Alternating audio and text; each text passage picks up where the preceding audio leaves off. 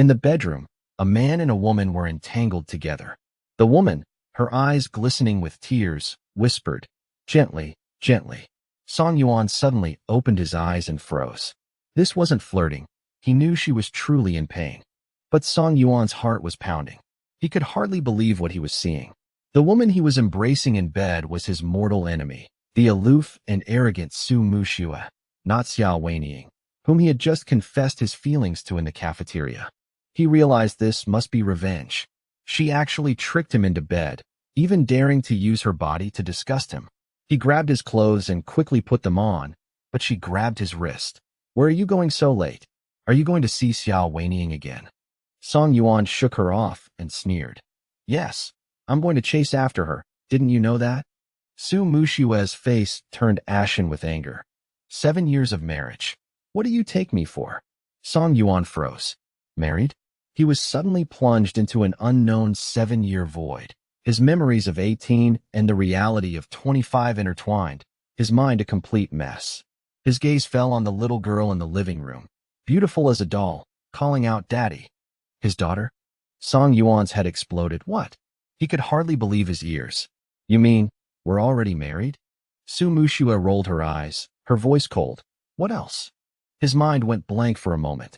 Just moments ago, he was confessing his feelings to Xiao Wenying in the cafeteria, and now he found himself in Su Muxue's bed.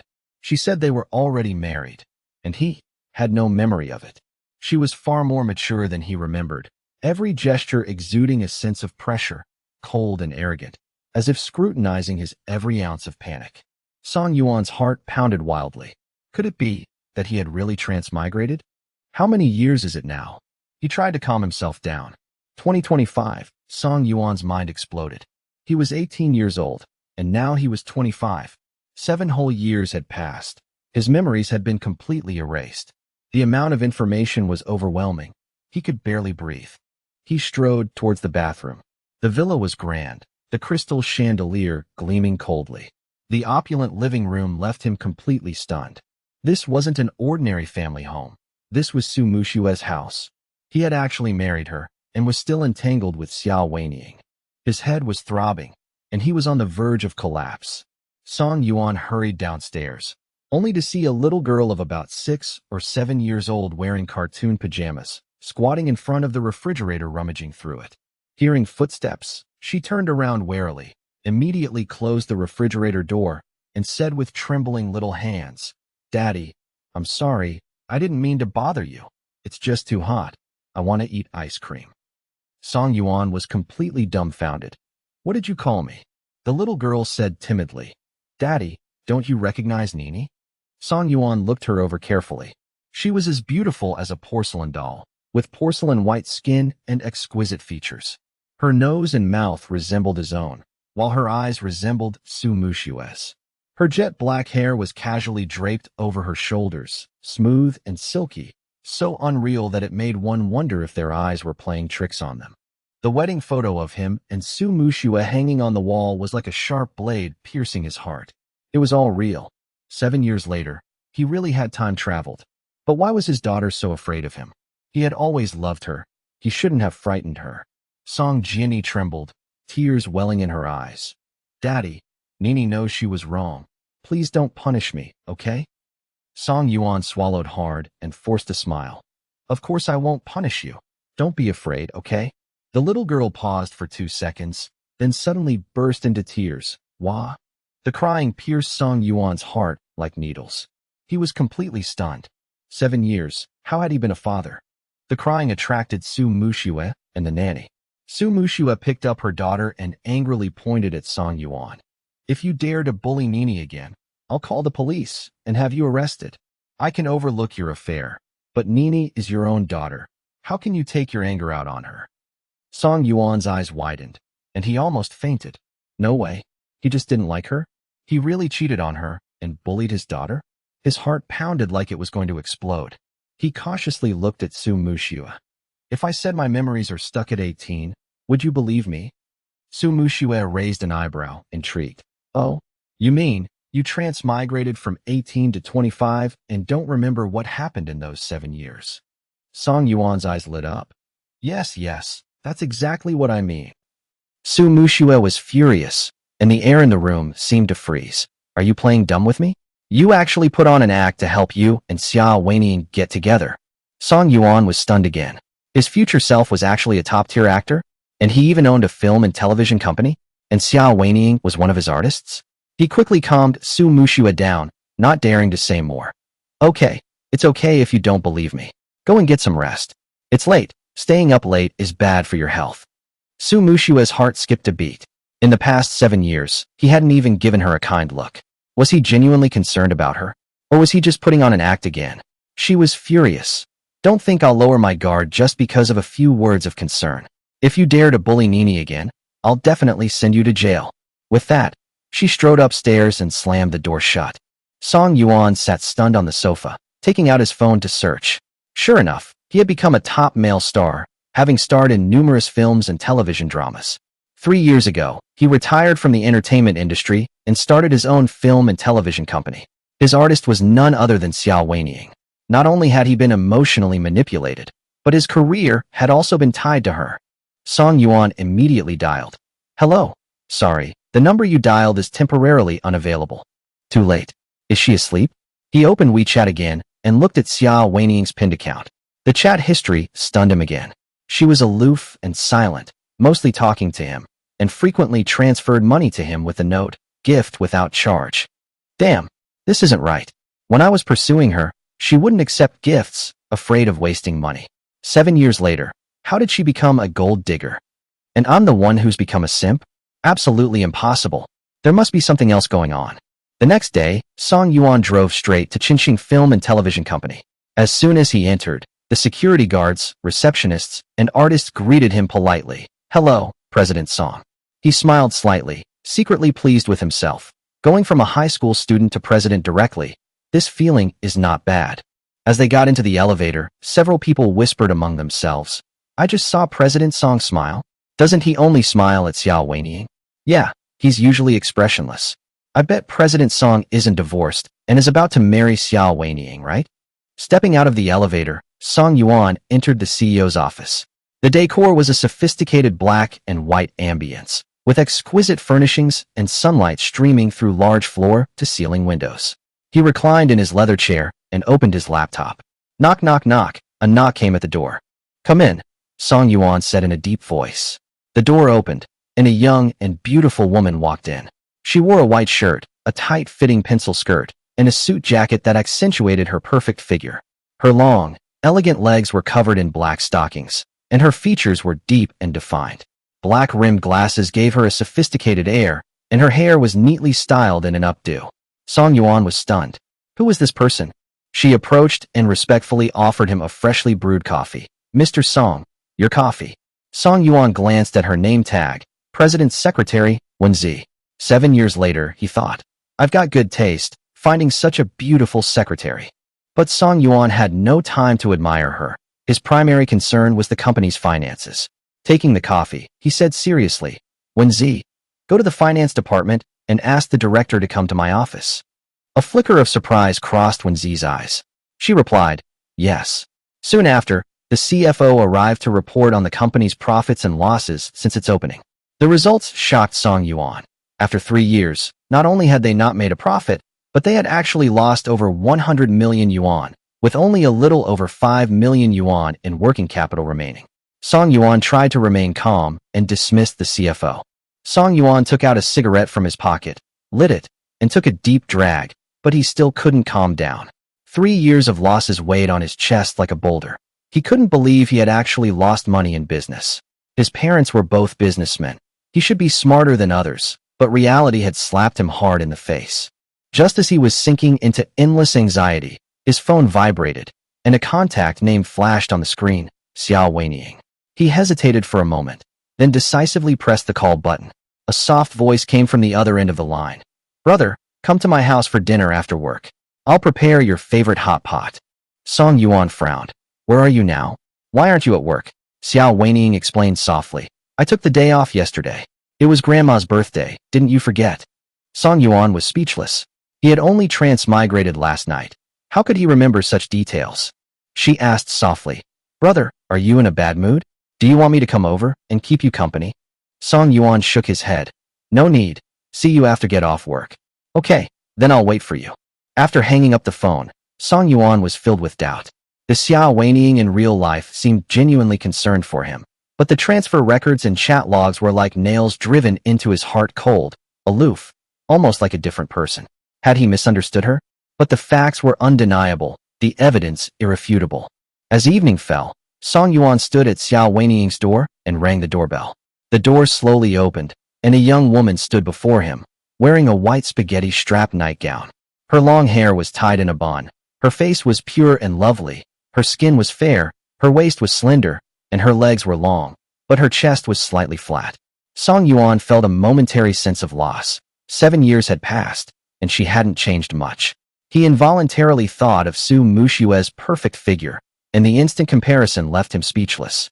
Xiao Weining pulled Song Yuan's hand, smiling and urging, "Brother, come in quickly. I've prepared the hot pot ingredients." He followed her absent-mindedly to the dining table. Water was boiling in the electric hot pot, surrounded by chopped vegetables, meat, and seafood. The two sat down facing each other. Xiao Weining busied herself adding ingredients, placing the cooked food in Song Yuan's bowl, and said with a beaming smile, "Brother, try it. Is it delicious?" Song Yuan picked up a piece of beef, dipped it in the sauce, and chewed it heartily. "Delicious." Xiao Weining smiled. "It's good that it's delicious. I was afraid you wouldn't like the sauce I made." Looking at her gentle expression, Song Yuan felt a pang of unease again. In reality, she seemed genuinely fond of him, completely different from the aloof image in their chat history. He wondered to himself, had he misunderstood her? Xiao Weining then asked, "Brother, when will filming for The Legend of Yun Xiang begin? I've always loved the original novel, and playing the female lead has always been my dream." Song Yuan frowned, recalling the company's investment plan she had seen that afternoon. It turned out the project had already booked her as the female lead. The copyright alone would cost tens of millions, but the company simply didn't have the money to invest. Moreover, her acting skills were limited, and the film was likely to lose money. At that moment, he understood. Xiao Weining, seemingly gentle and considerate, was actually using his generosity and affection for her to achieve her own dreams. Song Yuan sighed inwardly. He had truly become a simp. Suppressing his surging emotions, he said in a deep voice, "You should know that the company has been losing money, right?" Xiao Weining answered softly, "I know, but I believe in my brother's abilities. The company will definitely start to make a profit eventually." Song Yuan pressed, "But you also know that the company's current cash flow is pitifully low. Where will you get the money to invest in this film?" She looked at him gently but firmly. "I believe my brother is smart and will definitely find a way to raise funds. At worst, we can mortgage the property. With my acting skills and the popularity of the original work, this drama will definitely be a hit, and the money will come naturally." Song Yuan's lips twitched slightly. He first praised himself to the heavens, and then asked to start the machine. Song Yuan saw through his trick at a glance. He suppressed his emotions and asked, "Where's the money I transferred to you privately?" Xiao Weining smiled gently. "It's all been saved. Not a penny has been touched." Song Yuan nodded slightly and continued to probe. "Since you want to turn on the machine quickly, then give me back the money first." Xiao Weining's heart tightened, but she remained calm on the surface. "Brother, I'm not a gold digger. I've put it all in a fixed deposit. I can pay you back tomorrow." Song Yuan raised an eyebrow. "Okay, I'll wait." At the Su family villa, Su Muxue and Song Jiani sat at the dining table. Song Jiani asked softly, "Mom, when is Dad coming back?" Su Muxue replied helplessly, "Soon, right? Aren't you very afraid of him?" Song Jiani said cautiously, "I want to know when he'll be back so I can hide." Su Muxue held her daughter's hand and said, "Don't hide. Mom will protect you. If he bullies you, I'll make him regret it." At that moment, her phone vibrated. It was her assistant, Long Yu, calling. "President Su, we found him." "Where?" "Mingzhu Apartment, Unit 3, Apartment 3303, Xiao Weining's residence." Su Muxue's blood pressure soared. "Keep a close eye on him. Don't let him escape. I'm coming right now." Hanging up, she drove straight to the apartment with 2 bodyguards. Upon arrival, Long Yu ran up, breathless. "President Song has already left." Su Muxue asked, "Where's Xiao Weining? Did she leave with him?" "No, President Song left alone." She secretly breathed a sigh of relief. "Continue investigating. See where he went." Song Yuan was completely unaware that Su Muxue had gone out. When he returned home, He saw his daughter wrapped in a small blanket, nestled on the sofa, clutching a rabbit plush toy. He smiled and said, "Nini, Daddy's home." Song Jinni was surprised and timid. "Dad. Dad," Song Yuan said gently. "Don't be afraid. Look what Dad bought for you." He put the strawberry cake on the coffee table. Song Jinni blinked in surprise. "Is it for me?" Song Yuan nodded and smiled. He knew his daughter loved sweets, especially strawberry milk. Whatever Su Muxue's motives, he decided to treat his daughter well and make up for the past hurt. Song Jinni whispered, "Thank you, Dad." Song Yuan nodded and reached out to touch his daughter's head. Unexpectedly, his daughter became frightened, closed her eyes, tears streaming down her face, curled up into a ball, and trembled. Seeing this, Song Yuan immediately withdrew his hand, not daring to touch his daughter again. He knew that he had treated his daughter badly in the past, and her fear couldn't be eliminated overnight. He could only take it slowly, and said gently, "Nini, Daddy won't touch you. Daddy is going back to his room and won't bother you anymore." Song Jiani wiped away her tears, feeling wronged, and nodded blankly. Song Yuan smiled faintly, turned around, and went upstairs. Song Jinni tilted her head, secretly watching his retreating figure. She sensed that her father's behavior was different today. The smile he gave her before leaving held a strange bitterness and heartache. She didn't understand. Her father had never liked her, and if it weren't for her, he would have divorced her mother long ago.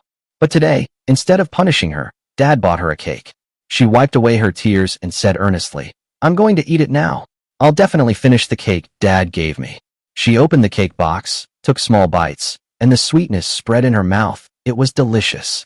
Just then, a noise came from outside the door. Song Jiani looked up and saw her mother had returned.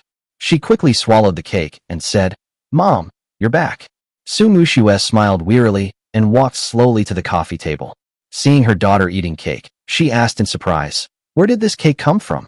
Song Jiani replied sweetly, "Dad bought it for me." Su Muxue was astonished. "He's back." She hadn't believed it at first, thinking Song Yuan was probably out partying again, but he really was home, and even bought her daughter's favorite strawberry cake. Song Jinni ate while saying, "Yes, he went back to his bedroom." Su Muxue gently patted her daughter's head and said softly, "Eat slowly, then go to your study to do your homework." After saying that, she quickly went upstairs and pushed open Song Yuan's bedroom door.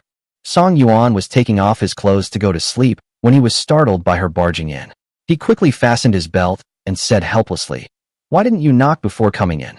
Su Muxue was wearing a white off-shoulder chiffon blouse with a black pencil skirt and high heels. She had a strong aura, and her white hands were stained with bloodstains on her cuffs. She immediately closed the door, crossed her arms, and her phoenix eyes turned cold. "This is my house. Why should I knock?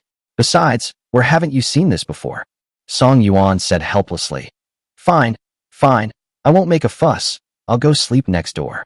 He just wanted to get some sleep and ask his parents about the events of 7 years ago tomorrow. Xiao Weining had been scheming against him all along, and Su Muxue didn't believe he had transmigrated from the age of 18, so the two of them had nothing to say to each other. Unable to contain her anger, Su Muxue snapped, "Stop right there." Song Yuan asked in surprise, "What?" Her chest heaved slightly as she retorted, "You have the nerve to ask me? You know what you've done, don't you?" Song Yuan retorted, "What did I do?" Su Muxue pointed at his nose and angrily said, "Did you just go to see Xiao Weining? Why are you back? If you're so capable, then stay there." Song Yuan suddenly realized that she had someone watching him. His gaze swept over the bloodstains on Su Muxue's sleeve and the back of her hand. He asked, "Are you injured?" Su Muxue hurriedly withdrew her hand. "No, the blood is someone else's." Song Yuan narrowed his eyes, meaningfully asking, "Someone else's?" Clearly, the blood belonged to Xiao Weining. She stepped forward, raising her chin provocatively. "Xiao Weining's blood, what? Are you heartbroken?" Song Yuan shook his head and said in a deep voice, "No, you did the right thing. She's a mistress. It's perfectly reasonable for you to beat her up." Although he and Su Muxue had no feelings for each other, Xiao Weining deserved a beating, and Su Muxue's action was a way of venting her anger for him. Su Muxue exclaimed in surprise, "What?" Song Yuan suddenly spoke normally, leaving her stunned. Before, he would always get angry if she hit him, but now he was completely serious. Suspecting he had some ulterior motive, she asked warily, "You're not trying to borrow money from me again, are you?" "Let me tell you, I have plenty of money, but I won't lend you a single penny."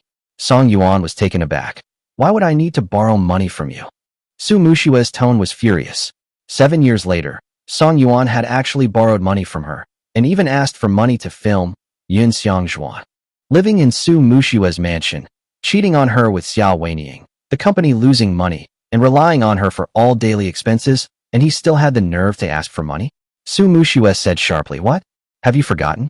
A week ago you borrowed money from me again, saying you wanted to invest in Yun Xiangzhuan." Song Yuan's lips twitched, utterly embarrassed. His future self, 7 years later, must have lost his mind. Buzz buzz. Her phone vibrated in her pocket. The caller ID showed Xiao Weining. Su Muxue's pupils brightened slightly, and she said defiantly, "Answer it. Your white moonlight is calling you. She's probably in the hospital right now. Aren't you going to comfort her?" Song Yuan hung up indifferently. "She's not without family. I don't need to care about her." This sentence silenced Su Muxue, her anger flaring even more. "Song Yuan, let me tell you, I won't lend you a single penny. If you dare to go on a date with Xiao Weining again, I'll beat her up every time." Song Yuan stared at Su Muxue, unable to suppress a laugh.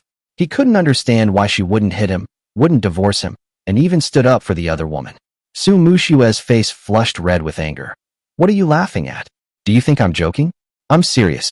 Song Yuan's laughter subsided, and he stared at her intently, saying in a deep voice, "Su Muxue, I've always wanted to ask you a question." Su Muxue frowned. "What?" Song Yuan slowly approached, his gaze locking onto her. Su Muxue unconsciously stepped back, leaning against the door. Song Yuan braced himself against the door, pulling her into his arms. Through the thin fabric, Su Muxue pressed against his chest, smelling the faint scent of tobacco, her heart racing. She looked up into Song Yuan's dark eyes, swallowing hard. "Don't get so close. What do you want to ask?" Song Yuan reached out and cupped her delicate chin, his fingertips lightly touching her lips, asking in a deep voice, "As you said, I've been cheating on you for years. So why won't you agree to divorce me?" Su Muxue's pupils dilated slightly, her heart sinking. She gritted her teeth. "Nini is still young. I don't want her to grow up in a single-parent family. No matter what, you're her father, and you have to take responsibility." Song Yuan suddenly realized that she wasn't divorcing for the sake of the child. He remembered that Su Muxue's parents divorced when she was young, and she was given to her father. Later, her father remarried, and her childhood was filled with loneliness. Knock, knock, knock. There was a knock on the door, and his daughter's childish voice came through. "Mom, I've finished my homework. Can I come in and sleep? I don't want to be alone." Song Jinni sneaked upstairs and only knocked on the door after hearing her parents mention divorce. Su Muxue whispered, "You can go next door." Song Yuan nodded and opened the door. Song Jinni walked around him and hugged her mother's leg. "Mom, I'm so sleepy." Su Muxue picked her up and kissed her cheek affectionately. "Okay, sleep with Mom." Song Yuan looked at the mother and daughter's intimate scene, feeling a mix of emotions. He took a deep breath and silently left the room. The next day, Xiao Weining called several times. Song Yuan didn't want to answer, so he simply turned off his phone and slept until dawn. He went to the company as usual. Pushing open the office door, he saw Xiao Weining leaning against her desk, using a cane, her head wrapped in gauze, her cheeks covered in handprints, a pitiful sight. Seeing Song Yuan, tears streamed down her face. "Brother, why didn't you answer my calls?" Song Yuan secretly gloated, deliberately changing the subject. "What happened to you? Who bullied you?" Xiao Weining choked back tears. "It's all because of your wife, brother. You have to stand up for me. She brought people in yesterday and beat me up." Song Yuan suppressed a laugh, pulled 2 tissues from the table, and handed them to Xiao Weining. "Don't cry. Why didn't you call the police?" Xiao Weining took the tissues, wiping her tears as she said, "I wanted to call the police, but I didn't dare. Our relationship is clandestine." Song Yuan didn't bother with further discussion, turned around and sat down, asking bluntly, "Then how do you want me to stand up for you?" Xiao Weining, leaning on her crutch, stepped forward, took his hand, and whispered, "Brother, it's nothing to get hurt for you, but she's completely slapping you in the face. I'm your woman." Song Yuan echoed her words. "Indeed, she went too far." Xiao Weining nodded. "Yes, she said she'd beat me every time she sees me. I'm so scared. Brother, when are you going to divorce her?" Song Yuan's eyes flickered, and he tentatively asked, "If I divorce her, will you marry me? I don't have enough money for a decent wedding." Xiao Weining asked softly, "Wouldn't you get half of her assets in the divorce?" Song Yuan scoffed. What are you thinking? I signed a prenuptial agreement with her. I won't get a single penny in the divorce. Actually, he wasn't sure either. He just wanted to expose Xiao Weining's true colors. Xiao Weining was secretly surprised, but still firmly said, whether you're rich or poor, I'll definitely marry you if we get a divorce. Song Yuan pretended to nod. Indeed. Xiao Weining pressed her advantage. Then brother, why don't you borrow money from her and we invest in the legend of Yunxiang? She won't lose money if she invests. After filming, you can get a divorce, and I'll marry you, okay? Song Yuan cursed inwardly, but remained calm on the surface. Good idea. Xiao Weining was delighted. Then brother, I'll wait for your good news. Song Yuan picked up his coffee and took a sip, his tone indifferent. However, my relationship with her is very bad. She won't lend money easily. Xiao Weining nodded. No, I believe my brother has a way to coax her. Song Yuan pondered. I've thought of a way, but I'm still short of money. Xiao Weining asked in a low voice. How much? Song Yuan held up his finger. 10 million. Xiao Weining's expression changed drastically. She only had 5 million saved up, and 10 million was no small sum. Song Yuan explained. As you know, Su Muxue comes from a top-tier wealthy family. To coax her into buying gifts, we have to go all out. Xiao Weining remained silent for a while before agreeing. I understand, brother. You can try to coax her slowly first. If that doesn't work, I'll find a way to raise the money. Seeing Xiao Weining leave satisfied, Song Yuan immediately turned on his computer and checked all the company's projects since its inception. He discovered that not all productions lost money. Only the dramas starring Xiao Weining were losing money. Other artists were consistently earning, but the company hadn't provided them with good resources or packaging, keeping them stuck in the second tier. He then realized that he wasn't lacking in business acumen, but rather had been bewitched by Xiao Weining, becoming completely love-struck. Song Yuan narrowed his eyes, a plan forming in his mind. This time, he was determined to recoup his losses and make Xiao Weining pay the price. But before that, he needed to go home and ask his parents why he had married Su Muxue and what had happened over the past 7 years. As soon as it was time to leave work, Song Yuan went downstairs, found his car, and got in. He remembered that he hadn't gone straight home yesterday, and Su Muxue had brought people to arrest him. If he didn't give her a heads up today, she would definitely come looking for him in a big way again. He took out his phone to look for her number, but found that neither his wife nor Su Muxue's name was in his contacts. Damn it, which one is Su Muxue's phone number? Song Yuan took a deep breath and patiently scrolled through his contacts. He found a contact with the nickname She-Devil. His eyes lit up, and he decisively dialed the number. At this moment, Su Muxue was still at the company, working overtime and leading a meeting with all the senior executives. Her phone vibrated in her pocket, followed by a rapid ringtone. Wife, answer the phone. Wife, answer the phone. The executives froze, their eyes wide with disbelief. The usually decisive and aloof President Su was using such a ringtone. Her face flushed, her heart pounded, and she quickly hung up, forcing herself to remain calm as she continued the meeting. 3 seconds later, the phone rang again. Wife, I got a text message. Wife, I got a text message. Su Muxue completely lost her composure and coldly announced. Meeting adjourned. The executives tactfully withdrew. She opened WeChat and saw Song Yuan's latest message. Muxue, I'll be home a little late tonight. I'm going to my parents' place. Su Muxue rubbed her eyes, thinking she had misread it, and became suspicious. Song Yuan had never proactively informed her before. This sudden initiative must be suspicious. She typed 2 words. Really? Song Yuan replied almost instantly. Of course, why would I lie to you? Su Muxue was half believing, half doubting. Then go ahead. On the way home, Song Yuan was nervous. He remembered that his father had been diagnosed with early-stage colon cancer 7 years ago and was in poor health. 7 years after transmigrating, he was afraid that he wouldn't see his father when he got home. He drove his car into the courtyard of his villa and quickly rang the doorbell. The nanny, Lu Ma, opened the door, excitedly exclaiming, Master, the young master is back. Song Yuan smiled gently. Lu Ma. Song Weihua, who was sitting on the sofa watching TV, turned and met Song Yuan's gaze. Song Yuan's heart skipped a beat. Seeing his father safe and sound, a bittersweet feeling welled up on his face. Dad, Before he could finish speaking, Song Weihua grabbed an ashtray from the coffee table and smashed it at him. Song Yuan dodged it, and the ashtray shattered on the ground. He froze, not understanding why his father had started hitting him like that. Song Weihua's face flushed red, veins bulging, and he pointed at Song Yuan's nose, shouting angrily, "You unfilial son, how dare you come back?" Song Yuan was astonished. "Dad, what do you mean? How am I an unfilial son?" Song Weihua was even more furious. "Didn't you threaten to sever our father-son relationship and never set foot in this house again? Why did you come back?" Lu Ma stood by, holding her breath, not daring to utter a sound. Every time the young master came home after his marriage, he would argue with the old master, and she could only silently clean up the cigarette ash on the floor. Song Yuan's eyes widened. 7 years later, his relationship with his father was so strained, almost to the point of severing ties.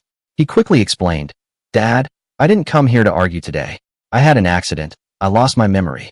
Song Weihua was amused by his words. "Lost your memory? Then how can you still recognize me?" Song Yuan scratched his head awkwardly. "Dad, I haven't lost all my memories. I just don't remember things from the last 7 years." Song Weihua turned around angrily, grabbed a golf club, and attacked Song Yuan again. Song Yuan ran around the room, explaining as he ran, "Dad, let's talk this out. Are you really cured? I've been so worried about you." Song Weihua grew angrier and angrier, chasing after him and yelling, "You dare bring this up again? You were having an affair with your lover when I had my surgery." With nowhere to hide, Song Yuan could only face the attack head-on, gripping the cold cue tightly, and said anxiously, "Dad, I really forgot. I swear if I'm lying, may I die a horrible death." Song Weihua's lips twitched. "If oaths were useful, you would have been struck by lightning long ago. Today I'll just beat you to death, you unfilial son." Just as the two were locked in a stalemate, a familiar voice rang out. "Stop." Song Yuan turned around and saw his mother, Qin Yun, walking towards him 7 years in the future. She was tall and slender, wearing a plain cheongsam, her jet black hair styled in an updo, gentle and elegant, with hardly any signs of age on her face. "Mom." Song Yuan looked at his mother, his heart warming. Seeing this, Song Weihua had no choice but to put down his golf club. Qin Yun walked up to Song Yuan, stroked his cheek, her eyes slightly red. "Son, you haven't been home for 2 years. Let Mom take a good look at you." Song Yuan's eyes welled up with tears, a wave of guilt washing over him. He realized that his future self had not only hurt his daughter, but also his parents. Qin Yun pulled him down to sit, holding his slightly cool hand, and said softly, "It's okay to lose your memory. Mom will help you slowly regain it. As long as you can change and stop doing foolish things, that's fine." Song Yuan's eyes widened. "Mom, you believe me?" Qin Yun smiled reassuringly. "Of course, you're my son. Of course I believe you." Song Weihua sighed deeply, knowing his wife spoiled their son too much. Qin Yun ignored him, staring into Song Yuan's eyes. "What do you want to know?" "Mom will tell you everything." Song Yuan asked seriously. "Mom, how did Su Muxue and I get together? How did I end up marrying her?" Before Qin Yun could answer, Song Weihua slammed his fist on the table and roared, "You still have the nerve to ask? You got her pregnant, and you don't want to take responsibility." Song Yuan was struck dumb. How could she be pregnant with my child? Wait, he didn't remember ever being in a relationship, and he didn't understand why he didn't want to take responsibility. Song Weihua turned to Qin Yun. "Wife, listen to what he's saying. Are you blaming me for disciplining him? I think I should just beat this beast to death." Qin Yun frowned and retorted, "Didn't our son say he forgot?" Song Yuan pleaded urgently. "Mom, I really don't remember. Please tell me." Qin Yun said helplessly, "Xiao Yuan, it's not that we're hiding it from you. We just don't know either. When we asked you back then, you just got annoyed." Song Yuan felt a headache coming on. Even his parents didn't know, so who could he ask? Qin Yun said earnestly, "Xiao Yuan, Mom knows you didn't have feelings for Muxue back then, but ever since you got married, Muxue has treated us like her own parents. Business was bad a few years ago, and you kept asking your family for money to subsidize the company. The company didn't go bankrupt entirely because of her silent support. And your father's illness was also treated by Muxue with the best doctors." Qin Yun continued. "She also gave birth to your daughter. She is a virtuous wife and never has any scandals. But you have been harassing Xiao Weining and even filed for divorce. You don't cherish her at all. Xiao Weining is no good woman. She's only with you for your money. Listen to your mother. Live a good life with Muxue." Song Yuan opened his mouth, but no sound came out. His mother's words were like a bombshell, striking straight to his heart. For 7 years, Su Muxue had tried her best to be a good wife and daughter-in-law, but he had become an irresponsible scumbag. Seeing Song Yuan remain silent, Song Weihua solemnly said, I will only ever acknowledge Mu Shui as my daughter-in-law. If you want to marry Xiao Weiniing, then don't call me dad anymore. I will disown you, you heartless and unfilial son. Song Yuan took a deep breath and promised, Dad, Mom, don't worry, I won't divorce Mu Shui. Qin Yun said with relief, Really? Then Mom can rest assured. Son, are you hungry? Mom will go make you some food. Song Yuan admitted honestly, Yes, I am. Qin Yun immediately got up and went into the kitchen to prepare a feast. Song Weihua still didn't believe it, so he went to the balcony, lit a cigarette, and slowly lit it. His phone vibrated in his pocket. He took it out and saw that it was Su Muxue calling. His expression changed slightly, and he answered immediately. Dad, is it Yuan with you now? Song Weihua said with a smile. Yes, he is. Would you like to come over for dinner? I'll ask your mom to cook a couple more of your favorite dishes. Su Muxue politely declined. No. I called to confirm whether he went to your place and to ask if he's borrowed any more money from you.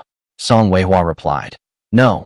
Xiao Yuan just said he won't mention divorce again and will change his ways and live a good life with you. Su Muxue suppressed her dissatisfaction and said in a deep voice, Dad, you've been lied to. What? Song Weihua asked, puzzled. Su Muxue said coldly, When I got home, I found that a diamond necklace was missing from my jewelry box. Song Yuan took it. He asked me for money last week, but I didn't lend it to him. Song Weihua's eyes went black with anger. He almost fainted. He cursed inwardly. That kid, he says he's changed for the better, but he's actually trying to scam money to pay Xiao Weiniing for her drama. He suppressed his anger and assured Su Muxue, Don't worry, I'll teach him a lesson and get the necklace back. Su Muxue shook her head. Dad, I'll ask for it myself when he gets home. Don't trust him anymore, and don't lend him any more money. Song Weihua felt guilty. Okay, I understand. I apologize to you on his behalf. I didn't discipline him well, and I'm sorry you had to suffer. Su Muxue waved her hand. It's okay, Dad. It's none of your business. After hanging up the phone, Song Weihua threw away his half-smoked cigarette and walked back to the living room. Song Yuan, engrossed in his phone, was completely unaware of his father's approach. Song Weihua stealthily crept up behind him, picked up a golf club, and swung it sharply at Song Yuan's back. Caught off guard, Song Yuan felt a sharp pain in his back. Ouch, he cried out, collapsing to the ground in agony. Song Weihua continued his swing. Song Yuan hurriedly got up, rushed to the balcony, locked the door, and shouted angrily. Dad, didn't we agree not to fight? Why did you sneak up on me? Song Weihua pounded on the door while cursing. You little rascal, you stole Mu Shui's necklace. I raised a thief. Song Yuan was stunned. Necklace? What necklace? Qin Yun, who was in the kitchen, heard the commotion and immediately came over, snatched the golf club, and complained to Song Weihua. Song Weihua told her what had happened, and Qin Yun looked helplessly at Song Yuan through the glass. Come out and give the necklace back to Mu Shui. Song Yuan's heart tightened.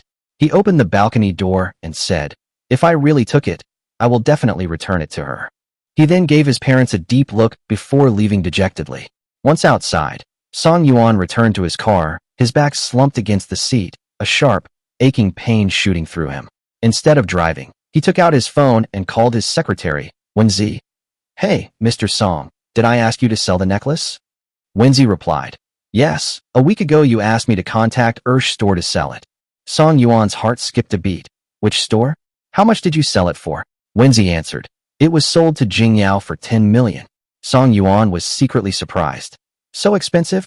The money was directly deposited into your account and used to pay the artist's salaries.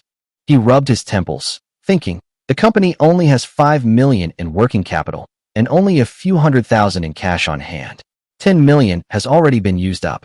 In the bedroom, Song Jinni, resting her head on Su Muxue's arm, opened her eyes and asked, Mom, is Dad coming back today? Su Muxue patted her back gently. Don't worry about him. Go to sleep. You have to get up early for school tomorrow. Song Jinni thought for a moment. Can I sleep alone? You go back to your room and wait for Dad. Su Muxue smiled. It's okay. I'll go back after you fall asleep. Song Jinni obediently closed her eyes and quickly fell asleep. Su Muxue carefully withdrew her arm, went down to the living room, wearily opened the refrigerator, took out a bottle of sugar-free cola, and sipped it. At this moment, the bedroom door creaked open, and she looked up, her beautiful eyes turning cold as she saw who it was. Song Yuan glanced at Su Muxue, his eyes flickering slightly. She stood in front of the refrigerator, holding a bottle of chilled cola, wearing a white satin nightgown with a matching lace cardigan, her curvaceous figure accentuated by her allure. Her long, black hair cascaded loosely over her shoulders, and although her face showed slight fatigue, it couldn't conceal her aloof and ethereal Qi inherent quality temperament. Song Yuan felt somewhat confused. Why had he initially disliked her, only to become her nemesis? When Su Muxue saw Song Yuan, the necklace she treasured flashed through her mind.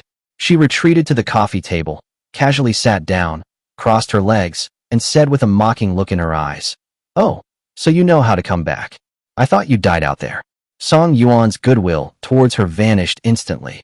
Her words were more venomous than poison. But he wasn't going to back down. He sat down opposite her and retorted nonchalantly, "If I died, wouldn't you become a widow? How lonely would that be?" Su Muxue gritted her teeth, no longer wanting to argue about pointless topics with him. She stared directly into his eyes and asked, "Where's my necklace? Give it back to me right now. It was a gift from my mother." Song Yuan instantly lost his momentum and coughed awkwardly. "The necklace?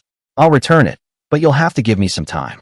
Su Muxue narrowed her eyes, her dark pupils filled with coldness. "You sold it?" Song Yuan confessed. "Yes, but I will definitely redeem it, as long as you give me time." These words were like igniting a powder keg. Su Muxue immediately grabbed a cushion and threw it at him. "You actually sold it? You bastard." Song Yuan quickly dodged and said guiltily, "Don't get excited. I'm not lying to you. I'll definitely pay you back. I'm sorry, this was my fault." Although Su Muxue was fierce and her words were venomous, she only threw the cushion and didn't hurt anyone. She was stunned, shocked. Song Yuan had just apologized to her. In the past 7 years, no matter how big his mistakes were, he had never uttered those 2 words.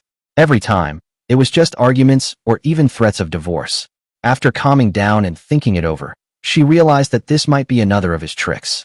He would never really redeem the necklace. He just wanted to borrow money to invest in the legend of Yunxiang. Su Muxue crossed her arms and said rudely, "How are you going to pay it back?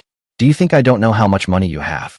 Song Yuan admitted frankly, "It's true that we can't redeem it now, but as long as we can get investment and film Yunxiang biography, we can definitely redeem it once we make money."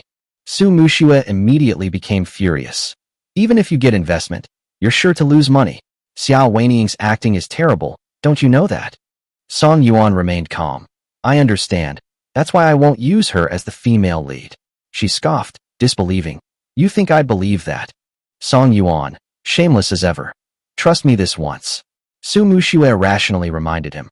"You don't have the money to film it. You're not thinking of mortgaging the company and house for a loan, are you?" Song Yuan shook his head, his smile faint. "No. Wife, can you help me this once?" "What did you call me?" Su Muxue's face flushed instantly.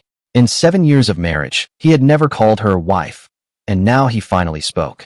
Seeing this, Song Yuan stood up and sat beside her, took her hand, gently kissed her slightly cool fingertips, and coaxed softly, "Wife, aren't you my wife? We've been married for 7 years. We even have a child." Su Muxue gazed at his handsome face, her heart clenching suddenly. His face remained flawless, and his eyes, no longer filled with disgust and aloofness, were now clear and bright, as if he truly considered her his wife. Her heart softened, and she softly asked, "How can I help you? Tell me." Song Yuan said in a deep voice, "Lend me the money to film the legend of Yunxiang. I'll pay you back immediately after we make money, with interest and a share of the profits." Su Muxue felt a chill run down her spine. So he was only pretending to like her for money. Seeing her unpleasant expression, Song Yuan added, "I can mortgage the houses and companies under my name to you." Her expression softened slightly, but she still planned in her heart that even if they eventually became her property, she would still support him. Song Yuan pulled her into his arms, lowered his head, and gently kissed her lips. "Wife, help me." Su Muxue's body stiffened, her eyes widened, completely unable to believe what was happening before her eyes. Seeing that she did not resist, Song Yuan gently cupped the back of her head with his well-defined knuckles. He could no longer persuade her, so he had no choice but to try this last resort. Since they were already sharing a bed when they transmigrated, it meant Su Muxue wouldn't reject her body and might even be secretly enjoying it. Su Muxue closed her eyes helplessly, her thin shoulders trembling slightly, and crystal tears slid down her cheeks. In 7 years, he had never kissed her so gently as he had today. She had always thought he wouldn't treat her gently. Song Yuan felt a warm, wet touch on his lips. Looking closer, he realized it was Su Muxue's tears. He immediately stopped, awkwardly saying, "If you don't want to, you can refuse me." How did he end up making her cry? He'd known her for so long, and this was the first time he'd ever seen her cry. He'd always thought she was an iron-willed woman, the type who would bleed but not cry. Su Muxue sniffed, wiped away her tears, and quickly regained her composure. Her beautiful eyes, as cold as ever, stared at Song Yuan and said, "I can help you, without you having to pledge anything, but I have conditions." Song Yuan, too preoccupied to feel happy, asked warily, "What conditions?" He secretly wondered, does she intend to completely sever my relationship with Xia Weiniang? Su Muxue spread her hands and slowly said, 10 times. Song Yuan was stunned. What 10 times? Her fair cheeks gradually flushed red, and she said shyly, "Pay 10 times the public grain." Song Yuan's eyes widened. Huh? Are you sure? This is too outrageous. Originally, he was the one who was taking advantage, but he didn't expect that she would not only take the initiative, but also make him eat and take, and even pay for the investment in filming. Su Muxue's face flushed even redder, almost steaming, and she added, "I'm sure, but you have to satisfy me. If you only think of yourself and ignore my feelings like before, then it doesn't count." She held the initiative. She had agreed first, but could change her mind at any time if she wasn't satisfied. Song Yuan patted his chest and assured her, "No problem, then tell me how you like it. Gentle, or..." Before he could finish speaking, Su Muxue instantly broke down, blushing and furious. "Find your own way. Stop pretending to be a pure virgin. Do I need to teach you that?" Song Yuan fell silent, awkwardly lowering his head. 7 years later, he had been intimate with her, but now, at 18, he was indeed a virgin, possessing only theoretical experience, no practical experience.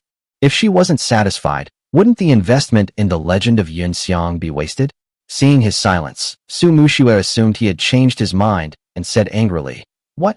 You're not willing?" Were her conditions too high? No one had any reason to refuse her. The Legend of Yun Xiang was a grand historical drama with an investment of over 100 million. It was expected to earn 100 million in 10 installments, averaging 10 million per installment. Song Yuan suddenly looked up and said firmly, "Of course I'm willing." She just said she needed to consider his feelings, so he'd give it a try. He was in good health and was the best fighter in the whole school. Winning over Su Muxue would definitely be no problem. Su Muxue snorted coldly. "You're smart enough to know what's good for you." Song Yuan didn't want to waste any more time, so he put his arm around her waist, picked her up, and quickly walked upstairs to the bedroom. 2 hours later, Su Muxue leaned against Song Yuan's chest, exhausted, and rested her head on his arm, pleading, "No, I'm too tired. Let's continue tomorrow." Song Yuan gently stroked her smooth cheek and chuckled. "Are you satisfied now?" He was exhausted, and his back still ached. Su Muxue licked her lips, saying one thing but meaning another. "It's all right." Song Yuan gritted his teeth. "Then you're not satisfied. Let's do it again."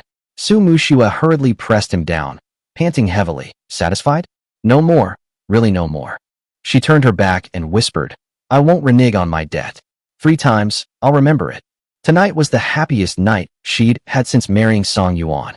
She didn't mind Song Yuan borrowing money from her and not paying it back. She just didn't want him spending her money to support another woman. Song Yuan reached out and pulled her tightly into his arms, his chin gently resting on her head, inhaling the faint fragrance of her hair. Although his feelings for her hadn't yet reached the level of love, he had already accepted her in his heart, no longer rejecting her, and no longer wanting to cause her any more trouble. 7 years of dedication, care for his parents, support for his career, and his lovely daughter, he should treat her well. Song Yuan had a pretty good plan in mind. He originally thought he could complete the 10 times he promised Su Muxue in 3 days. But things didn't go according to plan at all. For a whole week, 3 times a day, that's over 20 times. And then, on the very last time, Su Muxue stopped him, saying she wasn't satisfied. Song Yuan was exhausted. He slumped onto the edge of the bed, his hands trembling as he reached for a cigarette on the bedside table and struggled to light it with a windproof lighter. He took a light drag, regaining some of his energy. Su Muxue emerged from the bathroom radiant, her skin so smooth and supple it seemed to glow. A white bath towel clung to her exquisite curves, revealing her long, straight legs. Her flowing black hair cascaded loosely over her shoulders, surrounded by rising steam, making her look like a fairy who had just descended to earth. Song Yuan's gaze was fixed on the window, completely oblivious to her beauty. Su Muxue frowned slightly, staring at the cigarette in his mouth, and reminded him, "Haven't I told you many times? Don't smoke in the bedroom." Song Yuan immediately stubbed out the cigarette, stood up, and said, "Really? Then I'll go back to my own bedroom." Su Muxue immediately changed her mind. "Never mind, I'll just open the window to ventilate." She was secretly puzzled. She had told him countless times not to smoke in the bedroom, and he always made excuses to refuse. But today, he put out his cigarette and wanted to go back to his own room. Was he putting on an act to get her to agree to the investment as soon as possible? She wasn't in a hurry to agree. She wanted to play the game carefully, making sure he came home every day and slept in her room, so he wouldn't have the energy to go see Xiao Weiniang. Song Yuan stared silently at her retreating figure, a surge of anxiety coursing through him. He couldn't understand the difference between the first few times and the last. The timing and technique were perfect, and her reactions were almost identical to before. There was only one answer. She was deliberately manipulating him, controlling him, torturing him. How vicious, truly a female demon. Thinking back on the past 7 years, how much she had sacrificed for him, while he himself was entangled with Xiao Weiniang, abusing their daughter, and stealing her most treasured necklace, he finally understood that what she did was somewhat normal. After opening the window, Su Muxue turned to look at Song Yuan and found him frowning and looking worried. She teased, "Are you alright? I just told you not to smoke in the bedroom. Is it that bad?" Song Yuan shook his head and smiled, saying, "It's nothing." Su Muxue leaned closer, looking at his bloodshot eyes, and asked with concern, "You say you're fine? You look terrible. Should I take you to the hospital?" She thought Song Yuan had lost a lot of weight these past few days, and his nose looked even more prominent. Song Yuan replied irritably, "Don't you know why I look so terrible? Do I need to go to the hospital?" Su Muxue blushed and said awkwardly, "I know, but you took the initiative. You needed my help. It wasn't me forcing you." Song Yuan hesitated, knowing that although she was aloof and arrogant 7 years later, she was upright and honest, never scheming. He hadn't expected her to play tricks on him now. He couldn't blame her. He had gone too far, always being cold to her and even cheating on her with Xiao Weiniang. Seeing Song Yuan's eyes darken, Su Muxue's heart tightened slightly, and she became a little nervous. "You're not angry, are you? I didn't say I wouldn't help you. It's just that you're not up to it." As soon as the words left her mouth, she felt guilty. It wasn't that Song Yuan was not up to it. She was just deliberately picking a fight. Song Yuan said softly, "No, let's go to sleep. We have to get up early for work tomorrow." He didn't want to argue anymore, so he crawled under the covers and pulled them over his head. Su Muxue silently climbed into bed, lay down beside him, turned her back, and slowly curled up into a baby-like position, feeling even more uneasy. Song Yuan had really changed. Before, if he provoked her, he would argue until they were both exhausted. Now, he was much better tempered, and she noticed this, but she would only remain silent. The more she thought about it, the more uneasy she became. Could it be that Song Yuan didn't want to invest in Yunxiang Zhuan and wanted to elope with Xiao Weiniang for the money? She couldn't be fooled by his gentle appearance. She absolutely couldn't let her guard down. He had no love for her, only hatred. Otherwise, he wouldn't have stolen her mother's only diamond necklace. Thinking of this, Su Muxue's tears fell again, dripping onto her white pillowcase. Despite her efforts to suppress her sobs, Song Yuan noticed something was wrong. The blanket trembled slightly. In the darkness, Song Yuan reached out and pulled her into his arms, stroking her cheeks and feeling the wet tears. He said helplessly, "Why are you crying again? Didn't she toy with me for a week? Why are you crying again?" Su Muxue leaned against his warm chest, trying to hold back her tears. "It's nothing. I just miss my mother." This was no lie. The only person in the world who was truly good to her was her deceased mother. Song Yuan lowered his head, gently kissed her forehead, and comforted her warmly. "Don't worry, it's okay if you don't help me. I'll return the necklace to you as soon as possible." This should have been his responsibility. He stole the necklace. She had already done more than enough by not calling the police. Su Muxue bit her lip, remaining silent. She couldn't fully trust Song Yuan. In these 7 years, he had lied to her countless times, each time disappointing her. Seeing her lack of response, Song Yuan gently patted her thin back. Sometimes, silent companionship is more effective than words when someone is sad and upset. Saying too much would only lead to mistakes. Song Yuan only knew the general outline of the past 7 years from his parents. He knew nothing of the details. There's a saying that details can destroy love, especially since there was no love between him and Su Muxue. She married him for the sake of their child. She didn't divorce him for the same reason. Meanwhile, he had been completely bewitched by that despicable Xiao Weiniang. It was already a miracle that they hadn't divorced after all these years together. Su Muxue slowly closed her eyes, a faint smile curving her lips. She silently prayed. If only Song Yuan could hold her like this every night. She didn't know how long she could keep him under her thumb with this, or how much patience he still had. Before, Song Yuan would only spend the night in her room when he wanted to sleep with her. Otherwise, they slept in separate rooms. Song Yuan wasn't impatient. He lacked confidence in himself. He felt that he had been such a jerk in the past, and no matter how hard he tried, he couldn't easily get Su Muxue to say satisfied. So he studied the film and television market more thoroughly. The more he studied, the more convinced he became that if The Legend of Yun Xiang was well made, it would definitely make money. The original IP was popular, the plot was well-paced, there were many plot twists, and it didn't follow any cliches. One of the company's actresses, she's a good actress, earns a low salary, and is dedicated and hardworking. The director has also directed hit period dramas. If the company wants to turn things around quickly, this project is one they absolutely can't let go of. Since Su Muxue refuses to lend him money, he has no choice but to take out a bank loan. The amount is huge, requiring him to mortgage the company and real estate. The company wasn't solely owned by him. Shin Mo also held 40% of the shares. Shin Mo was his childhood friend, and the two used to be almost inseparable. But during these past few days of time travel, he hadn't seen Shin Mo. His secretary said he'd gone home to handle household chores. Song Yuan immediately dialed the number. The call was quickly answered, and before he could even speak, Shin Mo said directly, "I'm coming down right away. I'm already downstairs." Song Yuan became excited, wondering what Shin Mo would be like 7 years later. In his memory, the boy was seriously ill, with long hair, effeminate features, and always following him around calling him Brother Yuan, often leading people to mistake him for a girl. But Song Yuan knew Shin Mo. He was a manly man, and his sexual orientation was fine. A short while later, there was a knock on the door. Song Yuan suppressed his emotions. "Come in." The door slowly opened, and a tall, well-dressed young man walked in. His long, black hair was casually tied behind his ears, his skin was porcelain white, and his features were exquisite, more beautiful than most women. Song Yuan's first thought flashed through his mind. Huh? Even more beautiful than 7 years ago? He hasn't aged a bit? Shin Mo looked at Song Yuan, his dark eyes filled with distance and rejection, and asked in a deep voice, "Mr. Song, is there something you need that you urgently wanted to see me about?" Song Yuan was taken aback. Shouldn't he be calling him Brother Yuan? They were best brothers, so why this attitude? He quickly thought about it. The company had lost a lot of money over the past 3 years, including Shin Mo's share.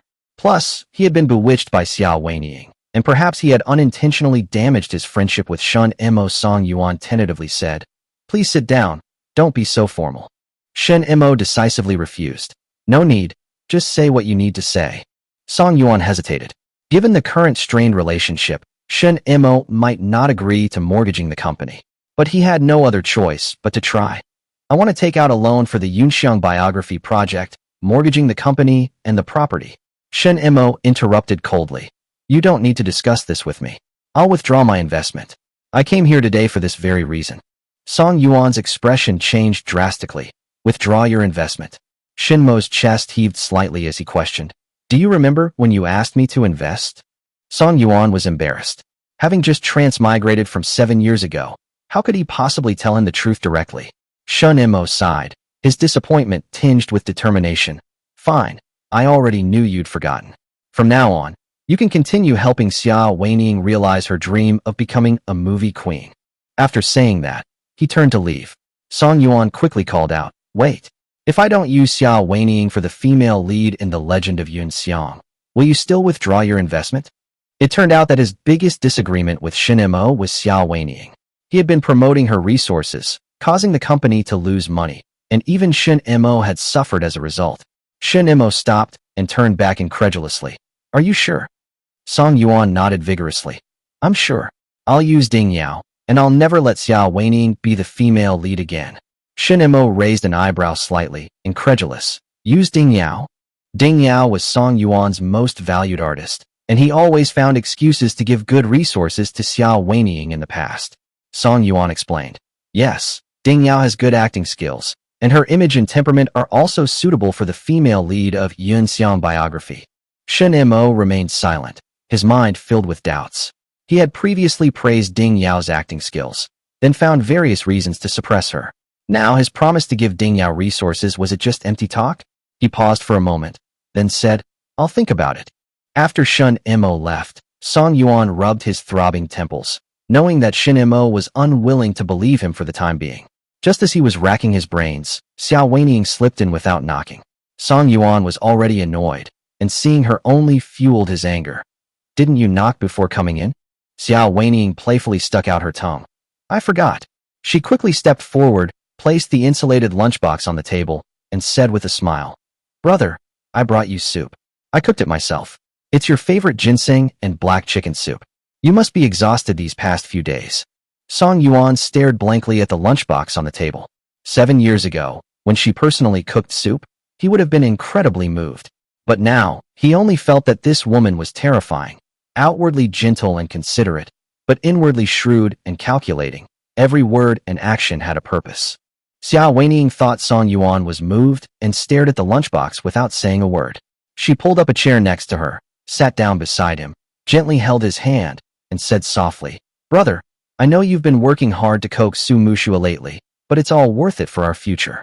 As long as we get the investment and make money, you can divorce her and marry me openly and honestly. Song Yuan nodded gently, his gaze falling on the gauze on her forehead, feigning concern. I know, you should go back and take good care of your injury. Wait for my good news. Xiao Weining nodded excitedly. Okay, I'm going now. Don't forget to drink the soup. Love you. After saying that, she blew him a kiss. Song Yuan smiled faintly and waited for her to leave the office. He took a deep breath, glanced at the chicken soup on the table, and without hesitation threw it into the trash can, spitting on it as he did so. In a private restaurant in Mixi Shopping Mall, Su Muxue and Long Yu sat facing each other by the window. Long Yu picked up her orange juice and asked softly, Muxue, did you and Song Yuan argue again? Su Muxue swallowed her food and smiled bitterly. No, I was just upset about that necklace. Long Yu was surprised. Still haven't found it? Have you called the police? Su Muxue shook her head, her eyes dim. It's gone. She hadn't just lost the necklace. What she wanted was never material things. Long Yu saw her dejected and lost, unsure how to comfort her. She had repeatedly urged her to divorce, but each time she refused. Song Yuan will see my good qualities someday. Long Yu could only offer a forced consolation. We'll find it. We definitely will. Su Muxue didn't respond, but slowly lowered her eyes, picked up a piece of broccoli, and chewed it slowly. Halfway through her meal, Long Yu inadvertently glanced through the floor-to-ceiling window and saw a dazzling diamond necklace in the window of the luxury store across the street. She exclaimed, Muxue, look, your necklace. Su Muxue looked in the direction she was looking, her pupils widened in surprise, and she said excitedly, It really is. She immediately picked up her bag and stood up. Let's go take a look. Long Yu quickly followed, and the two soon arrived at the second luxury store. The shop owner greeted them warmly. Ladies, please feel free to look around. Just tell me what you need. Su Muxue pointed to a diamond necklace in the window. How much is this necklace? The owner hesitated. Ladies, this is the best one in the store, and we can't sell it right now. If you like it, we can help you find a similar one. Su Muxue asked in confusion, Why won't you sell it? The shopkeeper replied frankly, To be honest, I just bought this necklace a few days ago. The seller went back on their word and asked me to keep it for 3 months, using my watch as collateral. You have 3 months to redeem it. If you don't redeem it by then, I'll contact you again. Su Muxue's breath hitched slightly. She recalled that Song Yuan had returned from her parents' house that day, his wrist bare. She had asked him where his watch was, and he had said he'd put it away. Staring at the jewelry store window, a jolt went through her. That diamond necklace, it was the one she'd lost. She hurriedly grabbed her bag and pulled Long Yu along as they rushed over. The shop owner greeted them with a smile. Please, ladies, make yourselves at home. Su Muxue asked without hesitation, How much is this necklace? The owner hesitated. I'm sorry, We can't sell it right now. Su Muxue frowned. Why? The owner explained. The seller has changed their mind and is holding onto the watch as collateral for 3 months. Su Muxue's heart skipped a beat. A watch. She recalled Song Yuan returning home that day, his wrist bare. Could it be? Long Yu whispered. Muxue, do you think Song Yuan will come to redeem it? Su Muxue nodded. Yes. Song Yuan had used this watch for many years. It was quite valuable. He would definitely come. So, he hadn't lied to her. He really was trying. A warm feeling welled up inside her, and she couldn't help but smile. Back at the company, Su Muxue felt completely relaxed. During the meeting, her tone was gentle, but the executives were trembling with fear, thinking, why is President Su so different? After the meeting, she went straight to Qinxing Film and Television. At the entrance, a security guard stopped her. Hello, who are you looking for? Su Muxue replied calmly. I'm looking for Song Yuan. The security guard, Xiao Zhang, was taken aback. Are you Mrs. Song? Do you have an appointment? Su Muxue said indifferently. It's all right, I'll go up myself. Her secretary, Wenzi, quickly stepped forward. Madam, I'll take you upstairs. Su Muxue shook her head. No need, I'll go up myself. The elevator reached the top floor, and she headed towards her office. Just as she was about to knock, Song Yuan's voice came from inside. President Chun, trust me, Yunxiang biography will definitely be a success. I guarantee double the interest. Su Muxue bit her lip, a slight tremor in her heart. Song Yuan had actually humbled himself and begged someone. He had set aside his dignity to seek investment for this film. She was startled, even somewhat moved. Fine, she'd trust him one more time, help him one more time. She knocked on the door. Who is it? It's me. Come in. The door opened, and Song Yuan looked up, his eyes lighting up. Su Muxue was dressed smartly today, a white shirt, a black pencil skirt, and a suit jacket. Her long hair was styled high, her aura stunning, even more beautiful than a top-tier actress. Song Yuan swallowed hard. Why did you come? Su Muxue crossed her arms and calmly retorted. Why can't I come? Song Yuan smiled helplessly. I didn't say I couldn't. Where's Nini? Su Muxue pulled up a chair and sat opposite him. She calmly said, I had the driver pick her up. Song Yuan nodded. The atmosphere was a little awkward, so he quickly changed the subject. What would you like to drink? I'll have Wenzi buy some. Su Muxue shook her head. No need to trouble yourself. Song Yuan's eyes caught sight of the small photo frame on his desk, and his heart skipped a beat. Could it be a portrait of Xiao Weiniang? He reached out and turned to look, only to find it was a picture of Nini. In the photo, his daughter was hugging her most treasured plush rabbit, smiling sweetly. Su Muxue breathed a sigh of relief. At least Song Yuan still had some conscience. He couldn't help but tease. What's the rush? Did you think I put up a picture of Xiao Weiniang? Su Muxue blushed, exasperated. Who said I was nervous? She immediately straightened the photo frame. Seeing her blushing yet stubborn expression, Song Yuan chuckled inwardly. Not nervous at all? Why are you blushing? Did you leave work early today just to pick me up? Su Muxue awkwardly replied. No, you're overthinking it. I came to discuss work. Inwardly, however, she was secretly pleased that she was touched by his gesture and had come early to pick him up. Song Yuan narrowed his eyes slightly. Work? What work? Su Muxue softly said. There's only one more chance left after 10 attempts. Do you still want this opportunity? Song Yuan's eyes lit up. The opportunity had finally arrived. Of course I want it. But I'm afraid someone won't give it to me anymore. Su Muxue smiled mischievously, her eyes curving into crescents. Someone's in a good mood. Why don't we go home and seize the opportunity? Song Yuan cooperated. Sure, then I'll have to make the most of it. The two got up, hand in hand, and quickly left the office. They had planned to go home for dinner before taking care of business, but unexpectedly, Su Muxue kissed him as soon as she got into the car. Song Yuan couldn't control himself. He acted impulsively. The meeting ended in 15 minutes. He leaned against the passenger's seat, his face a picture of utter despair. Su Muxue had given him a chance, but he hadn't seized it. He regretted it. He should have been more patient and gone home to eat first. Su Muxue straightened her collar and pulled out her phone to call Long Yu. Hello, President Su? Transfer 100 million to Song Yuan for me. Song Yuan was stunned. 100 million? She was satisfied? He hadn't been satisfied even last time. On the other end of the line, Long Yu was also shocked. How much? Su Muxue said coldly. 100 million. Hurry up.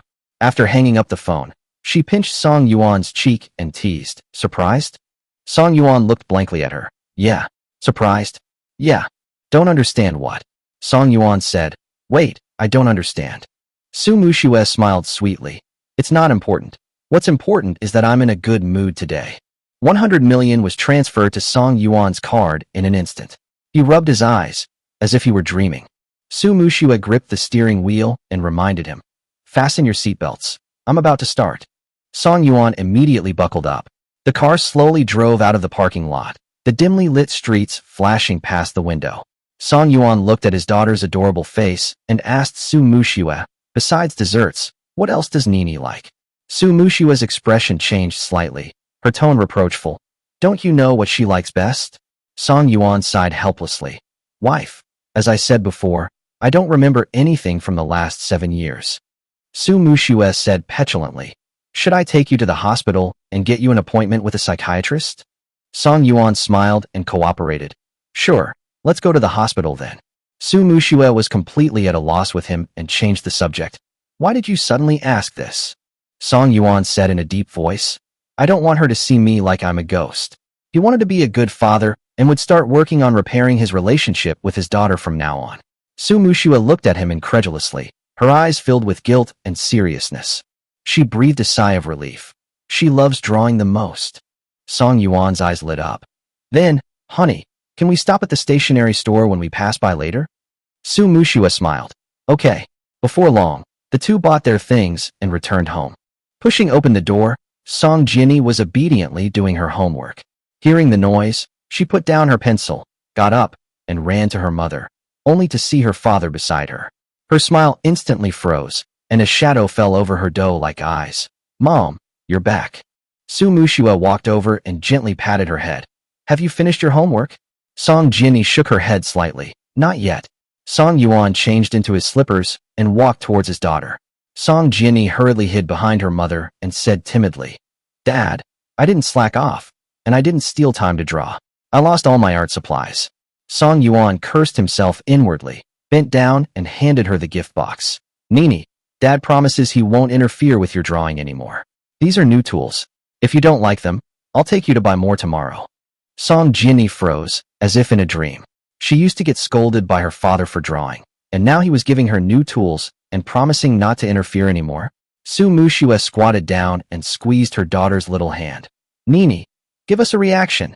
Song Jinni excitedly took the gift box, opened the ribbon, and saw the paintbrushes, paints, palette. She treasured them like precious gems. Her eyes reddened, and her voice trembled. I love it. Nini loves it so much. Thank you, Daddy. Song Yuan panicked. It's good that you like it. Hold it in, don't cry. Song Jinni nodded obediently. Yes, I won't cry.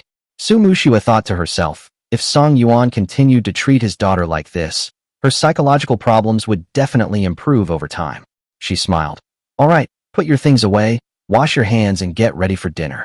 Song Jinni, carrying the gift box, quickly returned to her study. After dinner, her daughter continued doing her homework. Song Yuan and Su Muxue sat side by side on the sofa watching TV. Song Muxue wasn't really interested in the program, noticing he was sleepy. If you're sleepy, go to sleep. You're going to bed tonight. Song Yuan was completely bewildered. Tonight what? Su Muxue pursed her lips. Where are you sleeping tonight? Song Yuan was stunned. He had assumed they always shared a bed, but now it seemed that wasn't the case. He was secretly delighted. Her asking this meant she wanted to sleep with him. He suppressed a smile, staring into her expectant eyes, knowingly asking, Which room do you want me to sleep in? Su Muxue avoided his gaze, her face burning red, and awkwardly said, I'm asking you. Why are you asking me? Looking at Su Muxue's flushed face, Song Yuan chuckled teasingly. I was just asking casually. Why are you blushing? They'd been married for 7 years, practically an old married couple, yet she still acted like a little girl, blushing at the drop of a hat. Su Muxue's face burned even hotter, and she said shyly, I'm not blushing. Where are you sleeping anyway? Song Yuan raised an eyebrow. Where do you want me to sleep? She pretended to be indifferent. You can sleep wherever you want. I don't care. But she knew in her heart that Song Yuan just wanted her to ask him to come to her room. Song Yuan sighed. Since you don't care, I'll just sleep in my own room. He then slowly went upstairs, heading straight for the bedroom. Su Muxue froze, hurriedly watching his retreating figure, secretly biting her lip. Song Yuan, you bastard. The moment the money was in his hands, he immediately turned his back on her. The past few nights had been so harmonious. Why did he suddenly refuse to sleep with her anymore? In the bedroom, Song Yuan leaned against the window, puffing on a cigarette. He hadn't slept with Su Muxue because he was afraid he'd be too tired to satisfy her, like that time in the garage. After finishing his cigarette, he climbed into bed and quickly fell asleep. He didn't know how long he had slept when a sharp scream came from outside the door. Ah! Accompanied by crying, Song Yuan suddenly opened his eyes and rushed out of the room. Nini, what's wrong? Inside the room, Su Muxue was holding her daughter and comforting her gently. Nini, don't be afraid, mommy's here. The little girl huddled up and cried even harder, tears streaming down her face. Song Yuan sat down on the edge of the bed and gently wiped her face with a tissue. Daddy's here too. Did you have a nightmare? Nini cried even harder, burying her face in her mother's arms. Song Yuan panicked. Wife, should we go to the hospital? What happened to her? Su Muxue shook her head, patting her daughter's back. No need. She's like this from time to time. The doctor said it's a psychological issue. Don't you know that? Song Yuan remained silent, guilt welling up inside him. He couldn't escape responsibility for his daughter's mental health problems. Su Muxue looked at him, her tone gentle. You know it's your fault. Just be good from now on. Song Yuan nodded. He pulled the blanket over her shoulders and hugged the mother and daughter tightly. Su Muxue stiffened, but felt a warmth in her heart. Her daughter was still sobbing, and Su Muxue gently kissed her cheek, softly singing a lullaby. Little baby, sleep well. Your mother will be with you in your dreams. Song Yuan was on the verge of collapse. He had heard this song when he was a child. Soon after, Song Jinny stopped crying and fell into a deep sleep in her mother's arms. Su Muxue dared not put her down, afraid she would wake up. The two remained close together, and Song Yuan did not let go. After a while, Su Muxue leaned against Song Yuan's chest and fell into a deep sleep. Song Yuan dared not sleep. He knew that once he lay down, he could only stay awake until dawn. Friday arrived, and Song Yuan, having not slept all night, had been busy all day. When he got home, he didn't even eat dinner, going straight to his bedroom to catch up on sleep, sleeping soundly until dawn. His stomach rumbled after he got up, so he went downstairs to find something to eat. He rummaged through the refrigerator, finding nothing he wanted: fruits, vegetables, fresh meat, or drinks. Aunt Zhang came over and asked, Young master, what would you like to eat? I'll make it for you. Song Yuan casually replied, Just a bowl of noodles. Where are Muxue and Nini? Aunt Zhang pointed to the study. They're in the study. Dr. Su is here. Song Yuan frowned. Dr. Su? What's he doing here? Aunt Zhang explained. He's giving Nini some psychological counseling. Song Yuan slowly walked to the study door, pushed it open, and froze. On the desk, his daughter sat in front of the easel, focused on her drawing. Beside her, Su Juanza gently wiped the watercolor stains off her face with a wet wipe. Su Muxue sat on the other side, admiring her daughter's work intently. All three of them looked up at Song Yuan at the same time. Su Muxue calmly said, You're awake? I didn't know how long you were going to sleep, so I didn't leave you any food. If you're hungry, ask Aunt Zhang to make you something else. Song Yuan was slightly annoyed, but changed the subject. Weren't you supposed to be doing psychological counseling? What are you doing? Su Juanza explained with a smile. It's also part of the psychotherapy. If you doubt my professionalism, you can check the operating procedures. His tone was gentle, but his eyes revealed disdain. Song Yuan carefully sized up Su Juanza. The man was handsome, with fair skin, a tall and slender figure, and elegant movements, yet he exuded arrogance. He recognized him. Su Juanza, an alumnus, and Su Muxue's classmate, both student council members and tied for first place academically. They hadn't known each other well before, only meeting a few times. Song Yuan chuckled inwardly. This kid's trying to provoke me. Let's see if he can embarrass himself in front of his wife and daughter. He smiled faintly. In terms of professional skills, I'm definitely not as good as you. But when patients' families ask a few questions, do you always respond with such sarcastic remarks? Su Juanza was slightly taken aback, not expecting Song Yuan to remain composed and instead direct his criticism at him. Has Song Yuan's IQ improved in just a few days? Su Juanza tried to remain calm. Mr. Song, you've misunderstood. I didn't mean that. Song Yuan replied meaningfully. That's good then. Su Juanza changed the subject. Mr. Song, may I speak with you alone? Having just finished assessing Nini's mental state, Song Yuan should know the results. Su Muxue, understanding the situation, picked up Nini and left the study, closing the door behind her, leaving only Song Yuan and Su Juanza. Su Juanza handed over a document. This is Nini's psychological state assessment form. Take a good look at it. Song Yuan took the report and began to read it, his expression growing increasingly grave. The report indicated moderate anxiety and depression. Symptoms included depressed mood, anxiety and tension, unease and fear, low self-esteem, and severe sleep disturbances. Su Juanza added, "When I first took over, she had severe anxiety, but she's much better now. As long as you can keep your distance from Nini, she'll recover soon." Song Yuan looked up abruptly, surprised. "You want me to keep my distance from my daughter?" Su Juanza pushed up his glasses and sneered. "Your daughter's psychological problems are caused by your incompetence as a father. Don't you know that?" Song Yuan narrowed his eyes, his dark pupils flashing. "I don't know if it's because I'm incompetent, but you're practically wearing your schadenfreude on your face right now." Su Juanza's pupils dilated. How did this kid guess him? He had clearly been hiding his emotions, not wanting to admit that he was gloating. Song Yuan ignored him. "I'm not going to argue with you. If you have anything else to say it all at once." Su Juanza stroked his chin. "I heard you've been especially good to your daughter lately. I'd like to know, why have you suddenly changed?" Song Yuan replied indifferently. "It's my choice. What's it to you?" Su Juanza said seriously. "I won't ask for the reason, but I'm reminding you. If you continue to treat her well, her condition will improve. If you're hot and cold, it will only hurt her more." Song Yuan fell silent, thinking carefully. Su Juanza continued. "You and Su Muxue have a bad relationship and have been talking about divorce. If you want your daughter to get better soon, you should get a divorce as soon as possible. It will be better for everyone." Song Yuan clenched his fist and sneered. "Everyone? Does that include you?" Su Juanza remained unfazed. "Of course not. I'm just giving you advice as a doctor." Song Yuan raised an eyebrow and mocked. "Oh? Your profession is to instigate patients' families to divorce." Su Juanza's face flushed red, and he broke down. "I'm not instigating. I'm just giving advice." Song Yuan said coldly.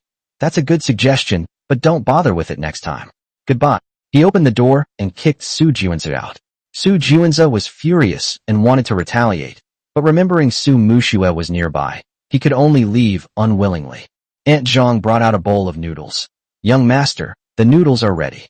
Song Yuan nodded. "Put them there. I'll eat them in a bit." He quickly went upstairs and knocked on Su Muxue's door. "Come out. I have something to tell you." Su Muxue reluctantly asked, "What is it?" She tucked her daughter in before getting up and going downstairs with him. Back in the study, Su Muxue yawned and sat down, staring at Song Yuan with sleepy eyes. "What's wrong? Can't we talk about it after your nap?" Song Yuan poured her a glass of water. "Drink some first. Wake up before we talk." Su Muxue obediently drank a few sips, feeling much more awake. "Go ahead and tell me." Song Yuan suppressed his anger. "I'll just say it straight. Su Juanza suggested we get a divorce." Su Muxue was shocked. "Huh? He really said that?" Her heart skipped a beat. A doctor interfering in the feelings of a patient's family was a major taboo. Song Yuan gritted his teeth and said angrily, "What kind of trash doctor did you hire? He directly told me to get a divorce? I suspect he's a quack. Tell me the truth. Does he like you?" Su Muxue couldn't help but laugh out loud. Haha, Song Yuan was even angrier. "How can you laugh? Are you out of your mind?" Su Muxue suppressed a laugh and said helplessly, "He already has a girlfriend. How could he possibly be interested in me?" She leaned closer to Song Yuan, grinning mischievously. "You're not jealous, are you?" In their 7 years of marriage, he had never questioned her about her relationship with other men like this before. In the past, when she accused him of cheating, he would retort with righteous indignation, "Then you go find a man too." Now, Dr. Su was only suggesting a divorce for their daughter's sake, but he was furious. Song Yuan's heart raced, but he feigned composure. "This isn't jealousy. Of course, I don't want other men to have designs on you." Su Muxue's breath hitched slightly, and she whispered, "But don't you have no feelings for me?"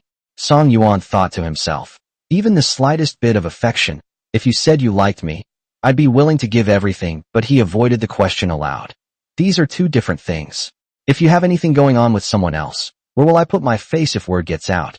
Su Muxue slammed her hand on the table in anger. "You care about your reputation, but I don't. Have you considered what others think of me when you're entangled with Xiao Wenying?" Song Yuan felt a headache coming on. They were clearly discussing Su Juanza. How did Xiao Weinian get dragged into this? Su Muxue's chest heaved violently. She glared at him fiercely. Bastard. She turned and slammed the door shut as she left. Song Yuan shook his head. This is the real Su Muxue, the true face of a she-devil. Her occasional gentleness is just a facade. On Monday, Song Yuan convened a meeting with executives and artists. The topic, naturally, was the preparation plan for Yuan. Everyone was excited, convinced the project would be profitable. However, when Song Yuan announced that Xiao Weinian would play the female lead, everyone's hair stood on end. Shin Mo, in particular, was horribly dark-faced, but dared not show it. After the meeting, everyone left. Shin Mo remained alone, his eyes filled with disappointment. President Song, I've decided to withdraw my investment. Song Yuan was stunned. This liar. He clearly promised not to use Xiao Weinian as the female lead, but now he actually. He pulled up a chair and sat down, patiently explaining. Amo, I didn't lie to you. I don't need her as the female lead. Announcing her was just to appease her. She owes me money, and I have to get it back. Shin Mo blinked in disbelief. He actually called him Amo? In the past, when they argued because of Xiao Weinian, he was always called President Song, which was extremely distant. Shin Mo glanced coldly at Song Yuan, insisting, I don't care whether you use her or not. I'm withdrawing my investment. Song Yuan's heart tightened. Once Shin Mo made a decision, it was difficult to change it. He couldn't blame Shin Mo for being heartless. In the past 3 years, because he had promoted Xiao Weinian, the company had lost money, and their friendship had been shattered. Song Yuan sighed. Fine, I won't try to persuade you anymore. Shin Mo nodded and prepared to leave. Song Yuan suddenly called out. Wait. Shin Mo frowned and turned around. What's wrong? Song Yuan took a deep breath. Go back and calculate how much money you've lost in the company over the past 3 years. I'll write you an IOU, and I'll pay you back with interest once I make money. Shin Mo was shocked. The losses over the past 3 years were no small sum, tens of millions. Song Yuan was secretly conflicted. Did he really have to repay the money he lost over these 3 years? No, business has its ups and downs. Shin Mo didn't owe him anything. No, you don't owe me anything. I accept the losses. Song Yuan shook his head. No, I owe you. I have to repay you. If I hadn't insisted on using Xiao Weinian as the female lead for 3 years, you wouldn't have lost money. Shin Mo was stunned. So you finally admit those dramas were bad? Song Yuan said bitterly. You said it yourself. That was in the past, not now. Shin Mo lowered his eyes. People change. Back in school, he never imagined that his good brother Song Yuan would be completely manipulated by Xiao Weinian, losing all his savings and future wife's dowry in 3 years. Song Yuan hesitated, wanting to say that he knew he was wrong and was trying to make amends, but that sounded too sentimental, and Shin Mo wouldn't believe it. Shin Mo sighed. That's it. You don't owe me a penny. Take care. With that, he quickly left, a relieved smile on his face. Song Yuan stared at the closed door, a tightness in his chest. He took out a cigarette, lit it, took a deep drag, and exhaled a thick cloud of smoke. He thought to himself, has Shin Mo broken off all ties? Just 2 days ago, they were drinking and planning their future together, and now he's cutting ties? Just then, there was a knock on the door. Who is it? Brother, I'm coming in.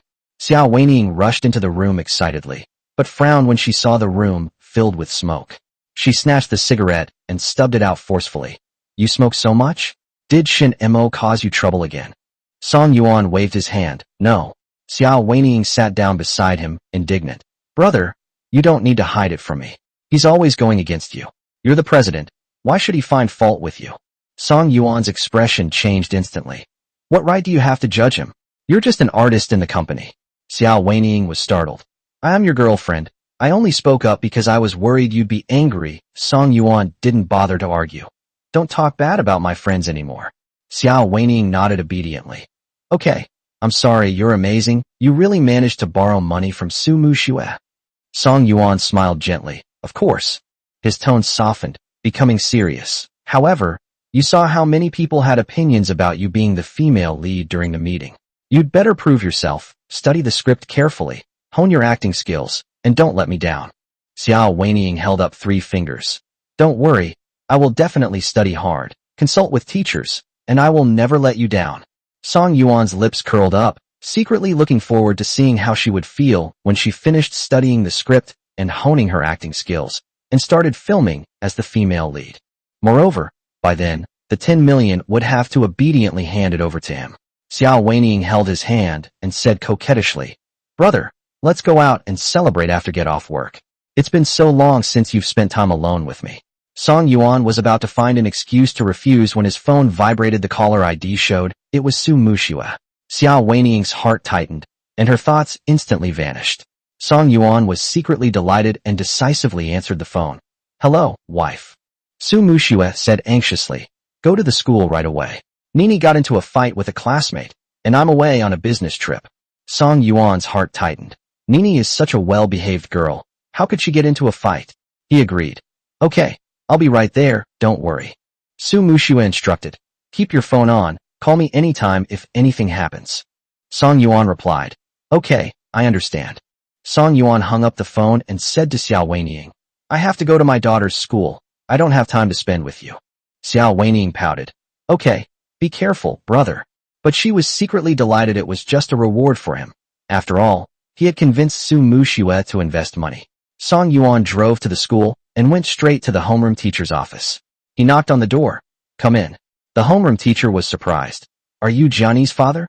Song Yuan nodded. This was the first time the homeroom teacher had seen him. Song Jianni asked timidly, "Daddy, why are you here?" "Where's Mommy?" Song Yuan replied softly, "Mommy's away on a business trip.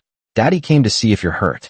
Just as the atmosphere quieted down, a little girl's cry broke the silence. A girl half a head taller and considerably heavier than Nini had swollen cheeks and blood seeping from the corner of her mouth.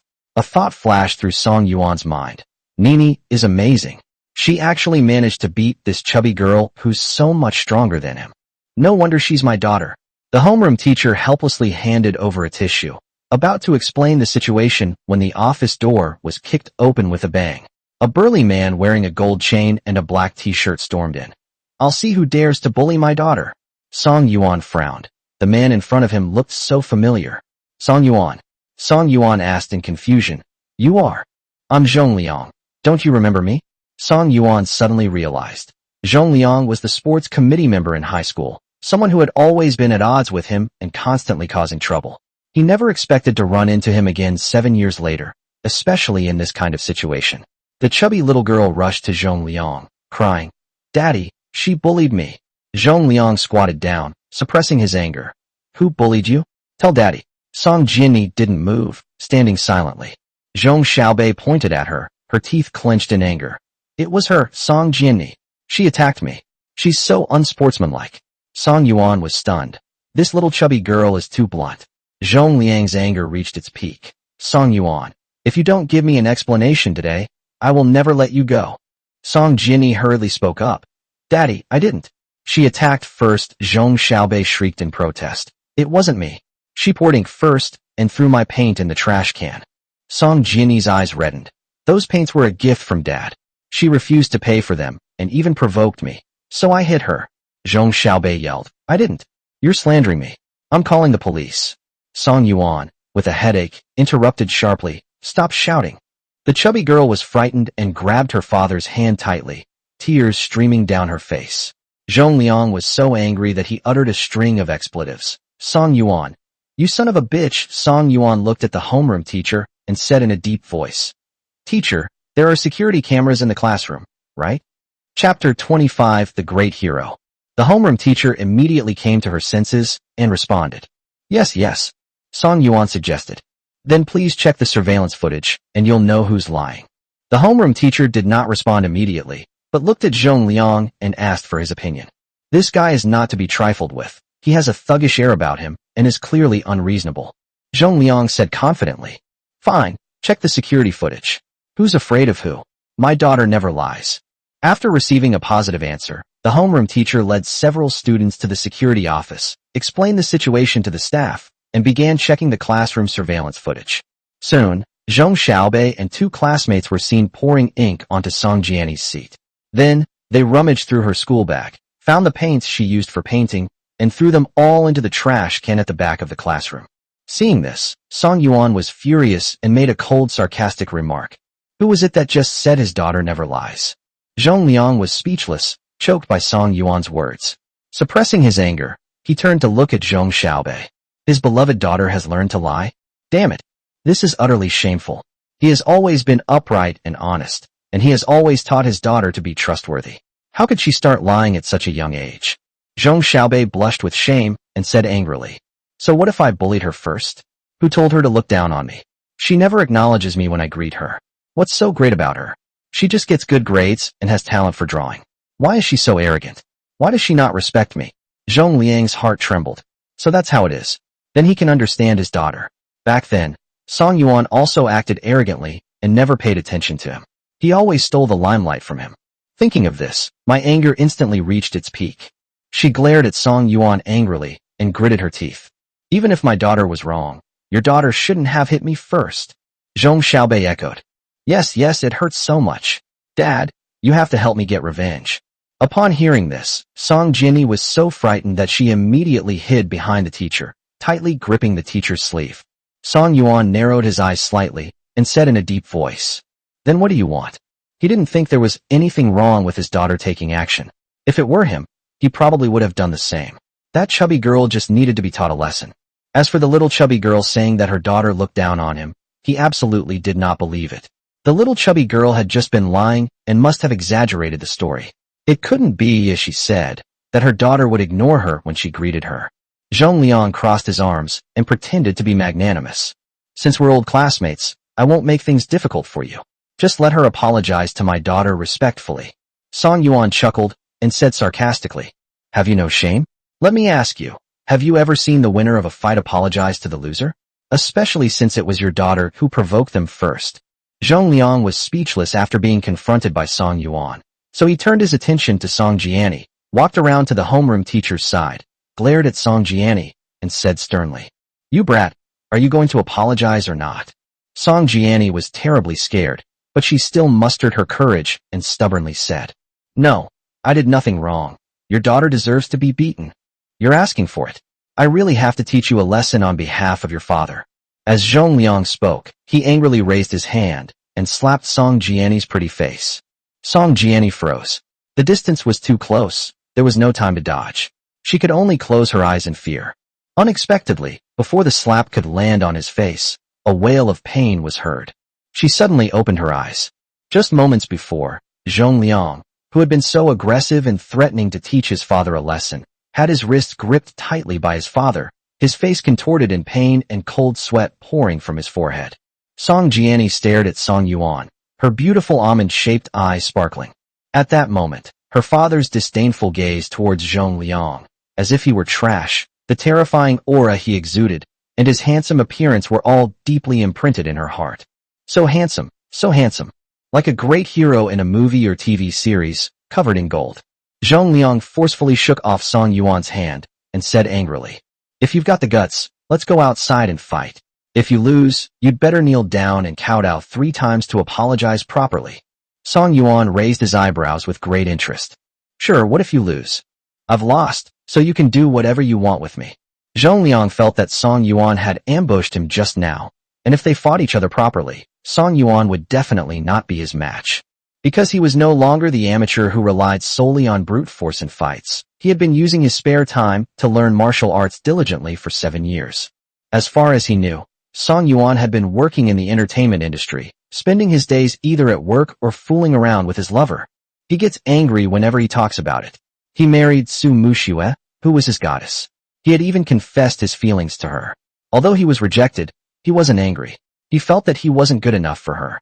But Song Yuan didn't cherish the goddess he married and even cheated on her. "Today, I'll settle both old and new scores, and I'm sure I can beat him." Upon seeing this, Zhong Xiaobei immediately cheered Zhong Liang on, believing that her father would always be the best. "Dad, you have to beat him. I believe in you," Zhong Liang said confidently. Of course, Dad will definitely win.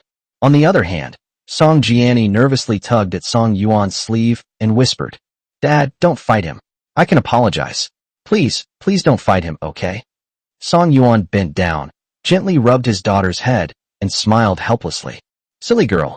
You didn't do anything wrong. Why should you apologize? Besides, Dad won't lose." "I'm not wrong, but I'm worried." "Don't worry, just wait patiently." The homeroom teacher stood there, raising his hand to wipe the sweat from his forehead. "How did things turn out this way?" What was originally a problem between two children has now turned into a duel between the two parents. No, she has to stop it. If a fight breaks out and things get hurt, she'll definitely have to take responsibility. He quickly stepped forward to dissuade the two. Xiao Bei's dad, Johnny's dad, can you calm down? Fighting won't solve anything. Let's talk this out, okay? Zhong Liang said impatiently. Nothing to talk about. Don't worry, we'll fight outside, not at school, so we won't cause you any trouble. The homeroom teacher sighed helplessly. Well, since he had already said that, there was no need for her to stop him. I could only humbly suggest again that the two children should not go with them. Zhong Liang and Song Yuan agreed, worried that they might hit the child too hard and frighten him. Zhong Xiaobei nodded obediently, believing that her father would definitely win, but Song Jiani insisted. No, I want to stay with my dad. She was afraid her father might be in danger, so she called the police immediately. Arrest that bastard Zhong Liang. He's the one who provoked Dad and challenged him to a duel. Helpless, Song Yuan whispered to Song Jiani. Nini, be good. Wait patiently for Daddy, okay? Chapter 26 has a narrow scope. Song Jiani's tears welled up uncontrollably, and she choked out. Can I refuse?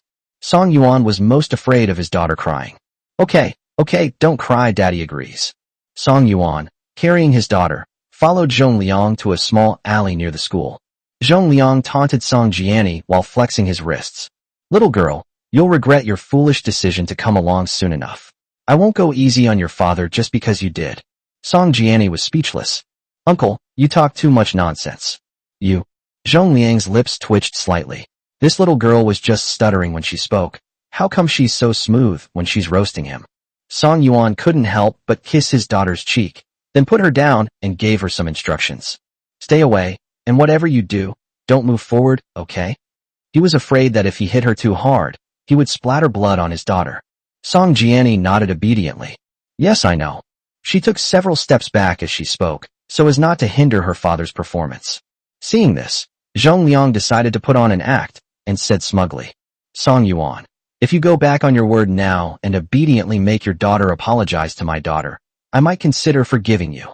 Song Yuan said irritably. Forgive me, my ass. Hurry up and make your move. Fine, you asked for it. Don't blame me for not showing any mercy. As he spoke, Zhong Liang raised his fist and charged towards Song Yuan. A fist, accompanied by the whooshing sound of wind, came crashing down on him. Song Yuan's pupils suddenly contracted. Wow, you're much stronger than before. Song Yuan swayed and dodged the attack.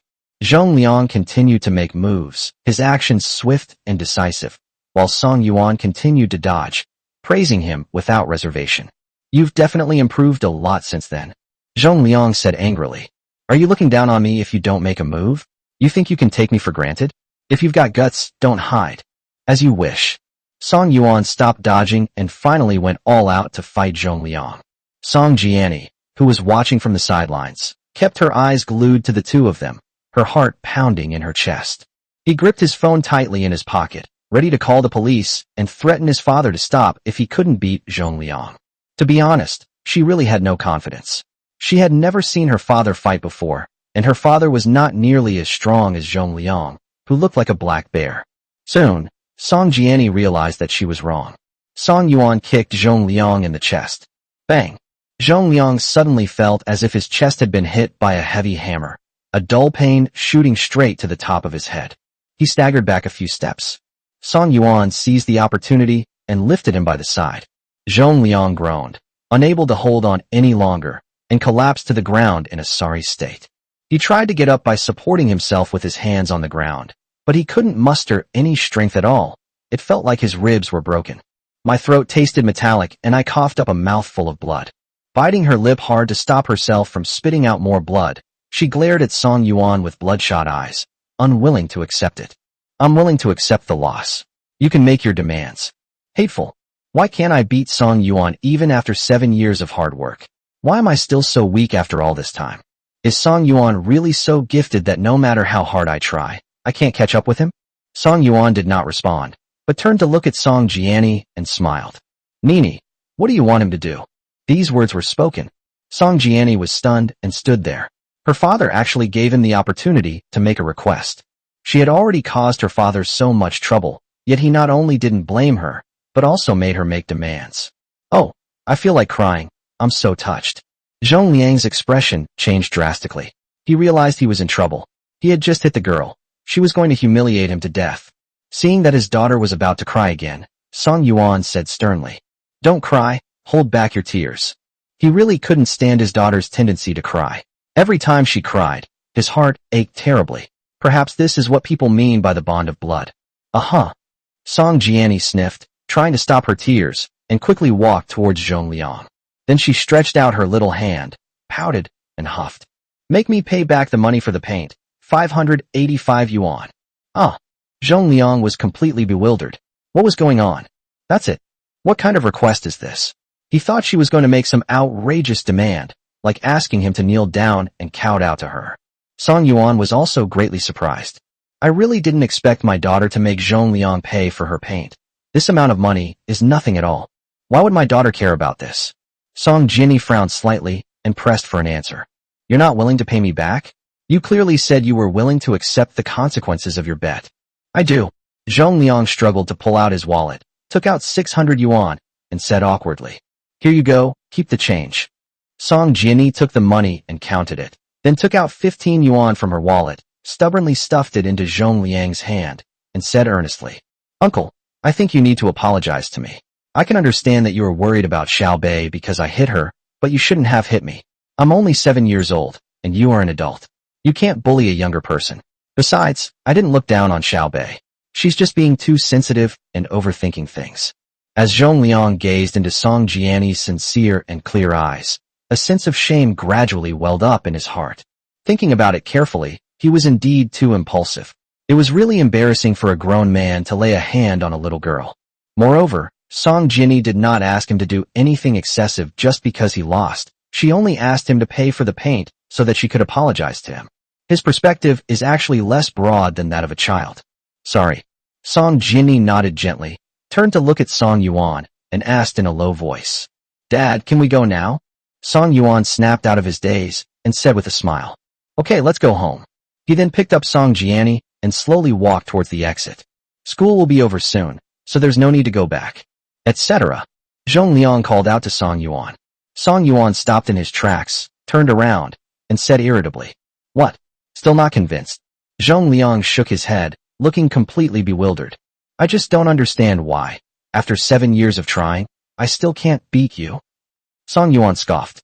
"You think you can surpass me after 7 years? Don't use your hobby to challenge my expertise." When it comes to practicing martial arts, it's not because he loves martial arts, but simply because he was a premature baby who was born weak and often got sick. His father was afraid he would die from illness, so when he was 7 years old, he hired a famous martial arts master to teach him martial arts to strengthen his body. Before he knew it, he had become a fighting expert. Zhong Liangru suddenly realized that it wasn't that he lacked talent. So Song Yuan is a professional, no wonder I couldn't beat him. Song Yuan ignored him, carried his daughter to the parking lot, found his car, opened the door, and put his daughter in the seat. Then he climbed into the car and skillfully started it. The car slowly drove onto the highway. Song Jiani asked cautiously, "Dad, can we go to the stationery store first?" Chapter 27. What? He pursued you? Song Yuan asked tentatively. "Go buy paint." Song Jiani nodded. "Right." Song Yuan smiled faintly and asked, puzzled, "Nini, why did you insist that he pay for the paint?" His daughter had plenty of pocket money and didn't care about a few hundred yuan for paint, so he couldn't understand why she insisted that Zhong Liang pay for it. If she wanted to vent her anger, there were many other ways. Song Jiani explained in a low voice. Because it was a gift from my father." Song Yuan fell silent, a warm feeling welling up in his heart. He hadn't expected that the paints he had casually bought for his daughter would be so cherished and valued. Seeing that Song Yuan was not speaking, Song Jinni thought he was angry and hurriedly apologized. "Dad, I'm sorry. I didn't protect the gift you gave me. I will cherish it from now on. Please don't be angry. The light ahead is red." Song Yuan stepped on the brakes and turned to look at his daughter, who was biting her lip in nervousness. "My heart is melting. So pretty and cute." Even though my daughter was wearing the white and blue school uniform, she still looked unrealistically beautiful.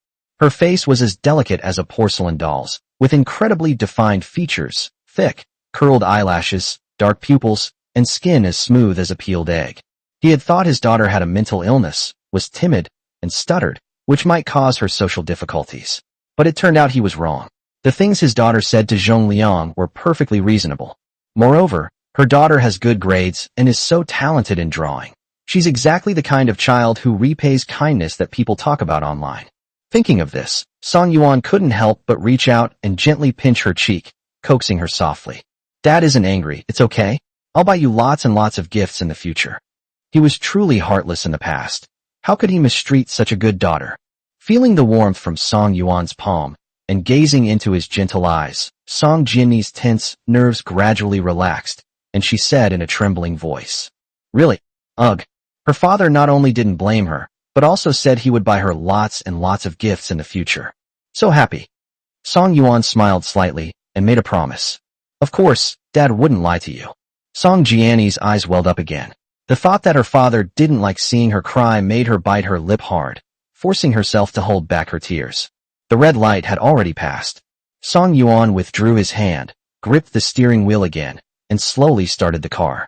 Before long, they arrived at the stationery store, bought the paints, and continued on their way home. After Song Yuan and his daughter arrived home, they called Su Muxue and briefly explained the situation. After hanging up the phone, Song Jinni asked, Dad, when is Mom coming back? Mom will be late. Let's eat first. Good. Song Jinni put down her school bag, obediently sat down at the dining table, and ate with Song Yuan. After finishing her meal, Song Jinni, as usual, picked up her school bag and prepared to go to the study to do her homework. Song Yuan called out to her. If you don't understand something, you can ask me, and I'll teach you. Song Jianni was flattered. Although there were basically no questions she couldn't answer, she still felt warm inside from her father's concern. After Song Jianni went to the study, Song Yuan leaned back wearily on the sofa, slowly closed his eyes for a short rest, and the corners of his lips unconsciously turned up. After today's experience, my relationship with my daughter has become even closer. Today I finally got to hold my daughter. In the past, she would hide in fear whenever he tried to hold her. Moreover, when he was fighting with Zhong Liang, she insisted on following him, which clearly showed that she was worried about him. He thought she saw him as a devil and had no concern for his safety. I don't know how much time passed. Song Yuan gradually drifted off to sleep and was sleeping soundly. The door creaked open. Song Yuan groggily turned his head to look outside the door, only to see Su Muxue quickly bend down to change into slippers and then walk briskly toward him. Song Yuan yawned. Honey, you're back? Su Muxue asked anxiously. Where is Nini? Song Yuan pointed to the study. Doing homework. Su Muxue asked in surprise. What time is it? Still doing homework. Song Yuanji stood up and asked blankly. What time is it? Su Muxue said seriously. It's 12 o'clock. Song Yuan was startled. Oh, it's so late. He remembered that he and Nini had just returned from school at around 6 o'clock. Su Muxue glared at Song Yuan, then quickly walked upstairs. When she reached her daughter's bedroom door, she gently pushed it open and saw her daughter lying quietly on the bed, sleeping peacefully. She took a deep breath, relieved that her daughter was afraid to sleep alone with Song Yuan. Now that her daughter was asleep, she could rest assured. I closed the door tightly again and slowly went downstairs. Song Yuan asked in a low voice. Is Nini asleep? She's asleep. Su Muxue sat down opposite Song Yuan and continued to ask questions. Is the parent of the classmate who fought with my daughter named Zhong Liang? Song Yuan mentioned it casually on the phone, but she was busy at the time and didn't ask for clarification. Song Yuan's eyes lit up. Yes, do you know him? Su Muxue smiled. We don't really know each other. He just pursued me. Song Yuan exclaimed in shock. He pursued you? How come I didn't know? If I had known he pursued you, I would have kicked him a few more times. Su Muxue's eyes crinkled as she teased him. What? Are you jealous again? What do you mean I'm jealous again? I'm just plain annoyed. You should look in the mirror. He still wants to pursue you. Song Yuanjin didn't think he was jealous. He simply felt that Zhong Liang was not good enough for Su Muxue, even though he and Su Muxue had been mortal enemies in the past. But Su Muxue's excellence is undeniable. Whether it's her appearance, family background, or abilities, she's top-notch. Aside from her slightly flawed personality, she's practically perfect. In contrast, Zhong Liang is not only ugly, but also has a dark personality. He is insecure and sensitive, always feeling that others look down on him and are constantly causing trouble for him. His family made a small fortune from the demolition compensation. He is really no match for Su Muxue. Su Muxue did not refute further, suppressing her smile as she spoke. I remember, he always challenged you to one-on-one matches, didn't he? Song Yuan smiled helplessly. Yes, I've always suspected he has some mental issues. Su Muxue shook her head, her expression meaningful. I don't think there's anything wrong with him. When I was in school, I also thought you were a bit arrogant. Song Yuan retorted. Arrogant? Not at all. I'm very approachable. Su Muxue bit her lip, pondered for a moment, and then slowly spoke. Perhaps you have a problem with your self-perception. Back then, Song Yuan and his good brother Shin Mo were inseparable. The two of them always brought along two little followers, making them a troublesome little group. Skipping classes and fighting were commonplace for them. He defeated the senior students when he was in his first year of high school, and the students all tacitly agreed that Song Yuan was the new leader of the school. Chapter 28 Sugar Daddy. So, Su Muxue didn't understand how Song Yuan could have the misconception that he was approachable. Song Yuan denied it. Impossible. How could I not see myself clearly?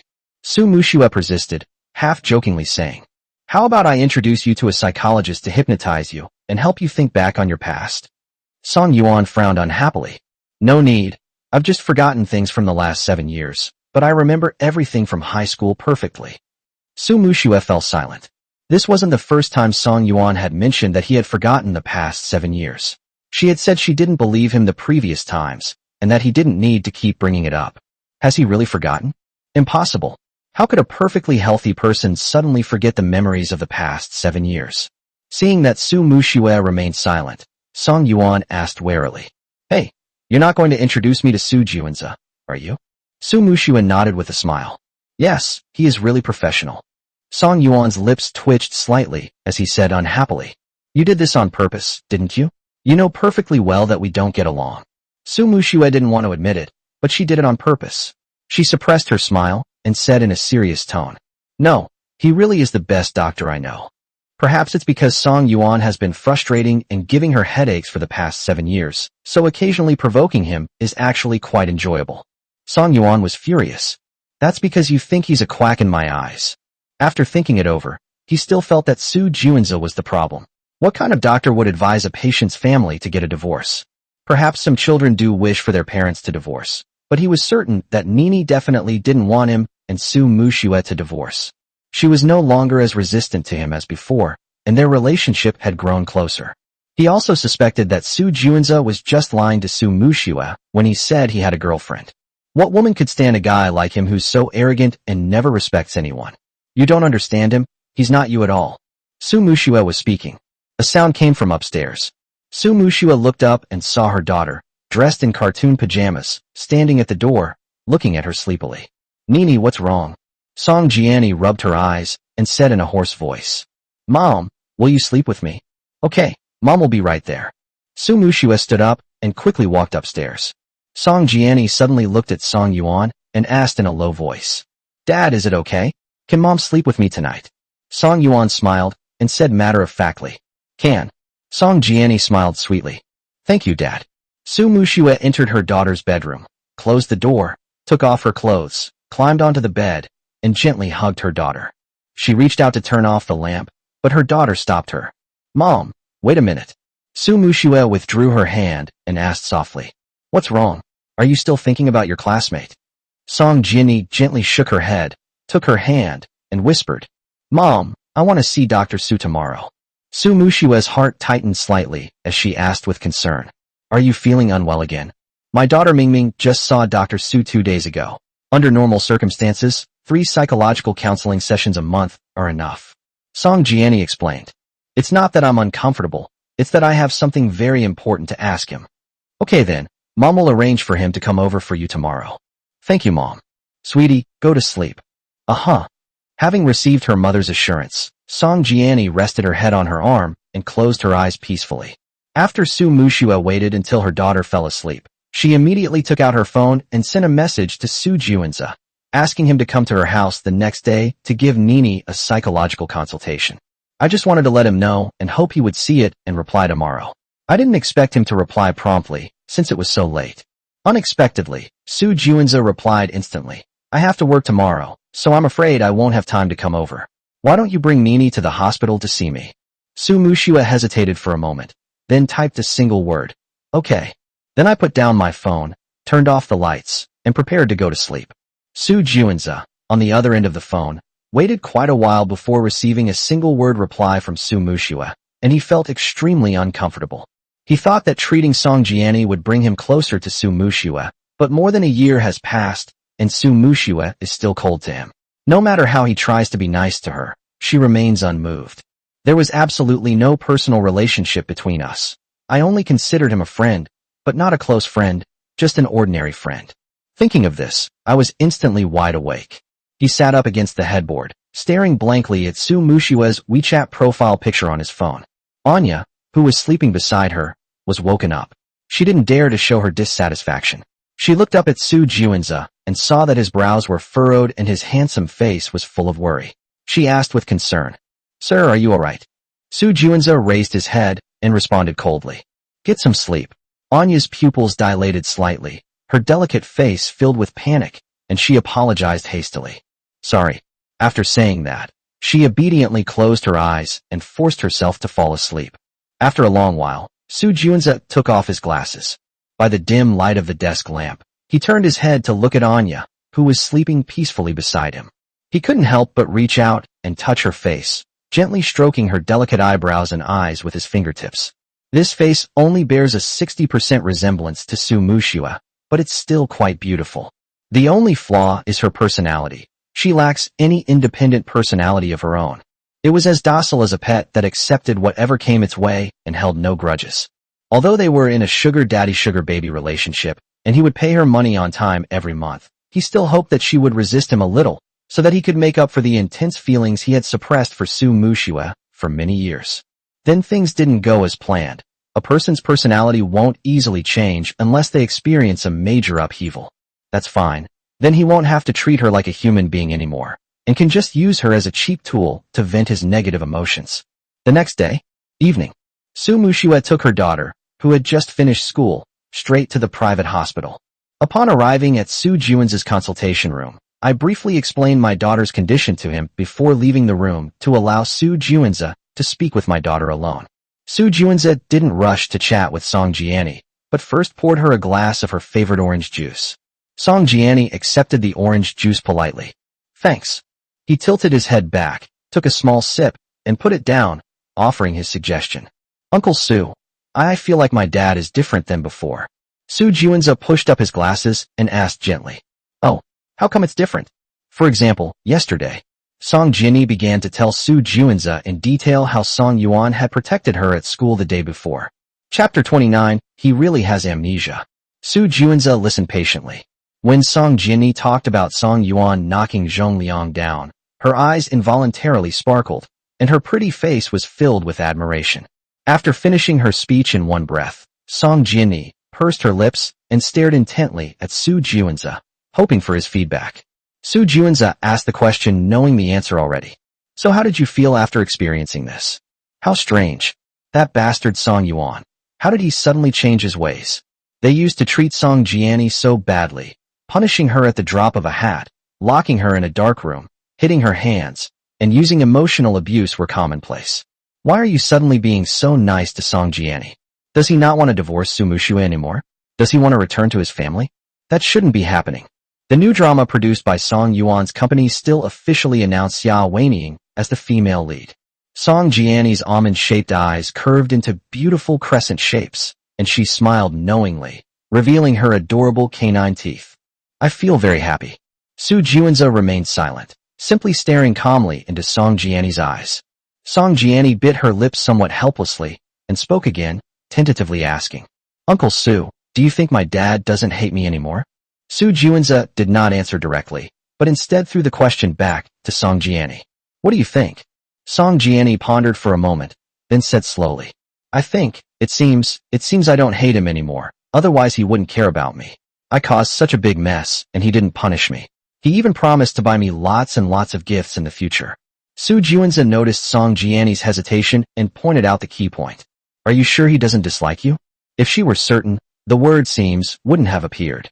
Song Jiani's smile vanished abruptly, her eyelashes drooped, and she said dejectedly, If she were certain, she wouldn't have been in such a rush to see Su Juanza." Seeing that Song Jiani was in low spirits, Su Juanza pretended to be concerned. "Nini, Your uncle also hopes that your father can truly accept you and treat you well.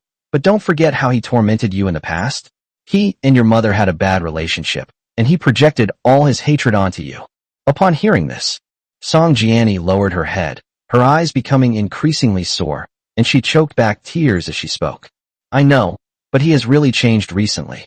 Su Juan's tone softened. But can you guarantee he'll always treat you this way? Have you thought about what his sudden change of heart might be? Song Jiani raised her head again, her eyes red, and asked Su Juanza. I don't know what to do. Uncle, was all his kindness towards me fake? Su Juanza gave her an ambiguous answer.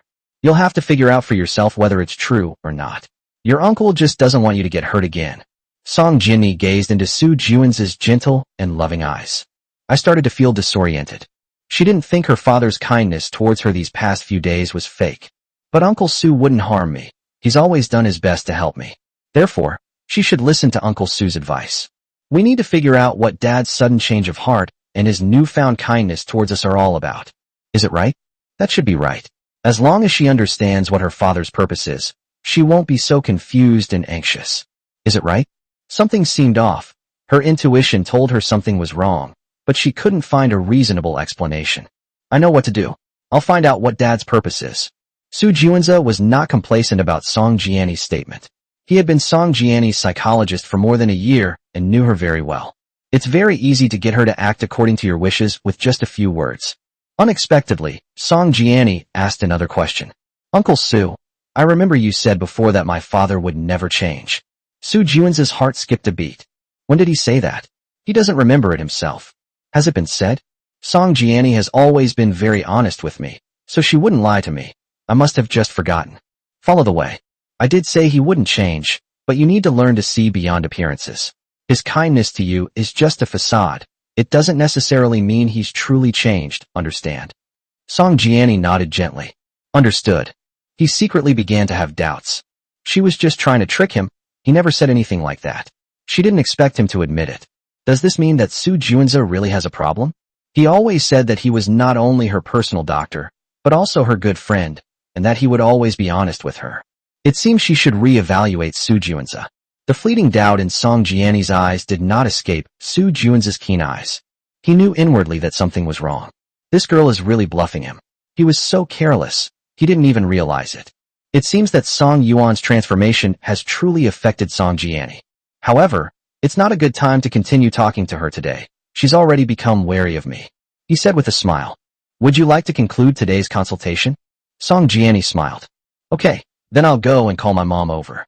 In the past, after each consultation, Mom would talk to Su Juanza alone for a while. Go. Su Juanza took a deep breath and composed himself. Soon, Su Muxue pushed open the door and entered, sitting down opposite Su Juanza. Su Juanza briefly explained Song Jiani's situation. After listening, Su Muxue didn't find anything wrong with it and changed the subject. Juanza, I'd like to ask you something. Su Juanza became interested and asked curiously. What? Su Muxue asked seriously. Do you think it's possible that a perfectly healthy person could suddenly forget the memories of the past 7 years? Su Juanza narrowed his eyes slightly and asked. Has your head suffered a severe impact? No. Have you suffered any major psychological trauma? Su Muxue was in a dilemma. Well, I'm not quite sure. Although he and Song Yuan were husband and wife, they had been arguing for the past 7 years. Song Yuan didn't come home every night, and there were times when he didn't come home at all. She really didn't know if he had suffered any major psychological trauma outside. Su Juanza raised his hand to touch his chin and said, word by word, if the other party has suffered a great psychological trauma, it is not impossible that they may selectively forget some of their past memories. Su Muxue fell silent. Could it be that Song Yuan had suffered some kind of trauma that caused him to forget the memories of the past 7 years? He didn't lie to me. I just misunderstood him. Hateful. If that's the case, what exactly triggered him to choose to forget everything that happened during the 7 years of their marriage? Did I unintentionally provoke him? No way, do I even have that ability? He doesn't care about me at all. He has no feelings for me. Su Juanza asked, puzzled. Who are you asking this for? Chapter 30. There are too many fools in this world. Su Muxue replied perfunctorily. Nobody, I was just asking. He didn't want to tell Su Juanza that he was asking on behalf of Song Yuan, since it was Song Yuan's privacy and she didn't want to tell outsiders. Su Juanza sensed Su Muxue's wariness towards him, and his calm heart was stirred. He remained outwardly calm and changed the subject with a smile. I'm about to leave work. Would you like to grab a quick bite together later? Su Muxue's expression changed drastically. Should I have dinner with him alone? Her daughter is still outside the door. Is she going to leave her daughter and have dinner with him alone? She only considered him a friend, so why did he suddenly cross the line? Could it be true, as Song Yuan said, that Su Juanza really has feelings for her? Just as he was about to refuse, Su Juanza explained. Don't overthink it. My girlfriend just texted me saying she's coming over soon, and I thought I'd introduce you to her. He was just testing Su Muxue. If she agreed, he could send a message to Anya telling her not to bother him. Since her expression was off, he still needed Anya to act as his wingman. Su Muxue breathed a sigh of relief and politely declined. No, my husband will be here to pick me up soon. Song Yuan looked down on Su Juanza, and if he forced him to have dinner with Su Juanza, the meal would definitely not go well. She didn't want to have an unpleasant mealtime, as it would be bad for her stomach. Su Juanza said calmly, All right then, let's talk about it another time. As they were talking, there was a knock on the door. Su Juanza, go in. Su Muxue turned her head curiously to look outside the door. A beautiful girl with a curvaceous figure walked in, wearing washed denim jeans and a beige tight-fitting knit top. The moment the girl and Su Muxue made eye contact, she hurriedly looked away at Su Juanza. Juanza. Su Juanza beckoned. Come here, let me introduce you. Anya cautiously stepped forward and stood somewhat reservedly beside Su Juanza. Su Juanza continued. This is my friend Su Muxue.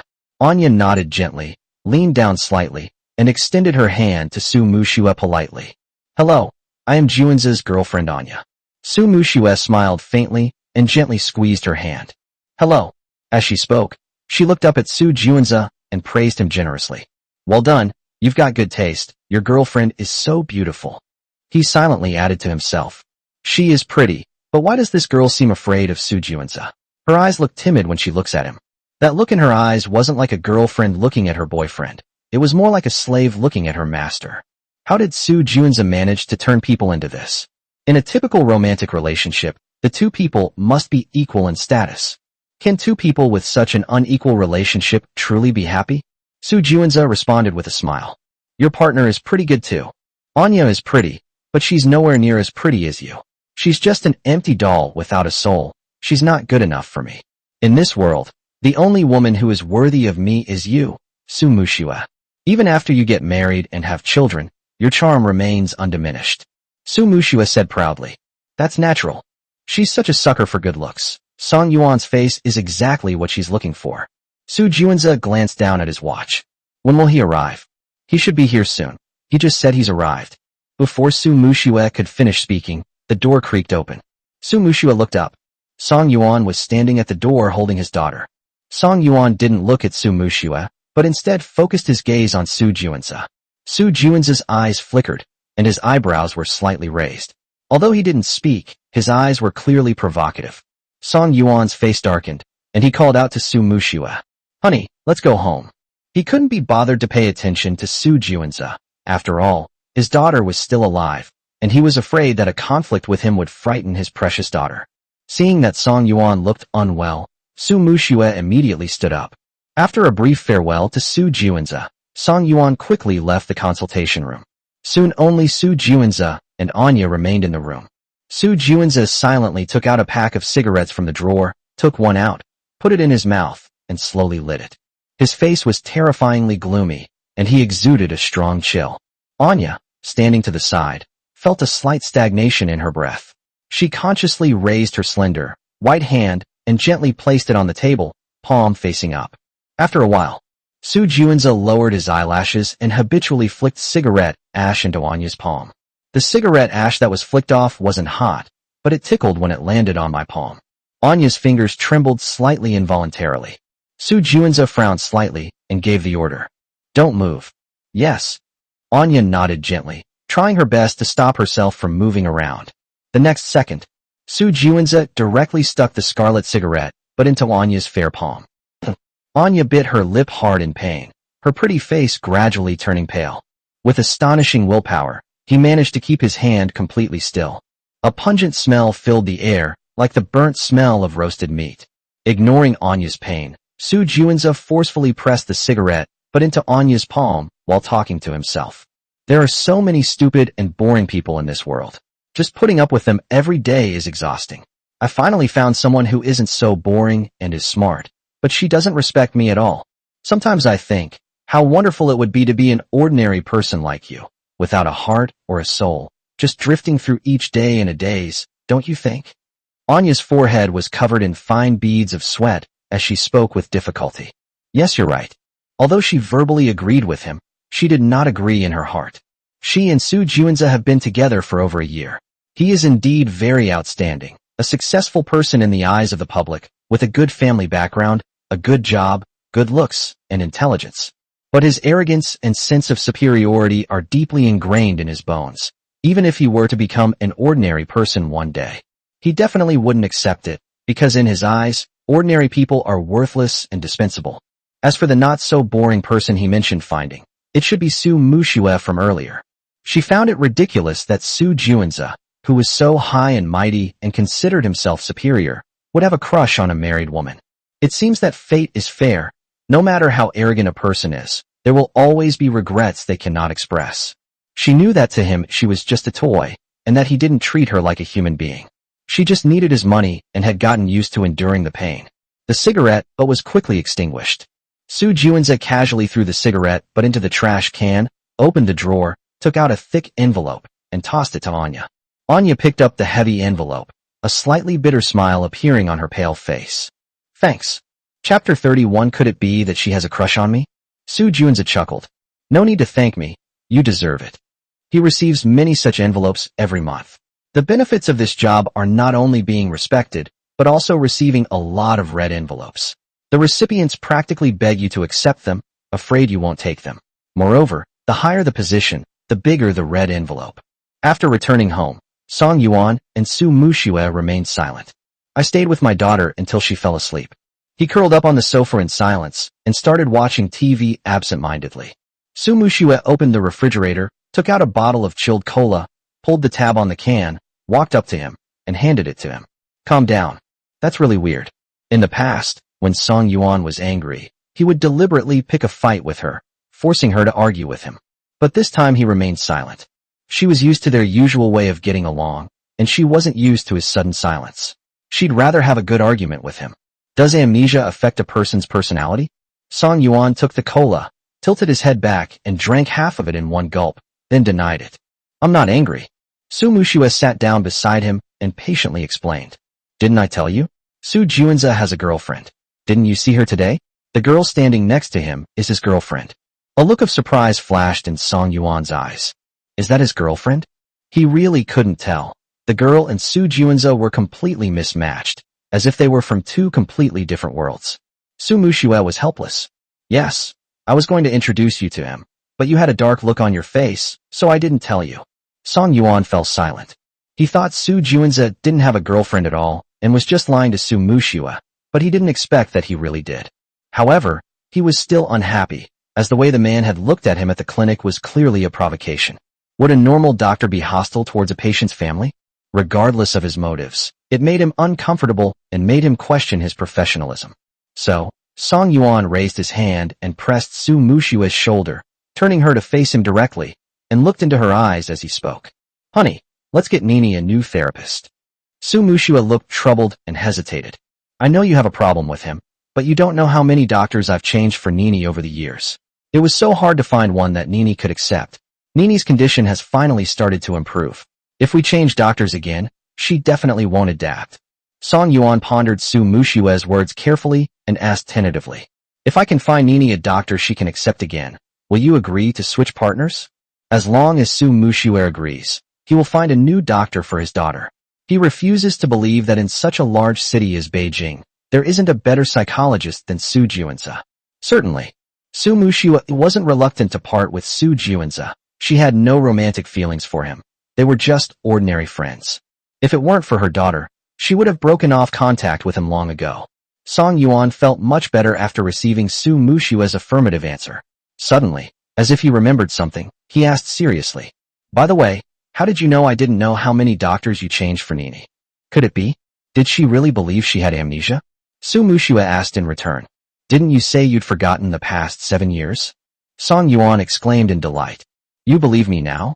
Su Muxue smiled gently, her long, narrow phoenix eyes filled with tenderness. I believe you, but you have to tell me the truth. How did you lose your memory? Did you suffer some kind of trauma? Song Yuan scratched his head awkwardly. I wasn't traumatized, I just suddenly couldn't remember anything. Su Muxue's expression changed in an instant, her brows furrowing tightly. How could that be? You just don't want to tell me, do you? Song Yuan explained helplessly. No, why would I hide it from you? Besides, who told you that amnesia is always caused by trauma? Su Muxue said frankly. I asked Su Juanza, and he is a professional. Upon hearing her words, Song Yuan felt a surge of anger and said impatiently. Since you trust him so much, then I have nothing more to say. Think what you want. Upon hearing this, Su Muxue also started to get angry and retorted angrily. Do you think I'm wrong? What kind of attitude is that? Song Yuan took a deep breath. What was my attitude? I'm your husband. You don't trust your own husband and insist on trusting other men. Do you expect me to go along with that? Hearing Song Yuan repeatedly refer to her as his husband, Su Muxue's pent-up grievances instantly erupted, and she questioned him sharply. After all these years of marriage, when have you ever truly treated me as your wife? Do you think you can erase the harm you've done to me with just a claim of amnesia? Song Yuan had a terrible headache. Were all women's thoughts so jumpy? These are clearly two different things, so why are they being linked together? Besides, he never intended to use amnesia as an excuse to offset the mistakes he had made in the past. Can we just stick to the facts? Su Muxue remained silent, staring intently into Song Yuan's eyes, where she could see a hint of impatience and barely concealed fatigue. My heart ached slightly. Does he see me as an unreasonable, nagging woman? Perhaps he didn't actually have amnesia. He just wanted to use it as an excuse to ignore all the sacrifices I've made for him over the years. Then he can leave me without any burden and elope with Xiao Weiniang. Thinking of this, the anger in my heart instantly overwhelmed my grievances. His beautiful eyes began to redden, flashing with a dangerous light, as he warned. Song Yuan, let me tell you, I will never agree to divorce you in this lifetime. Even if you elope with Xiao Weiniang and run away to the ends of the earth, I will find a way to bring you back. Song Yuan was once again shocked by Su Muxue's reaction. This woman's thought process is terrifying. How did she end up talking about Xiao Weiniang again? Why is she so afraid of divorcing herself? Is it really just about wanting to give your daughter a complete family? If that's really the case, is it necessary to get so emotional? They also need to tie themselves back. By the way, I always felt that the way she looked at me was a little off, not the same as it was 7 years ago. Could it be? Could it be that she has a crush on him? The thought of unrequited love startled Song Yuan. Chapter 32 Indulgence. Song Yuan thought about it carefully. It's not impossible. Women are complex beings, and strong women like Su Muxue are even more complex. So Song Yuan asked tentatively, You don't actually like me, do you? Su Muxue was panicking inside, but pretended to be calm on the surface. How could I possibly like you? Stop being so narcissistic. I just don't want Nini to be without a father, and I don't want others to laugh at me. She could never admit her feelings for Song Yuan unless he confessed to her in person. Otherwise, she would only be hurt more deeply. That's good. Song Yuan secretly breathed a sigh of relief. If she truly loves him, and he has been a terrible person all these years, cheating on her and hurting her recklessly, then he really doesn't know how to make it up to her. Su Muxue bit her lip tightly. Naturally, she didn't want Song Yuan to know that she liked him, but Song Yuan really believed that she didn't like him, and she couldn't help but feel sad. How can I describe this feeling? It was as if she had willingly drunk a poison called love, which caused her excruciating pain when it took effect, yet she couldn't bear to spit it out. It was painful, but also sweet at times. She had become addicted. No matter how painful it was, it brought a different kind of color to her originally dull and boring life. She just didn't know how long she would have to wait. It's been 7 years. When will Song Yuan finally fall in love with me? He's a heartless bastard who so easily believes nonsense he doesn't like. Doesn't he realize how much she's done for him? She gave away 100 million yuan just like that. She's rich, but money doesn't grow on trees. Does he really think he's a philanthropist? The more I think about it, the angrier I get. A sharp pain shot through my lower abdomen. Su Muxue bent over, clutching her lower abdomen and groaning in pain. Song Yuan said nervously, Honey, what's wrong? Su Muxue was very familiar with this kind of pain, and said with difficulty, Menstrual cramps. Logically, They shouldn't have come today. They should have come 3 days later. They actually came early. It must have been because Song Yuan angered him that he acted prematurely. Song Yuan panicked and said nervously, "What should I do? Shall I make you some brown sugar water?" Su Muxue shook her head and struggled to her feet. The way of weakness. "It's okay, you go to sleep. It's late. I'll have Aunt Zhang take me to the hospital." Her menstrual cramps were much worse than those of most girls, and she couldn't get pain relief without going to the hospital for injections. In the past, Aunt Zhang or Long Yu would take her to the hospital for injections when she had menstrual cramps, but Song Yuan never accompanied her. She couldn't be bothered to contact him again, since he didn't care about her anyway. Upon hearing this, Song Yuan's face darkened. For the past 7 years, he has been such a beast as a husband, requiring a nanny to accompany his wife to the hospital. So he put his arm around Su Muxue's waist and quickly picked her up in his arms. Su Muxue exclaimed in surprise, her pale face filled with astonishment. "What are you doing? I'll take you there." Su Muxue's cheeks flushed, and she said awkwardly, "No need, put me down. Didn't you used to think it was troublesome? Anyway, it's not a big deal, I'm not going to die." Song Yuan's gaze softened as he looked at Su Muxue, and he spoke gently. "That was before, but now I think it's not a small matter." Su Muxue gazed into Song Yuan's gentle eyes and listened to his magnetic voice. My heart skipped a beat, and the intense pain vanished in an instant, replaced by a deep sweetness. "Sweet as it may be, we can't forget the important thing," she said awkwardly. "You still need to put me down. I need to go to the bathroom first." She had to put on a sanitary pad immediately before she started bleeding. "I'll carry you there." As he spoke, Song Yuan quickly walked towards the restroom. When they reached the door, Song Yuan still didn't intend to put her down, so he kicked the door open. Su Muxue's face flushed red instantly, and she struggled to get up. "Put me down. I can do it myself. Put me down." Song Yuan pretended not to hear and simply carried the person to the toilet and placed them there. Su Muxue was overwhelmed with shame and raised her head, about to yell at Song Yuan. But then she saw Song Yuan hand her a snow-white sanitary napkin. Su Muxue gritted her teeth and took it, then said angrily, "Aren't you leaving yet?" Song Yuan suppressed a smile and didn't act properly. "I was just worried about you. Besides, what are you shy about? What part of you haven't I seen?" Su Muxue screamed. "Get out of here right now." Okay, I'll go, don't be angry." Song Yuan left the bathroom, closed the door, but stood at the doorway, refusing to leave. I couldn't help but feel a sense of emotion. Sure enough, women tend to be irritable when they have their periods, and Su Muxue was no exception. A short while later, Su Muxue opened the door and was startled to see Song Yuan, asking uncertainly, "Are you really going to take me to the hospital?" She was just regretting that she shouldn't have yelled at him. Song Yuan has a bad temper to begin with, and he'll definitely be angry because I was so fierce just now. He won't take me to the hospital again. To my surprise, he wasn't angry at all and was waiting for me at the door. "Of course, you think I'm joking with you." As he spoke, Song Yuan forcefully picked Su Muxue up in his arms again. Su Muxue bit her lip, hugged his neck tightly, and gently buried her head in his firm chest. Song Yuan didn't delay any longer. He immediately picked up the car keys, picked her up, and quickly left the villa. Su Muxue's nostrils twitched slightly as she smelled the faint scent of tobacco mixed with the fragrance of laundry detergent emanating from him, and her uneasy heart gradually calmed down. Upon arriving at the underground parking lot, Song Yuan opened the car door, carefully placed the person in the passenger seat, and thoughtfully fastened her seatbelt before walking around to the driver's seat and quickly starting the car.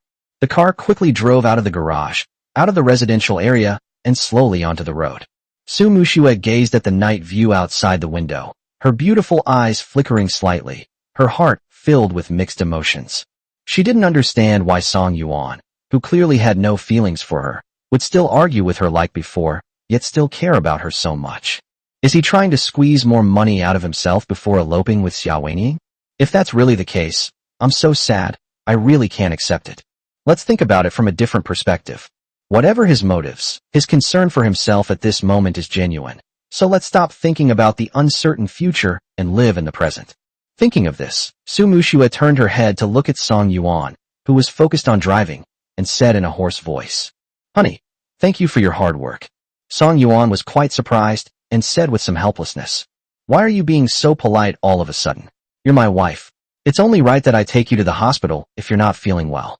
Don't worry about how hard it is." He had mistreated her in the past and given a second chance, he would certainly strive to be a good and responsible husband. Yes, I'm your wife. Su Muxue turned her gaze back to the window and repeated it softly. I don't know if it's because my stomach hurts too much or for some other reason. Her eyes felt slightly warm, and glistening tears welled up. Chapter 33, A Twist of Fate. Harmony Hospital. In a private hospital room, Shun Imo sat by the hospital bed, his well-defined knuckles holding a fruit knife, quietly peeling an apple.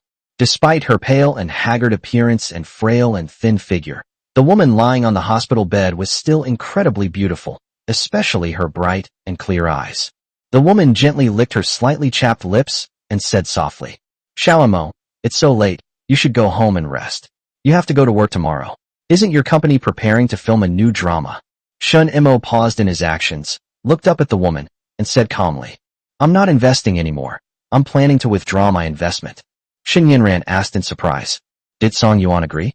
She had previously advised her younger brother not to work with Song Yuan anymore, but he kept saying that Song Yuan disagreed. Mentioning Song Yuan, Shin Mo's face immediately darkened. He placed the half-peeled apple on the bedside table and said seriously, whether he agrees or not is my business, and he can't change it. He now deeply regrets not withdrawing his shares sooner. If he had withdrawn earlier and cashed out his shares sooner, he wouldn't be worrying about his sister's surgery fees now. There's no time left now. He never expected that his sister, who had always lived apart from him, would suddenly collapse. Upon examination, she was diagnosed with severe ischemic cardiomyopathy and urgently needed a heart transplant. Fortunately, the doctors had found a suitable heart for his sister, and the surgery was scheduled for 2 days later. He tried to borrow money from friends, but he couldn't raise enough for the surgery. Shun Yinran smiled faintly and gave her instructions. That puts my mind at ease. After I'm gone, you must take good care of yourself. Looking at his sister's gentle and caring smile, Shun Imo felt a surge of emotion welling up inside him. He held her slightly cool hand tightly and made a hoarse promise. Sister, don't say such silly things. You won't die. I will definitely raise the money for your surgery. He comes from a single-parent family. His mother abandoned him and his sister early on and ran off with another man. His father was always busy with business and had no time to take care of him. So it was almost entirely his older sister, who was 5 years older than him, who raised him. To him, his sister was not only a sister, but also a second mother. Thinking of this, tears welled up uncontrollably. Shun Yinran coughed lightly twice, looking at her younger brother, whom she had raised and who bore an 80% resemblance to her. Suppressing her grief, she gently touched his cheek, wiping away his tears as she spoke. Xiao Mo, everyone's fate is predetermined. I have no regrets about living this long. Of course she knew that her brother couldn't come up with the money right now. Ever since her brother started a company with Song Yuan and lost money, all of his friends had been avoiding him. If the stock can't be sold in a short period of time, who would be willing to buy the stock of a company that keeps losing money? I've always been in poor health, and after working for many years, I haven't saved much money. Shin Imo sniffed and choked up. No, you're not married yet. Shin Yinran said with a smile. I'm against marriage. The person she likes is already married, so she has no plans to get married any time ago. I'm going back. As Shun Imo spoke, he stood up and strode towards the door. Staying any longer would only make him more devastated and helpless. Upon reaching the corridor, Shin Imo walked to the window, opened it, and felt the evening breeze on his face. He took a deep breath. Just then, a familiar voice came from beside me. Amo. Shun Imo hurriedly raised his hand to rub his eyes and wipe away his tears, then turned around. Song Yuan helped Su Muxue walk slowly toward him, followed by a nurse in uniform. He greeted the two of them indifferently. Mr. Song, Mrs. Song. Su Muxue nodded gently in response, and Song Yuan leaned close to her ear. Honey, I'm going to catch up with Amo. You go in first to get your shot, and I'll join you later. Good. Su Muxue had always had a good impression of Shin Imo. When they were in school, Shin Imo would always stop Song Yuan whenever they argued. Song Yuan walked quickly towards Shun Imo and saw that his eyes were red. He asked with concern, What's wrong? Are you feeling unwell? Shin Imo shook his head and teased. No, but you, why have you suddenly become so concerned about your wife? He genuinely hoped that Song Yuan could live a good life with Su Muxue and give up on that vixen Xiao Weining. Only in this way can Song Yuan prevent himself from continuing to degenerate and continue to fawn over that vixen. Otherwise, Song Yuan will not be far from bankruptcy. Song Yuan said awkwardly. Isn't this what I should do? It's good that you're aware of this. I have to go back now. Goodbye. Shin Mo turned around gracefully and strode towards the elevator. He didn't want Song Yuan to know about his sister's illness. Even if he found out, it wouldn't change anything. He didn't think he would help him. Over the years, he had long been utterly disappointed in Song Yuan, and his opinion of him would not change because of a few comforting words he had said a few days ago. In his heart, the two were no longer good brothers, so there was no need for him to know. As Song Yuan watched Shun Mo's departing figure, his brows furrowed involuntarily. This kid is definitely hiding something from me, and it's something big. I've known him for so many years, and I've never seen him so distraught as he is today. Moreover, his eyes were bloodshot, which meant he must have been crying. Shin Mo may look like a girl, but he has an incredibly tough personality, and I've never seen him cry before. With doubts, Song Yuan found the nurse's station and a familiar nurse. Asked the nurse on duty to help check Shun Mo's medical records. The nurse checked and told him that Shin Mo had not been to the hospital. Song Yuan was even more puzzled. If Shin Mo was alright, then could it be his family? Song Yuan asked the nurse to check if there was any medical record of Shin Mo's father, but the nurse still denied it. Song Yuan's heart tightened slightly. Shin Mo's father was alright. So could it be that something had happened to his sister? Sure enough, the nurse finally gave a positive answer. Show Song Yuan the medical records from the computer. Song Yuan looked down and was struck dumb, frozen in place. Severe ischemic cardiomyopathy. I'm having a heart transplant in 2 days? Seeing Song Yuan's unpleasant expression, the nurse guessed that the patient and he had a close relationship and kindly reminded him. Mr. Song, it seems the patient's family is having financial difficulties. The surgery fee is due today, but they haven't raised the money yet. Song Yuan snapped out of his daze and expressed his gratitude. I understand, thank you. You're welcome. Please let me know if you need anything. Before leaving, Song Yuan wrote down Shin Yinran's ward number and hurried towards the ward. While worried about Shin Yinran, he was once again plunged into new doubts. Heart transplant surgery is expensive, practically astronomical for ordinary people, so how could Shin Mo not be able to afford this much money? Even if he hasn't saved any money in the years he's been running his own business, his family owns a food processing plant with an annual income of over 10 million.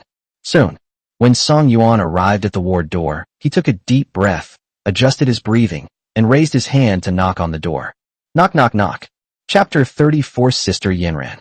Just as Shin Yinran was getting sleepy, she heard the door open and thought it was her younger brother coming home. She sat up with difficulty and said without any warning, Enter. Song Yuan opened the door and was instantly stunned by the scene before him. The gentle and bright older sister I remember suddenly looked haggard and thin, as if she would be blown away by the wind. Even wearing the smallest size hospital gown, her clothes were still loose and baggy. Her once waist-length black hair had been cut much shorter, barely reaching her shoulders. Shin Yinran was equally surprised. She hadn't seen Song Yuan for a long time.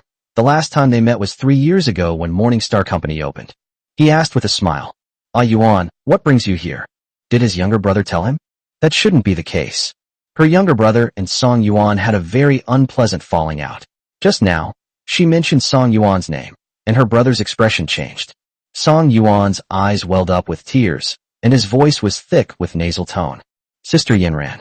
He had so much to say to Shun Yinran, but when it came to the words, he didn't know how to say them. He and Shun Mo were childhood friends.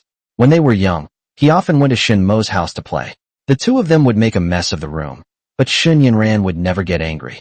She would always cook for them, and he still can't forget her braised pork, which tasted much better than the ones he ate at restaurants. She treated him and Shun Mo equally well. Every time he and Shun Mo got into trouble and fought with others, she would be extremely nervous. Although she would scold them, she would still treat their wounds with tears in her eyes. Over time, he naturally came to regard her as his own older sister. He simply couldn't accept that Shun Yinran would look like this 7 years later. She was so gentle, so kind, so virtuous. How could she have gotten this disease?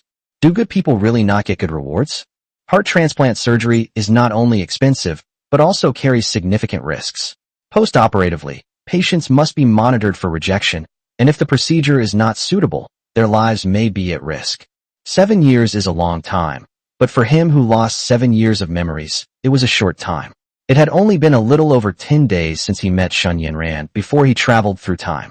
Upon seeing this, Shin Yinran immediately comforted Song Yuan. I'm fine. You don't need to worry about me. It's just a bad cold. I can be discharged in a couple of days. Shen Yinran's words made Song Yuan feel even more upset.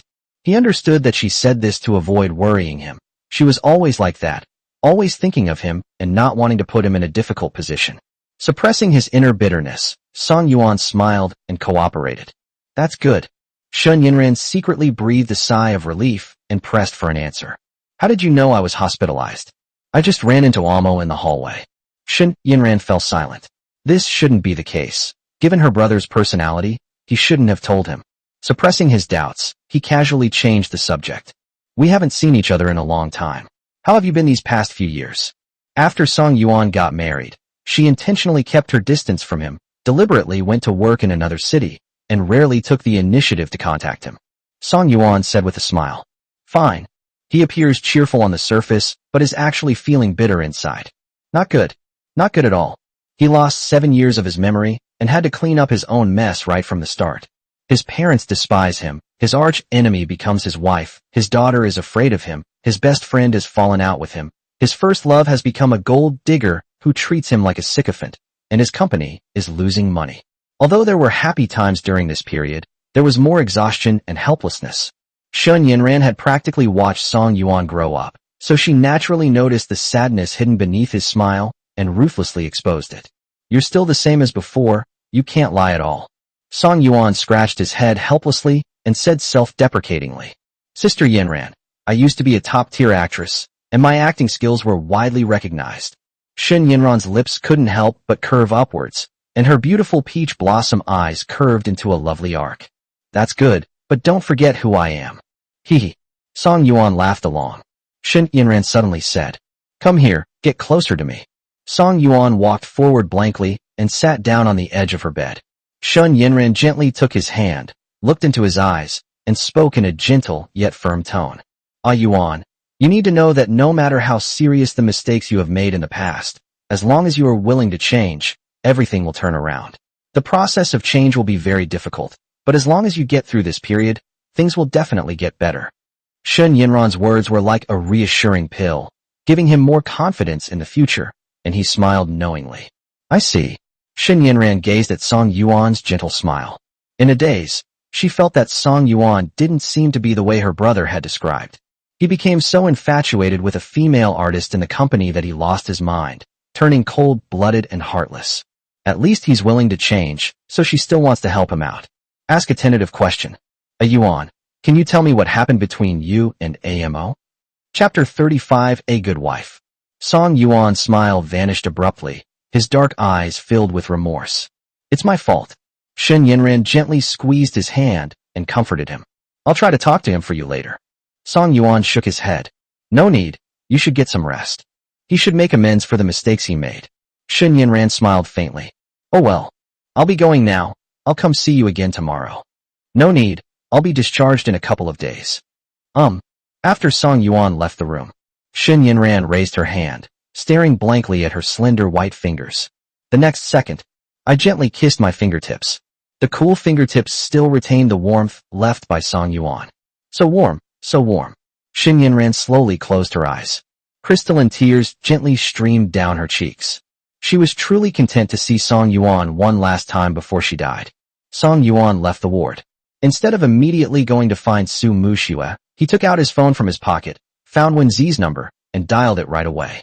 Since becoming Song Yuan's secretary, Wenzi's cell phone has been on 24/7.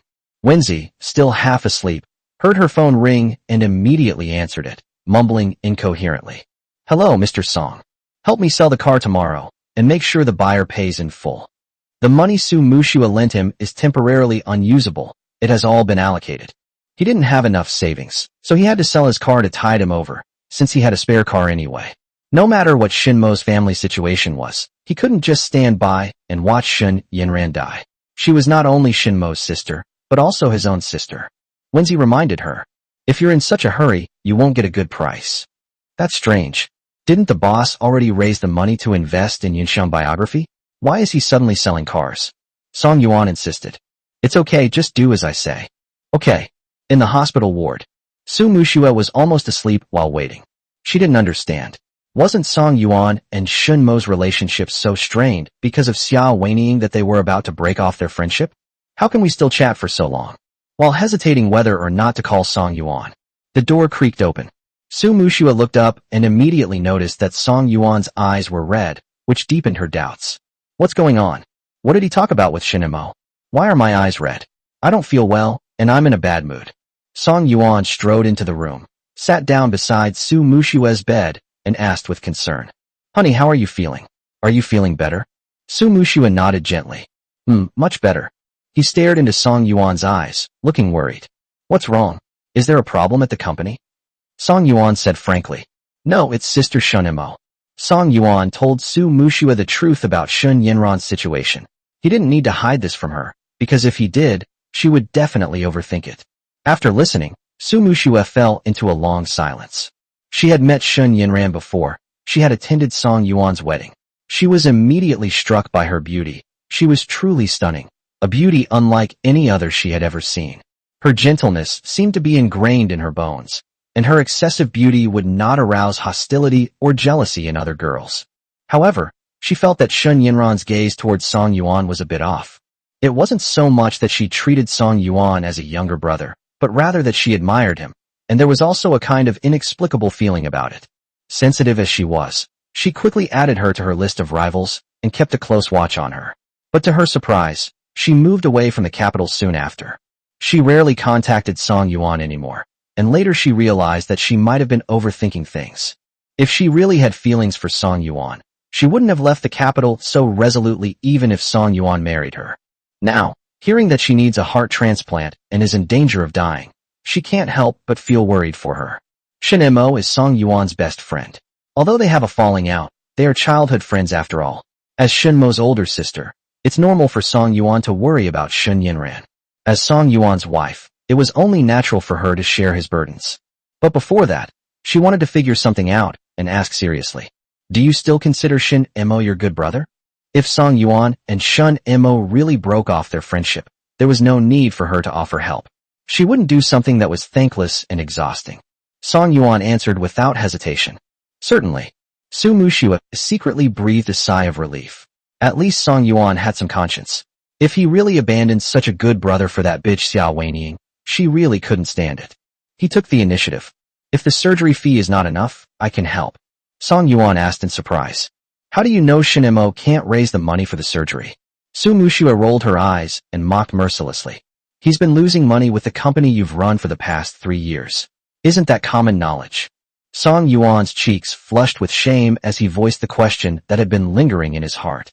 Then why can't his family produce it?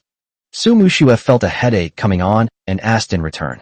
Are you genuinely unaware, or are you pretending? Song Yuan said anxiously. Of course I really don't know.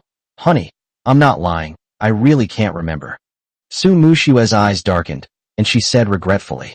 2 years ago, his father became addicted to online gambling, which caused the family business to collapse and left them with a lot of debt. They sold their house and car to pay off the debts, and he couldn't take it anymore and jumped off a building. Song Yuan blinked in disbelief. Then his heart began to clench uncontrollably. This happened 2 years ago. Even though Shun Mo's family had experienced such a major change, he never thought of withdrawing his investment and continued to follow me in doing business that was losing money. She also hoped that he could see Xiao Weiniing clearly soon and get back on the right track. Seeing this, Su Muxue struggled to sit up, reached for her bag on the bedside table, took out her wallet, pulled out a bank card, and handed it to Song Yuan. I have 2 million in my account. That should be enough. Song Yuan stared at the bank card in Su Muxue's hand, a warm feeling welling up in his heart. Su Muxue treats her family well. That's her duty as a daughter-in-law. Logically speaking, she had no obligation to help her friend's sister, since it wasn't her duty as a wife, and she hadn't even asked for her help. Yet, she still offered to help. He politely declined. No need, I can raise the money. He decided not to trouble Su Muxue with anything he could do.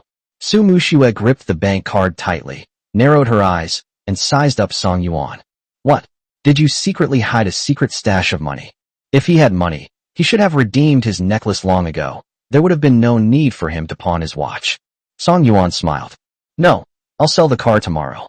Su Muxue became inexplicably annoyed and said sarcastically. Fine, You're so loyal. But what about my necklace? Why didn't he suggest selling the car to redeem the necklace for himself? Huh. It seems selling the car isn't enough. The necklace would cost at least 10 million, and the used car has depreciated significantly. Song Yuan grasped Su Muxue's hand and made a promise.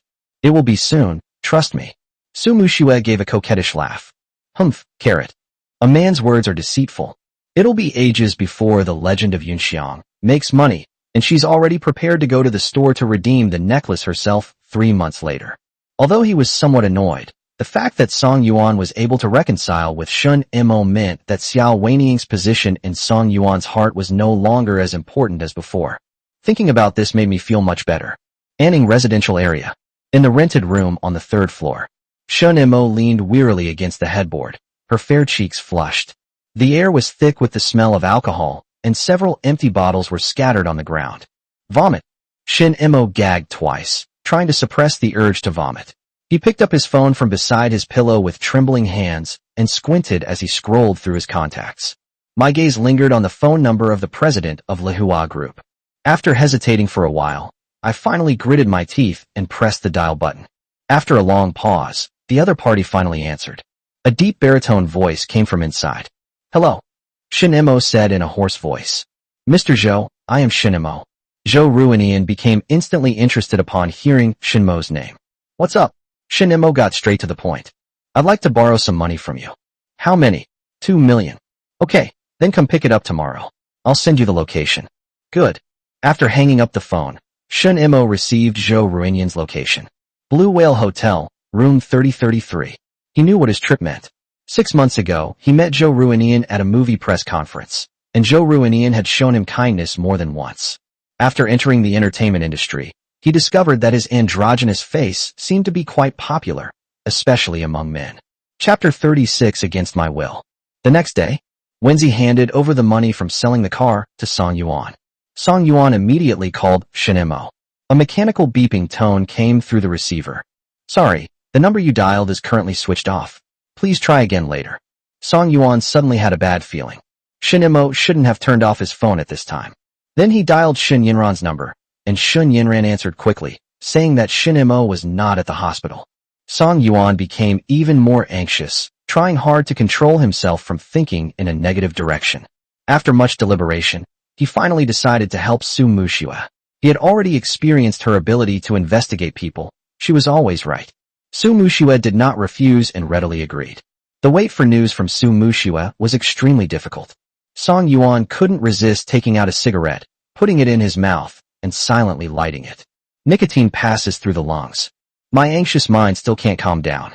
That said, would Shun Mo really resort to extreme measures to raise money? Thinking back carefully, Shun Mo seems to have always been the kind of person who would stop at nothing to achieve his goals.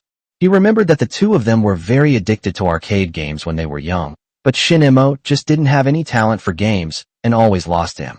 He was very dissatisfied and, in order to beat himself, he even skipped classes and moved into the arcade. He practiced for 5 days and 5 nights without sleep, until he was knocked unconscious and ended up in the hospital. The first thing he did after being discharged from the hospital was to invite Song Yuan to fight again. There were many similar stories, and Song Yuan admired his indomitable spirit and tenacious will at the time. Right now, I just feel terrified. If he takes extreme measures for money this time, he will really regret it and regret not telling him in advance last night that he would help. But then again, he doesn't trust himself now. Even if he had told him yesterday that he would help, he would never have believed him. Just as Song Yuan was struggling with this dilemma, the phone on the corner of the table finally rang. Upon seeing that the caller was Su Muxue, Song Yuan immediately picked up the phone and pressed the answer button. So, did you find it? Found it. It's in room 3033 of the Blue Whale Hotel. What? Song Yuan was struck dumb. How did he end up booking a hotel room when he was just trying to raise money? Could it be? Is he going to sell himself? Su Muxue, of course, guessed the hidden story behind it and urged him on. Don't be surprised, hurry over there. Luckily, it's not far from your company, otherwise it will be too late. I know, I'll be right there. Song Yuan hung up the phone, immediately grabbed the spare car keys, and rushed out of the office. Blue Whale Hotel. Room 3033. Zhou Ruinian leaned back lazily on the sofa, holding a glass of red wine in his hand, his legs naturally crossed. He carefully examined the woman in front of him, Shun Mo, whom he had coveted for more than half a year. Shun Mo was wearing a thin white shirt and black trousers today. A very ordinary outfit. Even in such ordinary clothes, he looked incredibly handsome. Despite being 25 years old, he still had the frame of a young man, with long legs and a slender waist. Her face was incredibly beautiful, and she also had a head of smooth, jet black hair. He's been in the entertainment industry for so many years and has never seen a man like this before. He spoke slowly. Take off your clothes. Shun Mo hadn't dared to look at him since entering the room, keeping her head down the whole time. Hearing this, she lowered her head even further, stiffly raised it, and slowly began to unbutton her clothes. Although I convinced myself last night that I was just sleeping with Zhou Ruinian, it wouldn't cost me anything, and it could even save my sister's life, so it was a worthwhile deal. But when that moment actually arrived, the sense of humiliation in my heart rose to its peak, as if a sharp sword had pierced my chest. My hands started trembling uncontrollably as I unbuttoned the third button, and I couldn't undo it no matter what I did. Zhou Ruinian's gaze fell on Shun Mo's beautiful, fair collarbone beneath her collar. His Adam's apple bobbed involuntarily, and his blood began to boil. Suppressing his surging desire, he pretended to speak. If you don't want to, I won't force you. Hearing this, Shun Mo thought the matter could be discussed and pleaded. Mr. Zhou, I will pay interest, any amount is fine. You helped me this time, and I will definitely repay you in the future. Zhou Ruinian smiled faintly. You don't need to pay me back the money. I genuinely admire you. Strangely enough, he was never short of men or women, but those men and women were always throwing themselves at him, and he was never satisfied. He genuinely liked Shun Mo, a straightforward and honest man. If it weren't for the need to raise money for his sister's surgery, Shun Mo probably would never have become close to me in his life. The hope that had just ignited in Shun Mo's heart was instantly extinguished. It seemed that if he didn't let him sleep tonight, he really wouldn't lend him the money. Elder sister. He would never stand by and watch his sister leave him.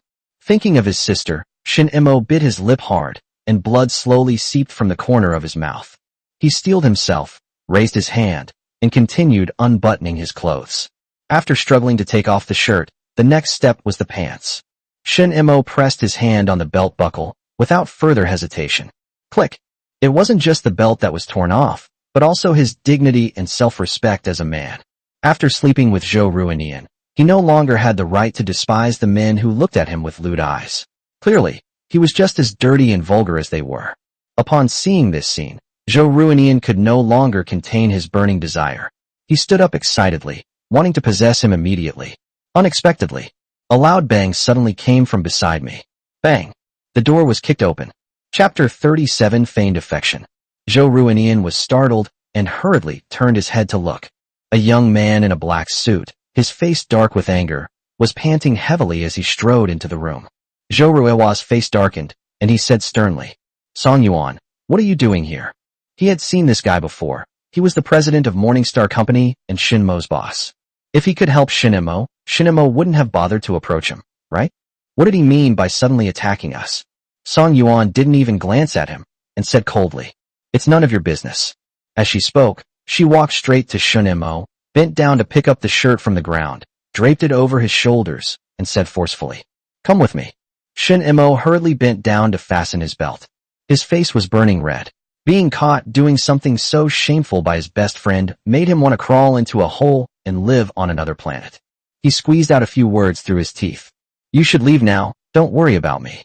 Song Yuan took a bank card out of his pocket and handed it to him. Give. Shun Mo stared at the bank card, paused for 2 seconds, and then said in bewilderment, What are you doing? Song Yuan said somewhat irritably, I know everything. How could I just stand by and watch Sister Yanran die? Shun Mo was still a little confused, frozen in place, hesitant to speak. You? How could Song Yuan know? Who told him? And why would he help? He hadn't seen his sister for several years, and he also. Didn't he use all his money to invest in the legend of Yunxiang? Where is there any extra money? Zhou Ruinian, who was standing to the side, finally understood. Song Yuan didn't want Shun Mo to sell herself to him, so he came to play the hero and save the damsel in distress. Why didn't you think about this earlier? He's about to win the heart of his beloved. Extremely displeased, he coldly questioned Song Yuan. What do you mean? Song Yuan retorted. Isn't it obvious what I mean? I'm taking my friend with me. Your friend? If you were friends, why didn't you say so earlier? It's infuriating for anyone to have their prize suddenly disappear, let alone Zhou Ruinian, the president of Lihua Group, one of the top entertainment companies. Song Yuan was too lazy to argue with him and forcefully pulled Shun Imo towards the door. Song Yuan was very strong, and Shun Imo couldn't break free at all, so he could only let him pull her out of the room. Neither of them said another word. It wasn't until we entered the underground parking garage. Shun Imo finally broke free from his restraints, lowered her head, and began to put on her clothes without saying a word. Fasten the last button of your shirt. Song Yuan finally couldn't hold back and punched Shun Imo in the face. Shun Imo was completely unprepared and was caught off guard when the object hit him. She staggered back 2 steps, her fair cheeks instantly turning bright red, burning with intense pain. Shun Imo already felt utterly humiliated, and now that Song Yuan had beaten him up, his anger reached its peak. She glared at him and said, "Why did you hit me? Did I ask you for help? Do you think I should cry and thank you?" Song Yuan pointed at his nose and said sternly, "I hit you to bring you to your senses. Do you think your sister would be happy if she knew you were raising money this way?" Shun Mo's face grew increasingly pale, and he said angrily, "My affairs are none of your business. Who are you to me? What gives you the right to tell me what to do? I'm determined to take charge. I'm going to tell your sister right now." Song Yuan opened the car door and tried to get inside. Shun Imo hurriedly stopped him and snatched the bank card from his hand. "Don't tell her that I'll have to pay you back slowly." Song Yuan was surprised. He hadn't intended for Shun Imo to repay the money. But given his personality, shouldn't he have said that after I withdraw my investment, I will cash out the shares and return them to you immediately? Shun Imo didn't say anything more, clutching the bank card as he silently turned and walked towards his car. Song Yuan watched his departing figure and couldn't help but ask, "Hey, what exactly do you mean?" Shun Imo slowed his pace, tilted his head slightly, blinked his sore eyes, and said something. "We will not withdraw our shares."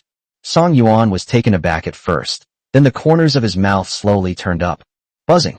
The phone in my pocket started vibrating. Song Yuan took out his phone and saw that the contact was the female devil, and his smile deepened. "Press the call button."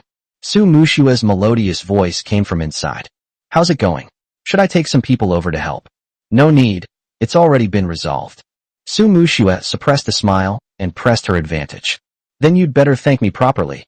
I really helped you a lot this time." If she hadn't found Shun Imo in time, Song Yuan wouldn't have been able to get there in time either, and Shun Imo would have really lost his virginity. It was outrageous to think about. She really didn't expect Shun Imo to go to such lengths to raise money. Song Yuan did not refuse and asked with a smile, "Sure, how would you like me to thank you?" "I'll tell you when we get home." "Good." After hanging up the phone, Song Yuan changed Su Muxue's nickname from female demon to wife. 2 months later, Xin Yanran was discharged from the hospital safely. The preliminary preparations for the Legend of Yunxiang are almost complete. Xiao Weining has been extremely busy lately, studying scripts every day and spending a lot of money to hire a teacher to improve her acting skills. Finally, the new drama was about to start filming. Dragging her tired body, she came to Song Yuan's office and tried to cheer herself up as Song Yuan sat leisurely in a leather chair, sipping coffee. He announced excitedly, "Brother, I've memorized all my lines, and my acting is impeccable. Praise me, praise me." Song Yuan slowly raised his eyes to look at Xiao Weining. He felt that she had lost a lot of weight. Her delicate face was full of haggardness, and her eyes were bloodshot. It was obvious that she had stayed up for a long time. He praised her without reservation. Amazing. It seems she really put in a lot of effort and truly used the Legend of Yunxiang as a springboard for her comeback. Xiao Weining smiled sweetly after receiving Song Yuan's praise, pulled over a chair and sat down next to him, gently tugging at his sleeve and acting coquettishly. "Brother, when exactly will the film start? Tell me quickly, people can't wait. You have no idea how hard they've worked these past 2 months." Song Yuan was troubled. "I can't be sure either." Xiao Weining became anxious. "How can you not be sure?" Song Yuan said with a headache. "Ying, you don't know. I don't have enough money right now. I can't afford to pay the deposits for the male lead and the second female lead." Xiao Weining's heart tightened slightly, and she asked in a low voice, "How much do you want?" Song Yuan held up one finger. 10 million. In fact, the money Su Muxue lent him was enough for him to make a movie. He just wanted to get back the 5 million that Xiao Weining had embezzled, and an extra 5 million as interest. Xiao Weining's expression changed drastically, and she made a suggestion. "Wow, there are so many. Brother, how about we don't use Jiang Hao as the male lead? Can't we use one of our own company's artists instead? Song Yuan pressed her shoulders, stared into her eyes, and said in a pretentious tone, Ying, I'm using him for your own good. You've improved your acting skills, so of course I need to find someone with good acting skills to act with you. There's no artist in our company more suitable to be the male lead than him. Looking into Song Yuan's sincere eyes, Xiao Weinian carefully analyzed his words and found them to make a lot of sense. There's no way to refute it, but what can we do if we're short by 10 million? Song Yuan comforted him. Don't worry, I'll find a way to raise the money as soon as possible. The reason he didn't ask Xiao Weinian for money directly was that he felt that the previous 2 times he had asked her for money, it would have made her suspicious and wary of him, and he hadn't gotten a single penny from her. Let's take a roundabout approach this time. Anyway, he's not in a hurry to turn it on, it's her who's in a hurry. As soon as she offered money, he would immediately replace her, shattering her dream of making a comeback with this role. Chapter 38. Would you mind sharing a table? Alright then, brother, I believe you. Although Xiao Weinian said she believed in Song Yuan, she wasn't really sure. It had already been difficult for Song Yuan to borrow money from Su Muxue for Yuan. Song Yuan probably won't be able to ask Su Muxue for money again. Now that he's only short 10 million, it's not like he should have to mortgage his company or house to get a loan. Or should I pay for it myself? No, she can't break her own principles. How can she actively give away gold coins when dating a man? Not even a penny, let alone 10 million. All we can do now is wait. Song Yuan must be anxious too. After all, he's put in so much effort and invested so much money. Su Group. The CEO's office. Su Muxue stared intently at the computer screen, her face growing increasingly grim. At this moment, the computer was playing the promotional trailer for Yuan, and the female lead was the woman she hated the most, Xiao Weinian. Although she had already guessed that Song Yuan was just trying to comfort her, he couldn't possibly not use Xiao Weinian as the female lead. But when faced with reality, she was still furious. No woman could accept this, that her husband was using her money to support his mistress. What has she become? A sucker or a clown? The more I thought about it, the angrier I got. A fire ignited in my heart that I just couldn't extinguish. Upright and righteous. There was a knock on the door. Su Muxue immediately moved the mouse and exited the screen. Enter. The person who came was Long Yu. Seeing that Su Muxue's face looked very pale, he said with concern, What's wrong with you? Su Muxue shook her head, trying hard to suppress her anger, and said sternly, It's all right, just say what you need to say. Long Yu suggested, Want to go for drinks after get off work? My treat. Reminded by Long Yu, Su Muxue suddenly remembered that tomorrow was Long Yu's birthday, and she had originally planned to invite her to dinner tonight. I was so angry when I saw the trailer for Yuan that I forgot everything else. He changed his expression in the blink of an eye and smiled. Okay, but I'll treat you. I've already remembered it's your birthday tomorrow. Long Yu smiled and agreed. Good. The two chatted for a few more minutes. Wait until Long Yu leaves the room. Su Muxue let out a deep breath, slumped weakly onto the table, rested her head on her arm, and slowly closed her eyes to doze off. Buzz, buzz, buzz. My phone on the corner of the table vibrated. Su Muxue picked up her phone, glanced at the screen, and saw a new message on WeChat. Swipe your index finger to unlock the screen and open WeChat. Song Yuan. Honey, let's take Nini out to eat after work. Didn't you say you wanted steak last night? Which restaurant would you like to go to? I'll make a reservation in advance. Good grief, he's acting like nothing happened, and he's even going out to eat with her. They clearly said before that Xiao Weinian wouldn't be the female lead, but now that it's been officially announced, why don't they take the initiative to explain or make up an excuse? Do they think they can just get rid of her with a meal?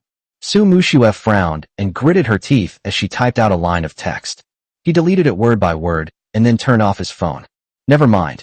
I don't want to talk to him, and I don't want to argue with him. They've had so many arguments over the past 7 years, many of them because of Xiao Weinian. Yet he still ignores his own feelings, continues to promote her, cast her as the female lead, makes bad movies and loses money, and continues to be entangled with her. That's so boring. I'm so bored. Night falls. Su Muxue didn't go home or change out of her work clothes. She went straight to Monkey Bar with Long Yu. In the bar, amidst swirling smoke, a cool-looking female DJ with dreadlocks stood on the stage, playing deafening electronic music. Young men and women embraced on the dance floor, freely swaying their hips to the rhythm. As soon as Su Muxue entered the room, she was choked by a pungent smell. The air was filled with a strong smell of alcohol mixed with perfume, as well as an indescribable strange odor. She rarely comes to bars. If she weren't in a bad mood today, or if it weren't for Long Yu's birthday, she wouldn't have come at all. Seeing this, Long Yu leaned close to her ear and said something. How about we find a quieter place? Su Muxue refused. No need, we're already here. Okay. Long Yu led Su Muxue to the pre-arranged VIP booth, where the manager personally came over to greet the two of them. Su Muxue nodded perfunctorily in response, and Long Yu handed her the tablet from which she had placed the order. What would you like to drink? Su Muxue took the tablet, casually ordered a few bottles of red wine and cocktails, and then returned the tablet to Long Yu. Long Yu ordered a few more side dishes and champagne before handing the tablet to the manager. Not long after, the waiters brought out all the drinks one after another. Su Muxue picked up a cocktail, tilted her head back, and drank it down in one gulp.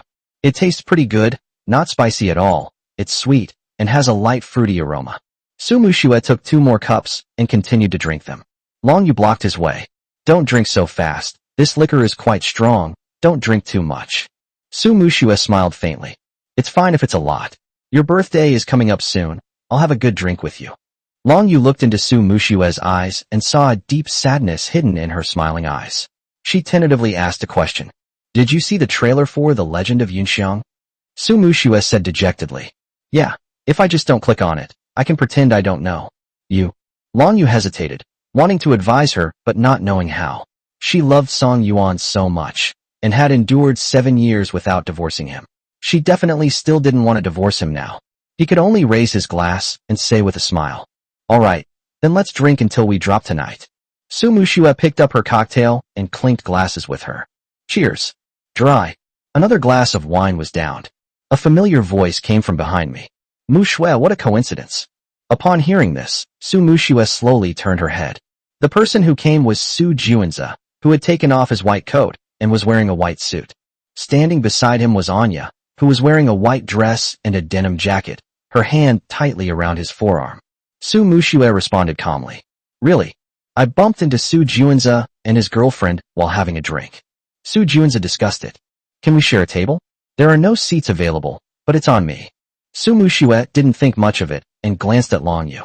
Long Yu said magnanimously, I have no objection. Actually, she wanted to refuse.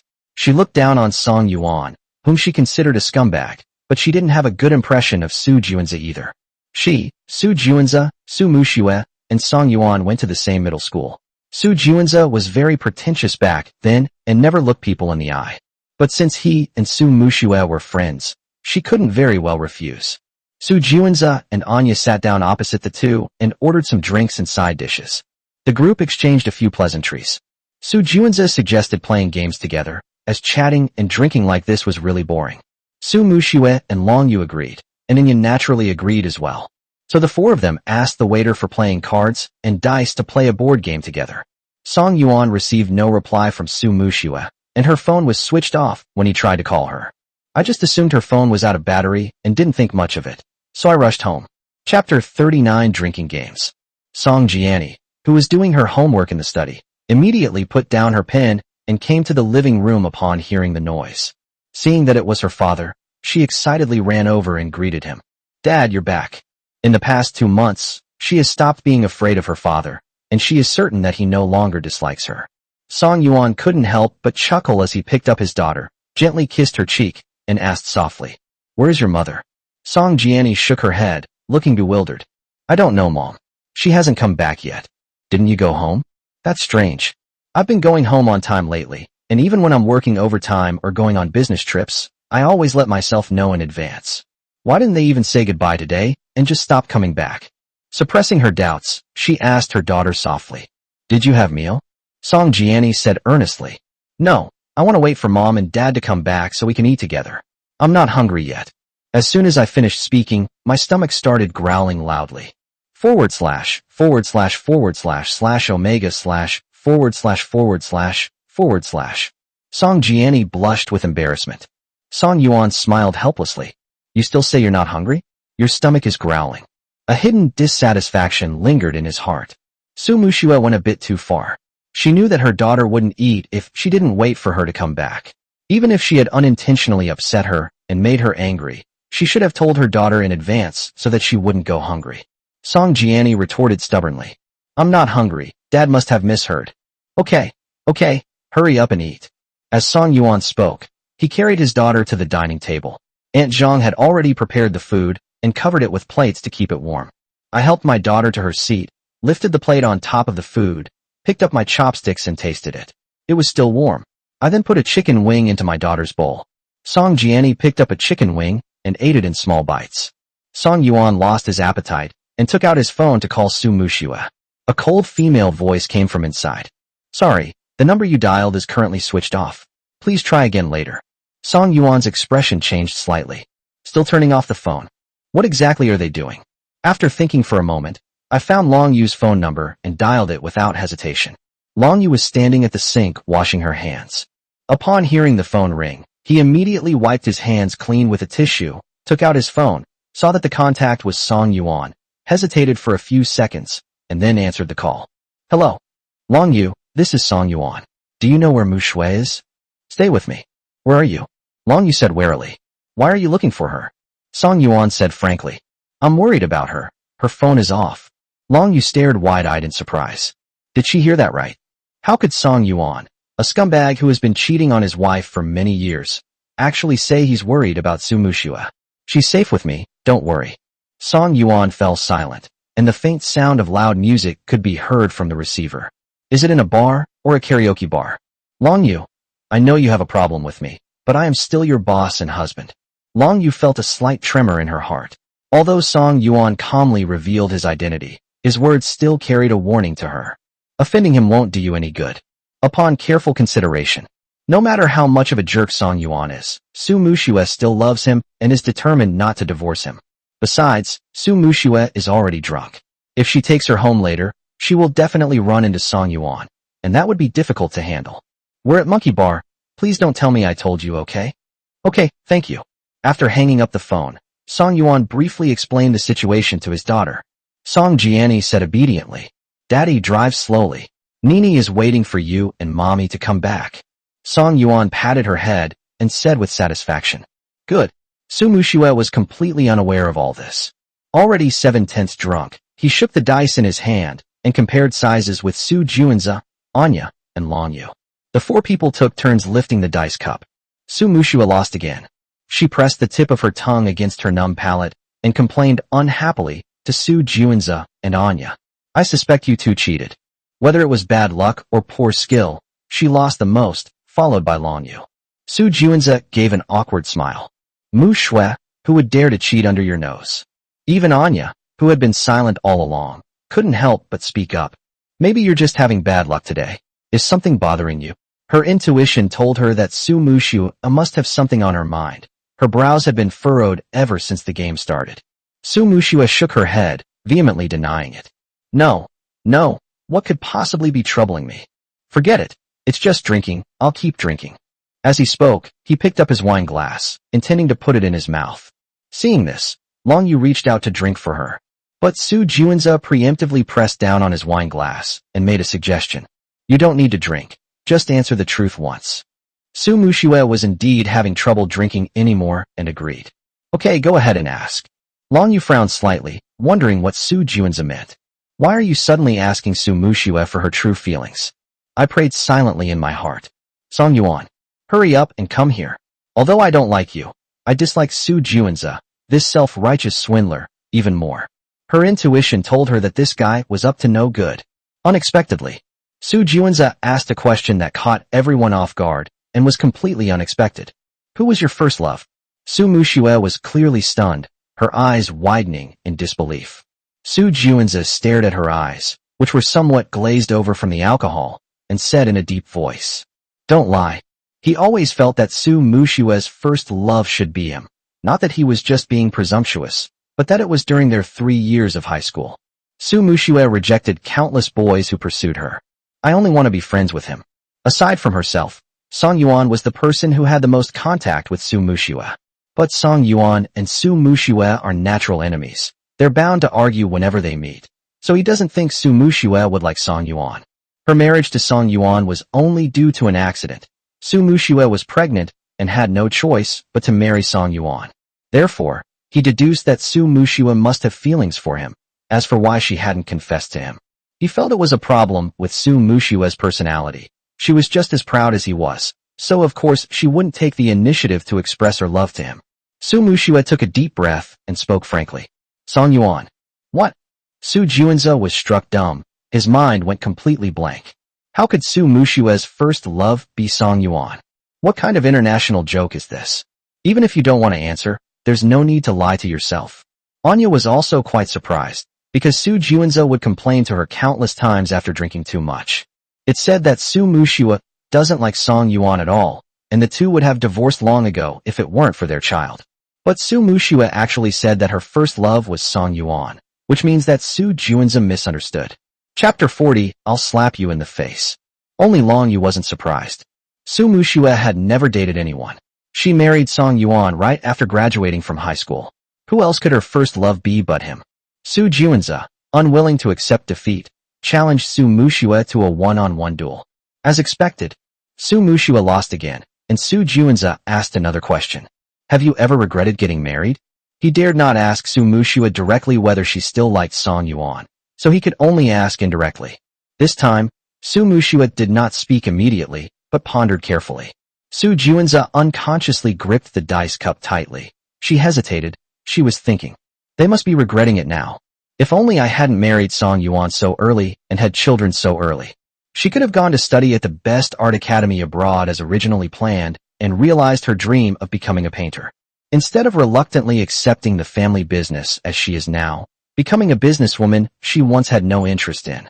She would never again have to devote so much energy to taking care of her daughter who has serious psychological problems and be heartbroken by Song Yuan, this scumbag who is a serial cheater. After a while, Su Muxue finally spoke, revealing a meaningful smile. No regrets.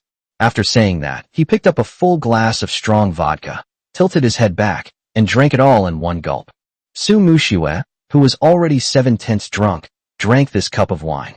Everything went black before his eyes, and he collapsed weakly onto the table, instantly losing consciousness.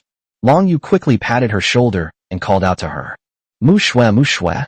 Su Juanze was heartbroken and tried to convince himself otherwise. Perhaps she already regrets it, but she refuses to admit it because of her proud pride. He said to Long Yu, I'll take her home. Long Yu refused. No need, I can take her. What does Su Juanze mean? Shouldn't he be taking good care of his girlfriend? Why the sudden offer to take Su Muxue home? Even if the two are friends, there's no need to go to such lengths. As Long Yu spoke, she glanced at Anya, who remained silent to the side. That's strange. Anya didn't react, seemingly an outsider, observing everything indifferently. Su Juanze said firmly, You've had too much to drink, don't push yourself. Long Yu ignored Su Juanze and shook Su Muxue's shoulders forcefully in an attempt to wake her up. Muxue, wake up. If she really hands the person over to Su Juanze, how is she going to explain it to Song Yuan when he comes over?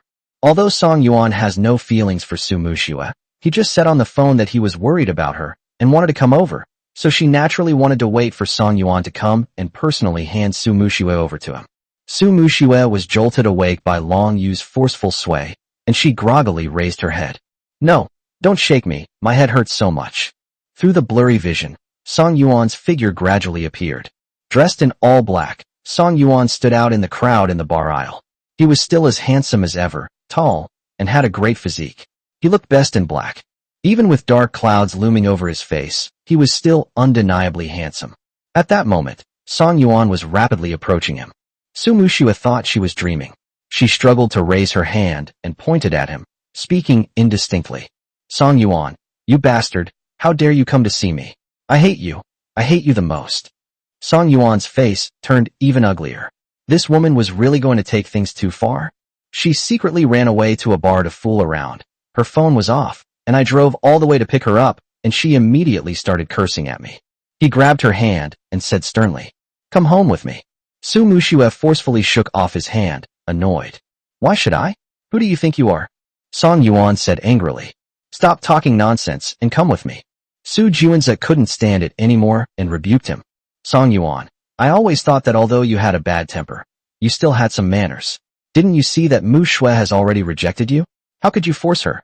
Song Yuan had just seen Su Juanze and was originally going to ask him where he came from. But after Su Muxue scolded him like that, he completely forgot about it. Unexpectedly, this kid actually dared to lecture him so arrogantly. He said coldly, "None of your business. How my wife and I get along is none of your concern. Who do you think you are?"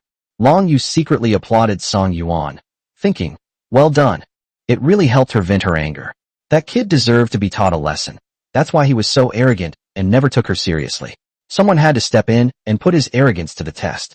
Even with his usual composure, Su Juan's expression changed when faced with Song Yuan's sharp tongue, and he feigned calmness. "I'm her good friend. Can't I think about her feelings?" Song Yuan said, word by word. "She doesn't need male friends. Having me as her husband is enough." Su Juanze snorted coldly, as if he had heard the biggest joke in the world, and mocked. "Don't you feel guilty saying that? Yes, you're her husband. But ask yourself honestly, do you really love her?" Song Yuan hesitated, as if he wanted to say something but then stopped.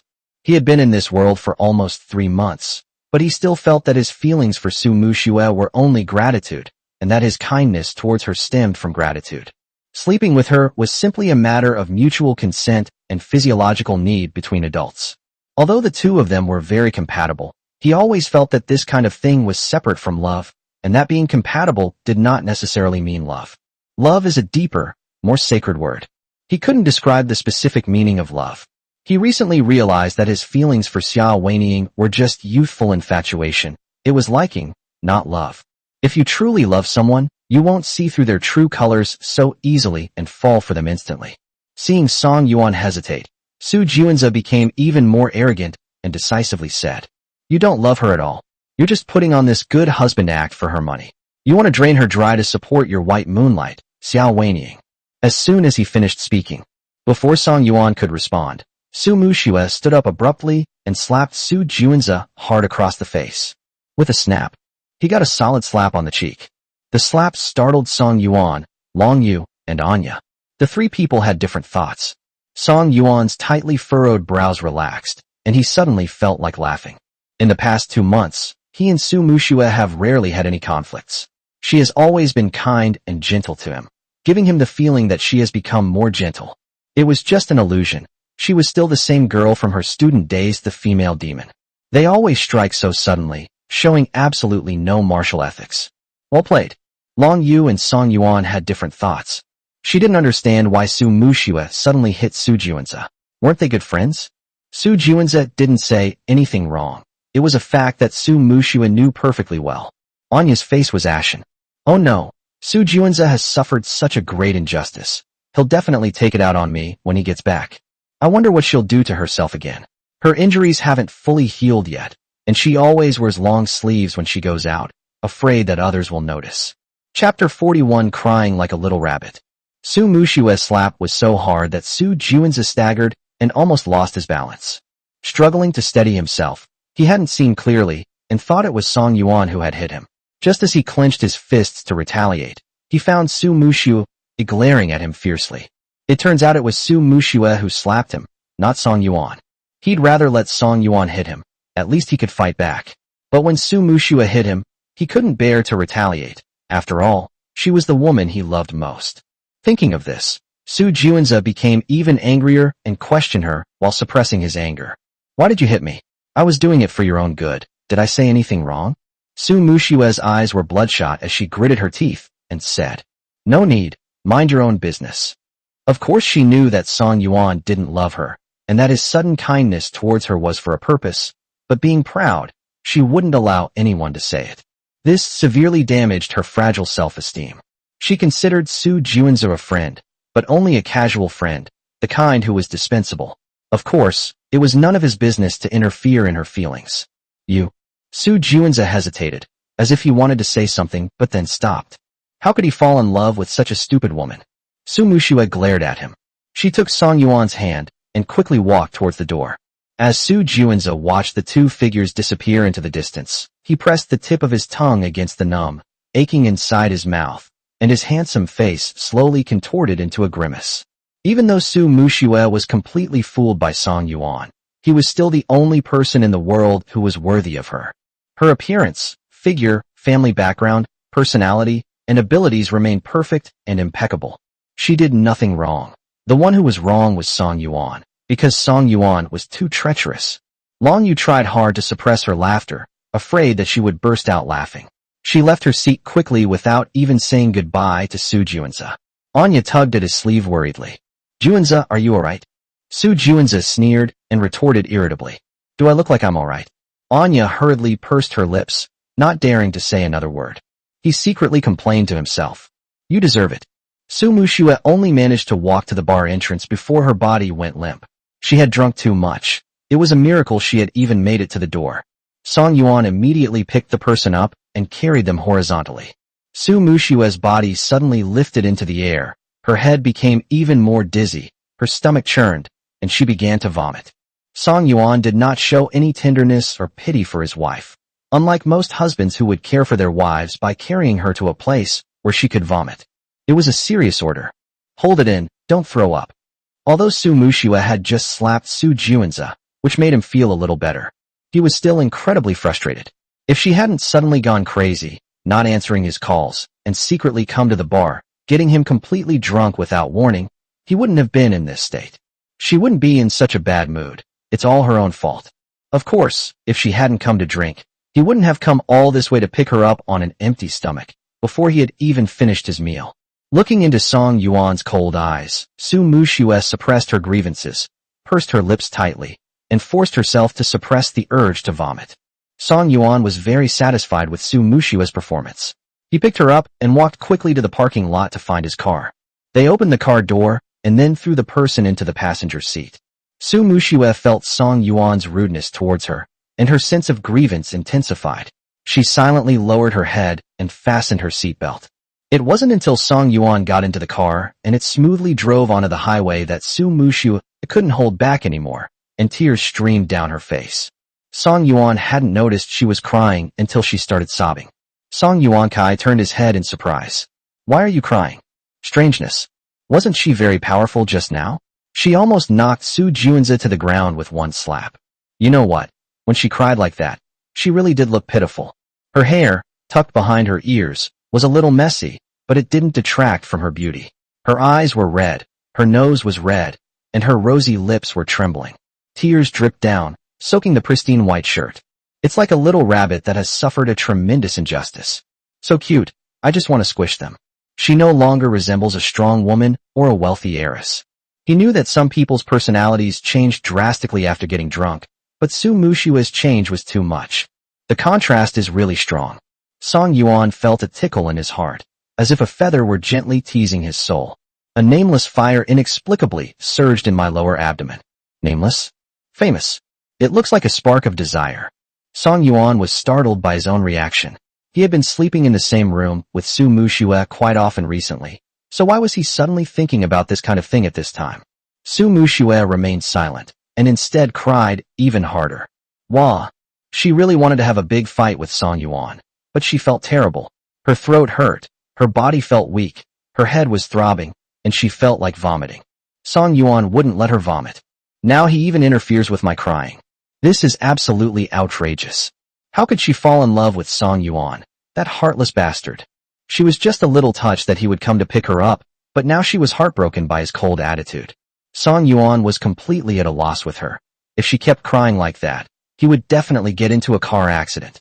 There was no other way but to park the car on the side of the road, take a few tissues from the tissue box next to the car window, and hand them to her, asking her softly, "Do you feel wronged?" Su Muxue nodded, then shook her head. She showed no intention of accepting the tissues, letting her tears flow freely, soaking her delicate little face. Helpless, Song Yuan could only take matters into his own hands, gently wiping away her tears and asking softly, "Are you feeling very uncomfortable?" Su Muxue sniffed and choked up. "It hurts." Song Yuan mocked mercilessly. "Serves you right. Who told you to drink so much? Look at Long Yu, Anya, and that Su guy, they're all sober. Only you made a fool of yourself." Su Muxue suddenly raised her head and retorted evasively. "How do I know I'll keep losing?" Song Yuan smiled jokingly and said sourly, "Oh, you guys even play games together?" Su Muxue ignored his words and continued talking to herself. "It's all because of you. If I hadn't gotten angry with you, how could I have had such bad luck?" Song Yuan was completely bewildered and said irritably, What did I do to you? Didn't you see the message I sent you? I wanted to take Nini out for Western food, but instead, you turned off your phone and went straight to a bar to drink and play games with some random guy. Didn't you ever think about the fact that you're married and have a family?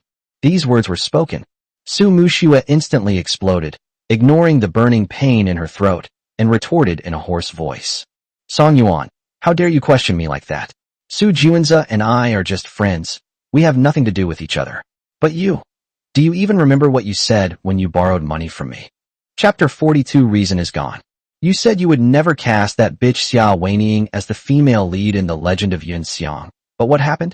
The trailer is already out. How are you going to fool me this time? Song Yuan fell silent.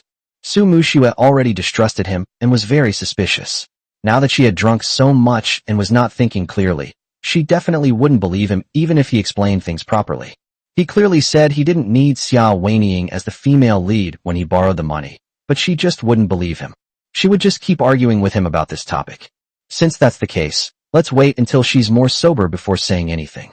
So he silently watched Su Muxue, thinking that he should hurry home for dinner after she finished venting, because he was really starving. Seeing that Song Yuan remained silent, calmly watching her frantically struggle like an outsider, Su Muxue's fragile nerves snapped instantly. She grabbed Song Yuan's collar and screamed at him in despair. What do you mean by not saying anything? You're admitting it, aren't you, Song Yuan? You bastard. I know you don't love me, but we've been married for so many years. Honestly, how have I treated you and your family all these years? I haven't done badly, have I? I even gave you such a lovely and well-behaved daughter. How can you be so cold to me?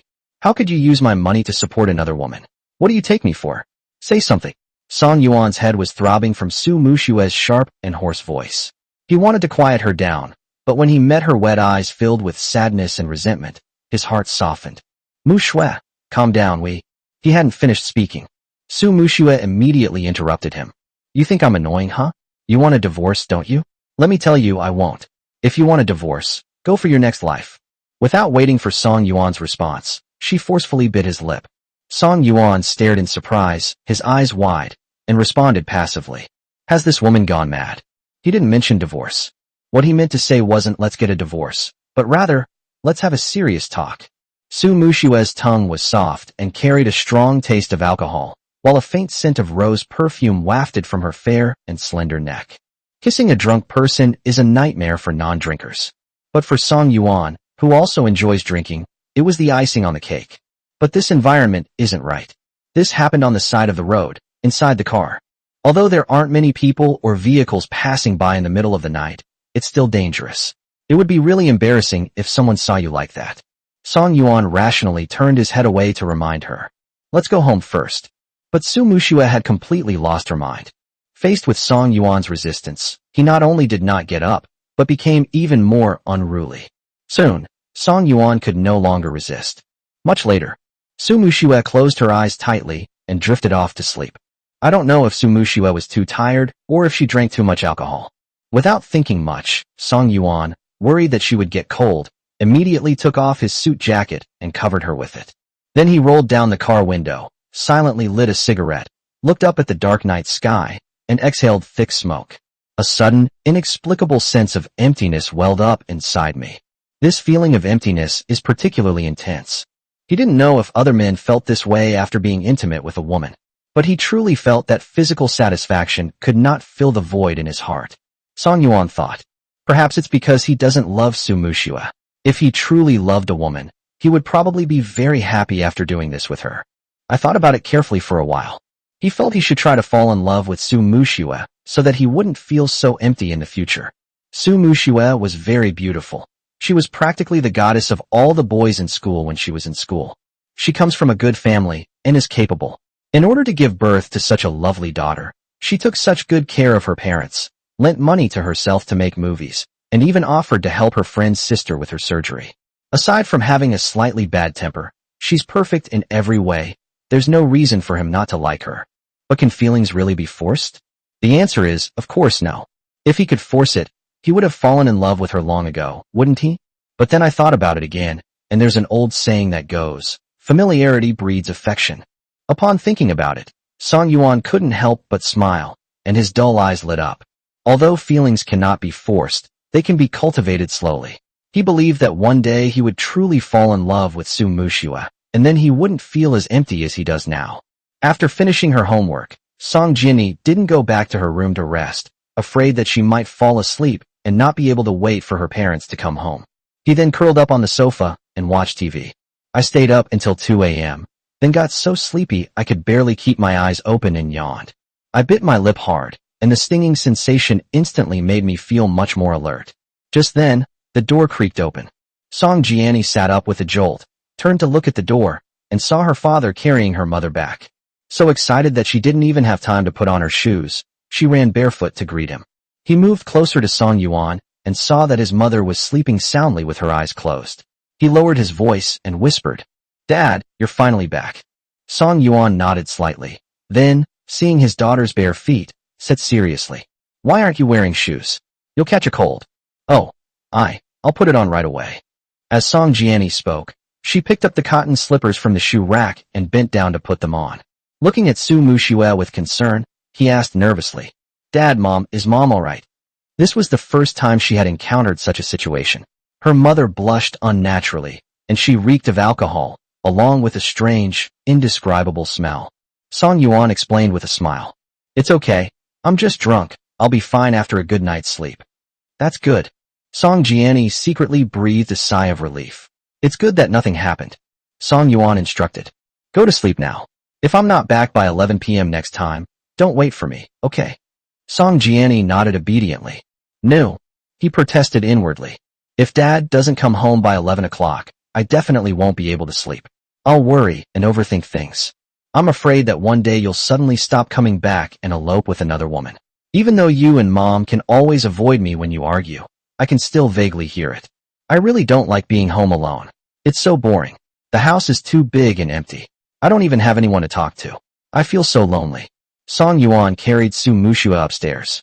Song Jianni followed silently behind. When Song Yuan arrived at the bedroom door, Song Jinni still showed no sign of leaving, standing closely behind him. Song Yuan lowered his head and asked gently, "What's wrong? Is there something you want to tell Dad?" Song Jinni raised her hand and gently tugged at Song Yuan's clothes. She blinked her big, watery eyes, hesitated for a moment, and then mustered up her courage to tentatively ask, "Dad, could you please try to come home earlier in the future?" Chapter 43 The Fish Takes the Hook. Song Yuan was secretly delighted. "Although my relationship with my daughter has grown much closer in the past 2 months, but she never makes any demands on me, and she doesn't care what time I come home. This shows that his efforts during this period have not been in vain, and his daughter has really started to care about him." Suppressing his inner joy, he asked the question knowing the answer already. "Why?"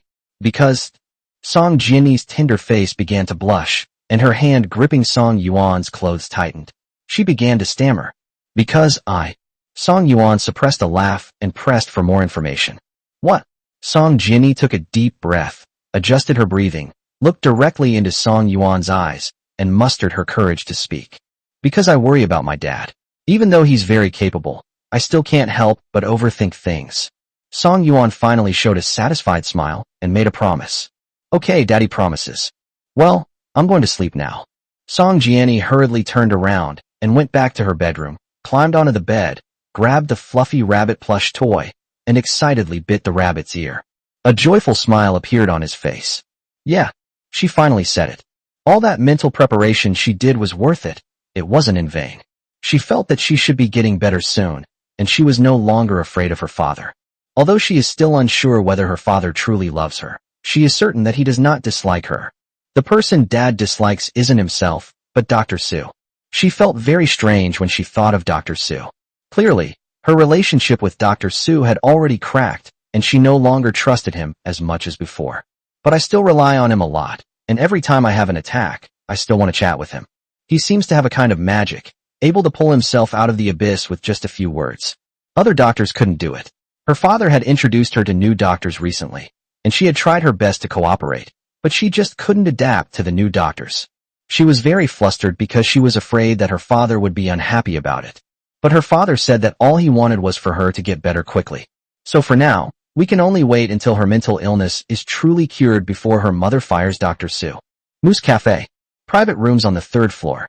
Xiao Weining elegantly stirred the coffee in her hand with a long spoon. Her delicately made-up face had her eyebrows furrowed.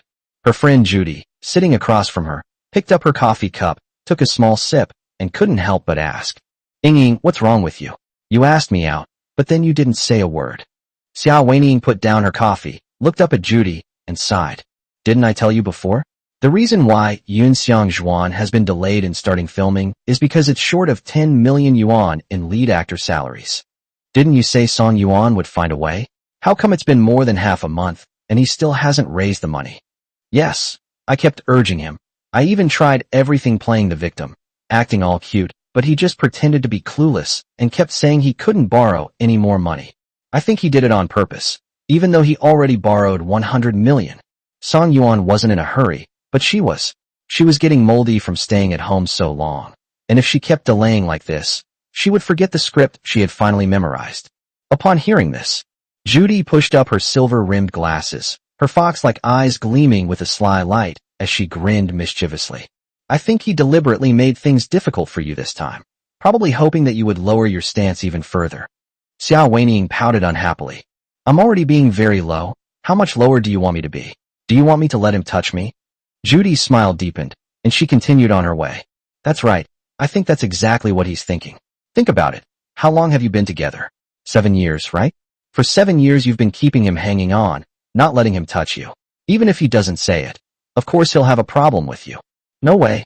I sell my art, not my body. Pretending to love him is fine, but he can't actually touch me.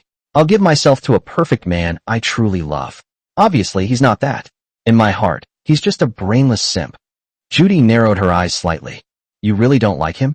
Although Xiao Weiying had told her many times that she had no feelings for Song Yuan, she still wanted to confirm it. What she's about to say could ruin their long-standing friendship.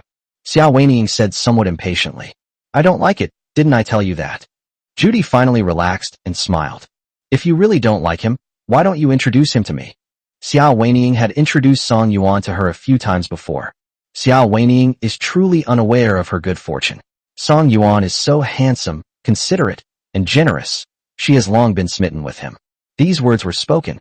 Xiao Weiying immediately became anxious, her face turning red with anger. "Judy, what do you mean? Are you trying to steal my boyfriend?" Although she didn't like Song Yuan, she subconsciously felt that Song Yuan belonged to her, and she would not allow anyone else to touch him. Judy said awkwardly, "Why are you in such a hurry? You said you didn't like me. That's why I asked you. Besides, I was just asking casually. If you don't want to, then forget it. Just pretend I didn't say anything." Xiao Weiying quickly calmed down and asked in return, "Do you really like him?" Judy nodded and assured her, "Yeah, but don't worry, I won't take it from you. You're my good friend." Xiao Weiying lowered her eyelashes and changed her words. "Actually, it's not that I can't introduce you to it. It's just..." Judy's eyes lit up with anticipation. "Just what? If there's anything you need my help with, just let me know. If it's within my power, I'll definitely do it. I've decided to pay the 10 million yuan actor fee for The Legend of Yunxiang myself, but I only have 5 million yuan on hand right now, so I'm still short 5 million. I'll lend it to you." Judy herself doesn't earn a lot. She's a senior executive at a financial company, with an annual salary barely reaching 1 million. But her parents are rich. They could easily get 5 million. "Judy, you're so kind. I promise you, once I finish filming Yunxiang biography, I'll break up with Song Yuan and formally introduce him to you." "No problem. I'll transfer the money to you later." Okay. The money was in hand. Xiao Weiying immediately found Song Yuan and handed him the money. Song Yuan patted his chest and guaranteed that filming would start as soon as the contracts with the male lead and the second female lead were signed. Xiao Weiying left the office satisfied. Song Yuan immediately called over Ding Yao, the female artist the company was about to focus on developing, and handed her the contract for Yunxiang Zhuan to sign. Ding Yao stared at the black and white words on the contract, her hands trembling uncontrollably. 2 months ago, Song Yuan promised her that he would definitely make her the female lead in Yunxiang biography, and told her to read the script carefully. But she felt that Song Yuan might just be acting on a whim and wouldn't actually let her be the female lead. After all, Xiao Weiying is Song Yuan's girlfriend, and good scripts and roles are always reserved for her. This is common knowledge in the company. Chapter 44. I've loved you for 10 years. Unexpectedly, Song Yuan really wasn't lying to her. He really was going to make her the female lead in The Legend of Yunxiang. Fortunately, she had prepared well, memorized her lines in advance, and studied the character thoroughly. Seeing that Ding Yao was staring at the contract and hadn't signed it yet, Song Yuan asked her what was wrong. Do you have any questions? Ding Yao then came to her senses. No. Suppressing his excitement, he picked up the pen on the table and signed his name on the contract. After signing, Ding Yao solemnly bowed deeply to Song Yuan, expressing her gratitude. President Song, thank you for your trust in me. I will definitely do my best to play the role well and will not let you down. Upon seeing this, Song Yuan felt a slight tremor in his heart. He is now beginning to understand why Shen Mo has always valued Ding Yao. Upon closer inspection, Ding Yao actually looks more sophisticated than Xiao Weiniang, not just because of her overall better temperament. Rather, it's her face that's perfect for movies. It tells a story. She is a rare beauty with striking bone structure and captivating features, especially her clear, bright eyes, which possess both the gentle grace of an Eastern woman and a hint of stubbornness and resilience. He had previously seen clips of Ding Yao's film and television works, and her acting skills were impeccable. What's even more remarkable is her character. She's been with the company for 3 years, and he's never given her any good resources, often relegating her to supporting roles for Xiao Weiniang. Yet, she never competes for anything and never complains. She also knows how to be grateful, unlike Xiao Weiniang who, despite her poor acting skills, has no self-awareness and keeps hogging good resources, treating him like a sucker. Don't feel pressured, just perform normally. After Ding Yao left the office, Song Yuan immediately grabbed his car keys and drove to Jingyao to redeem the necklace he had left at the store. Not long after, Song Yuan did not call Su Muxue to inform her after redeeming the necklace. Instead, I wanted to surprise her. Song Yuan stayed up until the end of the workday before rushing home excitedly. Then he went home and searched everywhere, but couldn't find Su Muxue. So he immediately took out his phone, found her number, and called her. A cold, inaudible tone came through the receiver. Sorry, the number you dialed did not go through. Please try again later. Song Yuan panicked and rushed into the study to ask his daughter, who was doing her homework. Nini, do you know where your mother went? Song Jiani said frankly. Mom said she went to see Grandma, and she just left not long ago. Visiting Grandma. Su Muxue's mother passed away many years ago, didn't she? Did she commit suicide? No. She must have gone to the cemetery. Song Yuan instructed his daughter. Nini, Daddy's going to find your mom. You eat your food first, don't wait for us. Song Jiani obediently agreed. Okay. Evening. The sky was overcast, and the setting sun was obscured by thick clouds. Su Muxue stood in front of her mother's tombstone, bent down, and placed the daffodils in her hand in front of the grave. I stood up again, staring at the black and white photo of my mother on the tombstone. A faint soreness welled up in my nose, and my eyes reddened. Mom, I've come to see you again. Don't worry, I'm doing well now, but I still think of you often and dream about you. Her mother was the person who loved her most in the world, and she couldn't understand why her mother would choose to jump off a building and commit suicide not long after divorcing her father. When Mingming's mother and father divorced, she didn't cry or make a scene. Instead, she told Mingming that she was finally free and would live a good life from now on. Since her marriage to her father was unhappy, divorce would be a relief for her, so why would he be so heartless as to abandon her alone? At this moment, a light drizzle began to fall from the sky. The rain suddenly pelted Su Muxue, soaking her thin shirt. It also dampened her thick, beautiful hair, and water droplets slowly flowed down her forehead to her fair cheeks, dripping down her chin and onto the ground. Su Muxue's vision gradually blurred, and she choked out softly. Mom, I don't understand. If you have any grievances, why don't you tell me? I would share your burden. Why won't you tell me? Why are you being so cruel to me? For years, she had been secretly investigating the real reason for her mother's suicide, but she had no clue. Didn't you say you would be there for me as I grew up? That you would personally hand me over to my future Mr. Right? Why did you lie to me? Actually, I lied to you too. I'm not doing well. Do you remember the diamond necklace you gave me? My husband secretly took it and sold it to pay off debts. He even used my money to invest in his mistress's movie. What? You're asking me why I don't get a divorce? Because I love him. I've loved him for 10 whole years, from the first year of high school until now. I can't bear to let my daughter be without a father, so I can only endure it. I don't know how much longer I can endure it. Mom, why did you leave so early?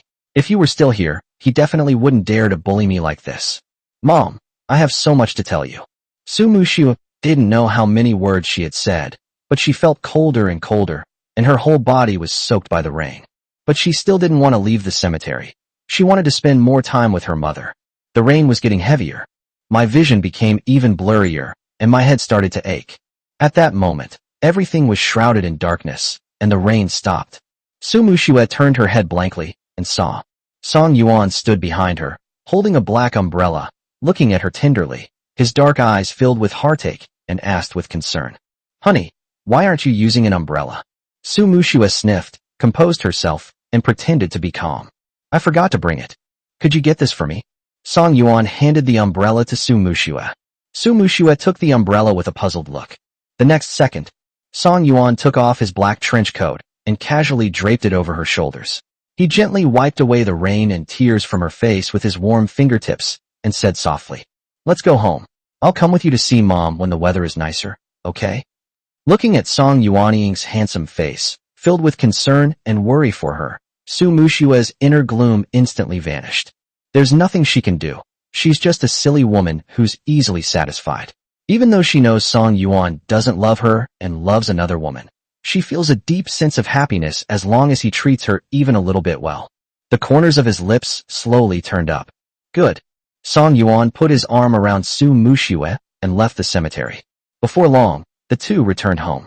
Despite taking a hot shower and changing into clean clothes, Su Muxue still couldn't stop sneezing and coughing. Song Yuan was terrified and said nervously, "Honey, let me take you to the hospital." Su Muxue waved her hand, wrapped herself tightly in the blanket, and curled up at the head of the bed. "It's nothing, cough cough, just a little cold. I'll take some medicine and sleep it off. Then I'll go get your medicine." Song Yuan hurriedly went downstairs. He quickly returned and handed her the cold medicine and hot water.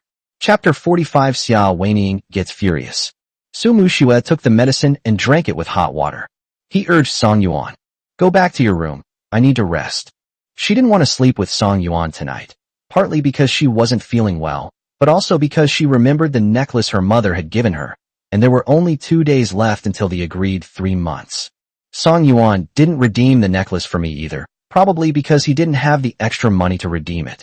He had spent all the money I lent him on investing in the legend of Yunxiang. Song Yuan agreed. "Okay, I'll go, but there's something I need to give you." Su Muxue asked blankly. "What?" Song Yuan took an exquisite jewelry box out of his pocket and put it in her hand.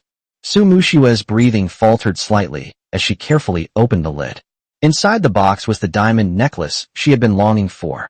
Song Yuan actually kept his promise and redeemed her necklace. In my excitement, I asked incredulously, "Where did you get the money?" Song Yuan smiled slightly and said mysteriously, "I won't tell you, but in short, I didn't spend the money you borrowed from me." If he said he got it from Xia Weining, Su Muxue would definitely get angry again, since of that 10 million, 5 million was the money she had previously transferred to Xia Weining. Su Muxue snorted coldly. "Fine, don't tell me then. Just leave now. I really need to sleep." She didn't need to thank him. The necklace originally belonged to her, and it was only right that he returned it to her. It doesn't matter where Song Yuan got the money to redeem the necklace. Song Yuan lifted the blanket and said with a grin, "Honey, I want to sleep with you." Su Muxue kicked him, saying rudely, "Get off. I don't want to sleep with you." She really wasn't interested in sleeping with him tonight. She just wanted to rest by herself. Song Yuan shamelessly climbed onto the bed, pulled her into a tight embrace, gently kissed her forehead, and coaxed her softly. "I'm just worried you'll be cold. Don't worry, I won't touch you tonight." He wasn't so desperate as to force himself on his wife when she wasn't feeling well. Su Muxue stopped struggling, raised her head, and stared into his eyes, asking in a hoarse voice, "Aren't you afraid I'll give you my cold? What's there to be afraid of? It's just a cold." Ignoring her warning, Song Yuan kissed her rosy lips even more brazenly. Su Muxue gently closed her eyes and responded tenderly. Much later, Su Muxue rested her head on Song Yuan's arm and said seriously, "Oh right, it's Dad's birthday at the end of the month, and he wants us to bring Nini along." Next Monday, Song Yuan was so busy that he forgot his father's birthday. Unexpectedly, Su Muxue, his daughter-in-law, is more attentive than he, her own son. Su Muxue frowned slightly. "Yeah, what's up?" The opening ceremony for Yunxiang biography is also scheduled for the end of the month. I'll go there later. You and Nini go first. The date for the opening ceremony had been set long ago, and it would be unreasonable for Song Yuan, as the boss, not to attend. Although Su Muxue was dissatisfied, she couldn't stop them. Alright. Time quickly came to the end of the month. The launch ceremony for The Legend of Yunxiang was held as scheduled. After the host warmed up the audience, the main creative team was invited to come on stage. Song Yuan, Shen Mo, the director, and the lead actors took turns to speak on stage. There was a problem when the microphone was handed to Ding Yao. Xiao Weining was unaware that someone had secretly taken her role. When she heard Ding Yao introduce her as the female lead of the show, she immediately flew into a rage. Annoyed, she stepped forward and questioned, "Ding Yao, have you no shame? You say you're the female lead, but let me ask you, what about me? Where do you place me?" These words were spoken. The media reporters present, holding cameras, were extremely excited. Is there really such a huge scandal? That's interesting. It would be even more interesting if the two of them started fighting. Unexpectedly, Ding Yao remained silent. She just bit her lip hard and looked at Song Yuan helplessly. What's going on? It turns out that Song Yuan didn't tell Xiao Weining that he had replaced her in the role. Why didn't he tell her? Are they trying to embarrass Xiao Weining in front of so many people, or are the two of them playing some strange game, making themselves look like clowns? Xiao Weining became even more furious when she saw that Ding Yao remained silent and sought help from Song Yuan. Suppressing her anger, she acted coquettishly towards Song Yuan to express her dissatisfaction. "Brother, look at her. She's always disliked me and is jealous of me. Now she's openly trying to steal my role." Before Song Yuan could speak, the reporters then pointed their cameras and microphones at Song Yuan, bombarding him with questions. "Mr. Song, may I ask who the female lead is in this drama, Ding Yao or Xiao Weining?" I remember when the promotional materials were released, Xiao Weining was cast as the female lead, right? In that case, why did Ding Yao say she was the female lead? Could President Song explain this to everyone? Xiao Weining and Ding Yao both looked at Song Yuan. Ding Yao's heart jumped into her throat. If Song Yuan said at this moment that he didn't need her anymore and would continue to use Xiao Weining as the female lead, she would really break down. This is incredibly embarrassing. If he's really playing me for a fool, I might as well quit my job. Xiao Weining had no suspicion of Song Yuan at all. She only felt that Ding Yao was picking a fight with her and trying to cause trouble. Song Yuan has been promoting her for 3 years, always giving her the best resources and making her the female lead. Besides, she even contributed 10 million to this drama. How could he possibly replace her? Song Yuan explained slowly and deliberately. The female lead in the movie, Yunxiang Zhuan, was originally Xiao Weining, but due to a small accident, the female lead has now been changed to Ding Yao. As soon as he finished speaking, Ding Yao breathed a deep sigh of relief. Fortunately, Song Yuan kept his word and didn't play a trick on her. In contrast, Xiao Weining was struck dumb, frozen in place, completely still. Did she hear that right? Song Yuan actually decided not to play the female lead herself, but instead let Ding Yao, whom he had always disliked and who always looked down on him, play the female lead. On what grounds? Why? Xiao Weining really wanted to ask Song Yuan right now what exactly happened that caused their falling out. Why go back on your word? To embarrass her in front of so many people? Didn't he always say that he loved himself the most? But now is not the time. Asking now would only make her more embarrassed, since Song Yuan has already made the announcement. He could only suppress his anger and slink off the stage, waiting for the press conference to end. I waited until the press conference ended. Xiao Weining immediately grabbed Song Yuan's sleeve and dragged him to a secluded corner, her chest heaving as she questioned him with red eyes. "Brother, why are you doing this to me? How could you go back on your word? You promised me the female lead. Why did you suddenly cast Ding Yao?" She was absolutely furious. She had never been so wronged before. Looking at Xiao Weining's expression of being so angry she was about to faint, Song Yuan suppressed his inner joy and pretended to be puzzled. "I can't do anything about it. The director and Shen Mo both disagree with you being the female lead. You need to understand that I'm not the only one who makes the decisions in the company." Chapter 46, Turning Against Each Other. Upon hearing this, Xiao Weining almost choked on her breath and said sternly, "Then why didn't you tell me beforehand? I gave you 10 million, and did you know that 5 million of that was borrowed?" Song Yuan really didn't know that Xiao Weining would borrow money. He tried to suppress his laughter and shrugged. "I'm telling you now. You." Xiao Weining's face flushed red, and tears welled up uncontrollably. She held Song Yuan's hand, choking back sobs with grievance. "Brother, if I did something wrong, you can tell me. You know how much effort and energy I put into this play. I've been preparing for so long, and I'm relying on this play to become popular again. You know this is my dream. You said you would help me realize my dream. Have you forgotten? She simply couldn't understand how this devoted, obedient, and unconditionally devoted man, who had been her lapdog for years, could suddenly turn rebellious and start biting her. Song Yuan withdrew his hand subtly and made up a story without batting an eye. I haven't forgotten. Didn't I tell you? I'm not the only one who makes the decisions in the company. If the director and Shun Mo don't support me, there's nothing I can do to fight back.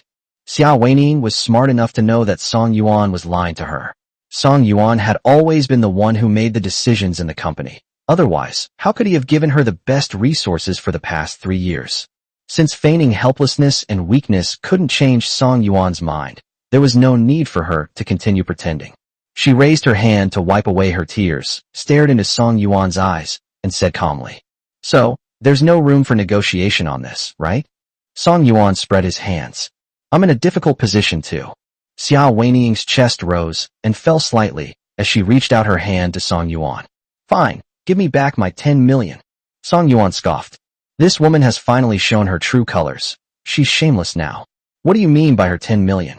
5 million of it was pocket money he transferred to her, and the remaining 5 million was borrowed by her. But over the years, he has given her the best resources, and even when he lost money, he never shortchanged her on her salary. How could she possibly ask me to get my 10 million back? He was too lazy to argue with her, and said dismissively, "What if we run out of money?" Xiao Weining's pupils dilated slightly, once again stung by Song Yuan's cold attitude, her heart turning ice cold. She didn't love Song Yuan, but she was furious that he had played her like this. Think about it carefully.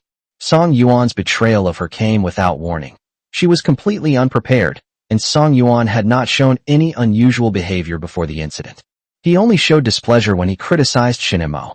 Suddenly she remembered what Judy had said.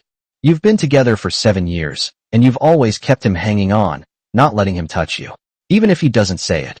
Of course he's upset. Yes, it's impossible for Song Yuan to suddenly stop loving her. He must still love her.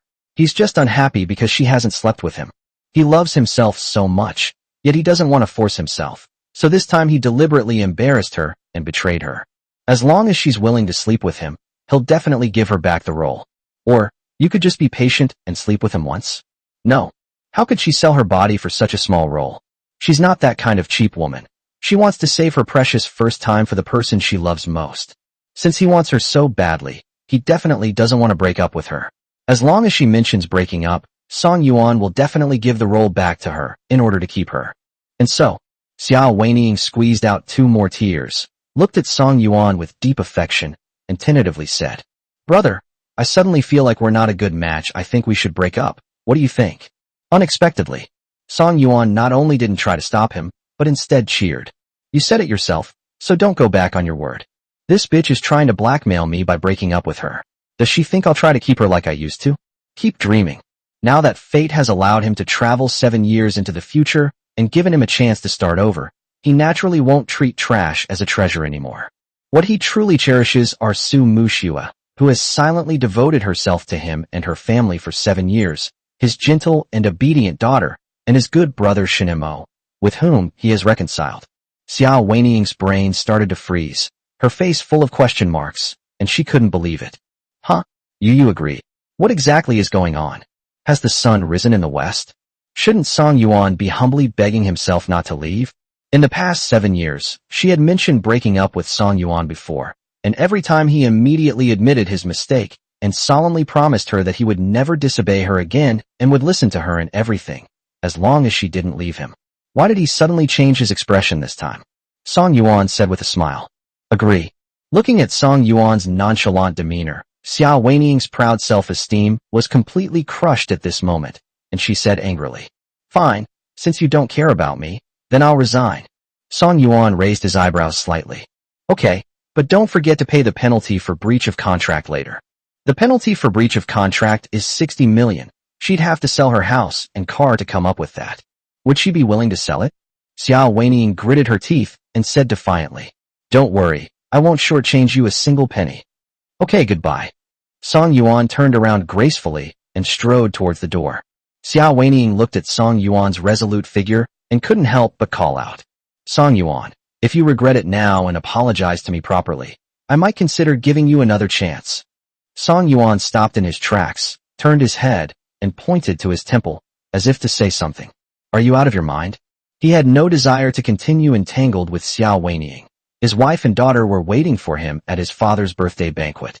Xiao Weiniang was a little confused and didn't quite understand what she meant. She only realized what had happened after Song Yuan left the hall. Song Yuan was just mocking her for being brainless and for being mentally unstable. Xiao Weiniang stomped her feet in anger and screamed in frustration. "Ah, how awful. So what if I didn't sleep with him? Is it really necessary? What right does he have to treat himself like this? Even though she hadn't slept with him all these years, didn't he have a wife? He could satisfy his physical needs. She wasn't without her own contributions. She had consistently provided emotional support to Song Yuan. She's been putting on a pure and innocent act in front of him all along, which must be exhausting. Shouldn't he spend some money to give her good resources? That bastard. How dare he play me like this?" After venting her anger, Xiao Weiniang went to the underground parking garage and got into her car. "Calm down slowly." She remembered that the termination fee was around 60 million. Sky. Where would she get 60 million? Would she have to sell her house and car? Chapter 47 Victim Guilt Theory. No, that won't work. She bought her villa on installments, so it's hard to sell. She also cherishes her car and loves it very much, so she can't sell it either. No, we absolutely cannot terminate the contract with Song Yuan. Think about it carefully. Song Yuan's resolute agreement to break up with me just now might have been a facade of magnanimity. He's been with me for so many years, and he's always gone along with me. He's never lost his temper with me. It's always me who's demanding things from him. Although I've given him emotional support, I've never let him touch me. This sudden outbreak is understandable. He definitely still has feelings for me. As for the idea of paying the penalty himself, he was probably just trying to scare himself. He didn't actually want her to leave. Thinking of this, Xiao Weiniang took a deep breath and slowly smiled. It's not a big problem. As long as Song Yuan has some time to calm down, he will definitely be unable to resist coming to beg for reconciliation. This time, she wouldn't forgive him easily. She wanted him to kneel down and apologize properly, and then offer her the role of the female lead in the legend of Yin Xiang. Song Yuan's father did not choose to hold his birthday banquet at a hotel. There was no grand celebration. Only close relatives and friends were notified, and the event was held at their own villa. On the main table in the living room, seeing that all his family members had arrived, but his son Song Yuan was nowhere to be seen, Song Weihua's face was extremely gloomy. Seeing her husband's bad expression, Qin Yun looked up at Su Muxue, who was turning to the side to help her granddaughter pick up food, and asked softly, "Muxue, when exactly is Xiao Yuan coming?" Su Muxue paused slightly in her chopsticks and responded with a smile. "Mom, he's already on his way, he'll be here soon," Song Weihua said with a dark face. "This is outrageous. What on earth is he busy with?" Su Muxue explained patiently. "His company's new drama just had its opening ceremony today." Song Weihua pressed for an answer. "The Legend of Yunxiang?" Su Muxue said frankly. "Right." Upon receiving Su Muxue's confirmation, Song Weihua became even more furious. He had accidentally come across the trailer for the show, and the female lead was still the same vixen Xiao Weiniang. It is said that Su Muxue invested in this production. Good lad. He actually used his daughter-in-law's money to support his mistress. He was a wise man all his life. How could he have such a shameless son? He made a promise to Su Muxue.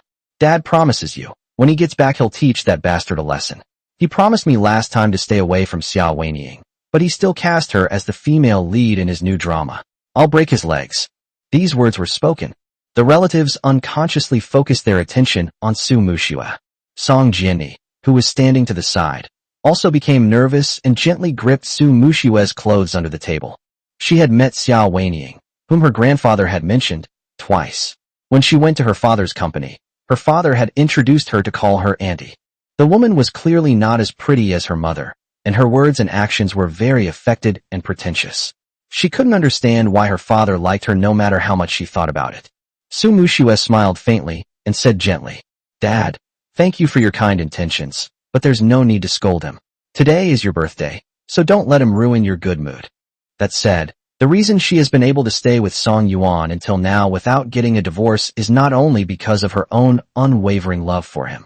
Also, because her parents-in-law treated her very well and did not protect Song Yuan. They always stood by her side. Su Muxue's words made Song Weihua feel even more that his son was not good enough for such a virtuous and filial daughter-in-law, which strengthened his determination to teach his son a lesson. Just as he was about to speak, he was interrupted by his niece, who hadn't said a word. Sister-in-law, is it really meaningful for you to always play the victim? Ask yourself honestly, in this marriage between you and my brother, do you have absolutely no problems? If you were truly a good wife, would my brother have cheated on you? If you were even half as gentle as Xiao Weiniang, my brother wouldn't want to divorce you. Everyone present knew that Su Muxue had used her unborn child to blackmail her brother into marriage.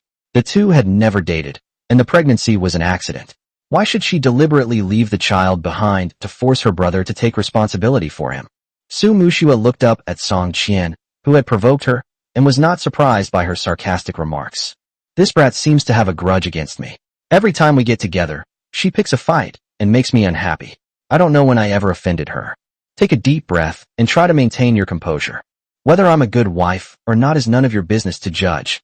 Despite appearing calm on the surface, her fragile self-esteem was deeply hurt by Song Qian.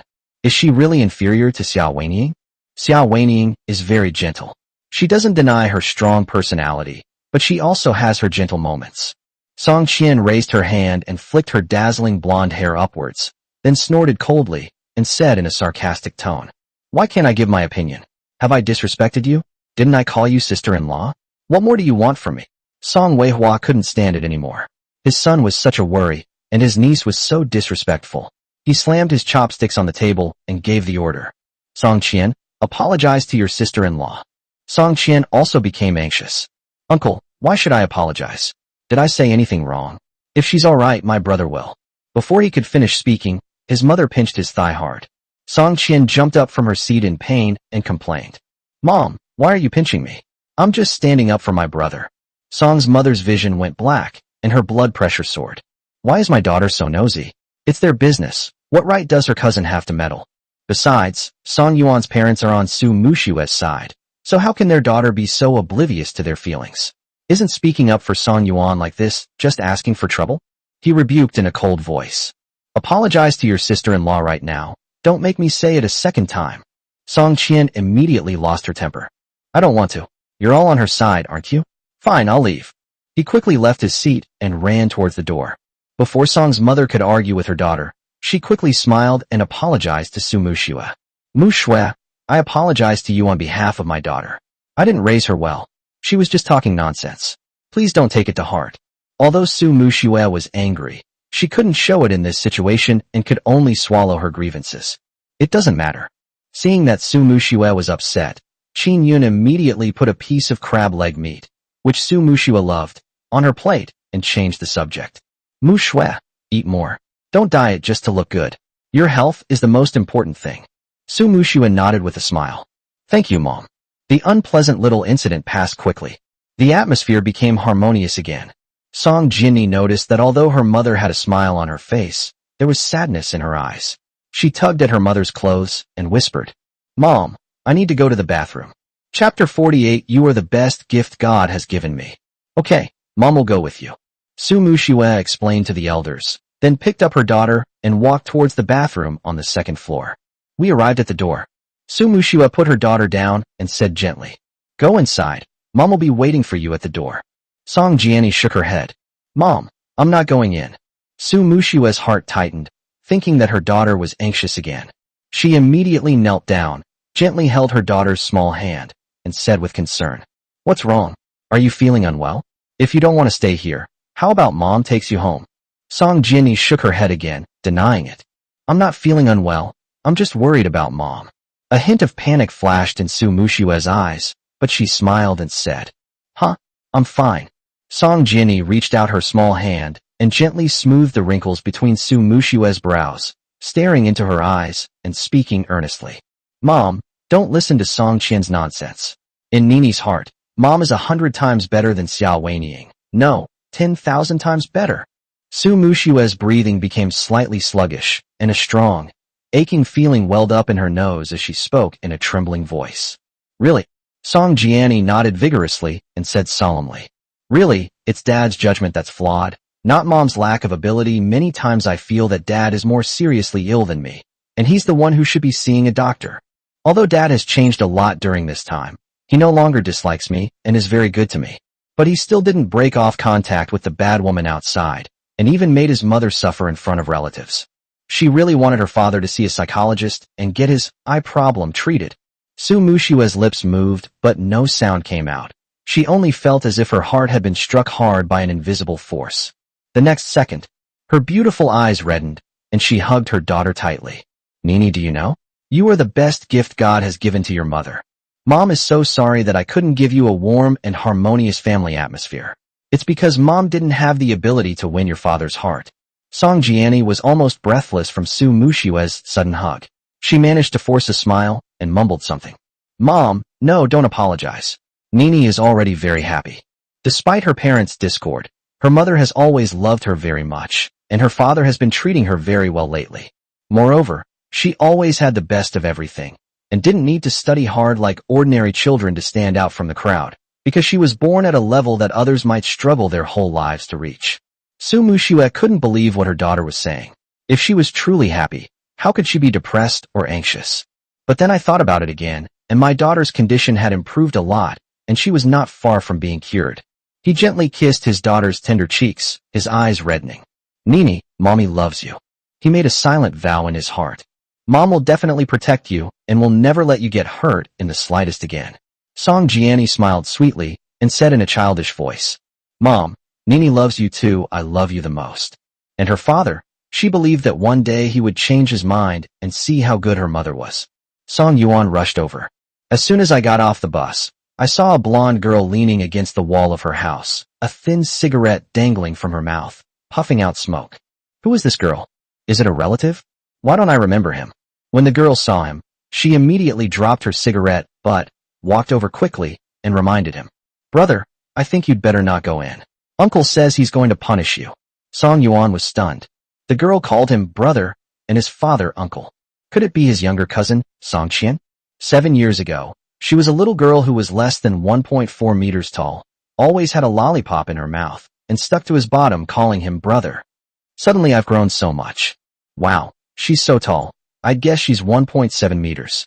She's wearing a cool tank top and denim shorts. Her legs are long and straight, and she's wearing platform high-heeled sandals. She had striking blonde hair, heavy makeup that was completely unsuitable for her, eyelashes so long they could poke someone, and green contact lenses. She was just smoking, wasn't she? Song Yuan's mind went blank, as if he had been struck by lightning. Damn it! Isn't this the epitome of a trendy young woman? Give him back the cute and well-behaved little sister he remembers. Song Yuan completely forgot what his sister had just told him and lectured her. Why are you dressed like this? Song Qian frowned slightly, surprised. What's wrong? Don't you like it? This is a very popular style lately, and you even said it looked good before. What's wrong with it? Honestly, strangeness. My brother seems a bit off today. I can't quite put my finger on what's wrong, but I feel like my eyes and overall demeanor have changed. Those eyes seemed much clearer and wiser than before. Song Yuan was stunned, and his anger grew even stronger. 7 years later, not only is my IQ questionable, and I was completely fooled by Xia Wenying, but my aesthetic sense is also off, and I actually think that the street fashionista looks good. This is absolutely outrageous. Never mind, I'll explain it to her properly when I have time later. He's already late and doesn't have time to dig deeper, so he asked in return. Why aren't you going inside? What are you doing standing outside? Song Qian's eyes darkened, and she said with a wronged expression. They don't welcome me, and I'm too lazy to go and join the fun. It's fine here, it's very cool. Song Yuan felt that it was normal for her family not to welcome her with her appearance. She should be a freshman in college at her age and still a student. Just saying it offhand. Then you can stay cool. I'm going inside. He walked past her and strode inside. Song Qian hurriedly grabbed his hand and said urgently, Wait, didn't I tell you? Your uncle is going to punish you. He said he'd break your legs. I think you should go back. Anyway, you didn't come to your uncle's birthday party last time. Now that I'm here, how can I possibly back down? Besides, his wife and daughter are still waiting for him. That said, although his younger sister had changed a lot and become the kind of spiritual sister he avoided like the plague, she still cared about him quite a bit. Song Qian let go of his hand and said angrily, Fine, I'm not going to bother with you anymore. Humph, you've taken my kindness for granted. Song Yuan smiled and gently patted her shoulder. Don't worry, I'll be fine. Every time his father got angry, he would threaten to break his legs, but his legs were always perfectly fine. Oh. Song Qian turned her face away and refused to look at him again. Song Yuan didn't say anything more. He walked quickly toward the door. He pushed open the door and went straight to the main table. Dad, I'm late. Song Weihua was furious when he saw Song Yuan and said sternly, You finally decided to come back? Why didn't you wait until the banquet was over? Chapter 49, My Annoying Cousin. Song Yuan sat down in the empty seat next to Su Muxue and said with a smile, Dad, don't be angry. I'm here now. I just couldn't get away. I drove here as soon as the opening ceremony was over, and I was speeding.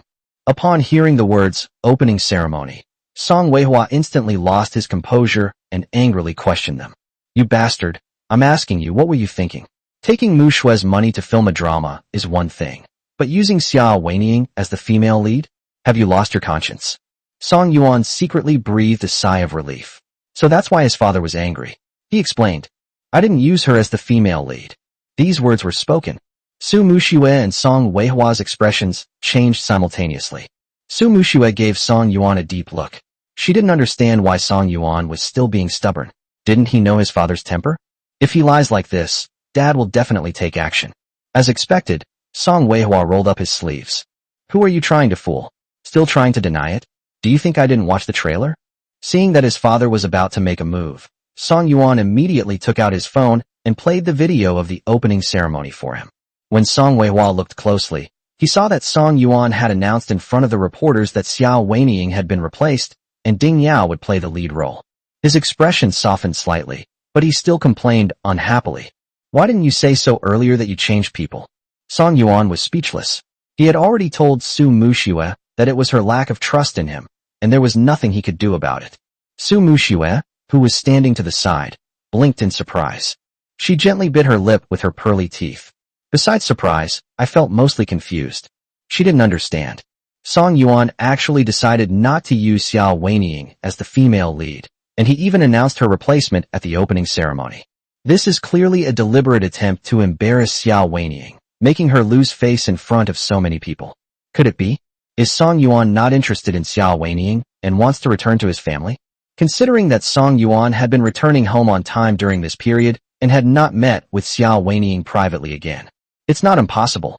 However, this conjecture only flashed through my mind for a moment. Perhaps the two just had a fight. Song Yuan had been pursuing Xia Weiniang since the first year of high school. How could he suddenly stop loving her? Qin Yun immediately stepped in to smooth things over for her son.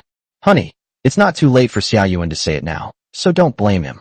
Song Weihua looked at Song Yuan deeply and then stopped making things difficult for him. Regardless, this can be considered the first step for the son to see the error of his ways. Saying too much might only make Song Yuan rebellious again. After the family finished eating, it was completely dark by then. Everyone left the villa one after another. Qin Yun gave instructions to Song Yuan, who was holding his granddaughter. Drive slowly and be careful. Song Yuan said with a smile. Okay, Mom, you can go back now. Don't see me off. Song Jiani, nestled in Qin Yun's arms, raised her little hand to say goodbye. Goodbye, Grandma. Qin Yun pinched Song Jiani's tender cheek reluctantly. Grandma will cook something delicious for you next time you come over. Qin Yun then looked at Su Muxue beside her and said gently, Muxue, if Xiao Yuan ever makes you suffer again, remember to tell Mom. Mom and Dad will definitely help you deal with him. Don't let yourself suffer, okay? Su Muxue felt a warmth in her heart, and a faint smile curved her lips. Mom, I understand. All right, Mom won't say any more. Let's go home now. Song Yuan, carrying his daughter, walked side by side with Su Muxue towards the door. We arrived at the main gate. Su Muxue's ankle was suddenly tripped by something, causing her to lean forward and fall to the ground with a thud. His knee made direct contact with the hard concrete, and he groaned in pain. Song Yuan immediately put down his daughter and hurriedly reached out to help Su Muxue. Honey, are you alright? How could you be so careless? Su Muxue grabbed Song Yuan's hand and struggled to stand up. Out of the corner of his eye, he saw Song Qian looking towards the station entrance, watching him with schadenfreude. In an instant, I realized why I had fallen. It turned out that she had secretly tripped herself. That brat. She was rude to me at the dinner table, which was one thing, I'm her sister-in-law after all, so I didn't bother arguing with her.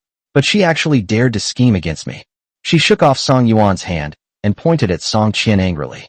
Are you out of your mind? I let you off the hook just now, and you think I'm easy to bully? Song Yuan, standing to the side, looked completely bewildered. What's going on? Why are Su Muxue and her sister so at odds? Has there been any misunderstanding between the two of them over the past 7 years? Did her younger sister secretly trip Su Muxue? Is this correct? What was the younger sister's motivation for doing this? How could two people who have almost no interaction except during holidays become enemies? Song Qian was not afraid at all and retorted without hesitation. It was your own fault for not walking carefully. What does it have to do with me? Su Muxue snorted coldly. She thought Song Qian would be brave enough to take responsibility for her actions, but she didn't expect her to be such a coward. You dare to do it, but not admit it, huh? Should I send you to the police station so you can remember it properly? Song Qian was even more disdainful. What? Are you going to call the police?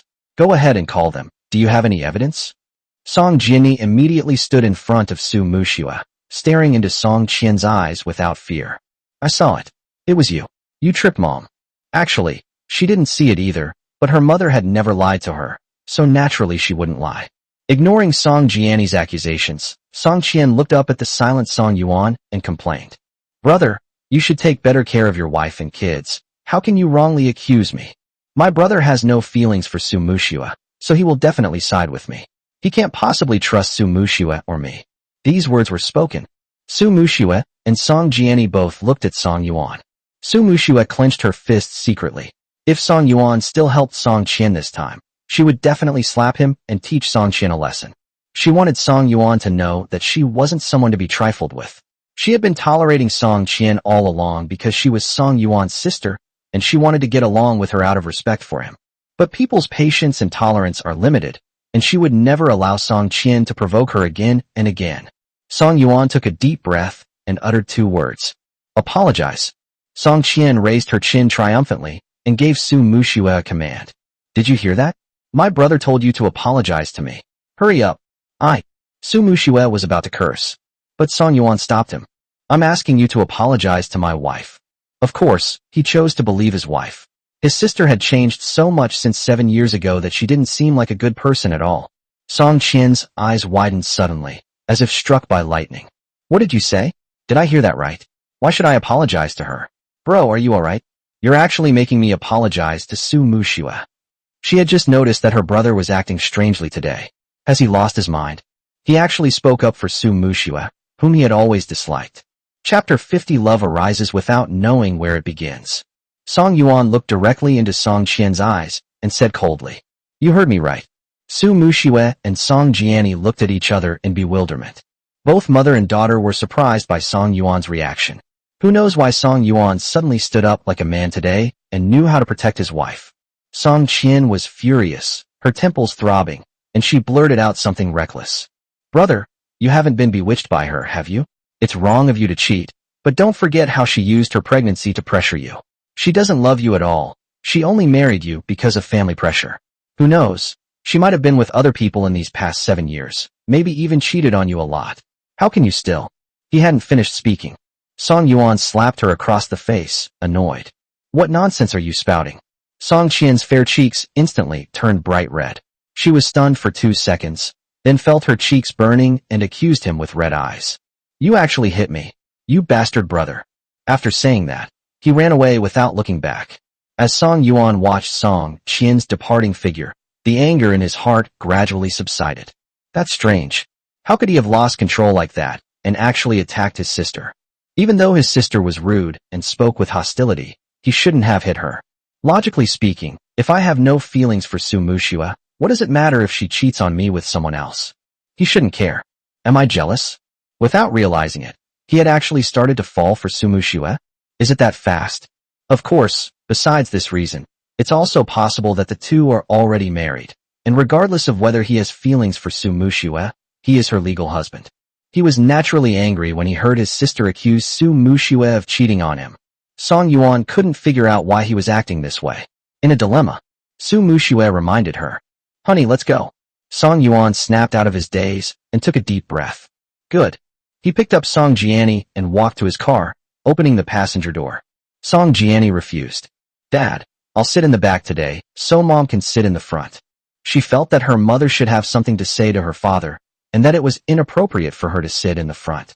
Without much thought, Song Yuan put his daughter in the back seat as she wished. Su Muxue sat in the passenger seat, silently lowered her head, and fastened her seatbelt. Song Yuan skillfully started the car. Su Muxue did have a lot to say to Song Yuan, but she didn't know how to start. Although her daughter was sitting in the back, she could still hear her talking, and she was afraid that she might accidentally start arguing with Song Yuan again. I could only turn my gaze to the window, looking at the neon-lit night scene outside, biting my lip, enduring it, and waiting to talk about it when I got home. The atmosphere suddenly became quiet. Song Yuan finally couldn't help but speak up.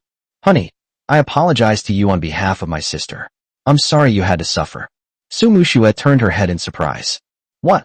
She was no longer angry or felt wronged. Song Yuan's slap had not only hit Song Qian's face, but also her heart. She had wanted to teach Song Qian a lesson for a long time, and since Song Yuan had taught her a lesson on her behalf, she naturally calmed down. Song Yuan turned his head, stared into her eyes, and said sincerely, "Sorry." Su Muxue avoided his eyes and said awkwardly, "It's okay, you already taught her a lesson for me." "Damn it. Don't be so good to her. She'll really fall for it and get used to his kindness." She was genuinely afraid that one day Song Yuan would revert to his old self. These days she's been thinking about why Song Yuan has changed so much towards her and her daughter. Besides the possibility that he wanted to gain more benefits from her to support Xiao Wenying, there is another possibility. He must have really lost his memory for his behavior to change so drastically. It would be terrible if he regained his memories one day. Song Yuan turned his head back to the highway, a slow smile spreading across his lips. It's better to say something than to say it. Su Muxue is really easy to coax. Although she is usually quite willful, she will turn into a little woman as long as you say some nice things to her. Neither of them initiated any further conversation. After arriving home safely, Song Yuan and Su Muxue coaxed their daughter to sleep. Then, the two of them went into the bedroom without saying a word and eagerly became entangled in each other. The two did not exchange a single word throughout the entire process. Much later, Song Yuan lay exhausted on the bed, squinting at the dark ceiling, seemingly lost in thought. Su Muxue nestled in his arms, her violently heaving chest gradually calming down, and said something inexplicable. "I wish you would never regain your memories." Song Yuan asked in confusion. "What's the meaning?" Su Muxue shook her head gently, her voice a little hoarse. "It doesn't mean anything." Although Song Yuan had tried his best to do foreplay, he would still accidentally hurt her. Although it hurt, he felt more pleasure than anything else. Song Yuan fell silent and gently stroked Su Muxue's soft, long hair. He has recently felt more and more that he doesn't understand Su Muxue well enough. Back in school, although the two had a lot of contact, it was only superficial and they didn't have any deep interaction. Although I've lived with her for the past few months since I transmigrated, I always feel that her heart is wrapped in many layers of leaves, making it completely unfathomable. He felt that she wasn't as strong as she seemed on the surface. She occasionally showed a gentle, feminine side. But what lay beneath that gentleness, he truly couldn't see through. Su Muxue gently drew circles on Song Yuan's palm with her fingers and asked again, "Do you wish to regain your memories?" Song Yuan smiled. "Do you want to hear the truth or a lie?" Su Muxue frowned unhappily. "Of course it's the truth." Song Yuan gently grasped her soft, boneless hand, intertwined their fingers, and said softly, "At first I thought about it, but now I think it's unnecessary." "Why?" Song Yuan was unwilling to admit that he had been completely fooled by Xiao Wenying for the past 7 years and had ruined everything, so he naturally did not want to mention the details. Life is good now. Those 7 years, just forget about them. Su Muxue's calm heart was stirred by waves of emotion, and she closed her eyes contentedly. Then don't remember it. Before long, Su Muxue drifted off to sleep. Song Yuan listened to her even breathing, but he was not sleepy at all.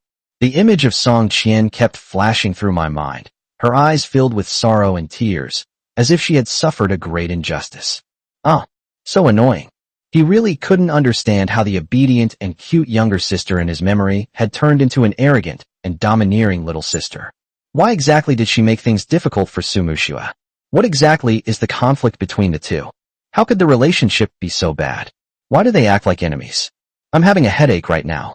My phone vibrated beside my pillow. Song Yuan touched his phone, swiped his index finger to unlock it, and opened WeChat.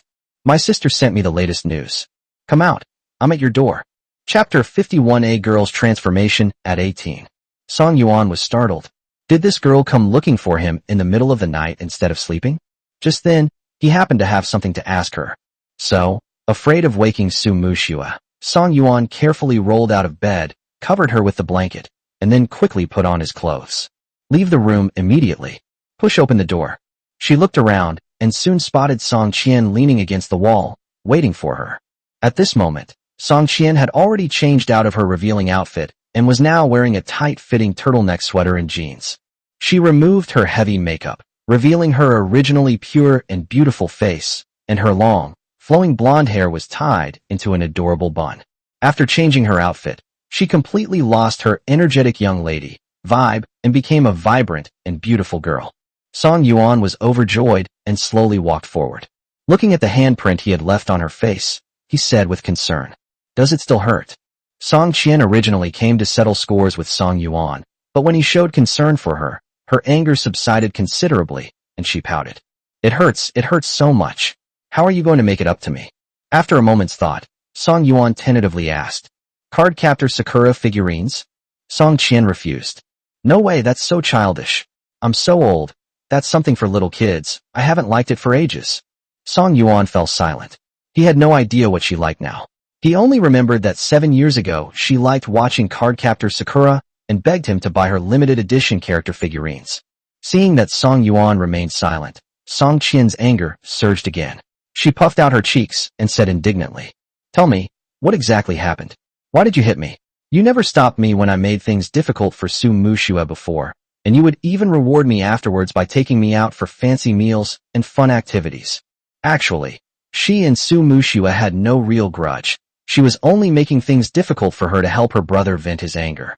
Her brother always told her how bad Su Muxue was, how she clung to him and refused to divorce him, thus delaying his search for true love.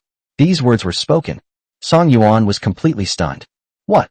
So it turns out that the younger sister was making things difficult for the wife in order to please him and get a reward from him? It turns out that the two of them were so antagonistic because of their own actions. Is this even possible? He knew he had been a beast in the past, but he never imagined he had been this beastly, allowing his sister to bully his wife. Song Yuan took a deep breath and said awkwardly, "Qian, I don't want to divorce your sister-in-law anymore." Song Qian was also shocked by her brother's words and asked in confusion, "Huh? Why? Didn't you say before that you were so annoyed with her that you wished she would just disappear from the world?" Song Yuan forced himself to make amends. "I know it's sudden, but it's true. Xiao Weiniang and I have broken up. I want to go back to my family. I'm sorry I didn't tell you sooner." Song Qian shook her head, complaining with a wronged expression. "No, I won't accept that reason. My parents have never hit me. You've really broken my heart. I will never forgive you." Song Yuan stepped forward, put his face in front of Song Qian, and said in a serious tone, "Then slap me too. No, slap me as many times as you want, as long as it makes you feel better." Song Yuan suddenly leaned closer, and Song Qian unconsciously took a step back and swallowed.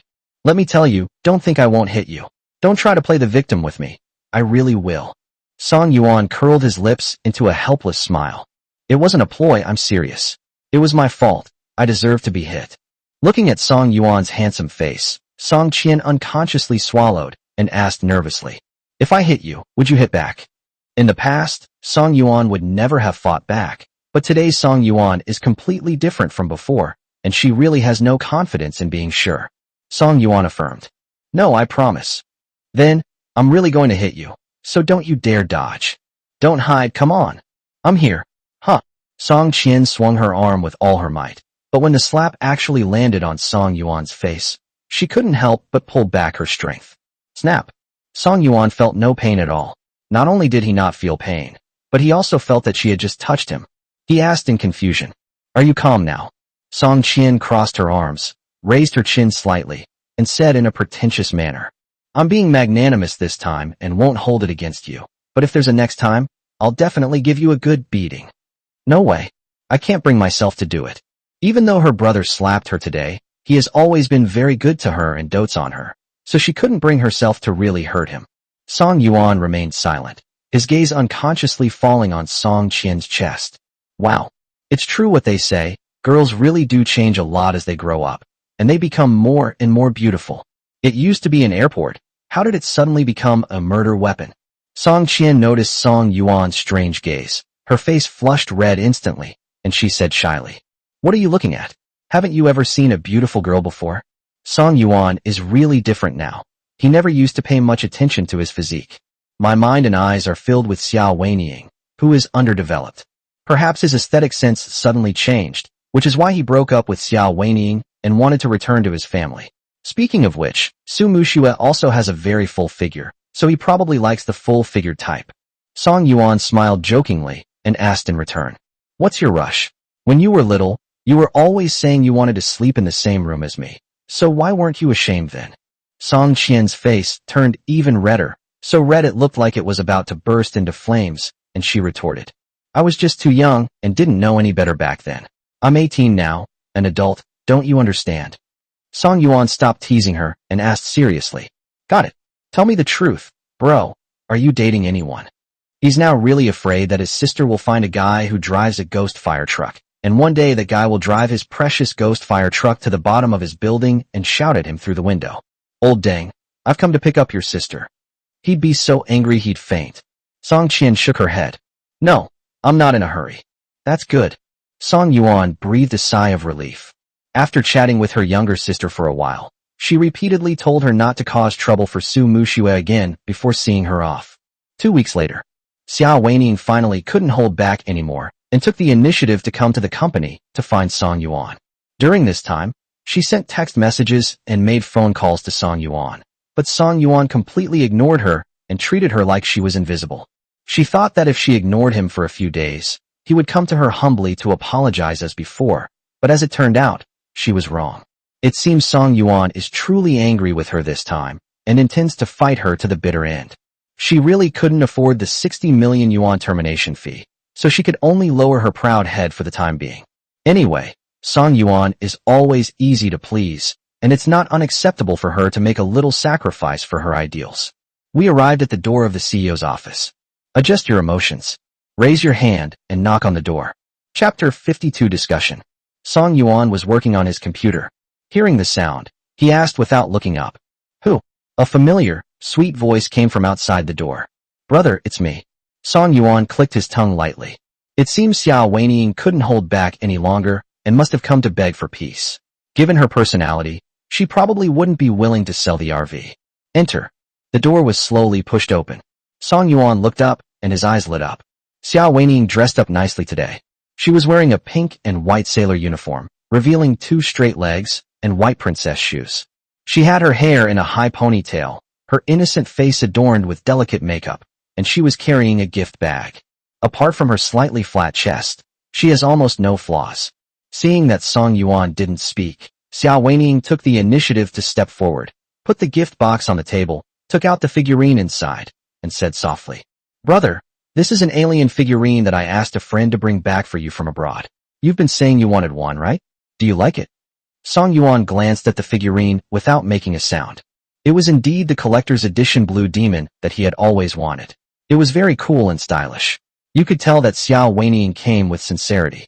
This figure was indeed very hard to buy. However, a single figurine cannot undo the harm Xiao Wenying has caused him over the years.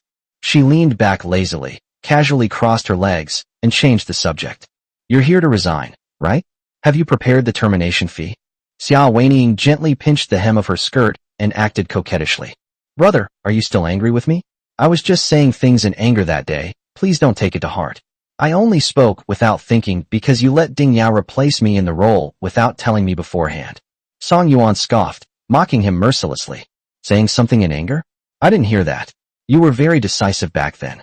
Xiao Wenying had mentally prepared herself before coming, determined to appease Song Yuan and salvage the relationship for the sake of her dream. But faced with Song Yuan's sarcastic remarks and condescending attitude, she couldn't help but get angry. She went to great lengths to buy him figurines, lowering herself so much to try and make peace. "It's one thing that he won't give me a way out. How dare you speak to yourself in such a tone? What gives him the right? Who gave him that confidence? How could he forget his place? He was just an obedient dog by his side." He said arrogantly, "Song Yuan, have you forgotten how you pursued me back then? You swore that you would unconditionally support my dreams and pamper, cherish, and love me for the rest of your life. Breaking an oath is punishable by divine retribution. These words were spoken. Song Yuan suddenly burst into a nervous laugh, as if he had heard the biggest joke in the world. Ha! Xiao Weining felt a chill run down her spine from Song Yuan's inexplicable laughter, which made her even more furious. Why are you laughing? Song Yuan suppressed his smile. I laugh at your naivety. Xiao Weining looked puzzled. What's the meaning? How strange, what is he laughing at? Song Yuan said in a deep voice. If vows could really come true, no one would actually make vows. If oaths could come true, all men would have died long ago. When a man likes a woman, especially in bed, he is easily led astray and makes promises he doesn't mean. They spout nonsense like saying they'll only love you for the rest of their lives, and that they'd save you first if you and my mom fell into the water. In fact, no one can truly guarantee that they can love only one person wholeheartedly for their entire life. After all, life is unpredictable and people's hearts are hard to fathom. Even if you don't change your mind, you can't guarantee that the other person won't. Even if neither of them changes their mind, it's hard to guarantee that the trivialities of life and the pressures of the external environment won't unconsciously change their original intentions. Looking into Song Yuan's cold yet wise eyes, Xiao Weining's heart suddenly clenched, and her mind went blank. Is this still the Song Yuan she knows? He suddenly seems like a completely different person. He wasn't like this before. He was always sunny and warm. No matter how willful or temperamental I was, his eyes would always be full of love and doting affection when he looked at me. How can people be so cold-hearted and so clear-headed now? He said in a trembling voice. So, are you planning to renege on your debt? Were you lying to me about everything you said? Impossible, absolutely impossible. He's loved me for so many years. How could he just stop loving me like that? Is he doing this on purpose to make me angry? Song Yuan was too lazy to explain. Think what you want. As he spoke, he picked up the coffee on the table and leisurely began to drink it.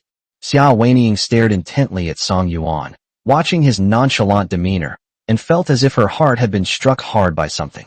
It wasn't painful, but it was very uncomfortable. My chest feels tight, and I feel like I can't breathe.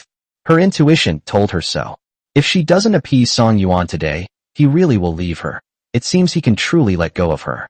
No, she absolutely would not allow such a thing to happen. Although she did not love Song Yuan, she could not lose his support and help. She was determined to realize her dream of becoming a movie queen, to make everyone like her, and to prove to her mother that she was excellent and deserved to be loved. And so, the face changed in the blink of an eye. She reverted to her usual gentle and innocent self, letting tears well up in her eyes as she gazed affectionately at Song Yuan, looking pitiful. Brother, please don't be like this, okay? It's my fault. I apologize, okay? Let's make up. The reason I said those harsh words is because I like you. I love you.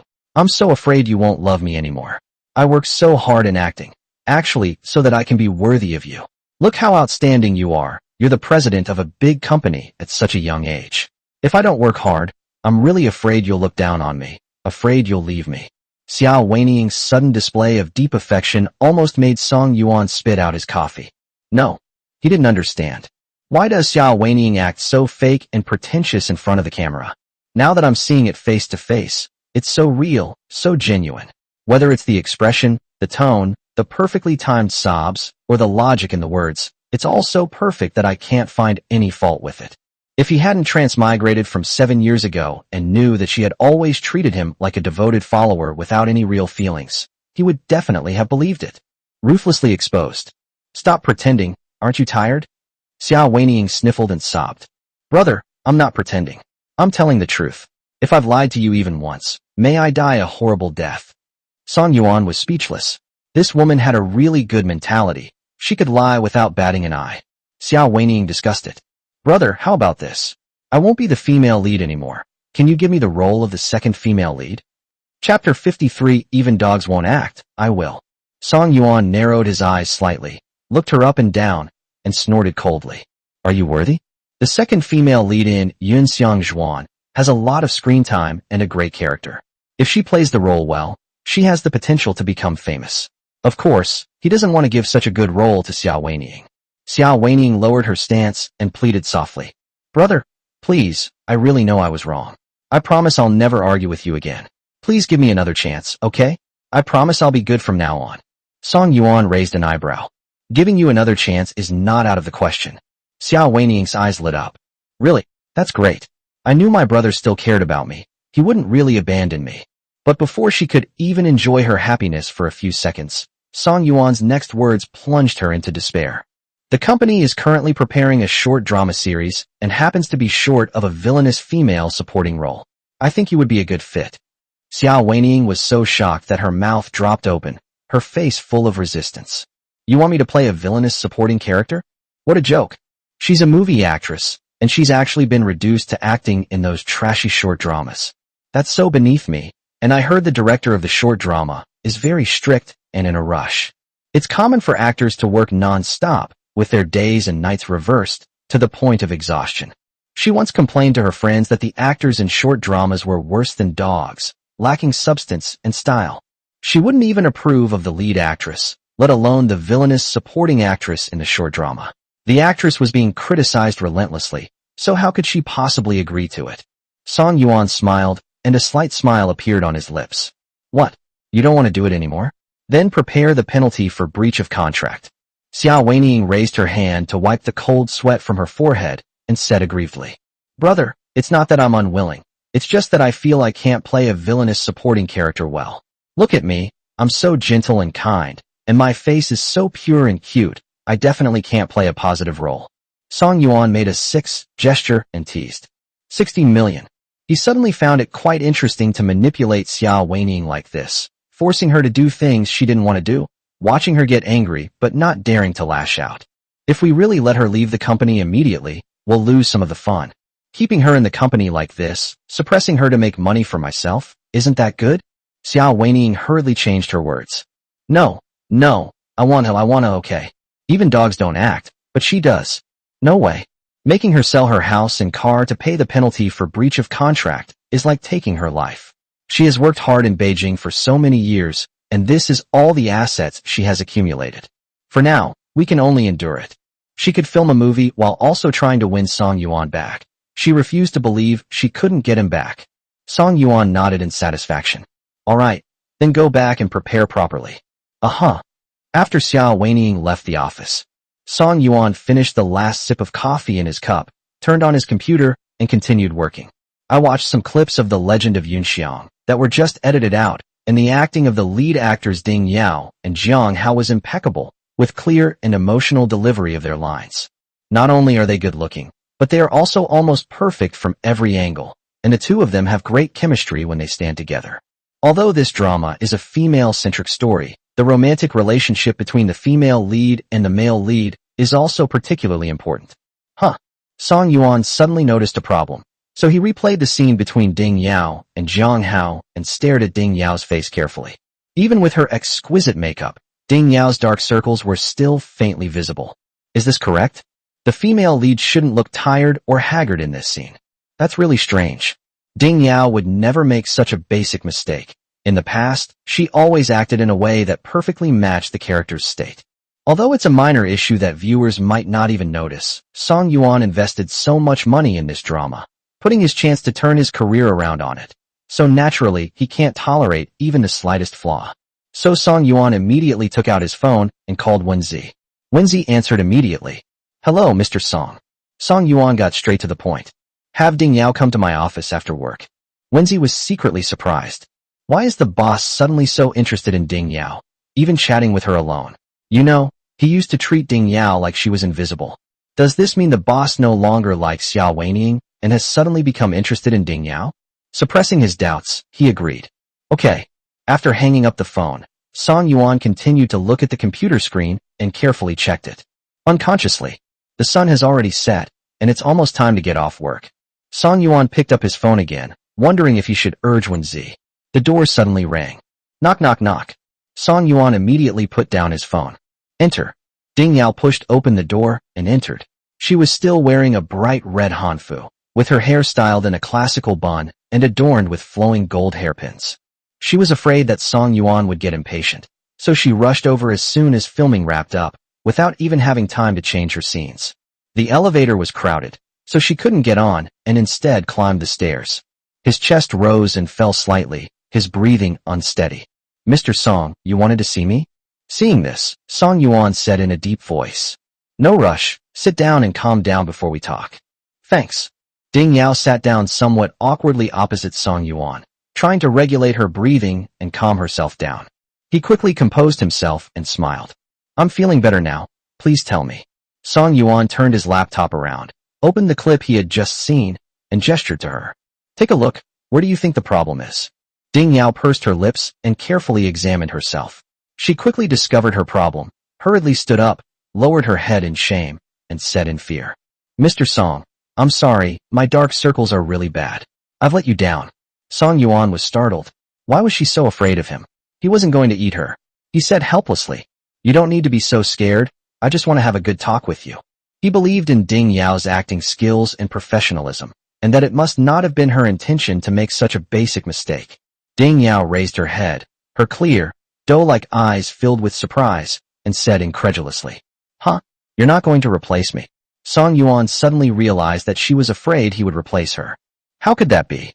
Once I've decided you're the female lead, I won't change my mind easily. Hearing this, Ding Yao's tense nerves suddenly relaxed, but she still refused to sit down. No matter what the boss's attitude was, she had made a mistake after all. Song Yuan changed the subject and asked, Have you been not getting enough rest lately? Are you under too much stress? Upon hearing this, a warm feeling welled up in Ding Yao's heart. She did something wrong. Not only did President Song not blame her, he also cared about her.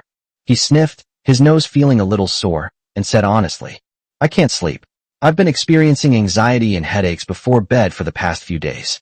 I'm afraid I'll make mistakes while filming during the day, and I'm afraid I'll ruin this hard-won opportunity.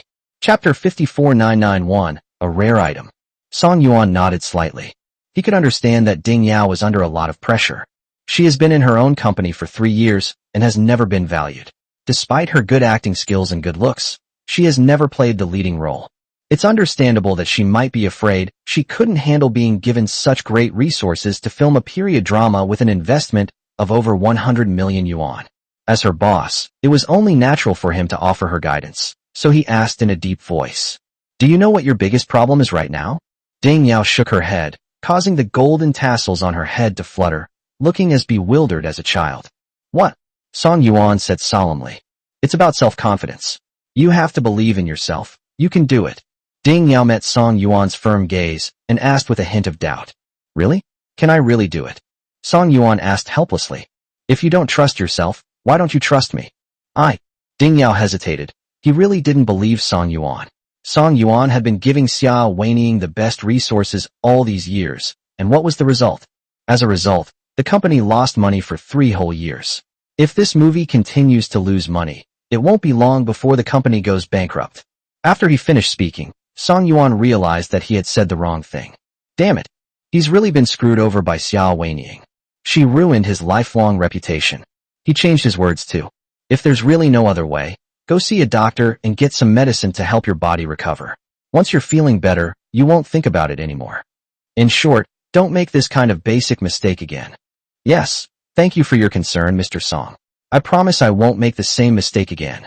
As Ding Yao spoke, she caught a glimpse of the collector's edition alien blue demon figurine on the corner of the table, and her beautiful eyes instantly sparkled with tiny stars. Wow. I never expected that Mr. Song would share the same hobby as me. He likes watching Alien. This figurine. So cool. So realistic. The level of accuracy is absolutely perfect, 99% accurate, a rare find. Song Yuan keenly noticed Ding Yao's expression and casually remarked, Do you like it? Ding Yao nodded vigorously. I love it.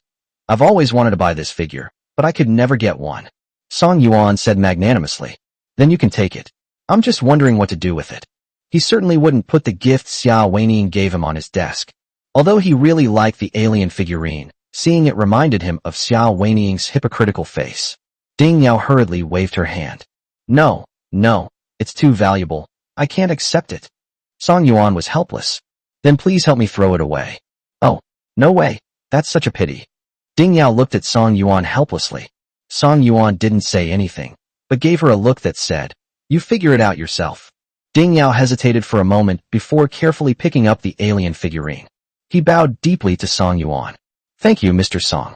I will definitely work hard. Song Yuan suppressed his laughter, trying hard not to laugh out loud. What happened? This woman doesn't seem like someone who's been in the entertainment industry for 5 or 6 years. She seems more like a college student who hasn't quite grown up yet. Alright, go back now, I'm off work too. Okay, goodbye Mr. Song. Carrot. The Su family villa. Song Yuan pushed open the study door and quickly walked towards Su Muxue, who was sitting on the sofa applying a face mask, and reminded her. Mom, I've finished my consultation. Uncle Su wants you to come over for a moment. Su Muxue immediately peeled off the milk mask from her face, casually threw it into the trash can at her feet, and stood up. Okay, go back to your room and get some rest. Good. Song Yuan picked up the rabbit plush toy from the sofa and quickly walked towards the bedroom on the second floor. Su Muxue didn't rush to the study. Instead, she went to the bathroom to wash her face thoroughly, making sure to remove all the sticky essence from the face mask before opening the study door. Su Juanza looked up at Su Muxue, a look of amazement flashing in his eyes.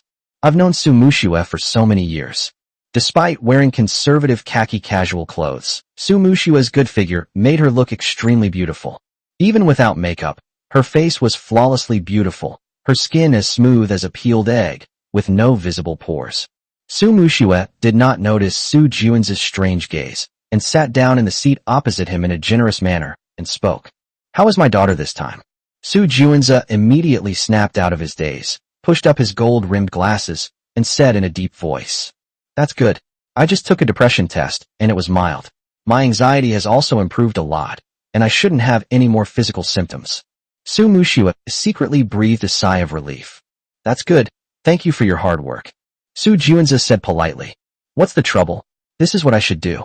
You've already contributed money, and besides, we're old classmates. Two different things. As Su Muxue spoke, she opened the desk drawer, took out a thick envelope, and handed it to him. Su Juanza asked in surprise. What are you doing? She has already paid her own salary. Su Muxue said earnestly. That's the rule, you know what I mean. She didn't want to owe anyone favors, so naturally she had to give Su Juanza a red envelope. Su Juanza sensed Su Muxue's estrangement and distance from him, as well as the unintentional air of superiority she exuded when taking money. I felt a vague sense of unease. It's not discomfort. I'm unhappy. It's not that I'm unhappy. To be precise, it was a deep sense of frustration. He had worked so hard for so long, doing his best to treat her daughter, without being in a hurry to win her love. He just wanted her to have a little bit of affection for him, even if it was just a tiny bit. In the end, there was nothing at all. I still treated him as an ordinary friend, not important enough to be summoned and dismissed at will. Of course, he kept all these surging emotions hidden in his heart. His throat, which was inflamed from a cold, started to hurt, and he couldn't help but cough. Ahem, no need. You know I'm not short of money. Su Muxue raised an eyebrow. Oh, that's true. But as you know, I don't like owing favors to others. I won't feel at ease if you don't accept the money. Su Juanza's narrow eyes dimmed rapidly, and his tone revealed a deep sadness. I never worry about money. Su Muxue was startled by Su Juanza's sudden change of expression. What's going on? Why did he suddenly become so sentimental?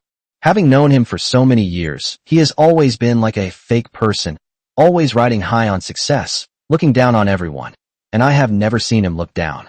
He asked in confusion. What's wrong with you? Su Juanza avoided her gaze, his eyelashes drooping, and said dejectedly. I'm heartbroken. Su Muxue asked in surprise. You got dumped. Chapter 55 The Dog Spreading Wolf. This shouldn't be happening. I saw his girlfriend at the hospital last time. How could his girlfriend, who was so submissive to him, possibly dump him? Su Juanza looked up at Su Muxue and saw her puzzled expression, so he gave a bitter smile. What? You think someone like me can't get dumped? I have no reason to lie to you about something like this. Su Muxue said awkwardly. It's not that I don't believe it, it's just that I'm a little surprised. He secretly complained to himself. You didn't have to lie to me, but you also didn't have to tell me this kind of thing. Did you expect me to comfort you? Are you kidding me? We're just ordinary friends, the kind you can easily ignore. Your sadness or distress has absolutely nothing to do with me. Seeing that Su Muxue showed no concern or sympathy for him, Su Juanza felt even more frustrated. Damn it. Are you kidding me? He's acted so pitiful in front of her. How can she still be unmoved? Although he wasn't actually heartbroken or dumped by Anya, his performance just now was impeccable, and she would never notice anything amiss. Since she still wasn't willing to care about him, he had no choice but to take the initiative.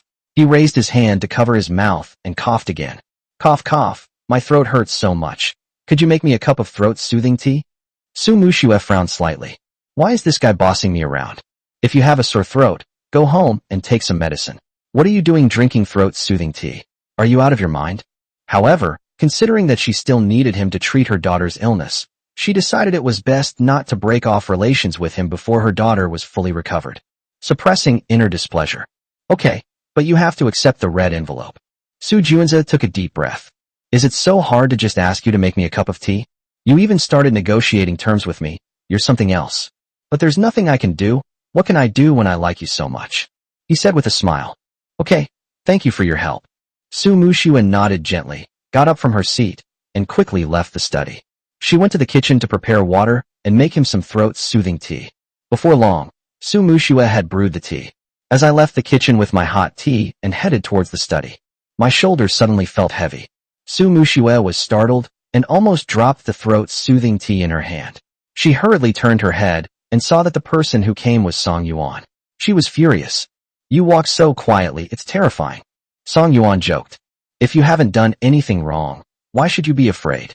As soon as he entered the room, he saw a pair of men's leather shoes on the shoe rack, which, unsurprisingly, belonged to someone surnamed Su. He knew that Su Juanza would come over 3 or 4 times a month to give Nini psychological therapy. Even if she was unhappy, there was nothing he could do. He had found several new doctors, but Nini didn't adapt to any of them. Why did Su Muxue specially brew tea for Su Juanza? Why doesn't she use a nanny to cook? She wants to do it herself. We didn't use him for free. We gave him a considerable reward, didn't we? Su Muxue was even more displeased and retorted. What wrong have I done? These are 2 different things, okay? As he spoke, he pushed open the study door and reached out to hand the tea to Su Juanza, but Song Yuan snatched it away. Song Yuan tilted his head back and drank it in large gulps. Su Muxue. Huh. Is he thirsty? Hasn't he always disliked drinking hot beverages? How could you drink it all in one go? What exactly is going on? Upon seeing this, Su Juanza's face darkened instantly. That bastard. He finally managed to trick Su Muxue into making him some throat-soothing tea, and Song Yuan just drank it all. He did it on purpose. He absolutely did it on purpose. Song Yuan finished his tea in one gulp, ignoring Su Juanza's face, which was turning green with anger. He then pulled Su Muxue into his arms and kissed her fair cheek hard. My wife's tea is really delicious. Su Muxue's eyes widened, and she froze on the spot, unable to move. Is Song Yuan all right? Has he lost his mind? Who are you putting on this act for? Should we show it to Su Juanza? Did he still think Su Juanza liked him? Didn't he already meet Su Juanza's girlfriend last time? He doesn't need to be so sensitive, and it's so childish of him to provoke others in this way. How embarrassing. Su Juanza was stung by this scene, and his defenses crumbled. That bastard Song Yuan wasn't satisfied with just drinking my tea. He even started showing off his affection in front of me. He really couldn't understand it. Didn't Song Yuan have no feelings for Su Muxue and keep cheating on her with Xiaoweinian? Could it be? He simply dislikes me, so he's putting on a show for me. Brute. He actually used Su Muxue as a tool to get revenge on me just to spite me. Su Muxue must have been blind to have fallen for him. Su Juanza tried to compose himself and greeted him in a nonchalant manner. Mr. Song, it's been a long time. Song Yuan hugged Su Muxue tightly, raising his eyebrows slightly. We met last week. Su Juanza's lips twitched slightly. This brat's mouth was still as sharp as ever, and his ability to roast people had only increased. Since that's the case, he couldn't afford to be outdone, so he offered a reminder. That cup of tea was specially brewed for me by Muxue. How could you drink it all in one go without even asking? Song Yuan cursed inwardly. You little brat, you're not happy now? Come on up here. What right do you have to drink the tea my wife brewed herself? Despite the turmoil within him, he calmly looked down at Su Muxue in his arms and asked softly. Is that so? Su Muxue was about to say that she had specially made it for him. But Song Yuan's hand on her waist suddenly tightened, and a dangerous glint flashed in his calm eyes, as if he would devour her if she didn't cooperate with him. He hurriedly changed his words.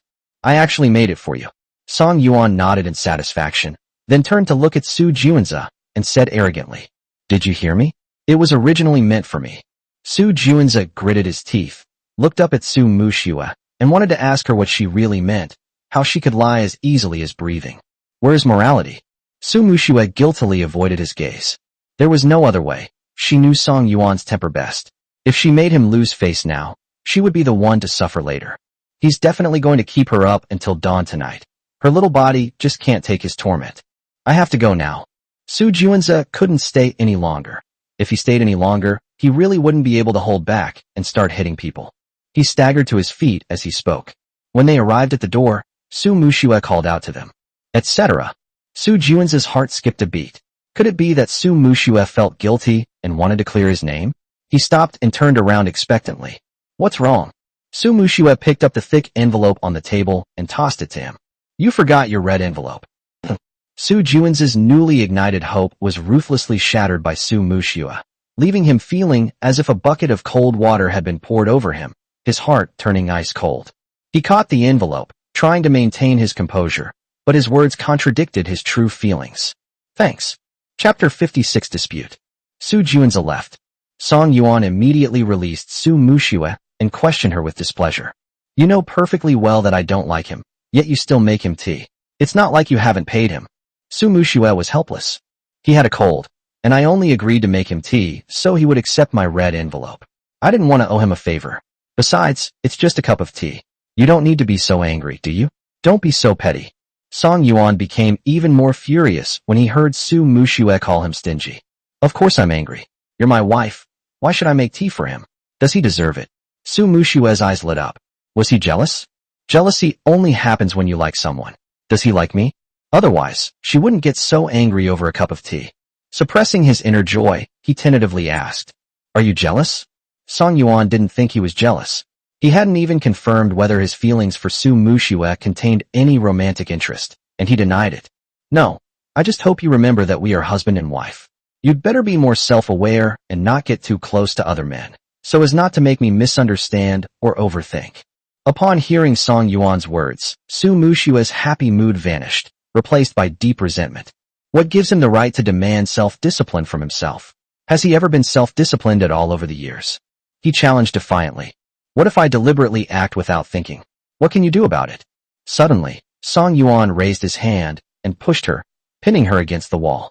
His well-defined knuckles gripped her chin tightly as he stared into her eyes and warned her.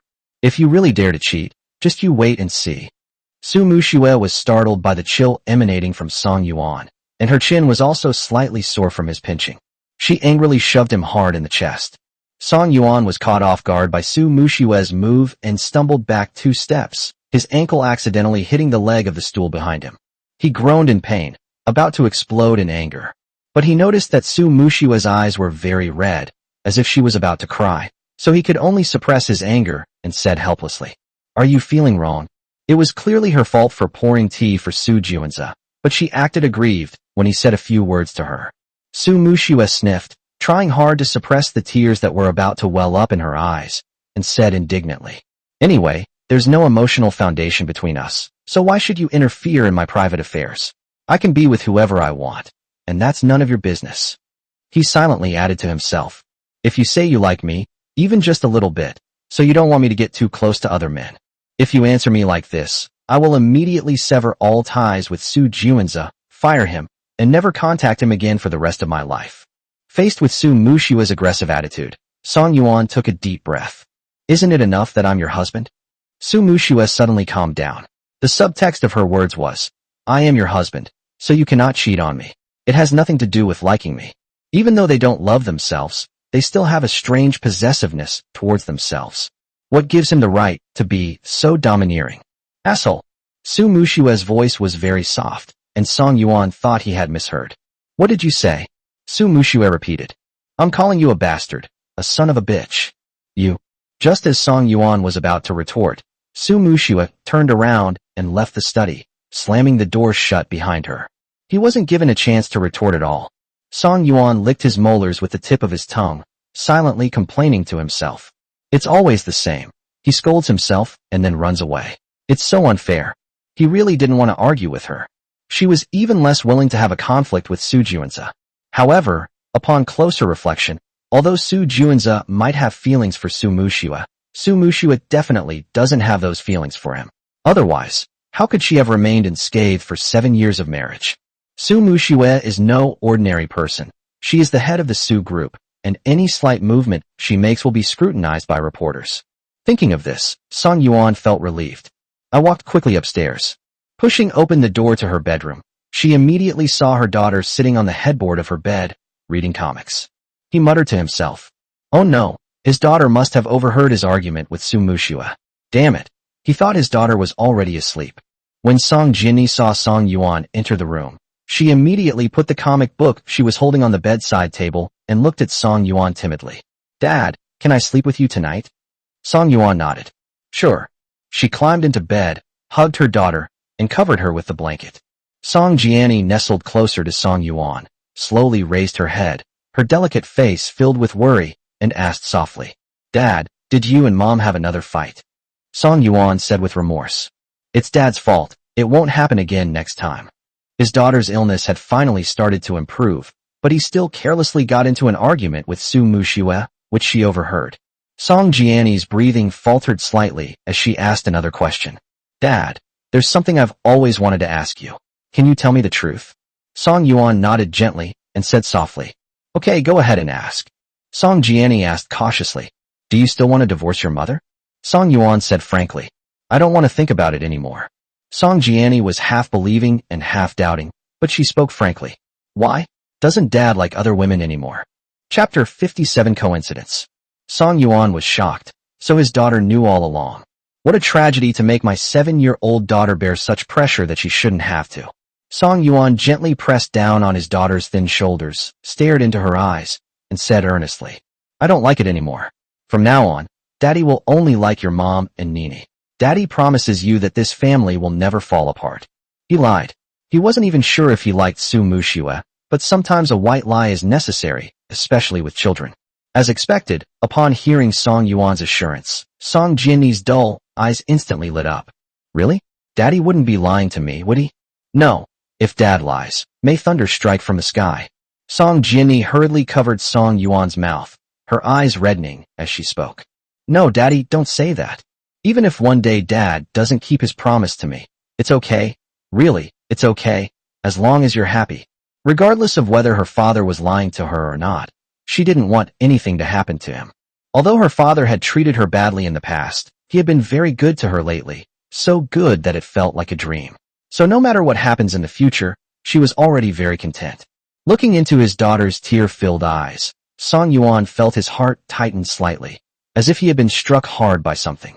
He then couldn't help but hug his daughter tightly, and his eyes involuntarily began to well up with tears. Nini, do you know that you are the best gift God has given to your father? He remembered that when he first transmigrated, Nini looked at him as if she had seen a ghost and was terrified. Later, he asked the nanny in detail what he had done to his daughter in the past 7 years. The nanny said that he would punish his daughter for all sorts of strange reasons. No matter what she did, it was wrong. He would hit her hands with a ruler or lock her in her room to make her reflect on her actions alone, without giving her water or food. Although he had been trying his best to make up for it to her over the past few months, he was also mentally prepared that if she continued to reject him and refuse to acknowledge him as an unfit father, he would have no complaints. Unexpectedly, his daughter not only stopped blaming him, but also considered his needs in every way. A pure and kind little angel. Yes, that's a very apt description of his daughter. She is the most precious gift God has given him. Song Jianni nestled in Song Yuan's arms and blinked. What Dad said sounds so familiar. I feel like I've heard that name somewhere before. Oh right, my mother said the same thing to me. So happy. My parents love me very much and say that I am the best gift God has given them. Song Jianni closed her eyes contentedly. She thought she would definitely get a good night's sleep today, that she would definitely not have any more nightmares, and that she would definitely sleep soundly until dawn. The next day, Song Yuan and his daughter got up early. After washing up, Su Muxue had not yet come downstairs. Song Yuan then told his daughter to eat first, and went to call Su Muxue downstairs. When he arrived at the door, Song Yuan raised his hand and knocked. Honey, get up and eat. Hearing the noise, Su Muxue, who was nestled in the quilt, felt a splitting headache and said irritably, I'm not eating anymore. I want to sleep. Leave me alone. She tossed and turned all night and couldn't fall asleep until almost dawn. Now she's incredibly tired, and although she's hungry and her stomach is aching terribly, she still doesn't want to get up to eat. Song Yuan reminded him, You have a bad stomach. Get up now. Don't sleep. Su Muxue became even more anxious. Leave me alone. Don't make me repeat myself. Seeing this, Song Yuan didn't urge her any further. Her voice sounded off. It was very hoarse, indicating that she hadn't slept well. So I quickly went downstairs. After Song Yuan walked away, Su Muxue could no longer fall asleep. Her stomach started to hurt terribly, and her body involuntarily curled up like a boiled shrimp, her hands tightly covering her stomach. She started groaning in discomfort. Ugh, so annoying. I want to sleep, but I also want to eat. I wanted to go downstairs to eat, but my back hurts so much I can't straighten up. Just as Su Muxue was struggling with her decision, there was another knock on the door. Song Yuan's gentle voice came from outside the door. Honey, I brought you breakfast. Would you like some? Can you open the door? Su Muxue was stunned for a moment, then blinked incredulously. Did she mishear?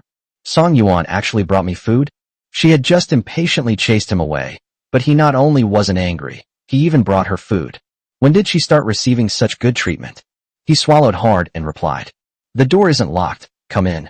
When Song Yuan pushed open the door, he was indeed carrying a tray with his favorite sandwiches and hot milk on it.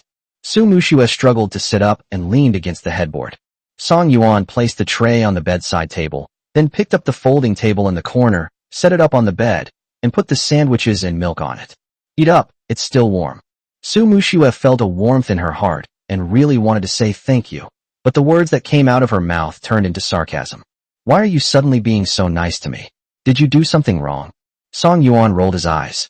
He had lowered himself to serve her well, and instead of thanking him, she mocked him in such a sarcastic way.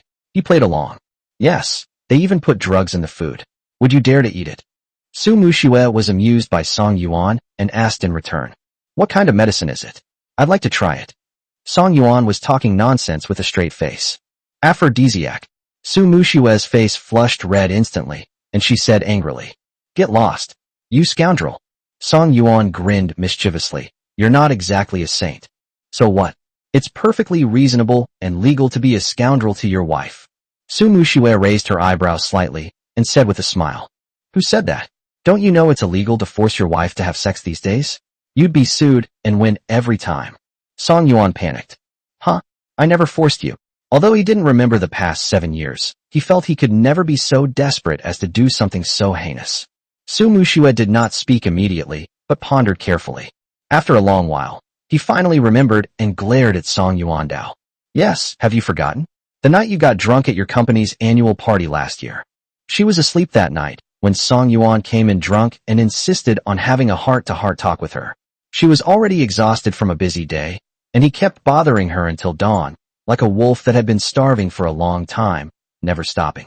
Song Yuan was shocked and panicked. What? Impossible, absolutely impossible. Let me tell you, don't try to slander me while I have amnesia. Be careful, or I'll sue you for defamation. Su Muxue also became anxious and said excitedly, why would I need to lie to you? It's precisely because you don't remember that I need to remind you. Song Yuan took a deep breath, feeling that what Su Muxue said made no sense, but he still refused to believe that he would do such a despicable thing, and asked in return. Okay, even if what you're saying is true, why didn't you call the police back then? Su Muxue almost fainted from embarrassment and anger. You may be shameless, but I still have a sense of shame. If she had called the police then, she would definitely have made headlines and become a laughingstock the next day. Besides, although Song Yuan forced her, her reason told her she should resist, but her body betrayed her and did not resist him. That's how women are. Once they fall in love with a man, they won't physically resist him. Even though it hurt a lot, the pain was accompanied by a strong sense of pleasure. So how could she possibly call the police?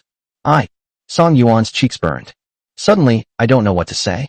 At that moment, he really wanted to find a crack in the ground to crawl into. He had actually done something so shameful. Su Muxue angrily pointed towards the door. Get out, I'm going to eat.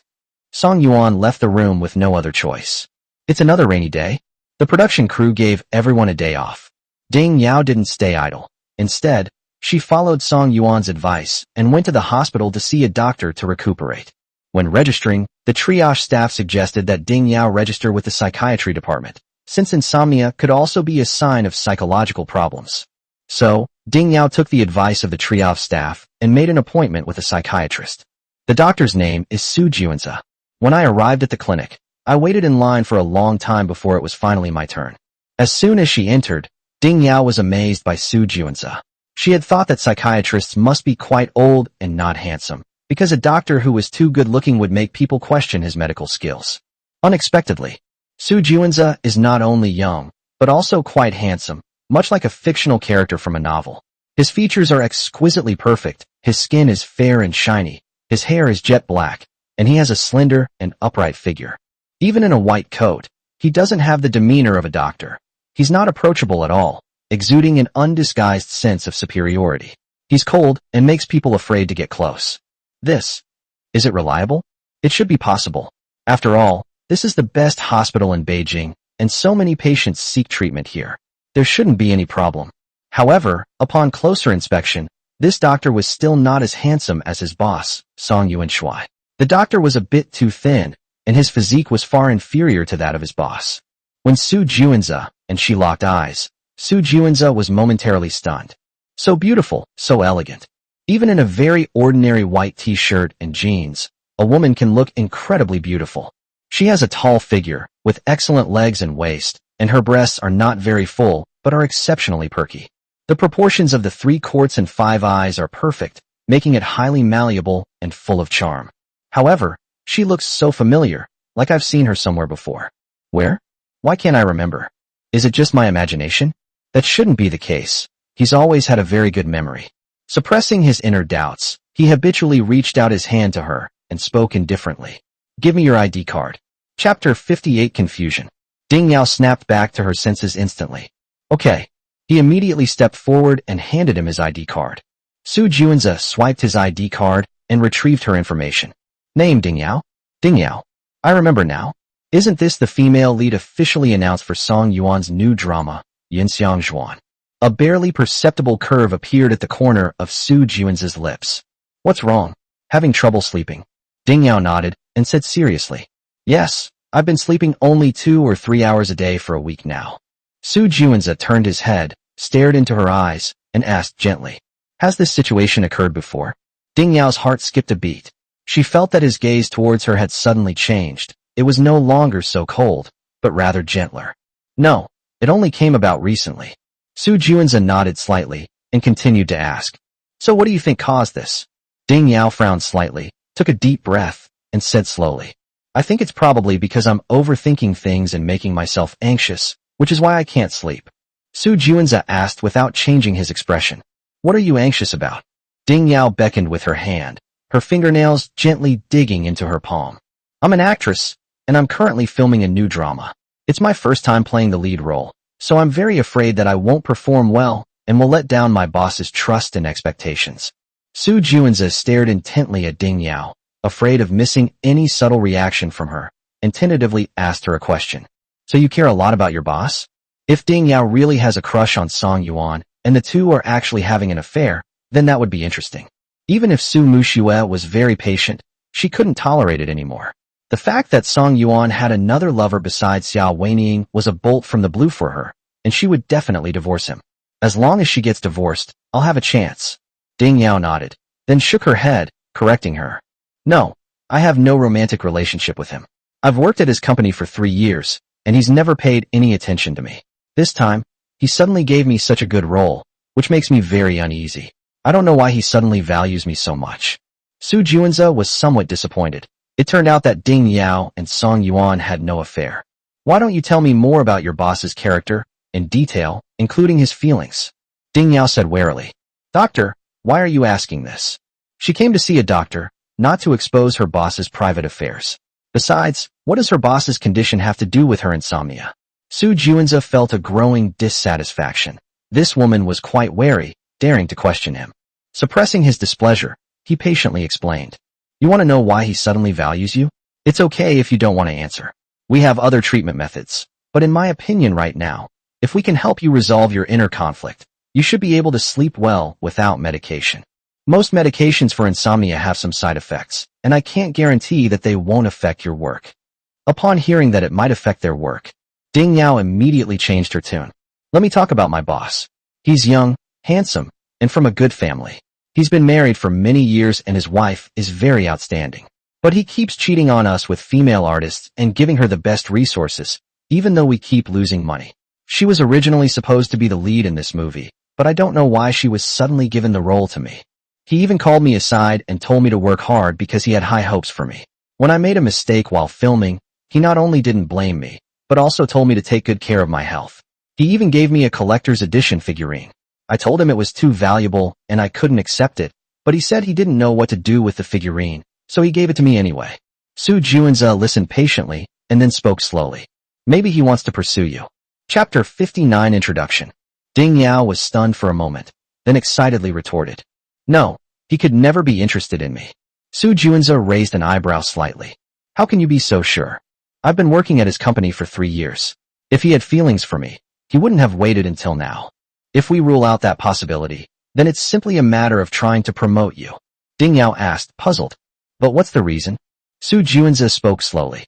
Since you don't know, then don't think about it. Your boss is so supportive of you. You should seize the opportunity. There are so many people in your company, but he chose you over anyone else. What do you think you should do? Ding Yao pondered carefully. Having been in the entertainment industry for so many years, she certainly understands the rules of the game. The reason she is not valued is that she is unwilling to break her bottom line and abandon her dignity. But now that such great resources have fallen into her lap, she wouldn't feel at ease if she didn't express something to Song Yuan, and she still wouldn't be able to sleep. After much thought, I decided to repay him without abandoning my dignity or crossing my bottom line. Just let him feel your sincerity. I know what to do. That's good. If you have any questions in the future, you can make an appointment to consult me in advance. Su Juanza handed over his business card as he spoke. Ding Yao nodded slightly and accepted the business card.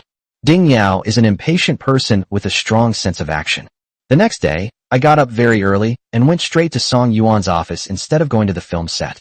As soon as I stepped out of the elevator, I saw Song Yuan standing at the office door, about to push the door open and go inside. Ding Yao said urgently, Mr. Song, wait a moment.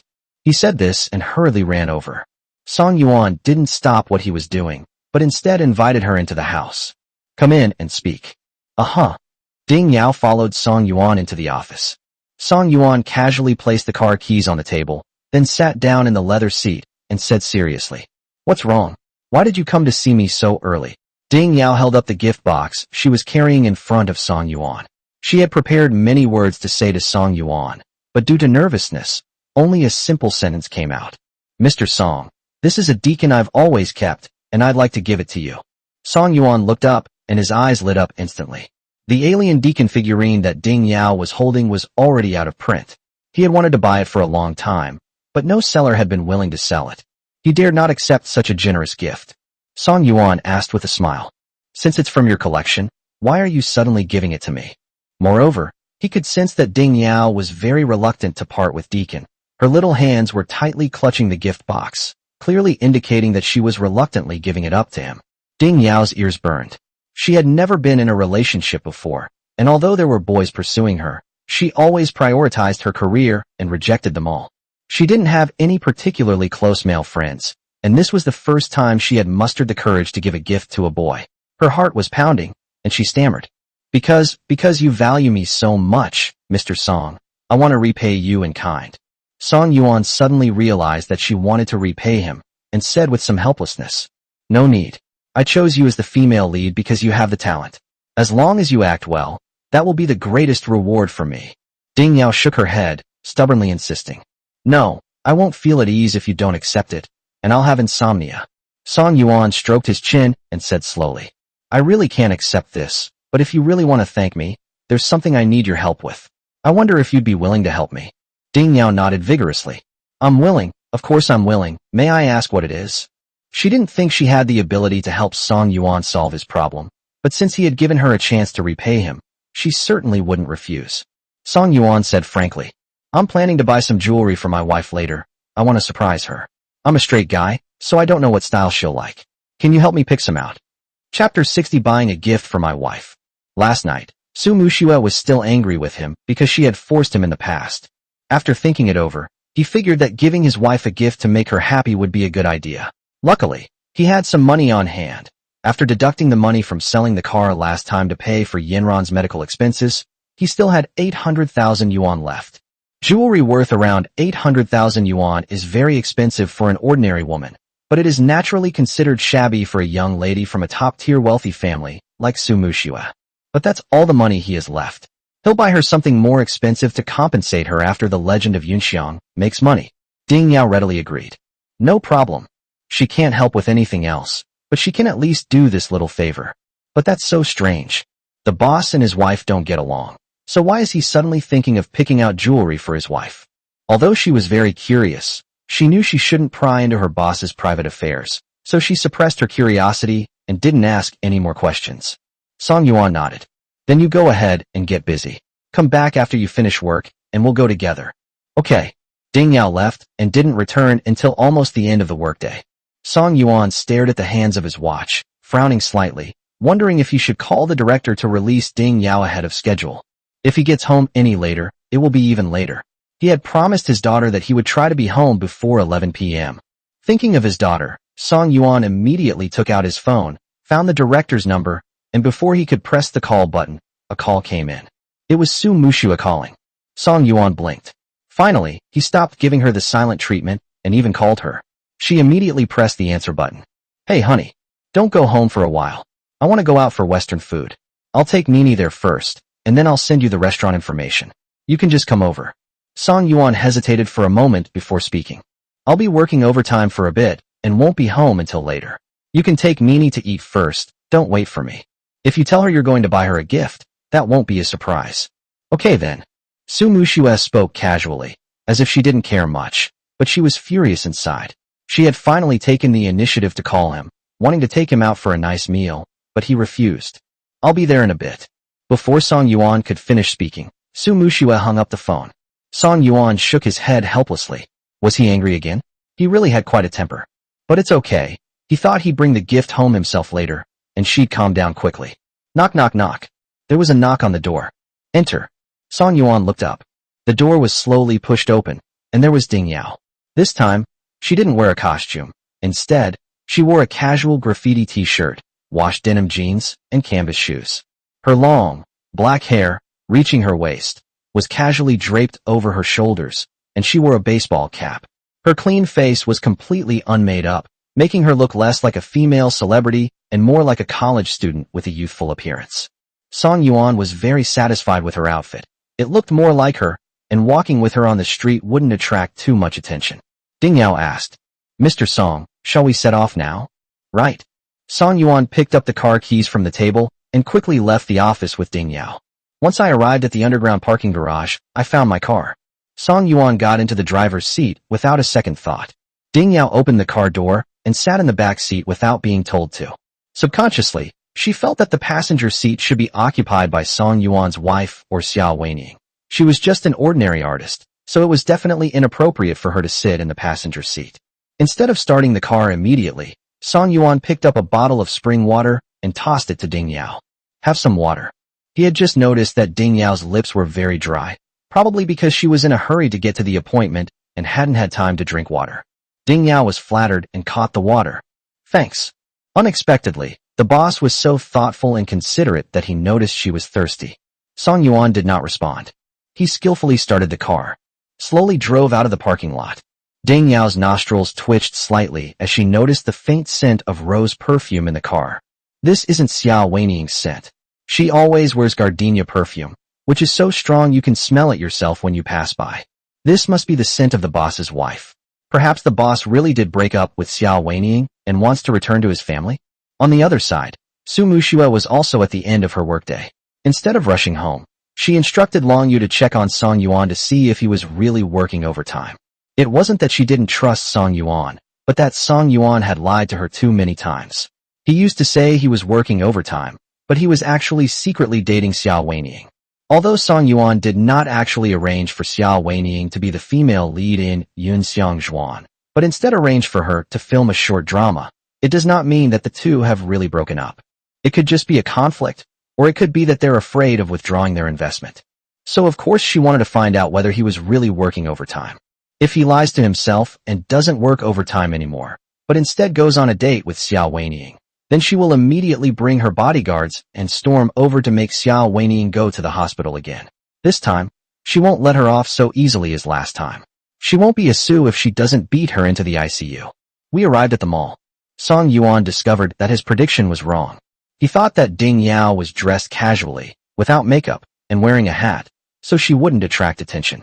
But as soon as he entered the mall, he found that the surrounding customers were all staring at Ding Yao intently. Song Yuan sighed helplessly. Perhaps, even without makeup, Ding Yao would be considered a top beauty by ordinary people, given her naturally good looks. He looks at beautiful women all day long. His wife is beautiful. Xiao Weiniing is also considered beautiful, and there are also pretty female artists in the company.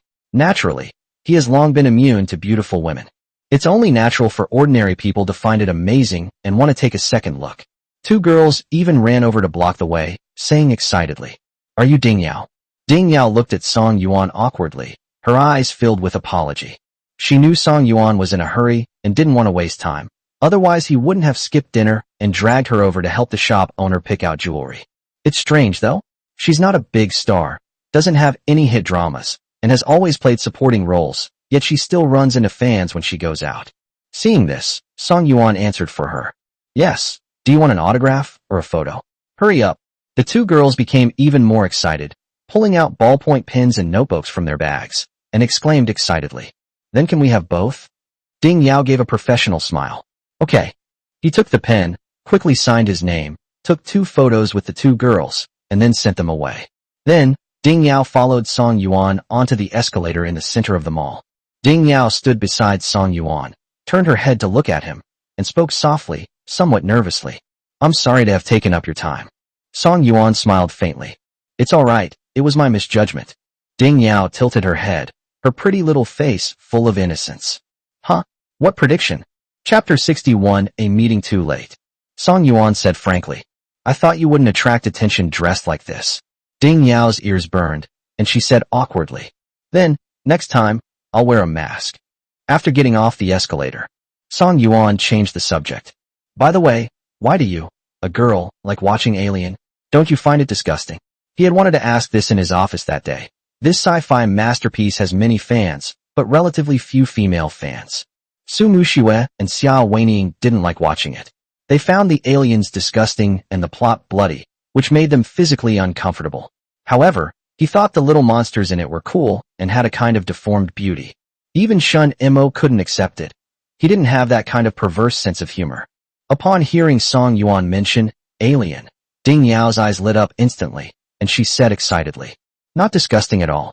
On the contrary, I think the shapes of the aliens in it are very artistic and can be described as beautiful." Song Yuan stared in astonishment. We're in the same boat. That's what he thought too. Watching a movie alone can be lonely, especially when you want to talk about the plot afterward but can't find anyone to share it with. That feeling of loneliness is particularly intense. "So what other movies do you usually like to watch?" Ding Yao narrowed her eyes slightly and said seriously, "I like the more unusual ones, such as Shaun Sono's Cold Fish and Love Crime, Tetsuya Nakashima's Confessions, and Kanako, as well as Stanley Kubrick's A Clockwork Orange and The Shining. There are too many to list, and there are still many I want to watch but haven't seen yet." Song Yuan was even more shocked. He also liked cult films, films with a strong personal style that gave people a strong sensory impact. When Ding Yao saw that Song Yuan didn't speak, she thought he was looking down on her. As everyone knows, there is a hierarchy of contempt in everything, including watching movies. This kind of movie is lowbrow and cannot be accepted by most people. He said somewhat dejectedly, "I know it's weird for a girl like me to watch this kind of movie, Song Yuan interrupted her. "I love watching it too." Ding Yao blinked in disbelief. Really? She really thought she was disliked. If she really shared the same interests as Song Yuan, then she would be one step closer to winning Song Yuan's heart and becoming his confidant. "Yeah, let me tell you, when I was in school, I spent every day in my dorm with my computer searching for resources. You know, I couldn't find them on legitimate websites. Some of the older movies would take me an hour or 2 to find. Yes, I finally found a place without Chinese subtitles, and I was so angry I smashed my keyboard. Yes, that's how bad my keyboard is. I really miss the 80s. The cult films made in Hong Kong back then were also very good. Yes, back then the regulations weren't strict, and the scope was much wider. You could film anything. Now you can't. Actually, I've always invested in making this type of film, but now the censorship is too strict, and anything that doesn't conform to mainstream values can't be released."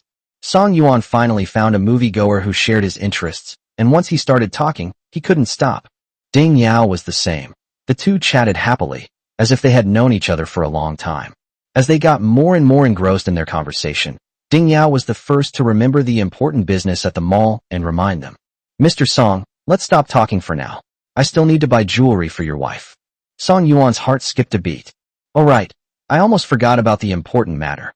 So the two walked into the jewelry store side by side, ready to carefully select jewelry for Su Muxue. Long Yu, who was not far away, raised her phone and took several pictures of the scene, which she then sent to Su Muxue. Su Muxue had already arrived home and received the photos. She took a closer look. His face darkened instantly. Good lad. As expected, he wasn't working overtime. However, to her surprise, Song Yuan's date wasn't Xiao Wenying. She was a young girl I didn't know. Su Muxue zoomed in on the photos and examined them closely. One of them was a girl's profile. She was so beautiful. Her profile was stunning, just like a model. She had a natural movie face, a beauty with perfect bone structure. This girl looks kind of familiar. Has she seen her before? Su Muxue pondered for a while, then suddenly remembered. Isn't this Ding Yao, the new female lead officially announced for The Legend of Yunxiang? Okay. She finally understood why Song Yuan had replaced Xiao Wenying with her as the female lead. It turned out he had changed his mind. You've changed, lovers. It's no wonder she overthinks things. He had just been saying he had to work overtime. But then he turned around and went out to meet Ding Yao at a jewelry store. It's strange, Ding Yao was one of the earliest artists signed by Song Yuan. She had been very well behaved for the past 3 years. How did the two of them suddenly get together? She had met Ding Yao a few times. When she visited Song Yuan's company, she had a good impression of her. Ding Yao was a very polite and humble girl. I've seen her act, and her acting skills are impeccable. She's been in the industry for 5 or 6 years without any scandals, and she's a proper, outstanding graduate from a professional acting school. How did she suddenly get involved with Song Yuan? Could I have misunderstood something? Impossible. If the two of them were completely innocent, why would Song Yuan lie to him? Is it because Song Yuan has been suppressing her and not giving her good resources that she finally couldn't help but take shortcuts in order to rise to the top? What should she do? Should we just storm over and catch them in the act? Is it too late to go now? What if the two of them run away? Long Yu can't stop them by herself. She couldn't stop Song Yuan last time either. Su Muxue took a deep breath. Then let's wait. I'll settle the score with Song Yuan when he gets home. At this moment, Song Jianni, who came out of the study with her new painting that she wanted to show to Su Muxue, saw that Su Muxue looked unwell and asked with concern, Mom, what's wrong? Are you feeling unwell? Su Muxue immediately composed herself and smiled. Nothing's wrong. Why did you come out? Have you finished your homework? Song Jianni sensed that her mother was forcing a smile and had something on her mind, but she didn't expose her. She knew her mother didn't want her to see the bad side of her. I finished writing, and I also drew this. Mom, take a look, see if it's pretty. He then handed the painting to Su Muxue. Su Muxue took it, and her heart suddenly clenched. The title of the painting my daughter drew is A Happy Family. It was herself, Song Yuan, and their daughter sitting on the beach, building sandcastles together, their faces beaming with smiles. You know, my daughter loves to draw. She has drawn many pictures, but none of them are of people. They are always her kind of abstract architecture, plants, and animals. Although many of those paintings won awards, the doctor said that the reason why her daughter's paintings were abstract, incomprehensible, and made people feel uncomfortable was because her daughter had serious psychological problems. Seeing that her mother was not speaking, Song Jianni unconsciously clenched her clothes. Mom, why aren't you saying anything? This is my first time trying to draw a person. Chapter 62, Where did you go? Su Muxue sniffed, reached out, and pinched her daughter's cheek, trying to force a gentle smile. Beautiful, so beautiful. Song Jianni looked completely bewildered. Really? But Mom, you look very unhappy. She was smiling, but her eyes betrayed an unconcealable sorrow. Su Muxue shook her head and denied it. No, you must be mistaken. Song Jianni's eyes darkened. Without even asking, she knew that the only person in the world who could make her mother so sad was her father. He must have upset her mother again. So, I gently took her slightly cool hand and comforted her. Mom, can you trust Dad just this once? He promised me a few days ago that he doesn't like other women anymore, and that he'll only like Mom and Nini from now on. Upon hearing this, Su Muxue was so shocked that her mouth dropped open. What did you say? Song Yuan actually told his daughter that he liked him? Sky, what kind of international joke is this? Hasn't he always resented himself? How could someone possibly like themselves? Song Jianni repeated it in a serious tone. I said, Dad said he likes Mom. I wasn't lying. If you don't believe me, Mom can ask him herself. I believe you. Her daughter never lied to her, so she naturally had no doubts. She just felt it was too eerie. Why would he talk to his daughter if he prefers not to talk to himself? If he's lying to his daughter, what's his purpose? No. If he really liked her, how could he lie to her by saying he was working overtime when he was actually on a date with Ding Yao? So annoying. She's confused. What exactly is going on? What exactly is that bastard Song Yuan trying to do? When I had a headache, the door creaked open. Su Muxue turned her head and saw Song Yuan standing at the door, looking quite respectable. He even smiled and greeted her when he saw her. Honey Nini, I'm home. That bastard, he secretly went on a date with Ding Yao, and when he came back he acted like nothing had happened, his smile still so charming and handsome. Su Muxue's blood pressure soared. Suppressing her anger, she looked down at her daughter and said restrainedly, Nini, go back to your room and rest. Your father and I have some important things to discuss. Song Jiani sensed the turbulent emotions beneath her mother's calm facade. She glanced deeply at her father, who was bending over to change his shoes at the door, completely unaware that something was wrong with his mother, and silently prayed for him. Daddy, hang in there, Mom's about to get angry. Okay. He obediently climbed upstairs, returned to his bedroom, and closed the door tightly. Song Yuan changed into slippers and quickly walked to Su Muxue's side. Wife, look at me. As he spoke, he took out the jewelry he had carefully selected for her from his pocket. But Su Muxue ruthlessly interrupted him.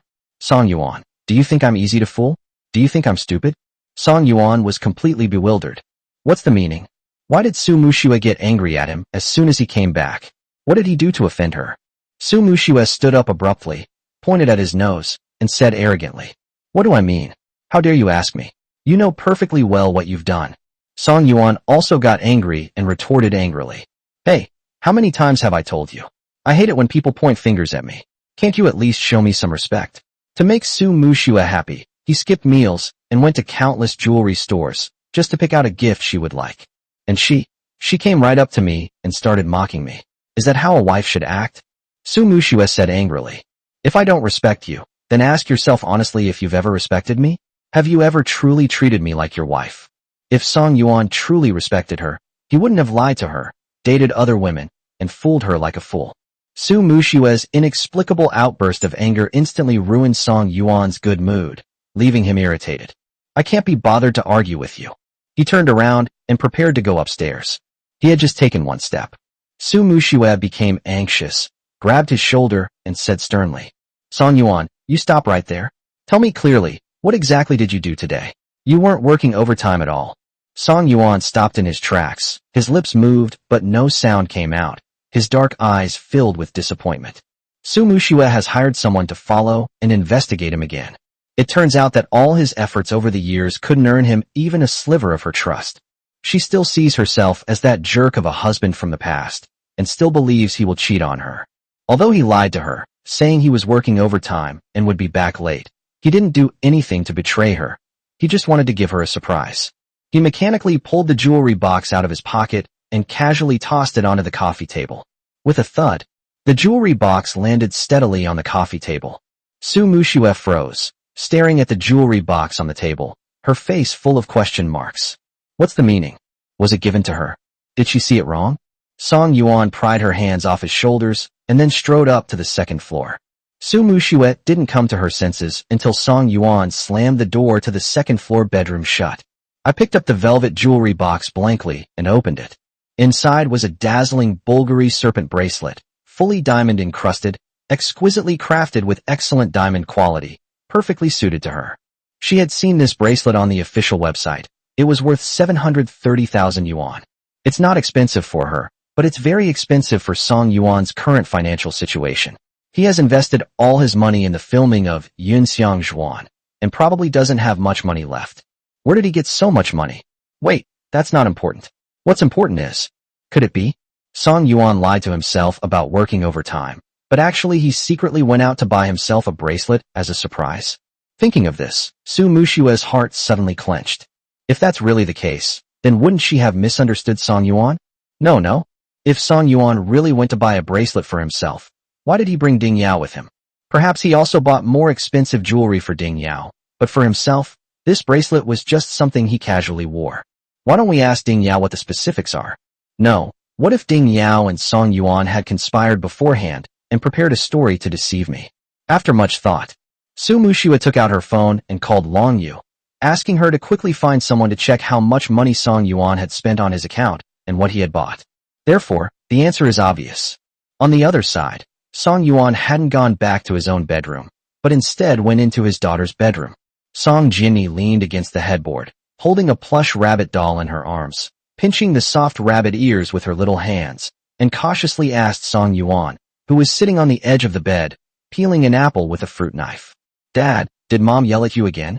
Chapter 63 loves to eat little apples. Song Yuan paused, nearly cutting his hand with the fruit knife in his hand, and asked in surprise. You heard everything? That can't be right. Is the soundproofing in this house really that bad? Can you still hear sounds from the living room from the bedroom on the second floor? If that were really the case, wouldn't his daughter hear every argument he had with Su Muxue? Song Jianni quickly shook her head and denied it. No, I was just guessing. Before you came back, Mom was in a bad mood and looked terrible. Song Yuan secretly breathed a sigh of relief and explained. We did have a fight just now, but Nini, you need to know that your mother and I can't be separated by arguments. It was just a little misunderstanding. Oh, Song Jianni didn't ask any more questions. Since her father said it was just a small misunderstanding and they wouldn't break up, there was no need to worry. He looked down at the green apple in Song Yuan's hand that was about to be peeled. She unconsciously swallowed. This was her favorite fruit, and it tasted best when peeled. Every time her mother peeled it for her, she would cut it into small pieces so that it would be hard for her to bite. This is the first time Dad has peeled an apple for him. I wonder if he'll cut it into small pieces. Song Yuan threw the whole piece of fruit peel into the trash can, and then put the knife in the fruit bowl on the bedside table. Song Jianni blinked. It seemed that her father wasn't planning to cut it into small pieces for her. That was fine, though. It would still be delicious to eat it whole. Unexpectedly, she was just about to reach out to take the apple and thank him.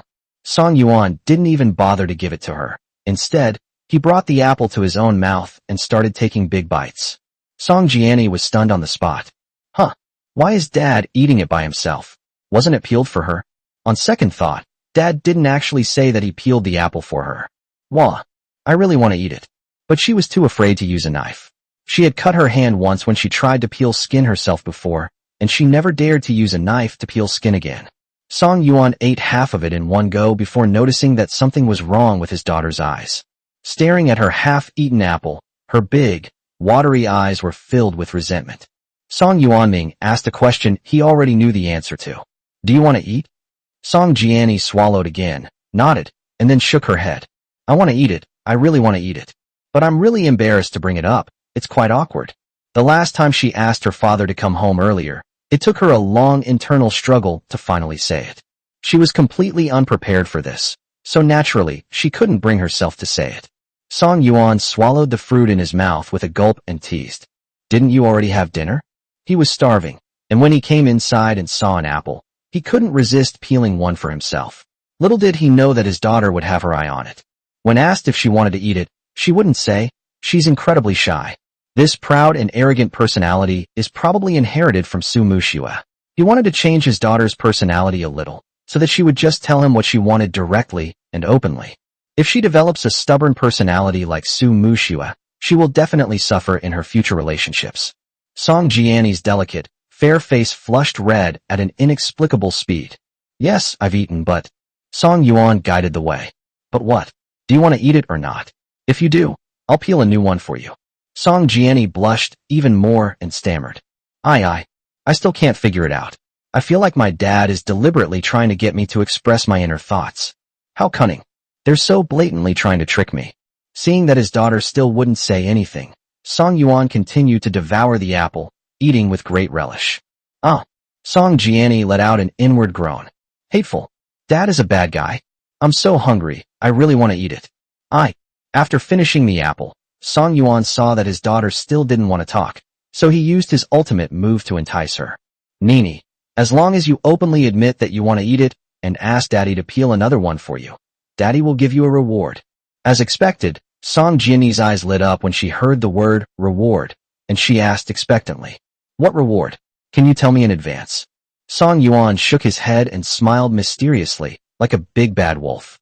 To be precise, it's a surprise. If I told you, it wouldn't be a surprise. Song Jianni's eyes lit up. Surprise? Did her father prepare a surprise for her? She's grown up and still doesn't know what a surprise is. What kind of surprise could it be? I really want to know. So, stealing her resolve, she looked up at Song Yuan, her hand unconsciously tightening around the plush rabbit doll in her arms, and spoke with difficulty, her face flushed. Daddy, Nini wants to eat. Could you peel another apple for me? He finished speaking without waiting for Song Yuan's response. Song Jianni quickly buried her face in the rabbit plush toy, too embarrassed to show her face. Song Yuan nodded in satisfaction. That's more like it. If she has any requests, she should just make them. Anyway, no matter what the request is, as long as it's not too unreasonable, he can fulfill it for his daughter. Song Jianni buried her head and hummed twice. It's so hard to be honest and make requests to Dad directly. It's really too hard. Song Yuan's gentle voice reached my ears. Nini, lift your head. Song Jianni obediently raised her head, and in front of her was a diamond necklace that shimmered with silver light, with a platinum cross pendant and a dazzling ruby in the center. Song Jianni's pupils dilated slightly, and her eyes widened in disbelief. Oh my God! It turned out to be her favorite necklace, the one she had always wanted. The reason she liked it and wanted it was because it was the necklace worn by Akashi Mocha in her favorite anime, Rosario plus Vampire. Moreover, she believed that the cross had the power to ward off evil spirits, and that wearing it would definitely stop her from having nightmares. What a surprise. A huge surprise.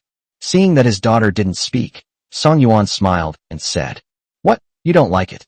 If you don't like it, I'll give it to someone else. Song Jianni excitedly snatched the necklace. I love it, Nugnung. I love it so much. Thank you, Dad. As she spoke, she couldn't help but sit up and give Song Yuan a hard kiss on the cheek. Song Yuan, whose body trembled, and he froze on the spot, unable to move. At that moment, he felt like the happiest man in the world. He never expected his daughter to like it so much. In fact, he hadn't thought about buying jewelry for his daughter until Ding Yao reminded him. When asked if he wanted to buy a gift for his daughter, he happened to have 800,000 yuan left after buying the Bulgari bracelet.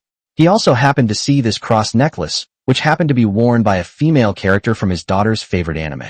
Song Jianni put the necklace back into Song Yuan's hand and said with a smile, Dad, can you help me put it on? Good. Song Yuan unfastened the necklace clasp, went behind his daughter, and carefully put it on for her. Song Jianni touched the cross pendant as if it were a precious treasure, blinked, and asked in a childish voice, Is it pretty? Chapter 64. You're a female hooligan. Song Yuan nodded and said sincerely, Nice. My daughter has inherited the good looks of both me and Su Muxue. How could she not be beautiful? Song Jianni smiled sweetly. Hee, I think it looks good too. Today is truly a memorable day. Her father gave her such a big surprise. It feels like a dream. Some are happy, some are sad.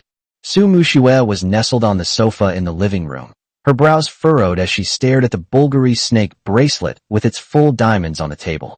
Long Yu just called her back and told her that Song Yuan spent a total of 800,000 yuan today to buy 2 pieces of jewelry.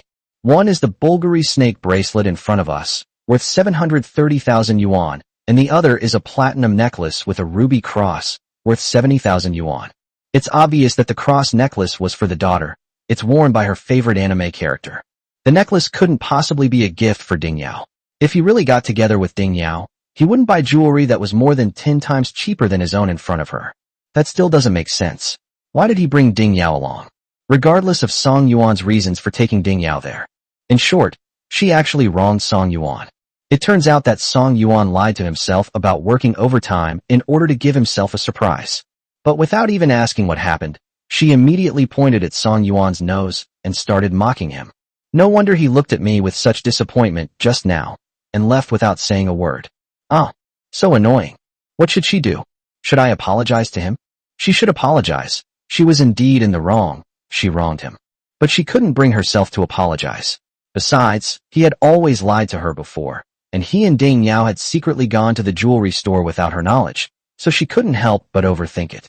But regardless, she did wrong Song Yuan and should apologize. Su Muxue took a deep breath, picked up the snake bracelet, stood up, and quickly walked to the second floor. When I got to my daughter's room, I raised my hand and knocked on the door. Hearing the noise, Song Yuan thought Su Muxue had come to argue with him again, so he didn't open the door immediately, but instead comforted his daughter. Nini, you get some rest. Your dad and mom will have a good talk. Don't worry, we won't fight anymore. If Su Muxue's insults get too harsh and he can't help but want to talk back, he'll pull Su Muxue into the bedroom beforehand, close the door tightly, and his daughter shouldn't be able to hear him through the two doors. Okay. Song Jiani obediently crawled into bed and hugged her plush rabbit doll tightly. After tucking his daughter in, Song Yuan opened the door. Just as Su Muxue was about to speak, Song Yuan grabbed her hand and headed straight for his bedroom. Once inside the bedroom, Song Yuan released Su Muxue, closed the door tightly, and said in a deep voice, "Now you can talk, Nini can't hear you." Su Muxue took a deep breath, trying to soften her tone, and said gently, "You lied to me today and said you were working overtime, but you weren't actually on a date with Ding Yao. You were just trying to buy me a bracelet, right?" Song Yuan was helpless. "Yeah, you're really well informed. That's good. I don't need to explain it myself. She found it directly. That's terrifying. Little smarty, nothing can be hidden from her." Su Muxue swallowed hard and asked the question that had been bothering her. "Then why did you bring Ding Yao along? Couldn't you have just bought it yourself? Then I wouldn't have misunderstood you."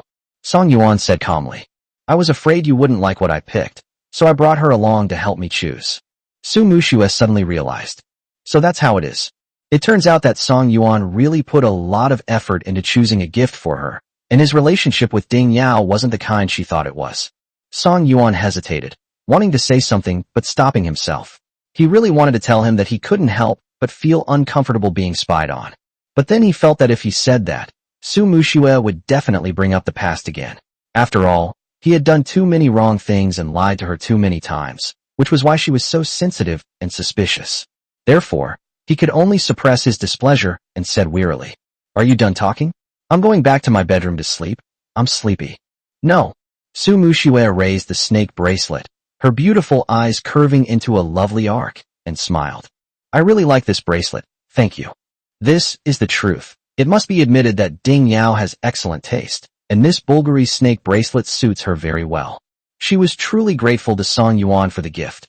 Although it wasn't very expensive, it was all he could give her right now. This was the first time he had ever given her a gift in all these years of marriage, and I never expected it to turn out like this. Song Yuan said calmly, "You're welcome, I'm glad you like it." After saying that, he turned around, walked towards the door, and prepared to leave the room. Just as his hand touched the doorknob, Su Muxue called out to him, "Wait, I have something else to say." Song Yuan turned his head blankly and asked in confusion, "What?" Su Muxue bit her lip and said somewhat awkwardly, "Honey, I'm sorry I wronged you." Song Yuan froze on the spot. Did he hear wrong? Su Muxue actually apologized to him? She, such a proud person, actually bowed her head and admitted her mistakes one day. He hadn't expected her to apologize, since she misunderstood him because of his past behavior, and it was reasonable for her not to apologize. Besides, he wasn't a petty person. Seeing that Song Yuan didn't speak, Su Muxue assumed that he was still angry with her and didn't want to talk to her anymore. Hateful. He's already apologized. What more does he want? Is he going to be unforgiving? He lied to me so many times in the past, cheated on me so many times, and never apologized to me much. He said unhappily, "Hey, is it really necessary? Are you being so petty? I didn't do it on purpose. Who told you to bring Ding Yao along? Isn't it normal for me to misunderstand? I've already apologized to you. What more do you want? Say something." "What do you mean by not saying anything?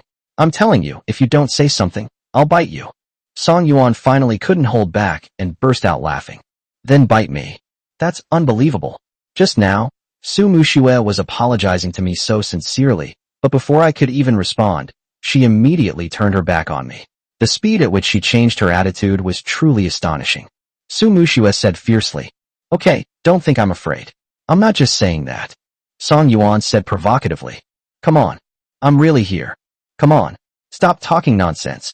Su Muxue immediately leaned forward, pressed down on Song Yuan's shoulder, stood on tiptoe, and bit Song Yuan's pale pink lips hard. Song Yuan's eyes widened suddenly. A sharp stinging sensation came from my lips, accompanied by a soft touch.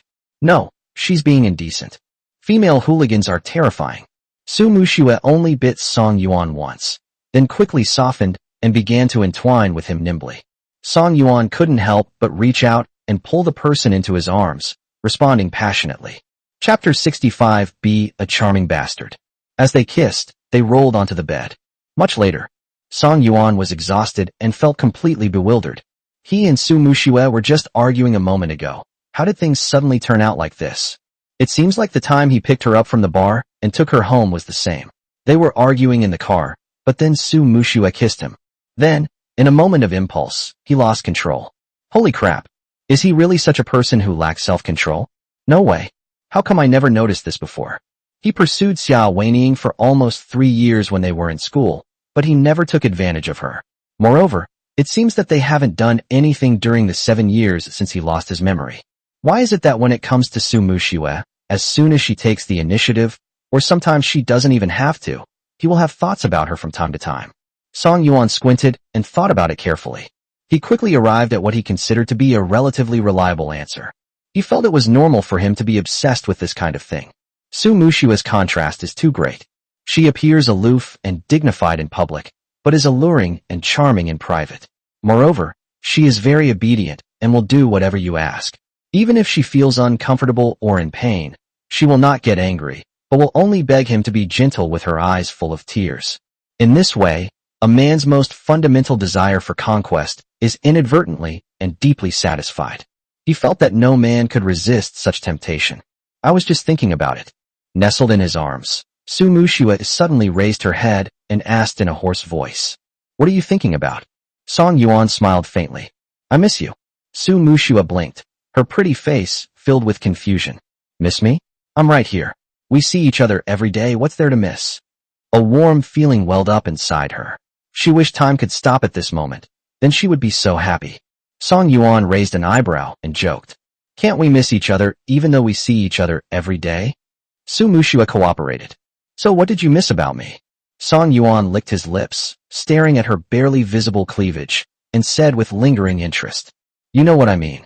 Su Muxue blushed, pinched his side waist, and scolded him playfully. "Rogue." Song Yuan retorted confidently. "Hey, aren't you ashamed to say something like that? You were the one who started this unsportsmanlike behavior, seducing me and saying you'd bite me, then suddenly sticking out your tongue. Let me interview you. What were you thinking at the time? What were you thinking?" I. Su Muxue blushed even more, almost to the point of fuming. Little did she know what she was thinking at the time. At first, she just wanted to bite him to vent her anger, but who knew that his lips were like they were electrified, so soft and delicious, that he simply forced himself on her. Song Yuan tried hard to suppress his laughter and pressed on relentlessly. "What do you mean, you? Tell me, what are you really thinking?" Su Muxue became anxious and then flew into a rage. "Fine, I'll be a female hooligan, okay? Are you satisfied now?" Song Yuan smiled smugly. "Hee hee, it's good that you admit it." Su Muxue looked at his arrogant appearance and gritted her teeth. "Asshole." Song Yuan was not angry at all. Instead, his smile deepened, and he said self-deprecatingly, "Yeah, it's not like you've only known me for a day." He never considered himself a morally upright and good person. I would never help an elderly woman who has fallen on the street. He would not give a single penny to a beggar who asked him for money. He never repays evil with kindness. If someone offends him, he will make them pay the price. The facts have proven that he really is a bastard. Otherwise, how could he have been bewitched by that bitch Xiao Weining over the past 7 years, hurting his closest family and friends? Su Muxue suddenly didn't know how to respond to Song Yuan. She thought he would continue to argue with her and deny what she said, but she didn't expect him to admit it so openly. What a bastard. Charming bastard. There's a saying that goes, women don't love men who aren't a little bad. Sometimes she even questions whether she has a bit of a masochistic tendency. Otherwise, how could she have stayed with Song Yuan for so many years? He did so many things that crossed her bottom line, yet she still stayed by his side and loved him to the core. Seeing that Su Muxue didn't respond, Song Yuan sat up, turned off the lamp, then pulled her back into his arms and gently kissed her forehead. "Sleep." Su Muxue refused. "Wait, I have a question for you. Can you tell me the truth?" Song Yuan said in a deep voice. "Sure, go ahead and ask." Su Muxue gently pinched the hem of her pajamas and asked earnestly, "Don't you like Xiao Weining anymore?" She had actually wanted to ask her father about it at his birthday party, but she hadn't found the right opportunity. He really felt that Song Yuan had changed a lot during this period. Song Yuan said frankly, "I don't like her anymore. Otherwise, why wouldn't I have cast her as the female lead?" Su Muxue froze, not expecting Song Yuan to actually say he didn't like her anymore. I don't know if it's true or not, but in these 7 years, no. In the 10 years I've known him, he has never said that he doesn't like Xiao Weiniang. Whether it was the truth or a lie, she was overjoyed. She had waited 10 years for these words. How long is 10 years? 3,650 days. 87,600 hours. 5,256,000 minutes. 315,360,000 seconds. The reason she didn't confess to Song Yuan in high school was because he was always pursuing Xiao Weiniang. By opposing him and causing him trouble at every turn, she wanted him to remember her. At that time, she felt that if she couldn't be the woman he loved the most, then being the woman he hated the most would be fine too. At least she would leave a deep impression on him. Seeing her silence, Song Yuan assumed she didn't believe him and continued. Haven't you always been curious about where I got the money to redeem your necklace? Su Muxue came to her senses and asked in return. Yeah, where did the money come from? At first, she thought that Song Yuan had used the 100 million yuan she had lent him.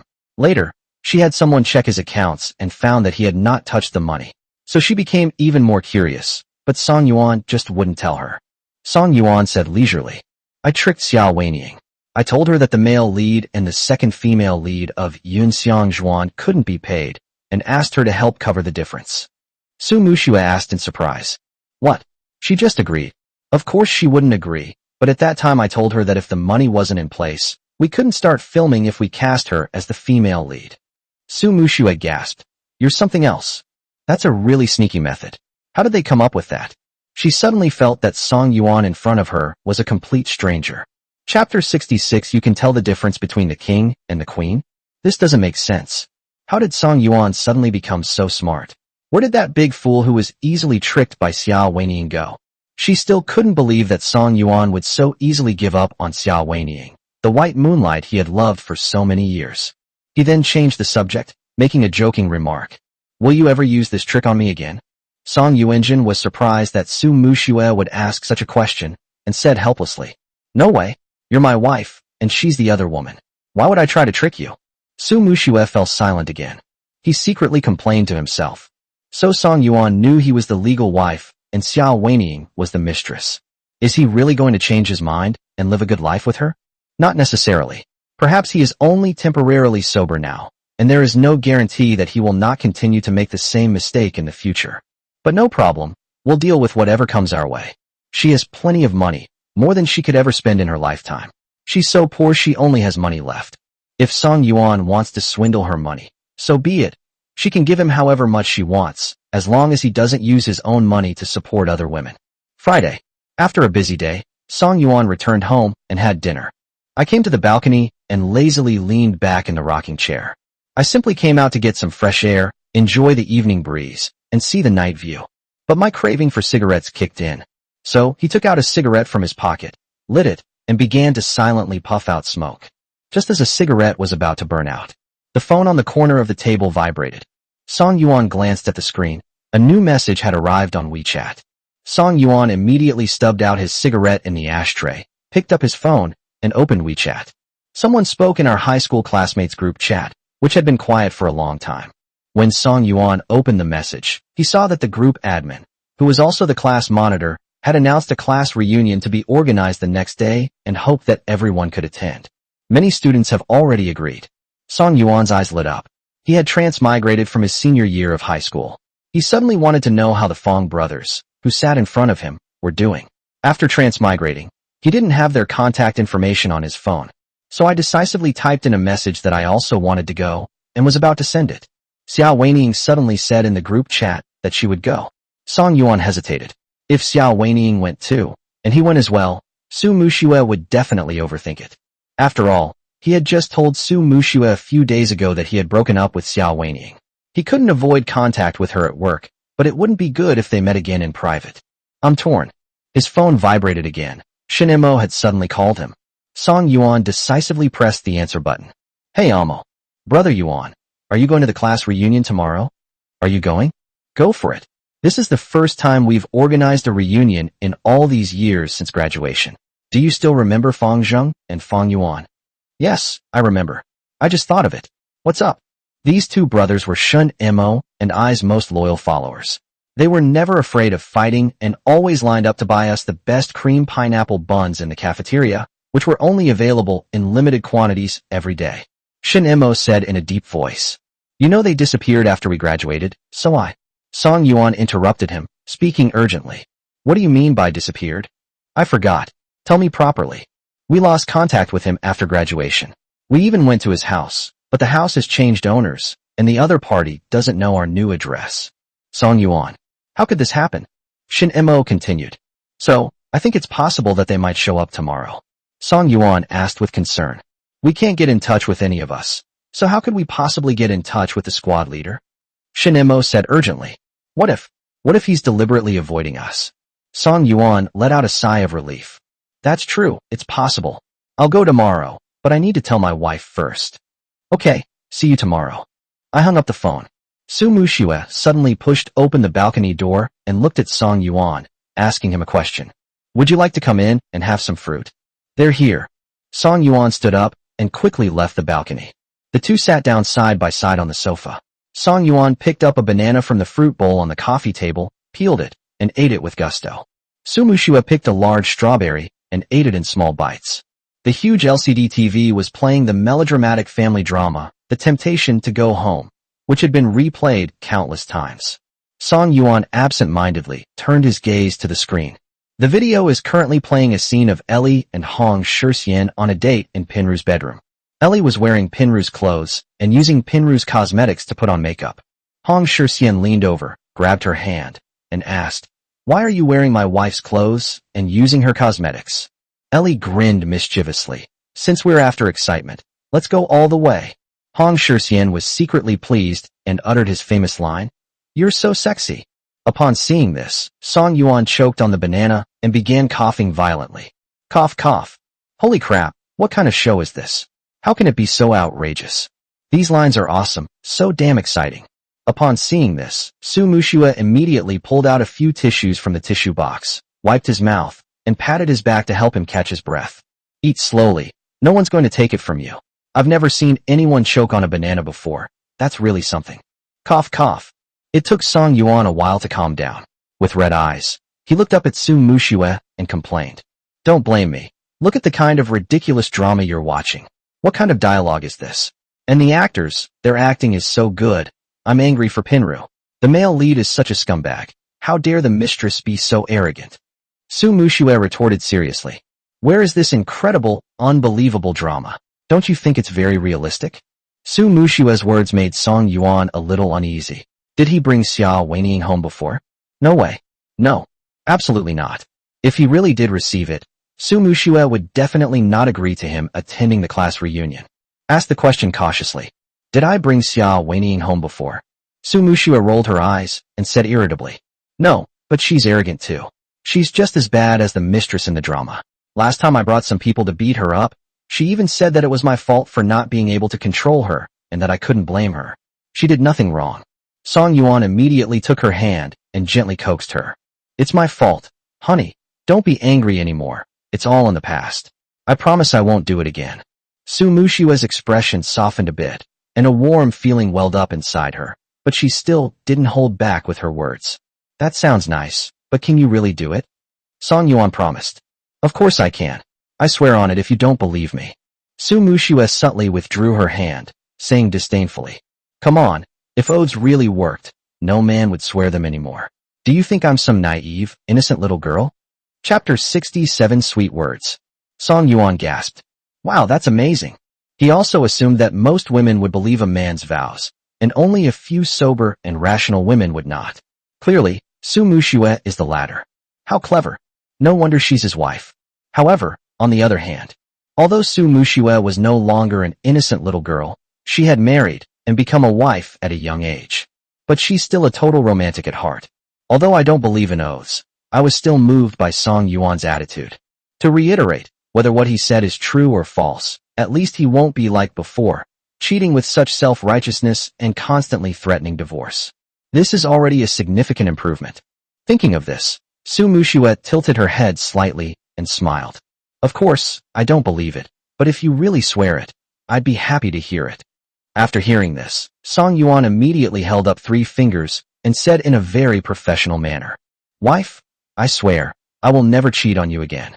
I promise to live a good life with you. If I can't do that, may I be struck by lightning and die a horrible death." Su Muxue stared at Song Yuan without saying a word. After a moment of silence, her beautiful eyes flushed slightly red, and her long eyelashes began to moisten. What Song Yuan said makes so much sense. That look, that spirit, that unwavering determination. For a fleeting moment, she genuinely believed that he would never cheat on her again, and that he truly wanted to live a good life with her. Seeing that Su Muxue's eyes were red and she looked like she was about to cry, Song Yuan was dumbfounded. "What's wrong with you? Are you really that touched? Holy crap, does she really like me? Otherwise, why would he react so strongly to hearing himself make an oath?" Su Muxue sniffed, her nose stinging, and said something that didn't reflect her true feelings. "Of course it's not that I'm moved. It's that the image of you breaking your promise and suffering retribution, dying a horrible death, suddenly flashed through my mind. It was too tragic. You know I'm so kind. Even if a stranger died tragically in front of me, I wouldn't be indifferent." Song Yuan's face darkened. It turns out she wasn't moved by her own actions, but by the thought of her own tragic death. This woman is so vicious. Does she want him to suffer retribution? Seeing Song Yuan's extremely unpleasant expression, Su Muxue realized that her words had been a bit harsh, and smiled as she spoke. "I was just kidding. Why are you being so stingy? Your face is all green." Song Yuan laughed along and teased him. "It's okay if your face turns green, as long as your hat isn't green." Su Muxue raised her fist and punched his solid chest hard. "Get lost. Even if you wanted to wear it, I wouldn't be happy." Song Yuan had practiced, so even though Su Muxue used force in that punch, she didn't feel much pain. He retorted, "I don't have that fetish. I'm not a pervert. There are indeed people who have this kind of taste, enjoying giving their girlfriends away to others." He couldn't understand at all what was fun about this approach. Su Muxue shook her head, her face flushing red instantly, and said meaningfully, "You don't actually have that fetish, but you're still a bit perverted." She couldn't understand why Song Yuan always ordered her to call him by his strange nickname. They also really like random, miscellaneous tools. She later concluded that he was just a bit of a pervert. Song Yuan originally wanted to refute Su Muxue's words, but when he saw her flushed face, he instantly understood. He coughed awkwardly twice. "I won't deny it, but you like it too, right? Otherwise, why don't you resist?" Su Muxue's face turned even redder, and she said angrily, "That's because I couldn't resist. How strong are you? How dare you say that?" Of course, she wouldn't admit that she enjoyed it too. It would be too embarrassing. "Stop, stop, let's not talk about that. I have something important to tell you." Song Yuan felt that if Su Muxue continued talking, he would be tempted to do things with her again. Damn it. Su Muxue looks so beautiful when she blushes. Her face is already stunningly beautiful, but when she's shy, it becomes even more irresistible. Su Muxue frowned slightly, puzzled. What important matter is it? That. Song Yuan was a little unsure how to broach the subject. What if Su Muxue rejected him? I decided to be more tactful in bringing it up. "I'm having a class reunion tomorrow. It's the first time my high school classmates have organized one in so many years since we graduated." Su Muxue said seriously, "Do you want to go? It's a high school reunion, and Xiao Weining is also his classmate, right? She'll probably be there too." Although she and Song Yuan went to the same school, she was in the honors class while Song Yuan was in the regular class. Song Yuan did not answer Su Muxue's question directly, but instead gave a roundabout answer. "Honey, Xiao Weining will go, but I won't pay any attention to her. The main thing is that I want to know how my two brothers from high school are doing. Shun Imo said they disappeared after graduating from high school, and he can't contact them anymore." Su Muxue's face darkened, and she asked in return, "So you're thinking of going? Why make up such ridiculous excuses? If you want to go, just admit it." Seeing that Su Muxue's expression was not good, Song Yuan decided to retreat as a way of advancing. "Yes, but if you insist on opposing it, I won't go." Su Muxue raised her eyebrows in disbelief. "Oh really? You listen to me that much?" In the past, Song Yuan wouldn't even bother to tell her what he wanted to do, so it was already good that he was able to tell her directly and ask for her opinion this time. "They actually listened to my advice? That's like the sun rising in the west." Seeing that Song Yuan's tactic was somewhat effective, Su Muxue's lips curled into a faint smile, and she pressed on while the iron was hot. "Of course, my dad always says that listening to your wife will bring you good fortune. Look at me, my business has been doing poorly all these years, and I've been losing money. It's because I haven't listened to you. So of course I have to listen to you, my wife. I'm not going. It's a rare day off. Where do you want to go tomorrow? Take Nini with you, and let's have a nice family vacation. Suppressing her intense joy, Su Muxue said coquettishly, Are you being all sweet-talking all of a sudden? How come you've suddenly become so eloquent? It's amazing. No wonder women love to hear sweet words. It really does sound good. It's so sweet it's like her ears are pregnant. If you like listening, I'll tell you about it every day from now on, okay? As Song Yuan spoke, he gracefully took her hand, reverently kissed the smooth back of her hand, his nostrils flaring slightly as he praised her. Honey, you smell so good. Su Muxue's heart raced, as if it were about to burst out of her chest, and she gave in. Okay, I agree to let you go. Just remember to come back early. It's just a class reunion anyway. There are so many people, and it's not like Song Yuan and Xiao Weining are alone together. As long as he can go home early tonight, there shouldn't be any trouble. Chapter 68 What if I get pregnant? Song Yuan was overjoyed and continued his witty banter. Wife, you are so good. You are the most beautiful, virtuous, and understanding woman in the world. If another man said those words, it would definitely sound greasy. But Song Yuan was incredibly handsome. He was a top-tier male star back then, and every photo of him was perfect from every angle. You couldn't find a single unflattering picture of him on the entire internet. Saying such things is naturally not cheesy, especially since Su Muxue sees him through a thick filter of love. He coaxed Su Muxue so much that she was overjoyed. She felt that at this moment, even if Song Yuan asked for the stars in the sky, she would find a way to pluck them down and give them to him. Thinking of this, Su Muxue suddenly became afraid that Song Yuan would take this opportunity to make even more outrageous demands, and that she would be unable to resist his advances and impulsively agree to his request, so she raised her hand to cover his mouth. That's enough, stop talking. Song Yuan didn't speak again, but instead stuck out his tongue and gently licked her palm. Su Muxue's body stiffened. Song Yuan's soft yet powerful tongue seemed to be electrified, instantly licking her heart, tickling her like a feather caressing her heart. Many inappropriate images for children instantly flashed through my mind. In a moment of impulsiveness, Su Muxue grabbed the back of his neck and leaned forward to kiss his lips. Just as her lips touched Song Yuan's, about to penetrate deeper, the study door creaked open. Su Muxue hurriedly pushed Song Yuan away and turned to look at the source of the sound. There she was, her daughter standing at the door of the study, staring blankly at her, her beautiful almond-shaped eyes filled with confusion. Su Muxue's face flushed red instantly. Damn it, her daughter must have just seen her kissing Song Yuan. He forced himself to remain calm and asked, Nini, have you finished your homework? Song Jiani nodded gently. I'm done writing. Su Muxue was at a loss for words. Song Yuan immediately stepped in to smooth things over, waving to his daughter. Nini, come and have some fruit. They're here. Song Jiani ran over with a smile, naturally squeezed between the two, picked up a strawberry from the fruit plate, and ate it in small bites. Song Yuan picked up a green apple from the fruit plate, skillfully peeled it with a fruit knife, and casually asked, How have things been going with your classmates lately? Has anyone been giving you any trouble? Song Jiani swallowed the fruit in her mouth and spoke frankly. That's fine, that's all. Song Yuan felt relieved and gave him instructions. That's good. If you have any problems, be sure to tell Dad, and Dad will definitely help you. Carrot. Soon, Song Yuan finished peeling the fruit and handed it to her. Give. Song Jiani took the apple, took a small bite, and asked as she chewed. Dad, does this mean I'll have a little brother or sister soon? Upon hearing this, Song Yuan and Su Muxue both changed their expressions, exchanging a knowing glance, their expressions incredibly awkward. Could it be? Did their daughter overhear them doing things? No way. With 2 doors between us, the house isn't that badly soundproofed. Also, how could a 7-year-old daughter understand? The two of them hadn't explained this to her before. It's not appropriate for someone her age to know such things. Introducing children to this kind of knowledge too early does nothing to benefit their physical and mental health. It only does harm. Does your daughter secretly read restricted comics or novels? This is outrageous. 7 years old. Only 7 years old.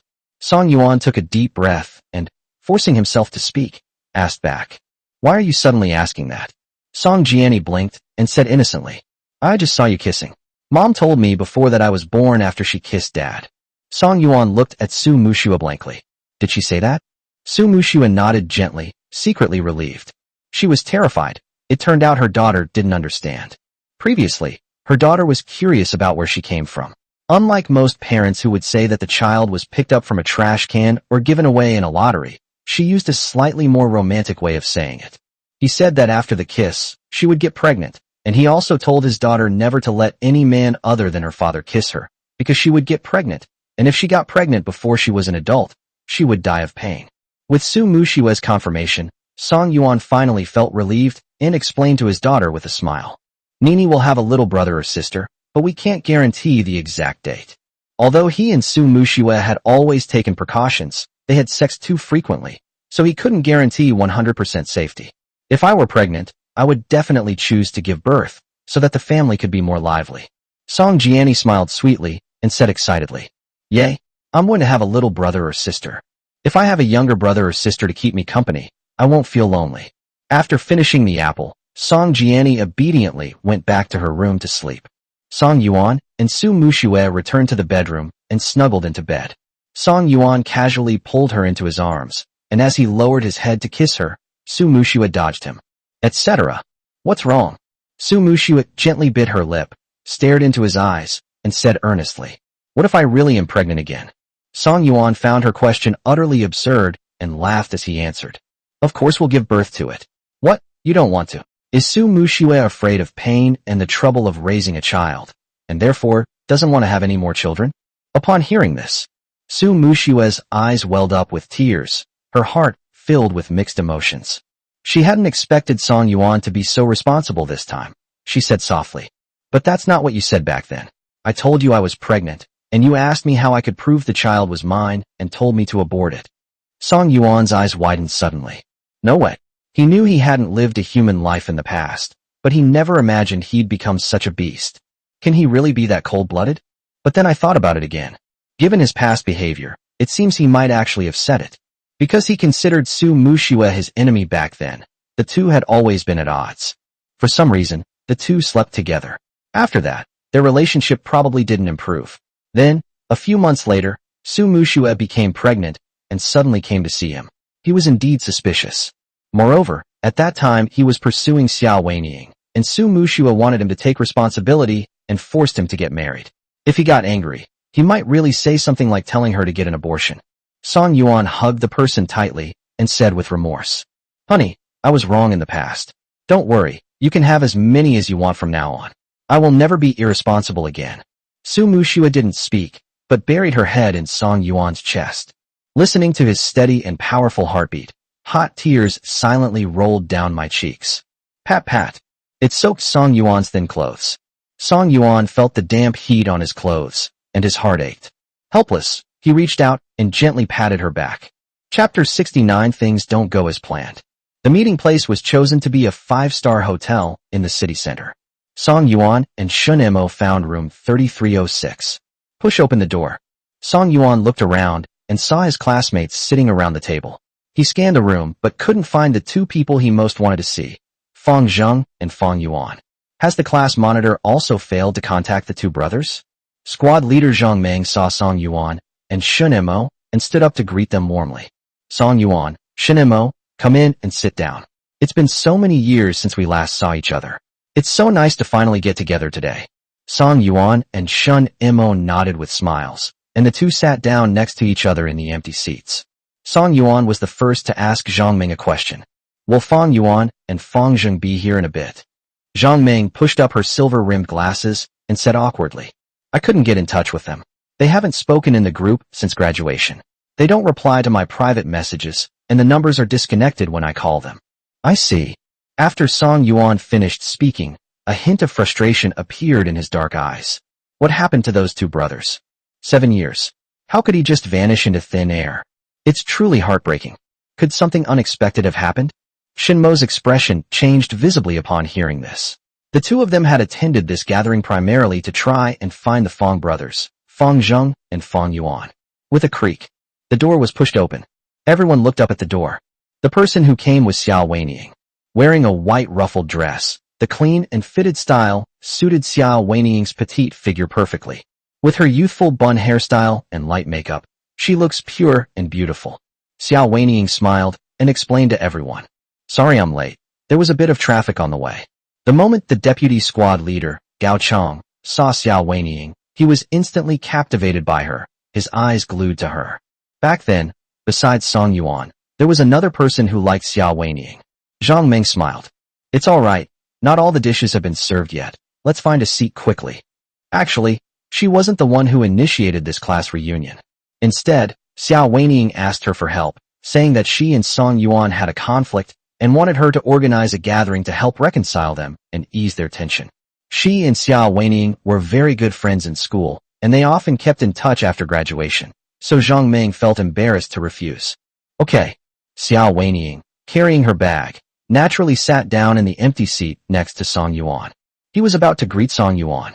Song Yuan stood up abruptly, avoiding her as if she were a plague, and went around to the empty seat next to Shen Imo to sit down again. Xiao Weiying looked around and saw that Shen Imo and Zhang Ming were on either side of Song Yuan, and she couldn't squeeze in at all. Damn it! With Shen Imo between them, it was inconvenient for them to whisper to each other. During this period, she felt like every day was an eternity on the set of the short drama, and she was physically and mentally exhausted. The director didn't treat the actors like human beings at all, and often made them work non-stop day and night to meet the filming schedule. She was exhausted and felt like she was going to die from exhaustion if she continued filming. Her best friend Judy kept urging her to pay back the money. She had no other choice but to organize a class reunion to ease the tension in her relationship with Song Yuan. It seems that Song Yuan isn't giving her any face at all. Hateful. It's been so long. Why hasn't Song Yuan forgiven himself yet? Seeing this, Zhang Ming secretly realized something was wrong. It seems that Song Yuan and Xiao Weiying have quite a conflict, as Song Yuan is unwilling to sit next to her anymore. At this moment, the waiter pushed the food cart in and served several more dishes. When Xiao Weiying saw that Song Yuan loved sweet and sour pork ribs, she immediately picked up her chopsticks, took a piece of rib, stretched her arm out, and accurately placed it in Song Yuan's bowl, saying softly, "Brother, I heard that the ribs at this restaurant are really delicious. You should try them." "No need. I have my own hands." Song Yuan simply pulled the piece of pork rib out of the bowl and threw it into the bone dish next to him. Shen Imo blinked and looked at Song Yuan in disbelief. That's impressive composure. Even though Xiao Weiying was so humble, Song Yuan still didn't change his mind. That's great. If we keep this up, the company will surely thrive. Xiao Weiying. Damn it. It's just that I didn't let you touch me. Is it really necessary to treat my good intentions so lightly? Seeing Xiao Weiying being disliked by Song Yuan, Gao Chong's lips twitched slightly, and he secretly cursed Song Yuan's ancestors for 18 generations. He picked up the wine glass on the table, tilted his head back, and drank the wine in one gulp. Zhang Ming remembered Xiao Weiying's instructions and tried to smooth things over. Song Yuan, do you still remember when you confessed your love to Waning on Valentine's Day in your second year of high school? You covered the entire playground with roses. Chapter 70, The Ultimate Idiot. Before Song Yuan could respond, Xiao Weiying's eyes lit up and she interjected. My brother definitely remembers it. It was so romantic, a sea of roses. I was so moved I almost cried. Zhang Ming's suggestion was excellent, reminding Song Yuan of how difficult it was to pursue her and how much he sacrificed. She always felt that the more energy and emotion a man invests in a woman, the more he is reluctant to give her up. This is why there are so many sadomasochistic relationships in the world. Even though you know the other person isn't right for you, you find it hard to let go when you think about how much you've sacrificed for them. However, Xiao Weiying never expected that Song Yuan was no longer the obedient puppy she had carefully trained and manipulated for 7 years.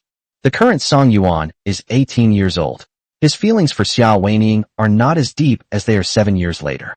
He has long seen through her hypocritical face and her heart. Song Yuan vehemently denied it. I don't remember. Xiao Weiying asked in surprise. Huh? Brother, how could you not remember? How could you forget something so important?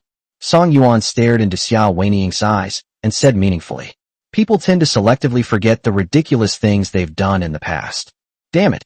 When this is mentioned, he feels like he's an absolute idiot. The teacher notified the parents after they wasted over 1 million yuan buying roses. His father rushed to the school and gave him a severe beating, almost breaking his legs. He thought Xiao Weiying would definitely agree to be his girlfriend. As a result, Xiao Weiying said something. Brother, I'm so touched that you've gone to such lengths for me. The Sea of Roses is so beautiful and romantic, but I can't agree to your request. I have to focus on my studies right now, and my mom won't let me date early. At the time, he thought that Xiao Weining didn't dislike him, but was just afraid of upsetting her mother. He believed that she would definitely agree to his proposal once he graduated. Now it seems that Xiao Weining was deliberately keeping him hanging on, and all those excuses about prioritizing his studies and her mother's disapproval were just that, excuses. Xiao Weining repeated it softly. A ridiculous thing? What does that mean? Does he think it was absurd for him to pursue her in the first place? Do you regret pursuing yourself? No, that's not right. Impossible. He's sacrificed so much for me. How could he just give up so easily, and even deny our past together? Seeing the awkward atmosphere, Zhang Ming realized she might have said something wrong, which not only failed to ease the tension between Song Yuan and Xiao Weining, but actually made things worse. They immediately sought a replacement. Let's not talk about the past. Let's talk about what's been going on lately. Song Yuan, you don't know, Weining has been working really hard on her short dramas. She's often working non-stop, not eating or sleeping well, just to prove to you that she won't let you down again. She's really working hard to improve her acting skills.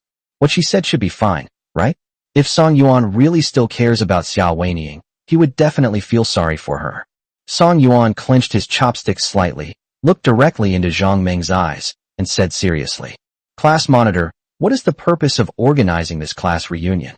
If it's really just because we haven't seen each other for many years, and we want to get everyone together to catch up." She wouldn't keep praising Xiao Weining in her ear without considering the other classmates. She and Xiao Weining were good friends back in school, so he guessed that the class monitor's purpose in organizing this gathering was likely to help him and Xiao Weining get back together. Of course, Xiao Weining must have discussed this with her beforehand. As expected, a hint of panic flashed in Zhang Ming's eyes, but she pretended to be calm. Of course, we want to get everyone together and catch up. Xiao Weining's heart pounded like a drum. How strange. How did Song Yuan become so smart? This can't be happening. What's going on? With a slight exertion, Song Yuan snapped the chopsticks in his hand. If that's the case, then don't say things you shouldn't say. Zhang Ming was startled and immediately pursed her lips, not daring to say another word. Chapter 71, Showing Affection. That's terrifying. My God. Zhang Ming had always known that Song Yuan was skilled in martial arts and unbeatable in the entire school, but she never expected him to be this good. He broke the chopsticks with his bare hands with ease. Those chopsticks weren't ordinary chopsticks. They were ceramic and incredibly hard. If Xiao Weining asks her for help to matchmake again, she won't help anymore. What if she angers Song Yuan and gets beaten up again? Xiao Weining was also startled, her face turning pale. Shin Mo, who was standing to the side, noticed that Song Yuan had broken the chopsticks, so he probably left. Actually, he didn't want to stay any longer. His main purpose in coming to the gathering was to see Feng Zheng and Feng Yuan, but he couldn't find them. I had only a casual relationship with the remaining classmates during school, and there wasn't much to talk about with them. He inquired, "Brother Yuan, should we retreat?" "Withdraw." Song Yuan stood up and said casually, "We've finished eating and we'll be leaving now. You can continue eating." No one dared to speak. The scene of Song Yuan breaking the chopsticks with his bare hands was deeply imprinted in their minds. If they said something wrong and offended Song Yuan, they wouldn't be able to handle it. Xiao Weining looked up at Song Yuan. Her mouth moved, but no sound came out. Her and Zhang Ming's little schemes were exposed. Song Yuan was furious, and nothing she said mattered. She could only try to repair their relationship when he was in a better mood. Seeing that everyone was silent, Gao Chong couldn't hold back any longer and said, "Why are you in such a hurry to go back? It's not easy for everyone to get together. Don't spoil the fun." Song Yuan scoffed and asked in return, "Ask yourself honestly, do you really welcome me?" Back then, the two were fiercely opposed to each other because of Xiao Weining, and rivals naturally glared at each other when they met. Upon hearing this, Gao Chong also laughed, but his smile was incredibly fake. "Welcome, of course you're welcome. You'd be more than happy to welcome us." Song Yuan ignored him and turned to walk outside. Shin Mo gave Gao Chong a deep look, then quickly followed Song Yuan. Just as Song Yuan touched the doorknob, he heard Gao Chong call out to him, "Wait, are you in such a hurry to go back because you're afraid your wife will come and catch you cheating?" These words were spoken. Everyone's expression changed drastically. "That's interesting, so interesting. There's even more drama to watch. It would be best if Song Yuan and Gao Chong fought. The more intense the better, so that their mundane lives could be added some color and fun." Xiao Weining had a headache. This Gao Chong was really stubborn. After all these years, he still wanted to oppose Song Yuan. What a petty person. Song Yuan released the doorknob and turned around. What do you mean? This high-strength worm is like a leech, sticking to you and refusing to let go. It's annoying even though it doesn't bite. Shen Mo couldn't hold back any longer and stepped in to retort to Gao Chang. That's right, what exactly do you want? Brother Yuan is magnanimous and won't hold it against you. Why are you still going on and on? Gao Chang ignored Shen Mo, but seeing Song Yuan's ugly expression, he was secretly pleased, finally hitting his weak spot, and added fuel to the fire. Oh, I forgot, she won't catch you cheating. You and your wife have no feelings for each other. You only got married because she was pregnant. When he first received the news of Song Yuan and Su Muxue's marriage, he thought it was outrageous. Who is Su Muxue? She is the school beauty and academic genius, the goddess that all the boys in the school dream of, and also the heiress of a top-tier wealthy family. He knew he was not good enough for Su Muxue, so he didn't even dare to pursue her. How could a goddess who is so perfect in every way, whom he wouldn't even dare to pursue, marry Song Yuan? How could that rascal Song Yuan be worthy of her? Moreover, Song Yuan and Su Muxue are usually enemies, and they always glare at each other fiercely when they meet. How could they suddenly get married? He later understood why. The child was born less than 6 months after their marriage, clearly indicating premarital pregnancy and a shotgun wedding. He guessed that Su Muxue definitely had no feelings for Song Yuan, otherwise why would she let him cheat on her? Song Yuan's lips twitched slightly, and for a moment he didn't know how to retort. Gao Chang is right. The two did indeed get married because the woman was pregnant, and there was no emotional foundation between them. He needs to think carefully about how to retort to him. Shen Mo. Gao Chang's words completely stumped Shen Mo, leaving him utterly at a loss for words. Seeing this, Gao Chang felt even more pleased and teased. Since your wife doesn't care about you, why are you going home so early? We're going to go sing karaoke later, come along. At that moment, the door was flung open from the outside with a bang. Song Yuan was startled and turned to look. Upon seeing who it was, he suddenly widened his eyes. It turned out to be Su Muxue. Oh right. He had almost forgotten that she had just texted him saying she was coming to pick him up. He didn't expect her to arrive so quickly. At this moment, Su Muxue was wearing a fiery red satin dress that perfectly showcased her curvaceous figure, making her no less stunning than a Victoria's Secret supermodel, and she wore a pair of patent leather high heels. Her thick, jet black wavy hair cascaded lazily over her shoulders, and her pretty face was adorned with exquisite makeup. Seeing Song Yuan's rosy lips slightly curved upwards, revealing a charming smile. Honey, I've come to pick you up and take you home. These words were spoken. Everyone was shocked. No way. Didn't Gao Chang say that Su Muxue and Song Yuan had no feelings for each other? There's one, isn't there? Su Muxue even took the initiative to come and pick Song Yuan up to go home, and the way Su Muxue looked at Song Yuan was incredibly affectionate. Eyes don't lie. They definitely convey emotion, and quite deep emotion at that.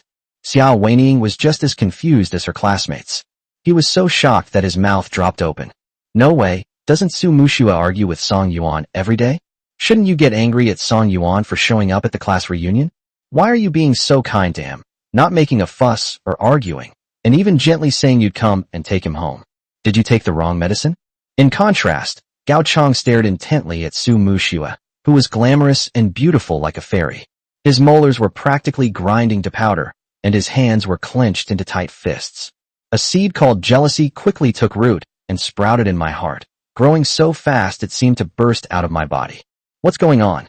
Could it be that Su Muxue really loved Song Yuan, and her marriage to him wasn't simply because of the child? Is this reasonable? Is this correct? If Su Muxue really loves Song Yuan, why hasn't she divorced him after all these years of him cheating on her with Xiao Weining? On what grounds? She's so outstanding. She could have any kind of man she wanted. Why should she put up with a scumbag like Song Yuan? It's so hard, so hard. He can't solve this problem. It's too difficult. Just as Gao Chang's jealousy was about to explode, Song Yuan casually pulled Su Muxue into his arms, holding her slender waist tightly, and looked at Gao Chang with a smile. As you can see, my wife came to pick me up and take me home, so I won't participate in the rest of the activities. Chapter 72 Why Not Choose Me? Su Muxue arrived just in time. Now, without Song Yuan having to lift a finger, she had given Gao Chang a resounding slap in the face. Gao Chang's face was pale, his chest heaving violently, but he forced himself to maintain his composure and gave a forced smile. No problem, take care. Xiao Weiniang's gaze involuntarily fell on Song Yuan's large hand, which was tightly gripping Su Muxue's slender waist. My heart suddenly ached for no reason. Strangeness. Why is she heartbroken? Does that mean she wasn't completely without feelings for Song Yuan? Impossible. She would never like Song Yuan. After all, Song Yuan had always been her devoted follower, but now he was suddenly disobedient, even biting people, and showing affection with Su Muxue. It was normal for her to feel upset. We left the private room. Song Yuan still didn't let go of Su Muxue. Instead, he hugged her even tighter. Although Su Muxue was a little out of breath, she felt sweet inside. Song Yuan had just admitted in front of so many classmates that she was his wife. So happy, so happy. You should know that he never called himself his wife in public before. Out of the corner of her eye, she caught sight of Shen Mo walking beside Song Yuan. Her cheeks flushed, and she felt embarrassed. Let go of me right now, I can't breathe. Song Yuan didn't let go. He loosened his grip on Song Yuan's waist slightly, and said with a smile, Is it better now? Su Muxue became even more shy, and said coquettishly, I didn't mean that either, just let go of me now. Looking at Su Muxue's fair and rosy face, Song Yuan instantly understood that she was embarrassed. Is it because Shen Mo is next to me? What's the big deal? He didn't do anything, he just hugged me. However, Su Muxue was shy and her face was flushed red. If he continued, she would probably get angry and upset with him. He had no choice but to withdraw his hand. When the three arrived at the underground parking garage and were about to part ways, Su Muxue took the initiative to ask Shen Mo a question. By the way, how is your sister? Has she recovered?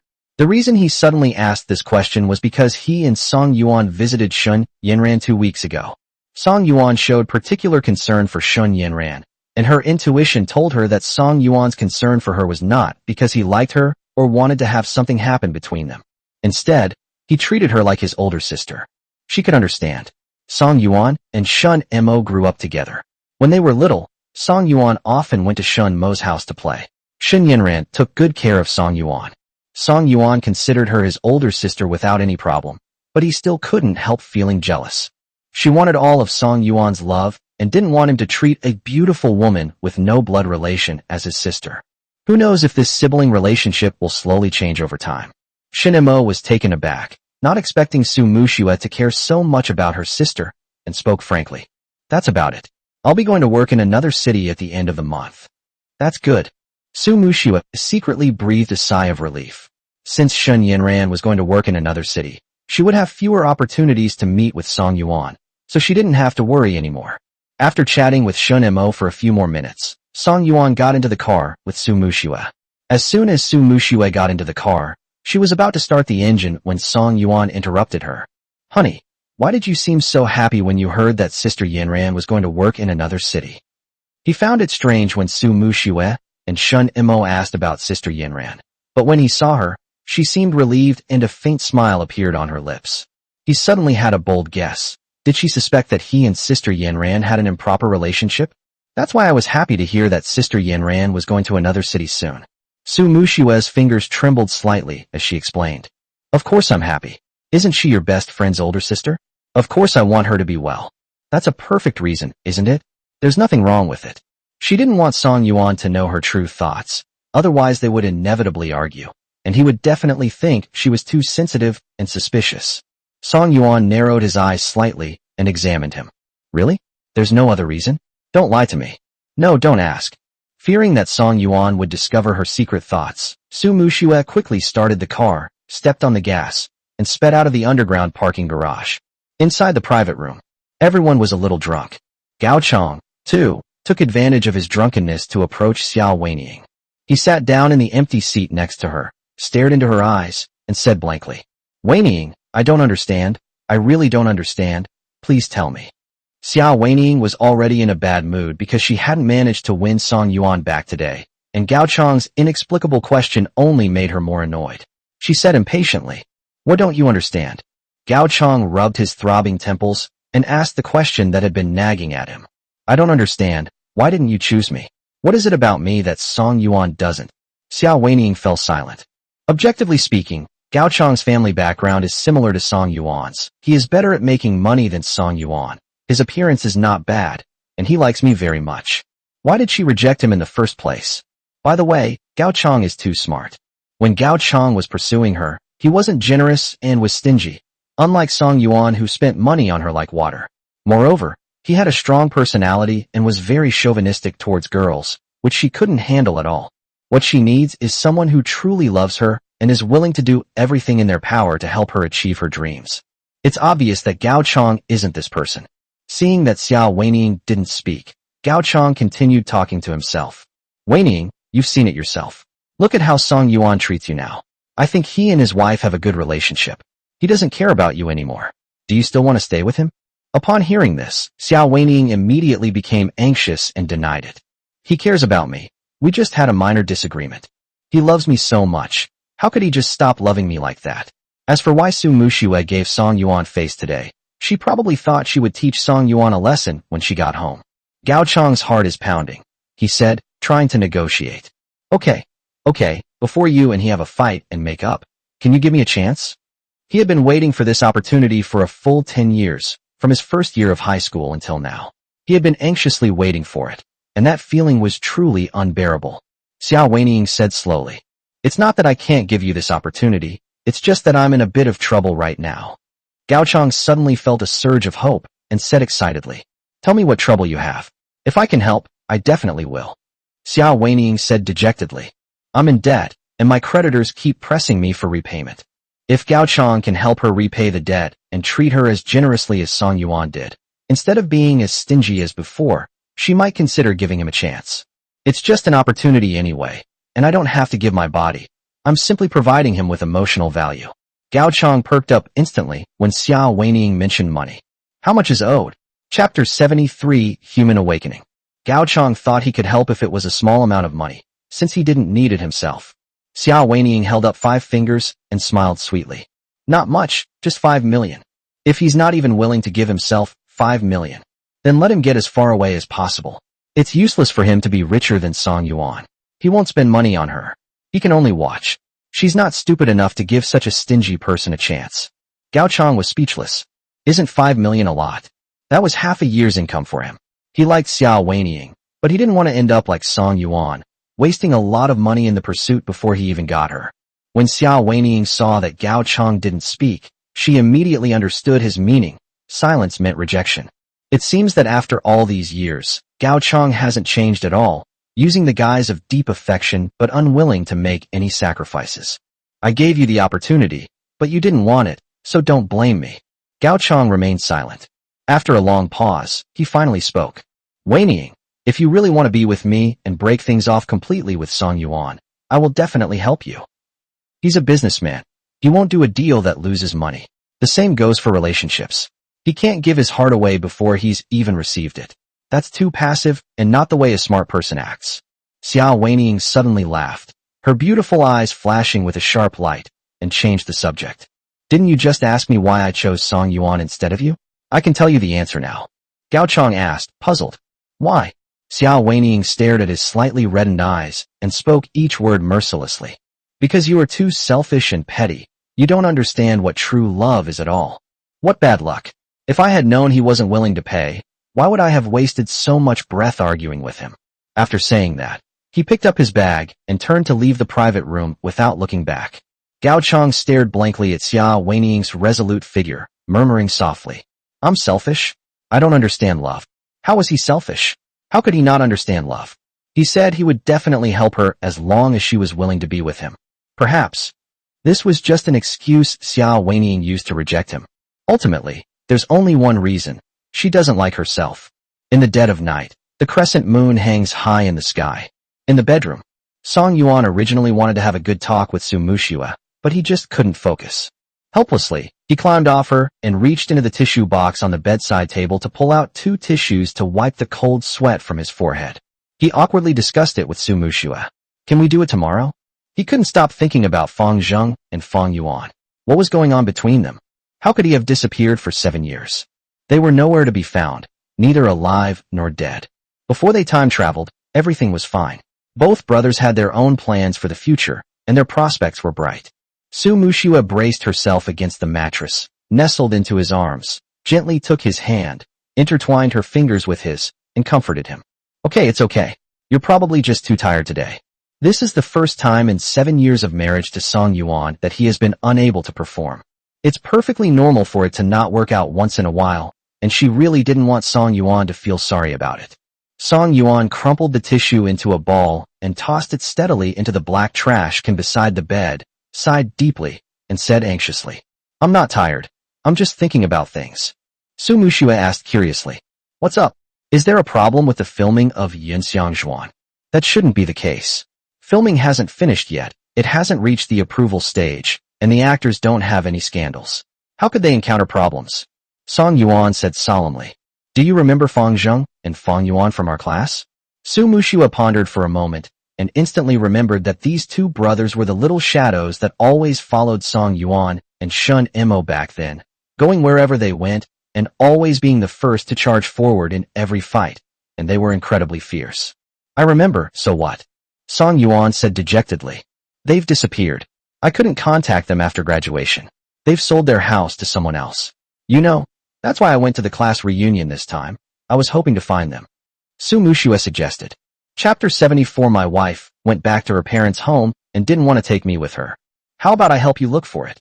Song Yuan's eyes lit up. That's right. Why didn't he think of asking Su Muxue for help? She's so powerful, with connections all over the country. Finding two people would be easy for her. She's sure to be able to find them. He was somewhat moved. "Wife, you are so good." Su Muxue's eyes curved into a smile, and the corners of her lips curved into a faint smile. You're only just realizing how good I am." Song Yuan chuckled. "We discovered it a long time ago. All right, go to sleep." The next day, the family of 3 was having breakfast. Su Muxue suddenly looked up at Song Yuan and said seriously, "By the way, don't wait for me to come home for dinner after get off work today. I'm taking Nini to my parents' house for the night, and we'll come back tomorrow." Song Yuan swallowed the milk in his mouth with a gulp. What does this mean? They just notified him directly, without any intention of discussing it with him. She went back to her parents' home without taking him along. Why shouldn't she take him with her? They've been married for 7 years. Can't he even step into his parents' house? Suppressing his inner dissatisfaction, he said in a deep voice, "Why didn't you take me with you?" Upon hearing this, Song Jiani, who was standing to the side, also stopped chewing and looked at her father with a puzzled expression. Dad is acting strange today. In the past, when her mother wanted to take her to her maternal grandfather's house, her father would never ask any questions. As far back as she can remember, it seems her father only visited her maternal grandfather's house twice. Seeing his dissatisfaction, Su Muxue also became displeased and asked in return, "Didn't you say you didn't want to go?" Song Yuan looked completely bewildered. "I don't want to go?" Su Muxue was speechless. Just as she was about to retort, she suddenly remembered that he had amnesia and didn't remember anything from the past 7 years. He said, somewhat irritated, "You two always argue whenever you meet, and the last time you met you even got into a physical fight." Her father had never agreed to her marrying Song Yuan, because he disliked that Song Yuan's family background was not as good as his own, that he had a bad temper, and that he had no feelings for her. He only has a handsome and dashing appearance. If she hadn't gotten pregnant so early, she would never have let him marry Song Yuan. After getting married, Song Yuan's father found out about his affair. His father was furious and scolded him a few times. Instead of repenting, he retorted arrogantly. His father tried to hit him, but he didn't fight back. Instead, he ran around the yard, mocking his father as he ran. His father didn't hit him once. He was so angry that he had a heart attack and was hospitalized. After this incident, her father threatened that if Song Yuan were to enter the family again, he would sever all ties with her and abandon her as his daughter. No matter how much she loved Song Yuan, she couldn't hurt her father for Song Yuan's sake. She had lost her mother at a young age, and of course she didn't want to lose her father as well. Song Yuan gasped, "Is your father-in-law the same as your own father? Does he start a fight at the drop of a hat without any regard for martial ethics?" He didn't dare ask for the specific reason. Even a fool could guess that he must have acted inhumanely again. He had been having an affair with Xiao Weiniing for so many years, his father-in-law must have known. So naturally he looked down on him, and it was understandable that he would take action against him. He really deserved a beating. However, hiding like this isn't a solution. One day you'll have to pay for the sins you've committed. He stared into Su Mu's eyes and assured him, "Honey, don't worry. This time when I go there, I will definitely not make Dad angry again. I will not talk back or fight back." Su Muxue snorted coldly. "You talk a good game, but you have amnesia. You haven't been possessed, and your soul hasn't become someone else's. She didn't trust Song Yuan at all, even though he lost his memories of the past 7 years. But he is still himself. Even at 18, Song Yuan still had a bad temper. If his father scolded him, he would definitely lose his temper again. Song Yuan discussed it. Honey, I know I was wrong before, but I've been changing. Haven't you noticed? Please trust me one more time, okay? Su Muxue fell silent. Song Yuan is right. He has indeed changed a lot during this period. He broke up with Xiao Wenying, his white moonlight who had been with him for so many years. He goes home on time almost every day, and even if he doesn't go home, he will tell her in advance. The frequency of arguing with myself has also decreased significantly. Seeing that Su Muxue remained silent, Song Yuan turned to look at his daughter, who was quietly showing off her sandwiches, and asked expectantly, Nini, do you believe in your father? His daughter is his little darling. She has become much closer to him lately, and he feels that she will trust him. As soon as he finished speaking, Su Muxue also looked up at her daughter. She was very curious about what kind of answer her daughter would give. Song Jinni stiffened, slowly raised her head, licked the jam from the corner of her mouth, looked at her mother, and then at her father. He hesitated before speaking. Actually, she believed in her father because he had truly changed and was no longer the terrible devil he used to be. But her mother hasn't said anything yet. If she says she believes her father, and her mother still doesn't believe her father, then she's just expressing her true feelings. What if mom gets upset?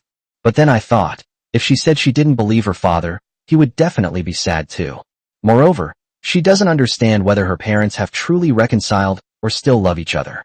Her father had told her before that he liked her mother, but when she told her mother that day, although her mother said she believed her, her eyes were full of doubt. So how should she answer? So difficult. This is so difficult. She's still a child. She can't do such a difficult problem. Has anyone come over and helped teach her what the perfect answer is? Song Yuan had no idea that his daughter, who was well-behaved and sensible in his eyes, and only 7 years old, would be so precocious and have such a complex inner world. He was still gazing longingly at his daughter, urging her on. Nini, tell me, do you believe Daddy? Song Jianni became even more nervous, almost crushing the small sandwich in her hand. Her delicate and adorable face gradually turned red, and she stammered. I need to go to the toilet. Since we can't provide the perfect answer, let's just use the 36 stratagems to run away and make a run for it. Song Yuan's vision went black. Then hurry up and go. Song Jianni swallowed the last bite of her sandwich and quickly left the table. As Su Muxue watched her daughter's petite figure disappear into the distance, she couldn't help but smile. Her daughter was so clever. She considered their feelings and chose not to answer. Song Yuan grasped Su Muxue's hand and said sincerely, Honey, believe me, I really want to mend things with Dad. Can I apologize to him as soon as I get home? Looking into Song Yuan's sincere and clear eyes, Su Muxue's hardened heart gradually softened. Or should we trust him one more time? If he dares to talk back to his father when they get home, she will kick him out immediately. All right, let me make this clear. If you act recklessly again, I will absolutely not be lenient with you. Song Yuan said excitedly. You're the best, my wife. I promise I'll never do anything stupid again. But before I could even enjoy it for 2 seconds, Su Muxue's phone, which was on the corner of the table, began to vibrate, and the contact name was clearly written as Dad. Chapter 75 Stalemate. Song Yuan knew inwardly that something was wrong. The father-in-law is probably calling now to warn Su Muxue not to bring him home. Su Muxue guessed what her father meant, but since the phone call had already come in, she couldn't pretend not to hear it. I had no choice but to pick up the phone and press the call button. As expected, Su's father mentioned Song Yuan as soon as he opened his mouth. Muxue, when you and Nini come over later, whatever you do, don't bring that beast with you. Every time he calls his daughter home, he has to repeat these instructions. He feels like he'll lose several days of his life if he even looks at Song Yuan now. Su Muxue did not respond immediately, but instead glanced awkwardly at Song Yuan. When Song Yuan heard his father-in-law call him a beast, his face turned extremely ugly. Even though his father often scolded him, calling him unfilial son, scoundrel, little brat, and beast, he thought he was already immune and would no longer experience emotional fluctuations. Hearing his father-in-law say those things about him was still quite a blow. Being scolded in front of Su Muxue was incredibly embarrassing. Upon seeing this, Su Muxue immediately spoke up for Song Yuan. Dad, please don't be angry. Song Yuan knows he was wrong, and wants to go and apologize to you properly. Su's father didn't believe it at all and said irritably, he knows he's wrong? What? Did the sun rise in the west today? Muxue, don't be fooled by him anymore. If you really want Dad to feel better, you should hurry up and divorce him. Don't you know he has another woman? There are so many good men in the world. Why are you clinging to him? He doesn't deserve you at all. Upon hearing this, Song Yuan raised his hand and rubbed his temples vigorously. Danger. My father-in-law wants my wife to divorce me? No way, absolutely not. He was quite satisfied with his current married life. Although he and Su Muxue would still have conflicts and arguments, they were mostly amicable. And their daughter was so well-behaved and sensible. How could he bear to get a divorce? Besides, her parents wouldn't agree, since they both like Su Muxue so much. He looked at Su Muxue with some concern. She must hold fast to her original intentions and not be easily swayed by her father-in-law's words, lest he really want a divorce. Su Muxue understood and spoke up. Dad, I've told you so many times, I will only marry once in my life, and only with one person, and that person is Song Yuan. He made a mistake in the past, but he has really changed for the better now. He has broken up with the other woman, and this time he sincerely wants to apologize to you. Can you give him a chance? Su's father completely ignored his daughter's words, having already made up his mind about Song Yuan's character, and said angrily, do you really have to bring him here? Have you forgotten what you promised me before? You said you would never bring him to see me again. Otherwise, we would sever our father-daughter relationship. Dad, I haven't forgotten, but Song Yuan Before Su Muxue could finish speaking, a gentle female voice came from the receiver. Muxue, your father's heart condition has worsened again these past few days, and he's been taking medication. If you really want to bring Song Yuan over, can you wait until your father feels better? Su Muxue's face darkened instantly when her stepmother interrupted her conversation with her father. Despite her displeasure, she maintained her composure. I know, give the phone back to my dad. Su's father took the phone again. Hello, Dad, don't worry, I won't bring Song Yuan with me later. Su Muxue dared not gamble. If what her stepmother said was true, then sending Song Yuan over might really worsen her father's condition. Su's father said with relief, this is my good daughter. I'll hang up now. I have to go to work. Go. After hanging up the phone, Su Muxue looked at Song Yuan with some guilt. Honey, can I take you home next time? I just promised him, but now I haven't kept my promise. He must be very angry. Song Yuan said with a smile. It's all right. Dad's health is the most important thing. Although he felt very bad about being turned away by his father-in-law. But there's nothing I can do. After 7 years of being a bad person, it's understandable that my father-in-law wouldn't believe me and wouldn't let me into his house. Anyway, there's plenty of time, and he believes that one day his father-in-law will truly accept him. Su Muxue blinked, surprised that Song Yuan wasn't actually angry, and asked blankly, Honey, are you really not angry? Don't you hate it when people break their promises? Song Yuan shook his head and said self-deprecatingly, Why should I be angry? I have no right to be angry. As Su Muxue looked into Song Yuan's eyes, a soreness welled up in her nose, and her eyes began to burn. She felt inexplicably like to cry. I can't explain why. Perhaps it was because her father had just urged her to divorce Song Yuan, and she was unwilling to give Song Yuan a chance to come and apologize. Or perhaps it was because Song Yuan was rejected and verbally abused by his father, which was clearly very painful, but he still smiled and told himself it was okay. It's possible that upon hearing her stepmother's voice, she couldn't help but think of her mother, who had quickly abandoned her after divorcing her father and chosen to end her life. She couldn't understand why the newcomer could surpass the old one, and why her stepmother could live a happy and fulfilling life with her father, even though her mother was the one her father had legally married. Is there really no fairness in relationships? Seeing that Su Muxue's eyes were terribly red, Song Yuan hurriedly grabbed her slightly cool hand and said helplessly, Honey, what's wrong? Did I say something wrong?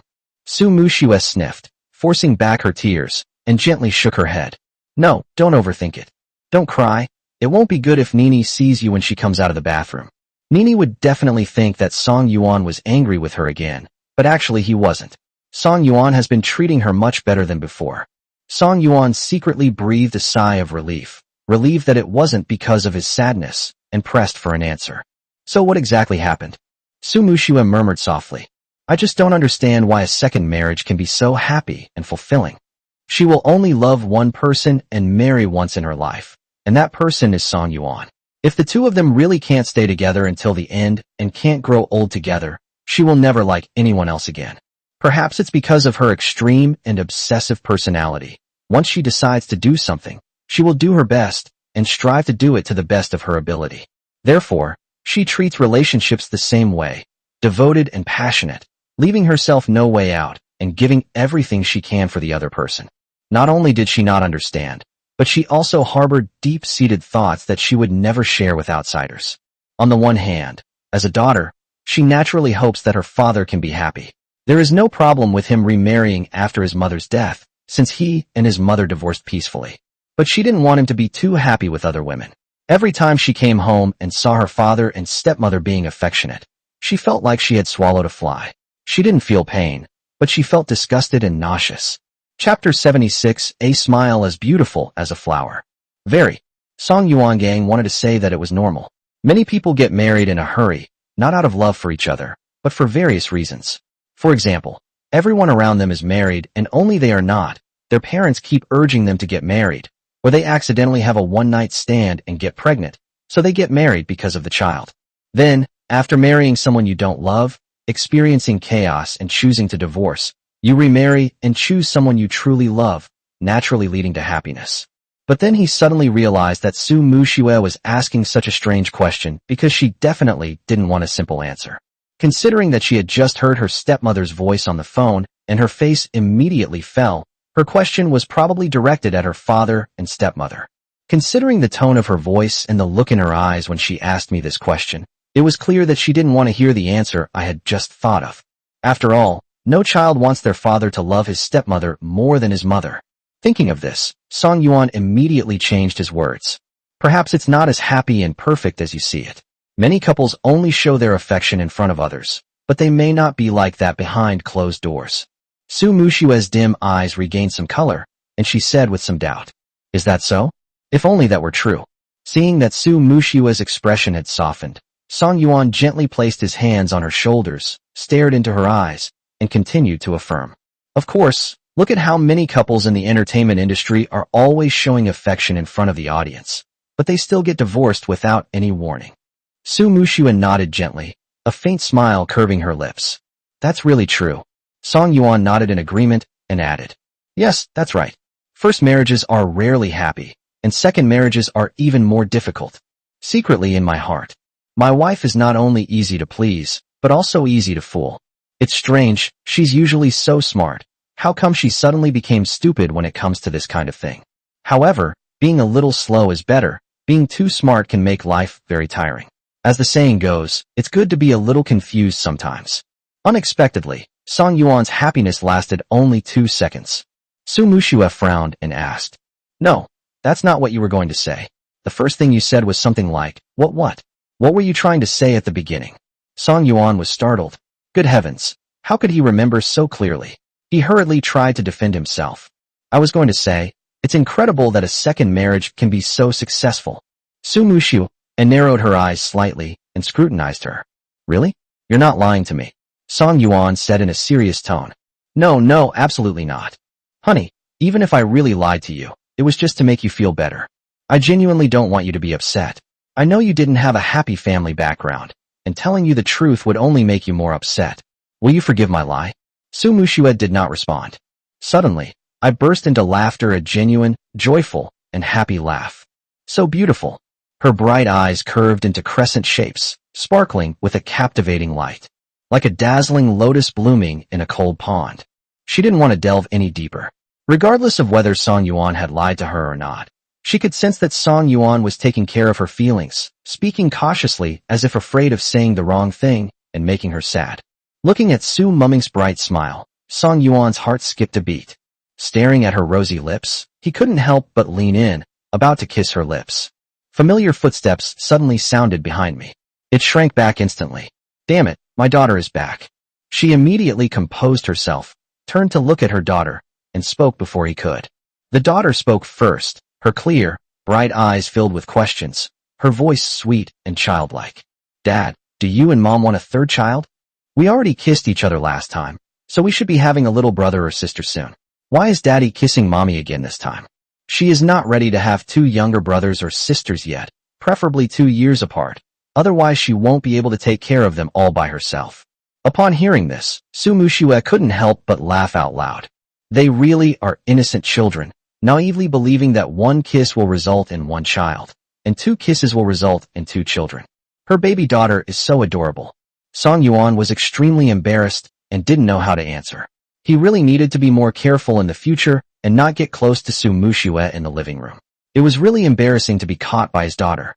If he answers that a kiss won't result in pregnancy, his daughter will definitely ask how she came to be, and he'll have to make up excuses and can't tell her the truth. Since that's the case, I might as well not answer, changing the subject and urging. Hurry up and go to the study to get your school bag. It's already so late.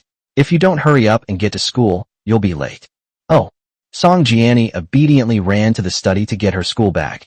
Noon. After finishing his meal, Song Yuan went into the office's long and used break room and drew the curtains. He took off his suit jacket and white shirt, climbed into bed shirtless, and prepared to get a good night's sleep.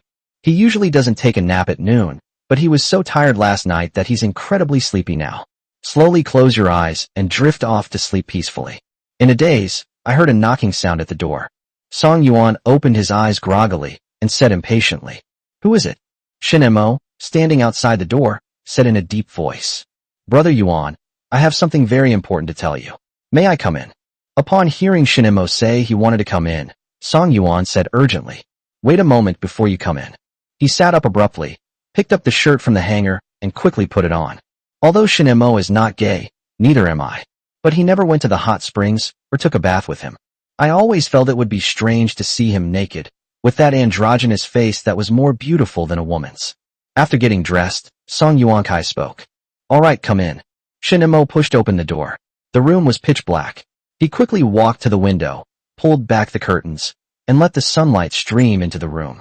Song Yuan stared at his retreating figure, puzzled. "What's the matter? Why are you in such a hurry?" Shin Mo, I naturally sat down on the edge of the bed, looked up at Song Yuan, and found that he looked extremely haggard, pale as a ghost, with bloodshot eyes. He did not answer immediately, but asked with concern, "What happened to you? Should we go to the hospital? Everything was fine at the class reunion yesterday. How come it's turned into this overnight?" Song Yuan urged. "I'm fine. I just didn't sleep well. Tell me quickly what happened." Of course, he couldn't tell him that he had been too indulgent, sleeping only at dawn, which was shameful and made him seem like he had never seen a woman before. Seeing this, Shin Mo did not press the matter further and said seriously, "I visited the film set this morning, and guess what I saw?" Chapter 77, A Little Cabbage Cannot Be Stewed by a Pig. Song Yuan yawned, looking tired. "What did you see? How would I know? Stop keeping me in suspense and tell me right now. I'm so sleepy." Shin Mo stopped keeping her in suspense. "I saw Jiang Hao give Ding Yao a gift and confess his feelings to her." Song Yuan instantly perked up and asked nervously, "Huh, are you sure you're not mistaken?"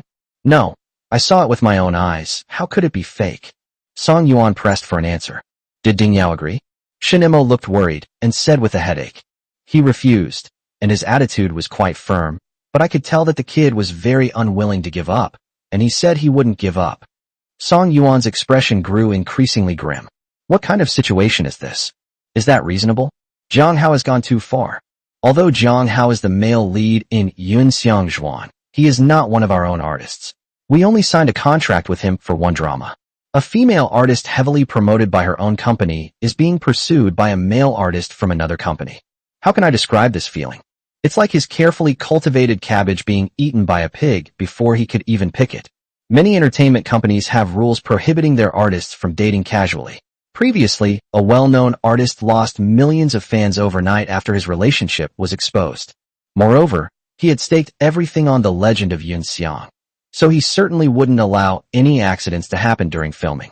If Jiang Hao and Ding Yao really get together, and then break up or have a fight before filming is finished, it will definitely affect their performance on set. If the most important male and female leads in a play encounter problems, how can the play still become popular? Seeing that Song Yuan remained silent, Shin Mo asked him, "Brother Yuan, how about I go and warn Jiang Hao to give up on this idea? It's useless for us to warn ourselves. Jiang Hao is not one of our own artists, but he has good acting skills and a lot of fans, so even the director on set has to give him face. Moreover, the contract he signed did not include a clause prohibiting him from dating." Shin Mo's method of warning people is always simple and brutal, directly using violence. Don't be fooled by Shun Mo's feminine appearance. She was the one who started many fights back in school. Although Shun Mo's skills were not as good as his own, they were much better than the average person's. This was because Shun Mo used to be weak and sickly, so Song Yuan dragged him along to practice martial arts with his master. He felt that when dealing with work-related issues, it was best to use gentle methods unless absolutely necessary. Shun Mo scratched his head in frustration and said dejectedly, "What should we do then? We can't just sit here and wait to die." Song Yuan was silent for a moment, then smiled and said, "Since warnings ourselves are ineffective, let's contact his agent." He remembered that Lihua Entertainment, where Jiang Hao worked, did not allow its artists to date casually. Shin Mo's eyes lit up. Great idea. After the two reached an agreement, Song Yuan immediately called Jiang Hao's agent, Shin Yun, without directly explaining the reason, only saying that he wanted to get everyone together for a late-night snack to summarize and discuss the filming progress of Yun Xiang Zhuan. Shin Yun readily agreed. I hung up the phone. Song Yuan jumped off the bed, picked up his suit jacket from the clothes rack, and quickly put it on. Shin Mo asked, puzzled, "Aren't we going to have a late-night snack together later? It's only noon now. Why are you wearing a coat? Aren't you going to sleep? Let's go check out the film set. You drive, and I'll sleep in the car." Song Yuan remembered that the director was supposed to shoot the most important highlight scenes of Yun Xiang Zhuan in the next 2 days, and he originally planned to take a nap before going. Shin Mo. Okay. Song Yuan fell asleep as soon as he got in the car. After an unknown amount of time, Shin Mo began to pat him on the shoulder. Wake up, we're here. Wake up. Song Yuan groggily opened his eyes. How could it be so fast? No, you're sleeping too soundly. Get off the bus now. Song Yuan staggered out of the car and followed Shin Mo into the film and television base. They finally found their own film crew. The staff at the scene greeted the two respectfully. President Song, Vice President Shun. The two nodded slightly in response. Director Zhang was in front of the camera, staring intently at the monitor, completely unaware of Song Yuan and Shun Mo's arrival behind him. Song Yuan and Shun Mo didn't disturb him, but instead looked at Ding Yao, who was filming an action scene in the distance. This scene is the most exciting part of the entire series. In the midst of battle, the female protagonist's soldiers were trapped. The city gates were locked by the enemy, and they had lost their last chance to escape. The soldiers were prepared to sacrifice themselves. Just as everyone was preparing to face death calmly, watching the enemies approaching them, ready to fight to the death and take as many enemies as possible down with them. The female protagonist single-handedly broke through the city gate, and the soldiers instantly saw hope. Then, the female lead led her rallied soldiers and, with her superb martial arts skills, directly took the head of the enemy commander, turning the tide of the battle. Ding Yao's performance was excellent. Whether it was her appearance, martial arts movements, or facial expressions, there was nothing to criticize. She brought to life the female general in the original work who was just as capable as any man. Upon seeing this scene, Song Yuan and Shun Mo exchanged a knowing glance, their eyes sparkling. It's as if it's saying, "Look, what a fine cabbage. We can't let that pig Jiang Hao eat it." If this show becomes a hit, Ding Yao will be our company's ace. Director Zhang stared at the monitor, tears streaming down his face, his shoulders shaking violently. So touching. Ding Yao's acting is superb. He followed Song Yuan for 3 years and filmed so many terrible dramas featuring Xiao Weiying. This time, he finally stopped filming terrible dramas and finally made it to the top.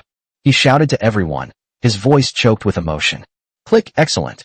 After shouting, he glanced at Song Yuan and Shun Mo, who had been standing next to him for who knows how long, and said awkwardly, President Song, Vice President Shun, how long have you been here? Please excuse our presence. Shin Mo tried hard to suppress his laughter. Just arrived. Having worked with Director Zhang for so many years, this is the first time I've ever seen him cry. It's kind of funny to see a middle-aged man in his 40s with a stubble beard, crying with snot and tears streaming down his face. Song Yuan also wanted to laugh, but he held it in and added, No, we didn't mean it as a joke. Director Zhang is a man of strong character. Director Zhang rubbed his nose and said seriously, Mr. Song, I'd like to confirm again, you really don't plan to change the female lead, right? You're going to use Ding Yao, right? If Song Yuan causes trouble again and replaces Ding Yao with Xiao Weiying, he plans to run away. He never wants to film Xiao Weiying again in his life. This woman not only has no acting skills, but she also always acts like a diva. Just because she's Song Yuan's girlfriend, She bosses people around on set and doesn't even respect him, the director. He's had enough of her. On the other hand, Ding Yao was exactly what he wanted. She had a better image than Xiao Weiying and was more adaptable.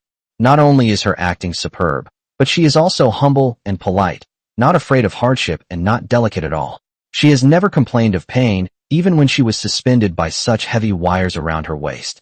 Chapter 78. You dare to take the face I'm giving you? Song Yuan assured. I'm sure. That's good. Director Zhang secretly breathed a sigh of relief. Ding Yao arrived at this moment, panting heavily, her smooth forehead covered with fine beads of sweat. He greeted Song Yuan and Shun Mo politely. Song Yuan and Shun Mo stared at the sweat on Ding Yao's face and said, "Thanks for your hard work." Ding Yao shook her head and smiled. "It's not hard work, it's what I should do." She has been in the industry for 5 years, and those times have been much harder than now. Jiang Hao, who had just gotten off the RV, saw this scene and quickly walked over, saying politely, "President Song, Vice President Shun." Song Yuan and Shun Mo felt a surge of anger whenever they saw Jiang Hao. This guy is handsome and refined, the kind of abstinent handsome guy that's popular online. His fans leave comments on his Weibo every day, calling him an abstinent male god. Who would have thought that he had been harassing Ding Yao behind her back, even after she had firmly rejected him? This guy isn't some abstinent male god. He's clearly a shameless womanizer. Despite feeling unhappy inside, Song Yuan didn't show it either. Shin Mo, suppressing his anger, went straight to the point, saying that after work, Song Yuan would treat everyone to a late-night snack. Ding Yao and Director Zhang both immediately agreed. Only Jiang Hao refused. "I haven't memorized my lines for tomorrow yet, so I need to go back and prepare them early." His intuition told him that this was no ordinary dinner party, but rather a trap.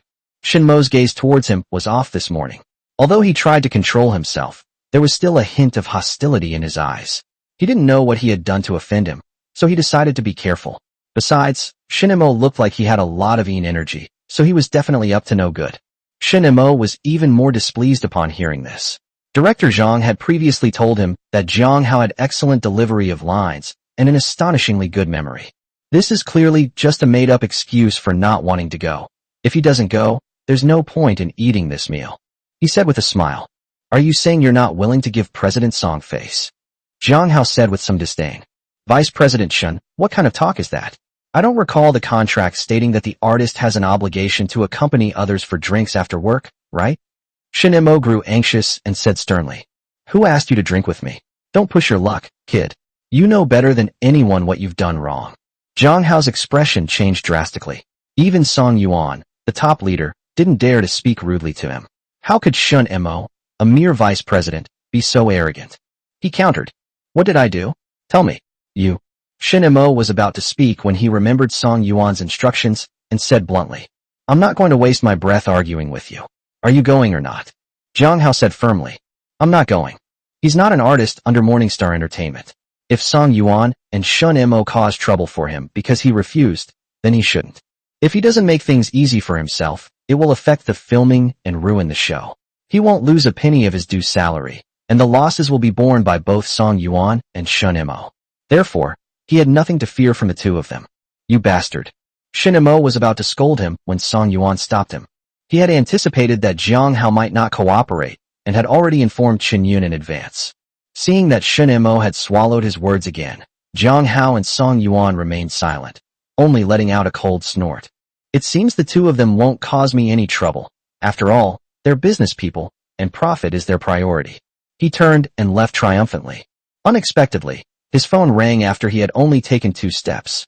Jiang Hao stopped, took out his phone, and his expression changed slightly when he saw the contact. It was his agent, Qin Yun, calling. He immediately pressed the call button, not knowing what Qin Yun said to him. After hanging up the phone, Jiang Hao immediately turned his head and looked at Song Yuan and Shun Mo awkwardly.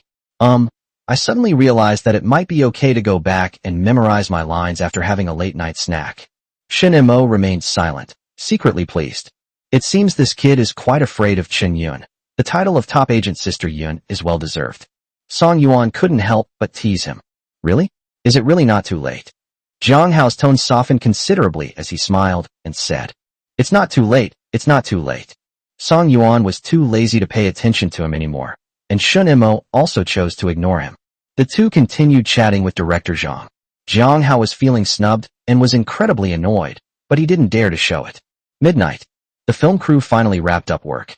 Song Yuan and Shun Mo drove to the agreed-upon restaurant. Just before arriving at the hotel, Shun Mo, sitting in the passenger seat, looked out at the night view when he suddenly remembered something and turned to look at Song Yuan. Brother Yuan, have you greeted your wife yet?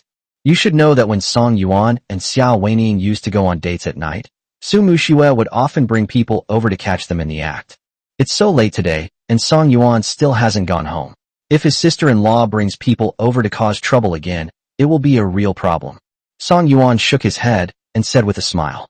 No, she took my daughter to her parents' house today. She should be asleep by now.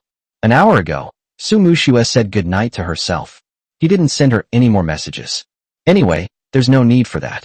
Su Muxue and her daughter aren't home, so he can go back anytime he wants.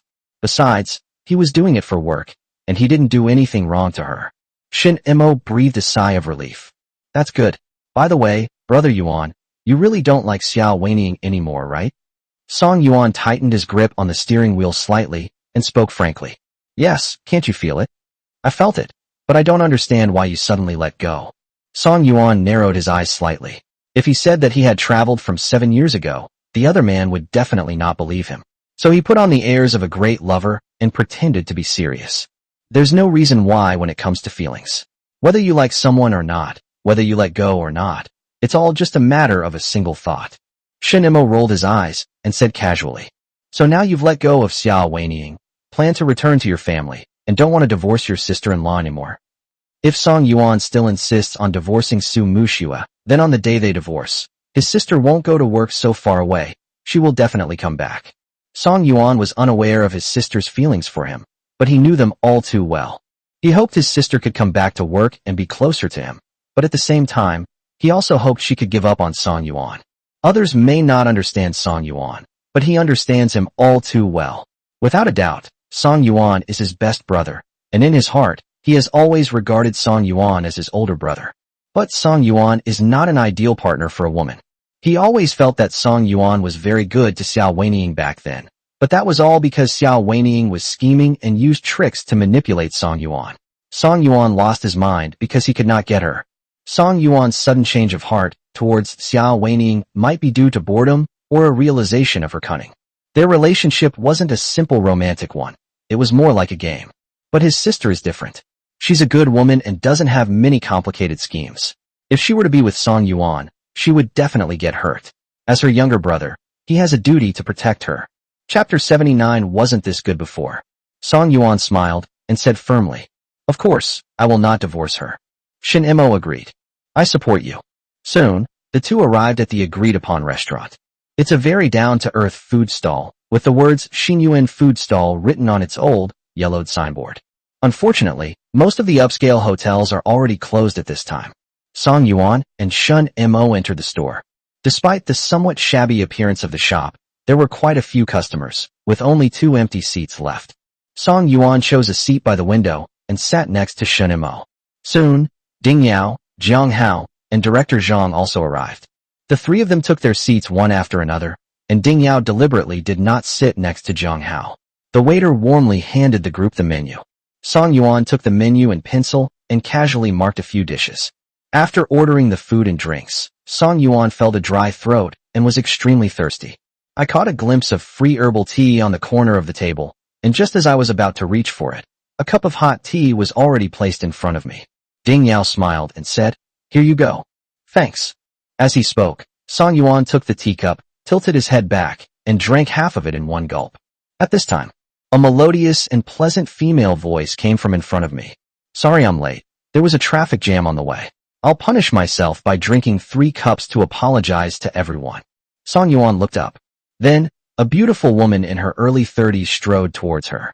The woman was wearing a purple satin blouse, paired with a black tight-fitting pencil skirt. A pair of slender, beautiful legs were encased in thin black stockings, and her feet were clad in stiletto patent leather high heels. It perfectly showcased her voluptuous and graceful figure. Her long, black hair was neatly pulled back behind her ears, and a tassel hairpin was inserted into her bun. Her face was covered with exquisite makeup, and she looked radiant and beautiful when she smiled. Song Yuan's brain seemed to freeze. Is this Chen Yun? He had seen her once before when she signed with Jiang Hao, and she wasn't this pretty then. Could it be because she wasn't dressed up properly that day? That's terrifying. A woman looks completely different when she dresses up and when she doesn't. Seeing that Song Yuan was stunned and didn't speak, Shin Imo responded in a deep voice. It's not late, we just arrived. Jiang Hao echoed. Yes, Sister Yun, you didn't arrive late on purpose, please have a seat. Shin Yun looked around and saw two empty seats, one next to Ding Yao and the other next to Song Yuan. Shin Yun naturally sat down next to Song Yuan. Song Yuan finally came to his senses and greeted Shin Yun.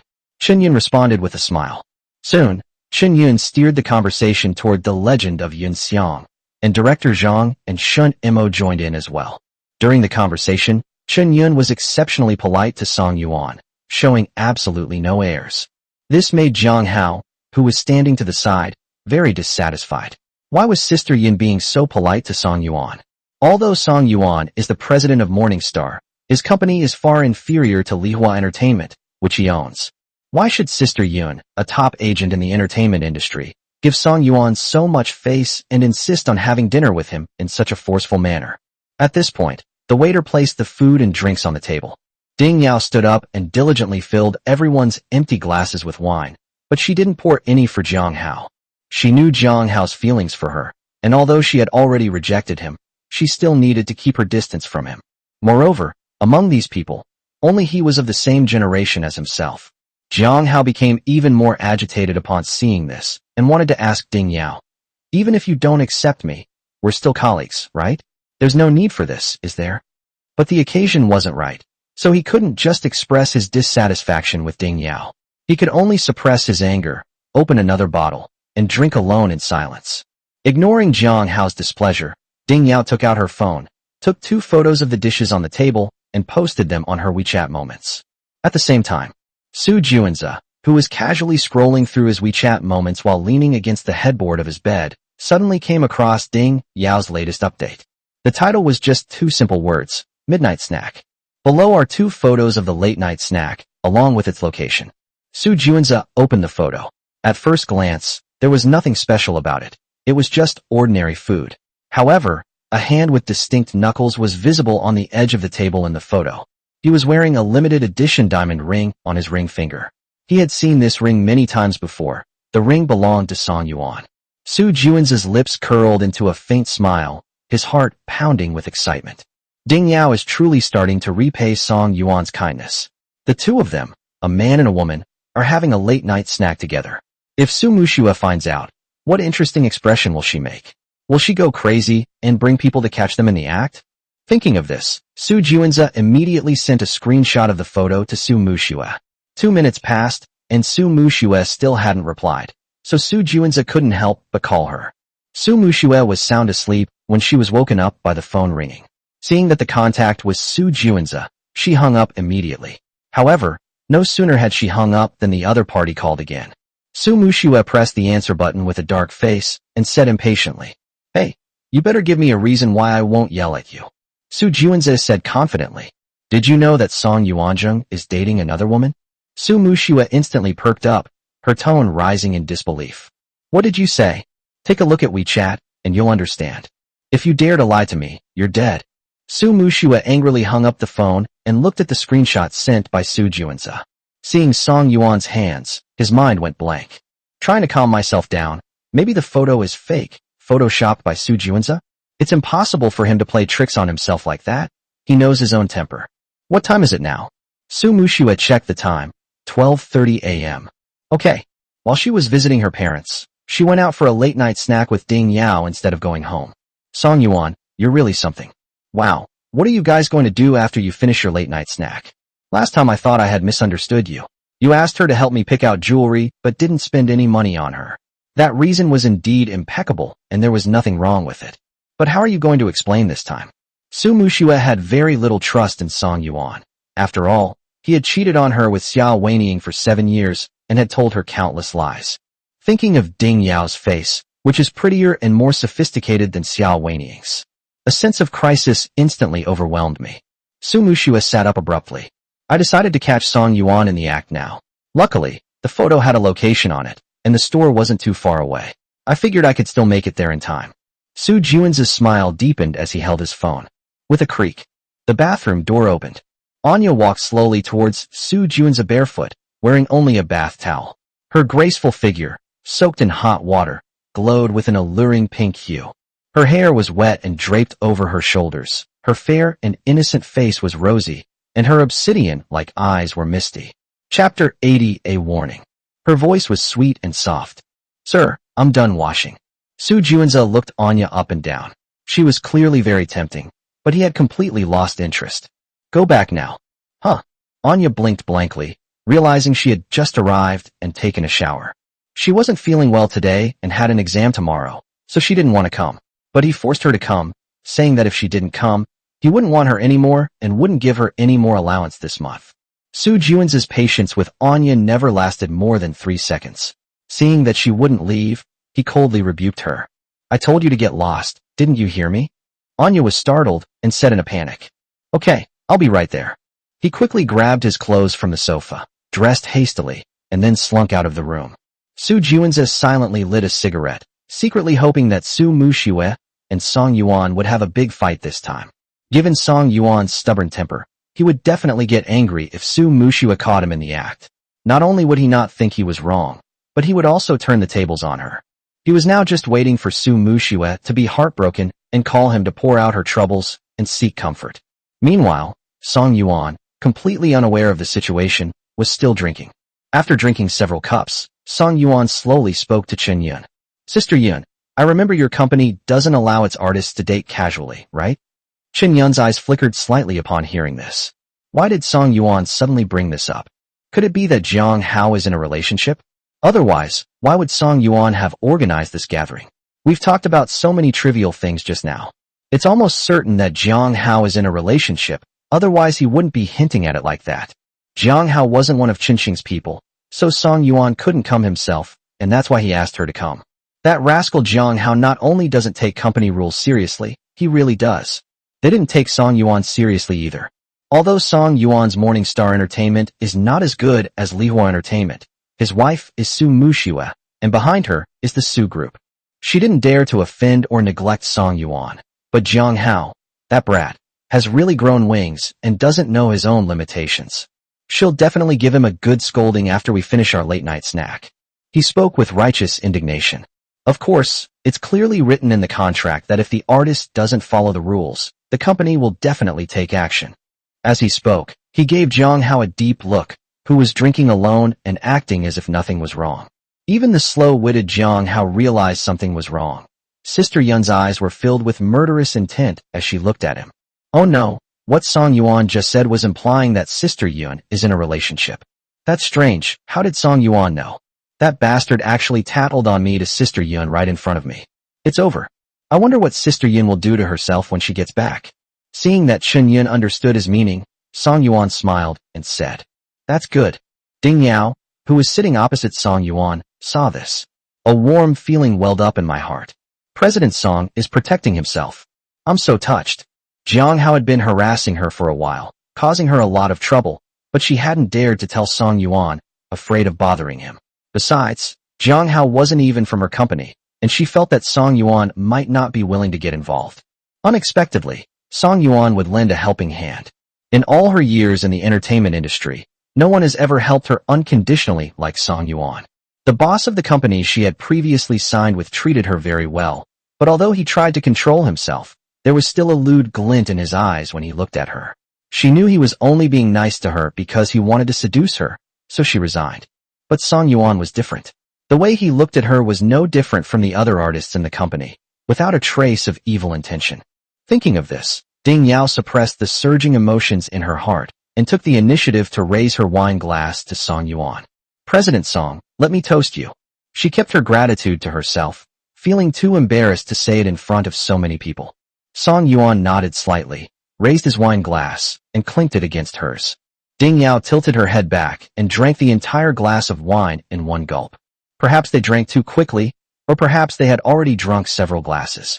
After drinking that glass, my stomach churned instantly, and I felt nauseous, really nauseous. Ding Yao tried hard to suppress the urge to vomit, and stood up unsteadily. Song Yuan said with concern, "Are you all right?" Ding Yao steadied herself, pressed the tip of her tongue against her palate, which was already numb from being soaked in alcohol, and said with a smile, "It's okay, I'll go to the restroom first." Before Song Yuan could respond, Qin Yun spoke up. "I'll go with you." He was about to stand up and help Ding Yao. Ding Yao waved her hand, politely declining. No need, Sister Yun. I'm really fine, don't bother me." Qin Yun nodded. "Oh well." After saying that, he picked up his wine glass again and suggested playing a drinking game with Song Yuan. Song Yuan gladly accepted. To be fair, Qin Yun has an amazing alcohol tolerance, even better than Shinemo. She drank so many cups without blushing or skipping a beat. She's a true heroine. If he couldn't outdrink her, Shinemo would definitely laugh at him, saying, "So what if you can outdrink me? You can't even outdrink a woman." So, Song Yuan and Qin Yun simultaneously stretched out their hands and shouted, 15, 15, 20. 15, 15, 10. Qin Yun exclaimed excitedly. "It's 10, ha, you lost, let's drink." Don't get cocky after just one win. Song Yuan picked up the wine glass with a hearty laugh, tilted his head back, and drank it all in one gulp. Then the battle continues. 15, 15, 15. 15, 15, 20. 20, Mr. Song, you've lost again. Song Yuan gritted his teeth, drank another glass of wine, and continued fighting. After playing 7 rounds in a row, all of which Qin Yun won, Song Yuan completely lost his temper. Frustrated, he picked up his wine glass and tilted his head back to gulp it down. Seeing this, Shinemo couldn't help but tease him. "Brother Yuan, what's wrong with you today? Why are you suddenly having diarrhea?" Song Yuan already felt embarrassed, and being mocked by Shun Mo made him even more unhappy. He gritted his teeth and said, "If you're so capable, then you do it. Don't just stand there talking without understanding the difficulties." Shin Mo said, feigning seriousness, "I'll show you what a real master is." She then switched seats with Song Yuan, dragged him to her own seat, and launched her offensive against Qin Yun. Qin Yun did not refuse and extended her hand with a smile. 15, 15, 15. Shin Mo was also prepared. 15, 15, 10. 15, Vice President Shun, let's drink. Shin Mo's expression changed drastically. Song Yuan, standing to the side, mocked mercilessly. "Haha, you can't do it either." Shin Mo feigned composure and retorted, "It's only one game, what's the rush? Winning first doesn't mean you've won." Song Yuan said with a smile, all right, you're just being stubborn. You'll back down after a losing streak." Shin Mo was quickly defeated. Director Zhang was not convinced, and he also lost repeatedly. He was not as good as Song Yuan and Shin Mo, at least the two of them remained sober. But after a few drinks, Director Zhang blacked out and collapsed unconscious on the table. Ding Yao had already come out of the bathroom at this time. Even though he had vomited up the alcohol, he was still dizzy, unsteady on his feet, and staggering as he walked.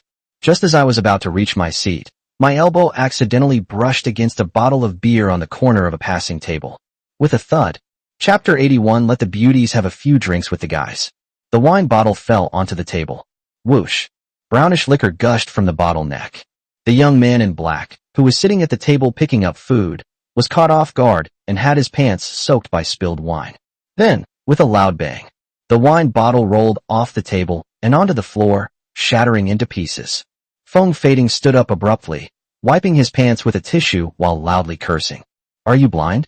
Can't you see this huge bottle of liquor? Are you blind? You've ruined my brand new pants." Feng Fei shouted that. Song Yuan and the others also heard it, and they all looked at the table diagonally opposite. Ding Yao's face turned deathly pale in an instant, and she hurriedly apologized to the man. "I'm sorry, I didn't mean to. Can I pay you back?" "Damn it." This man looked menacing. He had dark skin, a very muscular build, a shaved head, wore a black short-sleeved shirt, and had traditional Japanese arm tattoos on his sleeves. Feng Fei looked up, about to ask her for compensation, when he suddenly saw the girl's face clearly, and his heart skipped a beat. What a beautiful girl. Just like a big star, even wearing the simplest t-shirt and jeans, without makeup, she still looks as beautiful as an angel. The 3 young men at the table, dressed similarly to him, were also stunned by the girl in front of them, and revealed lewd, perverted looks in their eyes. Ding Yao felt uncomfortable being stared at by the group, swallowed hard, and said nervously, "Brother, how much? Name your price, and I'll take the loss." Song Yuan's eyes flashed. If the kid dared to extort money from Ding Yao or flirt with her, he would definitely make him regret it. Shinemo also clenched his fists. It's been so long since I've had a fight. I've been itching to stretch my muscles and get my blood pumping. I'm itching to get going. It's about to burst out. Jiang Hao was closest to Ding Yao and picked up an empty wine bottle. If the others were rude to Ding Yao, he could play the hero and save the damsel in distress. The company forbids dating, but he also can't stand by and do nothing when the girl he likes is in trouble. That's a good idea. Upon seeing the group of people at the bald man's table, he instantly deflated. There were 4 of them, and they all looked formidable. They were all tattooed with dragons and tigers, and they were all stronger than him, especially the bald guy with a full sleeve tattoo. He had a muscular body and a scar on his other hand, so he was definitely a good fighter. How could he possibly defeat so many people by himself? Besides, he's a popular actor who relies on his looks for a living. If he were to accidentally get his face injured, his acting career would be ruined. Never mind. He didn't need to help her. It was Ding Yao's fault for not accepting his advances. If she agreed to be his girlfriend, he would have an obligation to protect her. The sense of justice in my heart vanished instantly upon thinking of this. The hand holding the empty wine bottle slowly loosened. Chen Yun showed no intention of making a move. After all, she was a woman, and Director Zhang was still fast asleep on the table. Feng Fei's expression changed instantly, and he said with a smile, "You don't need to pay me back, just have a couple of drinks with us guys." He had already imagined the wonderful scene of getting her drunk, packing her up, and taking her to a hotel. Although his methods were somewhat despicable, he would take responsibility afterwards, make her his girlfriend, and promise to treat her well in the future. There was no other way. Her intuition told her that the girl in front of her was conservative, and it would be difficult to win her over through normal means. So she could only make it a fait accompli first, and then talk about feelings properly later. The other 3 brothers echoed with wicked smiles. "Beautiful lady, our brother Fei is very generous. As long as you're willing to sit down and have a few drinks with us, we'll let this matter go." "That's right. It's too formal to talk about losing money. It's fate that we met today. Don't just stand there like an idiot. Sit down quickly." Ding Yao's face turned even uglier, and she took 2 steps back in fear. "I can't drink anymore, so I'll just give you the money back." Clearly, these people had ill intentions, and she would be in danger if she agreed. "Little sister, don't be afraid. Let's be friends. I'm not a bad person." As Feng Fei spoke, he reached out his devilish hand towards Ding Yao, wanting to hold her fair and delicate hand. Ding Yao's pupils trembled slightly. Whether it was due to excessive fear or drinking too much alcohol, my body suddenly stiffened. In the blink of an eye, Feng Fei's hand was about to touch Ding Yao's hand. A loud shout came from behind. "Stop!" Feng Fei turned around unhappily. The visitors were 2 young men in suits. He was so handsome that even a man would be jealous. His face looked like it was modeled, and his brows were full of coldness. The other had long, flowing hair, an androgynous beauty, and bloodshot eyes. My heart skipped a beat. Holy crap! This long-haired beauty is quite lovely. No, to be precise, it's quite good, really great. Am I having a lucky day with love? Not only did I meet an incredibly beautiful woman, but I also met a man who is even more beautiful than a woman. Suppressing his inner excitement, he said sternly, "What's it to you? Who are you to her?" Song Yuan and Shun Mo said in unison, "We are her bosses." If Ding Yao had nothing to do with him, he naturally wouldn't bother with her. He had never bothered with things like rescuing a damsel in distress or doing good deeds. But Ding Yao is a female artist he heavily promotes. He brought her out to dinner, so as the boss, he naturally has a responsibility to protect her safety. Shin Mo, standing beside him, crossed his hands and began to move his wrists, making a cracking sound. Ding Yao snapped out of her daze and hurriedly ran behind Song Yuan and Shin Mo. She hadn't expected things to escalate to this point. She gently tugged at Song Yuan's sleeve and whispered, "Mr. Song, let's run away, let's go through the back door." She was touched that Song Yuan and Shun Mo stood up for her, but she was also worried. Song Yuan and Shin Mo were definitely no match for those thugs. If they got hurt because of her, she would feel guilty to death. "It's not too late to run now," Song Yuan said with a smile. "Don't worry, we'll be fine. You should go back to your seat." Ding Yao wanted to refuse, but when she met Song Yuan's firm gaze, she could only swallow her words and obediently return to her seat. Feng Fei completely disregarded the 2 of them, scoffing and saying dismissively, "Boss? What's wrong with the boss now? Do I have to report to you and ask for your opinion just because I want to have a few drinks with her?" These two were businessmen, and although they weren't as refined as ordinary businessmen, he was certain they were no match for him. He had been in the business for many years, fought countless battles, and rarely lost, not to mention he had 3 brothers. The 3 people at the table stood up swaggeringly and said provocatively, "That's right, didn't you see that the girl provoked our brother Fei first? Our brother Fei doesn't need her to pay compensation. What's wrong with just having her have a few drinks with us?" Seeing this, the other customers having late-night snacks put down their chopsticks and began to focus on eating melons. Several guests recognized Feng Fei and his group. They were members of the Black Dragon organization, a force no one in the area dared to mess with. They couldn't help but feel a little worried for the 2 handsome guys who had stood up for the girl. Chapter 82, True Bravery. These 2 are really brave. Even heroes should consider who their opponents are before rescuing a damsel in distress. No one dared to interfere or call the police, including the shop owners standing behind the counter wiping away cold sweat. How could ordinary people like them afford to offend the people from Heilongjiang?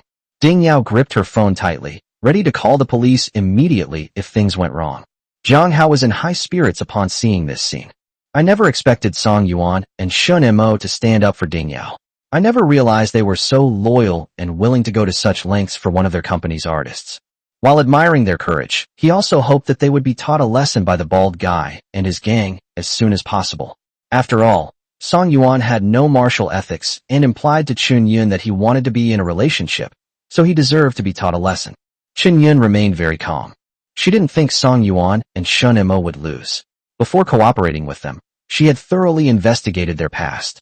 They were very famous in their student days, known for their fighting skills. Song Yuan faced Feng Fei and the others without any fear and spoke seriously.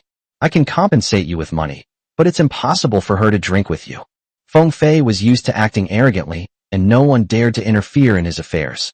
Upon hearing this, the smile on his face froze instantly, and his features began to contort into a grimace.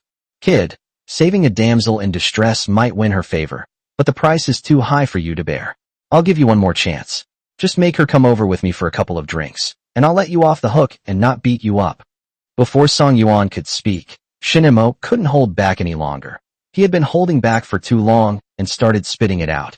"Shut up. Why do you need to give me a break? Hurry up and come over here to die." These words were spoken. Feng Fei's goodwill and positive impression of Shun Mo were instantly shattered, and he angrily shouted, "All right, you damn transvestite. We brothers really need to teach you a lesson." He waved his hand and gave instructions to his 3 underlings. "Give them a good beating." The 3 henchmen rushed forward and scattered. One of them raised his fist and charged at Song Yuan, while the other 2 picked up empty wine bottles, smashed them on the corner of the table, and charged at Shun Mo with the sharp halves in their hands. Song Yuan instantly felt slighted and began to feel annoyed. Does she think she's weaker than Shin Mo? There's only one person targeting her, while 2 people are targeting Shun Mo together. He was seething with anger, so he didn't hold back. As the thug approached him, he suddenly raised his leg and kicked the thug in the chest. This kick was extremely powerful and filled with resentment, knocking the person over with a single blow. The thug fell to the ground in a sorry state, feeling as if a huge rock had hit his chest. His internal organs seemed to be tangled together, and he was in so much pain that he couldn't get up. He curled up like a shrimp, clutching his chest and howling in agony.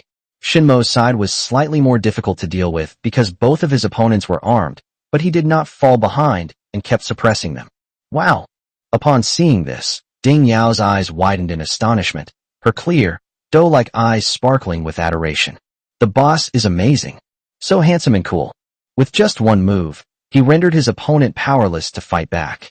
No wonder she felt at ease. He's a master. Jiang Hao rubbed his eyes hard, completely unable to believe that Song Yuan could defeat his enemy in one move. When I opened my eyes again, yes, Song Yuan was indeed very capable. He glanced at Ding Yao and saw the starry look in her eyes as she looked at Song Yuan and cursed inwardly. Damn it! Could it be that Ding Yao has been rejecting him all along because of Song Yuan? Isn't Song Yuan already married? And doesn't he already have a mistress, Xiao Weining? Why would she want to compete with him for Ding Yao? Is there no justice left? Qin Yin was also amazed. Although she knew Song Yuan would not lose, she did not expect him to be so skilled. The onlookers were also astonished. It turned out that they had been worried for the 2 of them for nothing. Were they really that amazing? Feng Fei stood up and strode towards Song Yuan, praising him generously. Well done. I didn't realize you were so capable. But I'm not so easy to deal with. You're dead. Song Yuan turned his neck, somewhat impatiently. Enough with the nonsense, just get to the point. Feng Fei got into a fighting stance. He was a black belt in Taekwondo, not some amateur who hadn't learned anything. Song Yuan almost burst out laughing when he saw the pose. Taekwondo, huh? It didn't quite match his appearance. How could it compare to his mixed martial arts? Seeing the disdain in Song Yuan's eyes, Feng Fei suddenly raised his leg and delivered a straight kick to Song Yuan. It is very fast and very powerful. But Song Yuan easily dodged the attack. Feng Fei didn't think much of it, assuming it was just good luck, and continued to make his move. After 2 rounds, Song Yuan had figured out Feng Fei's strength. The difference between them was too great, and he wanted to end the fight quickly. Just as Feng Fei unleashed his proud whirlwind kick, Song Yuan did not dodge, but crossed his arms to deflect the side kick, and then delivered a powerful uppercut to Song Yuan's chest. With a loud bang, Feng Fei stumbled back 2 steps, his face flushed, and forced himself to steady himself. Song Yuan raised an eyebrow. Not bad. This kid can take a beating. Most people would fall down after taking 1 punch from him. Since he's so resilient, let's give him a couple more hits. Song Yuan kicked out again, aiming for his lower abdomen. Feng Fei finally couldn't hold on any longer. His knees buckled, and he knelt down with a thud. It tastes fishy and sweet in my throat. Puff. He suddenly spat out a mouthful of blood. Shin Mo also took down his 2 underlings. 2 stools and a table were smashed. Feng Fei raised his head and struggled to wipe the blood from the corner of his mouth, glaring at Song Yuan Dao. I admit defeat, but if you're really capable, just you wait. I'll call my older brother right now. If you can beat him, I'll be completely convinced and can do whatever I want with you. Song Yuan is impressive, but in his heart, his older brother is the real master. Song Yuan became interested. He hadn't encountered a worthy opponent for many years, but when he thought of Ding Yao and Qin Yun waiting for him, he could only refuse, and said coldly, "You have no right to negotiate with me. Get out of here, or I'll make you leave sideways." Feng Fei gritted his teeth, staggered to his feet, and angrily said to his 3 underlings who were still lying on the ground groaning, "Get up, let's go." He thought to himself, "My older brother is singing in the karaoke room next door, so your refusal doesn't count. I won't let this beating go to waste. My older brother will definitely teach you a lesson and show you what a real master is." The 3 younger brothers helped each other to their feet. The 4 of them limped around and walked towards the door. Song Yuan suddenly remembered something and immediately called out to them, "Etc." Feng Fei stopped and asked in confusion, "You've changed your mind?" He was both happy and uneasy. Would he be afraid of his revenge and just let him leave lying down? Song Yuan said with a smile, "Settle the bill, including the chairs and benches that were just broken." Chapter 83. My big brother is here. Feng Fei cursed under his breath. That bastard. The tables and chairs were all smashed by that long-haired beauty he brought with him. How could they let themselves lose money? They're shameless. However, this kid is too good at fighting, so he can only bow his head for now. He'll have to wait for his older brother to come over before he can vent his anger. He walked to the counter, took out his wallet from his pocket, and put a thick wad of banknotes on the counter. The boss waved his hand nervously. No need, no need. Despite feeling sorry for the tables and chairs, she was also grateful to Song Yuan for helping to get the other party to pay for them. But he was afraid that Feng Fei would come back and cause trouble again, so he really didn't dare to accept the money. The tables and chairs didn't cost much, and he had obviously given too much. Feng Fei said angrily, "Take it if I give it to you." Despite wincing in pain, the henchman chimed in, "You dare disrespect Brother Fei?" "Yes, yes." The boss hurriedly put the money away. He secretly complained to himself, "What are you pretending for? You clearly didn't want to give it but insisted on doing so, and when I didn't dare accept it, you said I wasn't giving you face." Song Yuan and Shin Mo returned to their original positions. Qin Yun couldn't help but praise the 2 of them, saying things like how amazing they were. Song Yuan and Shin Mo were very pleased, but still humbly said it was nothing. After Qin Yun finished speaking, Ding Yao, who was standing to the side, also sincerely thanked the 2 of them. "President Song, Vice President Shin, thank you for standing up for me. I'm so sorry I've caused such a big problem." Song Yuan waved his hand. "It's not your fault. It's that the other party is unreasonable." Shin Mo echoed this. That's right, that's right. Why apologize or be so polite? It's only right that we stand up for you." He not only treated Ding Yao as an employee, but also as his own sister. He had been keeping an eye on Ding Yao ever since she joined the company. She not only has good acting skills, but she is also very hardworking and not afraid of hardship or fatigue. She is not pretentious at all. For 3 years, she was not valued by Song Yuan and was always relegated to being a foil to Xiao Weiniang, yet she never complained. He had always wanted to give her good resources so she could shine, but Song Yuan kept going against him and poured all the resources into Xiao Weiniang. Now that Song Yuan has seen the error of his ways and finally made her the female lead, he will naturally protect her well.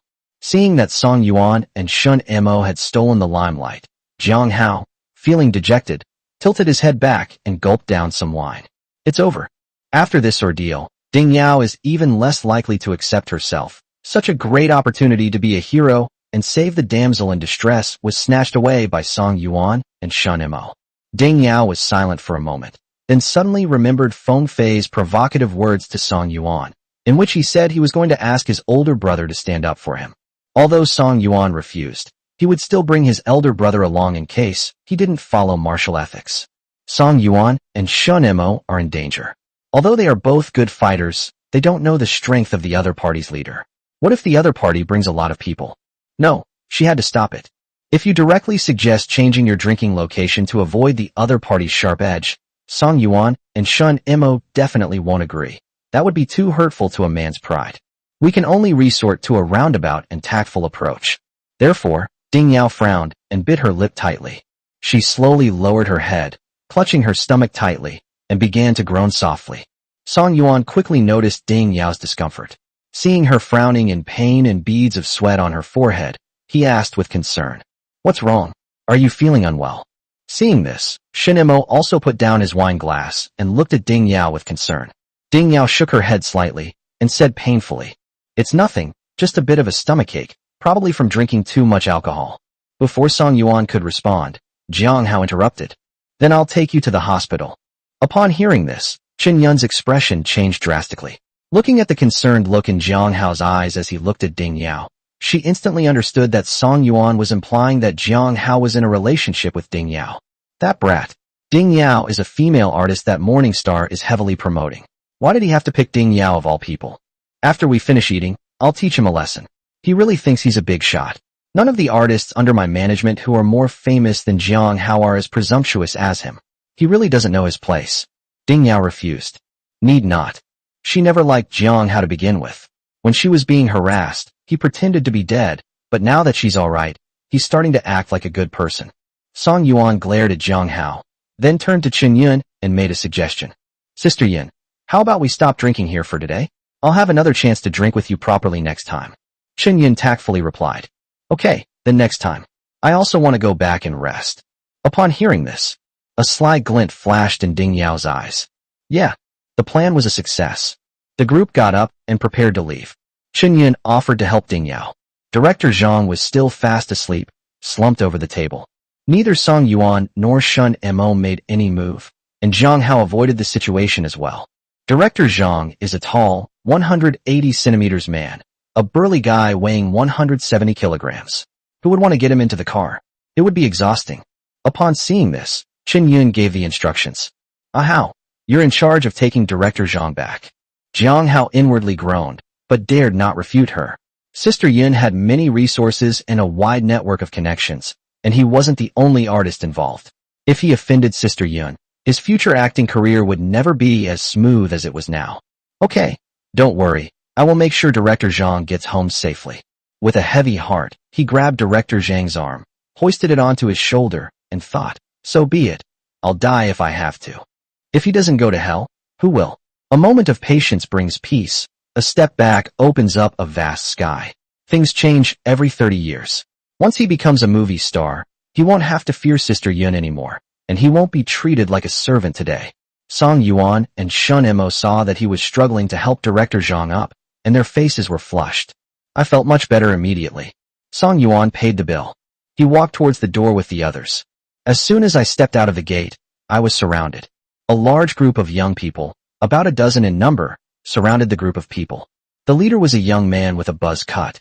The man had dark skin, a strong and muscular build, and wore a well-tailored black suit. He had strong, resolute features, sharp eyebrows, and a long scar across his face that slanted from his forehead, across his left eye, and down to his right cheek. If Feng Fei seemed intimidating just now, he was nothing compared to the man in front of him. The man stood there silently, yet he exuded a chilling and menacing aura. Zhang Hao's legs trembled violently at the sight of this scene. Holy crap! What kind of situation is this? He didn't even lift a finger, so why was he dragged into this mess? He'll have to explain to the other party later that he wasn't meddling at all. He was just an outsider. Ding Yao and Qin Yun also became uneasy. Damn it! Why did they come knocking on our door so quickly? That doesn't make sense. Could it be that the other guy is sitting next door? In contrast, Song Yuan and Shun Mo were not afraid. Instead, they stared intently at the man's face, frozen in place. Chapter 84 finally found you. Standing beside the man, Feng Fei raised his finger and pointed at Song Yuan and Shun Mo aggressively. Big brother, it's these two bastards who don't take our Black Dragon Society seriously. These two rascals have really strong mental fortitude. They can remain so calm, even when they see their older brother. They're not ordinary people. No matter how much the two of them act tough, they will definitely be trampled underfoot by their older brother. He has already figured out how to humiliate them later. However, the next second, his brave and invincible older brother, who could stand up for him, slapped him across the face. With a snap, the force was so great that it knocked him to the ground. Feng Fei fell down in a sorry state, covering his burning cheek, and asked in surprise. Big brother, why did you hit me? What's going on? Didn't my brother just say he was going to save face for me and teach Song Yuan and Shun Mo a lesson? Why did they not only stop helping me, but also slap me in the face? What exactly happened? This scene was completely unexpected. This also shocked Qin Yun, Ding Yao, and Zhang Hao, who were all present, causing them to widen their eyes in astonishment. Huh. The flood washed away the Dragon King Temple. How did it turn into a fight between our own people? That doesn't make sense. The other side has more people, and this guy looks so ruthless, there's no reason for him to be afraid of Song Yuan and Shun Mo. But the next twist was even more unexpected for them. Fang Zheng then kicked Feng Fei hard in the side. You deserve a beating. I'll settle the score with you when I get back. Feng Fei was already seriously injured, and Fang Zheng's kick knocked him unconscious. The dozen or so henchmen behind him looked at each other, none of them daring to stand up for Feng Fei. Their boss must have his reasons for doing this. Fang Zheng raised his head again, looking at Song Yuan and Shun Mo who hadn't spoken, a strong feeling of soreness welling up in his nose, and he tried to force a smile to greet them. Brother Yuan, Brother Mo, it's been so long. As soon as he finished speaking, everyone immediately understood. So he knows Song Yuan and Shun Mo. He also called the two of them brother. Zhang Hao should have been happy that the crisis was resolved, but now he felt even more frustrated. Okay. Unexpectedly, Song Yuan and Shun Mo had such extensive connections that they even knew the big brother of the Black Dragon Society. With a dark face, he helped Director Zhang walk quickly towards the parking lot. He's going to get furious if he stays any longer. What a bad day. Song Yuan moved his mouth, but no sound came out. He stared blankly at Fang Zheng, a complex mix of emotions churning within him. Just a few months ago, Mingming skipped class and drank with Fang Zheng. He was a spirited young man with his own beautiful ideals. How did things suddenly change like this? He's become a gang leader. He was originally a handsome man with a perfectly straight face, but now he has such a horrifying scar on his face. He vaguely remembered that he hated street thugs the most back then. Because the girl he had a crush on was snatched away by the second in command of the underworld around the school, before he could even confess his feelings. That second in command was picking up the girl from school on his motorcycle and deliberately circled around him. He still remembers the look of utter dismay on his face at that moment. Unexpectedly, 7 years later, he became the person he used to hate the most. How ridiculous. Fate really knows how to play tricks on people. Shun Mo was the first to react, and immediately punched Fang Zheng in the chest, angrily saying, So you're still in Beijing, huh? Your brother Yuan, and I thought you were dead, you know? You're heartless. Why did you suddenly stop contacting us all these years? What the hell have you been doing? Where's your brother? It's not easy for Fang Zheng. It's a long story. Song Yuan couldn't hold back any longer. He stepped forward, put his arm around Fang Zheng's shoulder, and said through gritted teeth, Get inside. If you don't explain yourself clearly today, I won't let you off the hook. Helpless, Fang Zheng ordered his underlings to step back, and then followed Song Yuan inside. Seeing this, Shun Mo spoke to Ding Yao and Qin Yun, who were standing to the side in a daze. Sister Yun, could you please take care of Ding Yao and take her home to rest? Qin Yun readily agreed. No problem. Feel free to leave the person to me. Song Yuan found a new spot and sat down with Fang Zheng and Shen Mo. After ordering some food and drinks, he went straight to the point, asking the question that had been troubling him for days. Zheng, tell me right now what really happened back then. Fang Zheng did not answer immediately. Instead, he picked up his wine glass, tilted his head back, and drank it all in one gulp before slowly speaking. The day my brother and I received our university acceptance letters, my dad had an accident. As you know, he was the driver for the CEO of Yaoxin Construction Group. It was raining that day and the roads were slippery.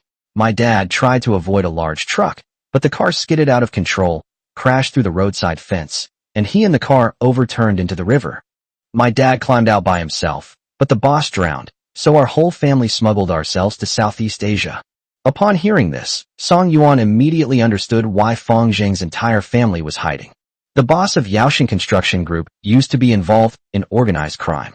He was ruthless and vindictive, but later went through a clean break and founded the Frasers Group. Although they've been whitewashed, their influence remains. Even if Fang Zheng's father turns himself in, the other party will not let him go, nor will they let his family go. They dare not contact him and shun Mo for fear of implicating them. Shen Mo unconsciously tightened his grip on the wine glass. Song Yuan also felt a tightness in his chest and couldn't breathe, so he asked in a deep voice, "When did you get back? And how did you get here?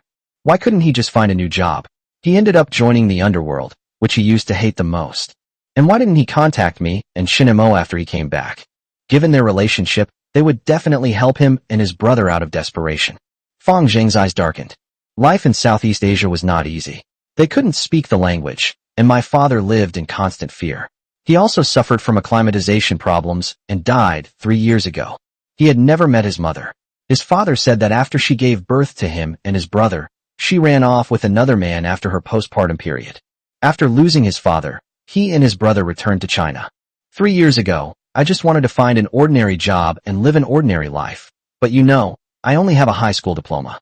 The jobs I could find were limited to working in factories, construction sites, delivering food, or being a waiter. He and his brother had done all these jobs, but they not only couldn't save any money, they were also exhausted, and being harassed was a common occurrence.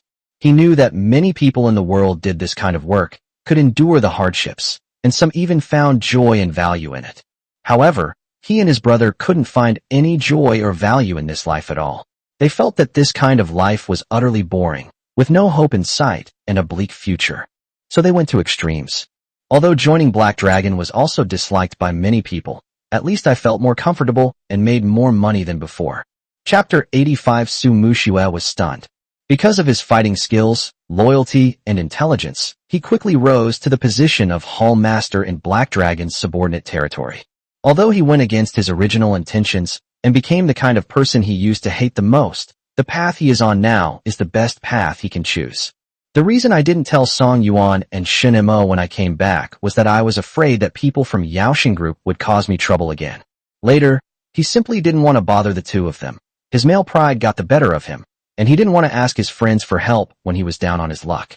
After listening to Fang Zheng's words, Song Yuan finally understood why Fang Zheng hadn't contacted him and Shen Mo since returning from abroad.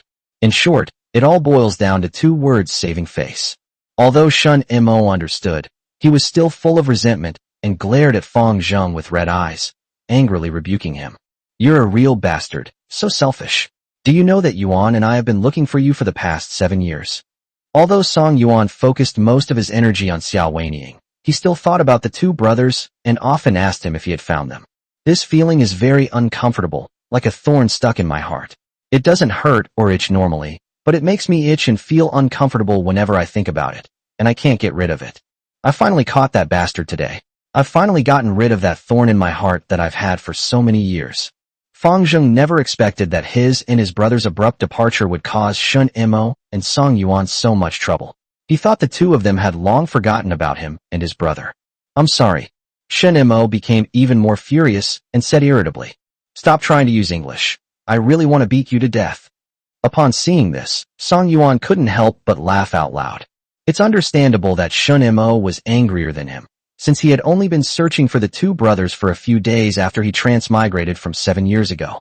But Shen Mo had been searching for 7 long years, so it's understandable that he was more resentful.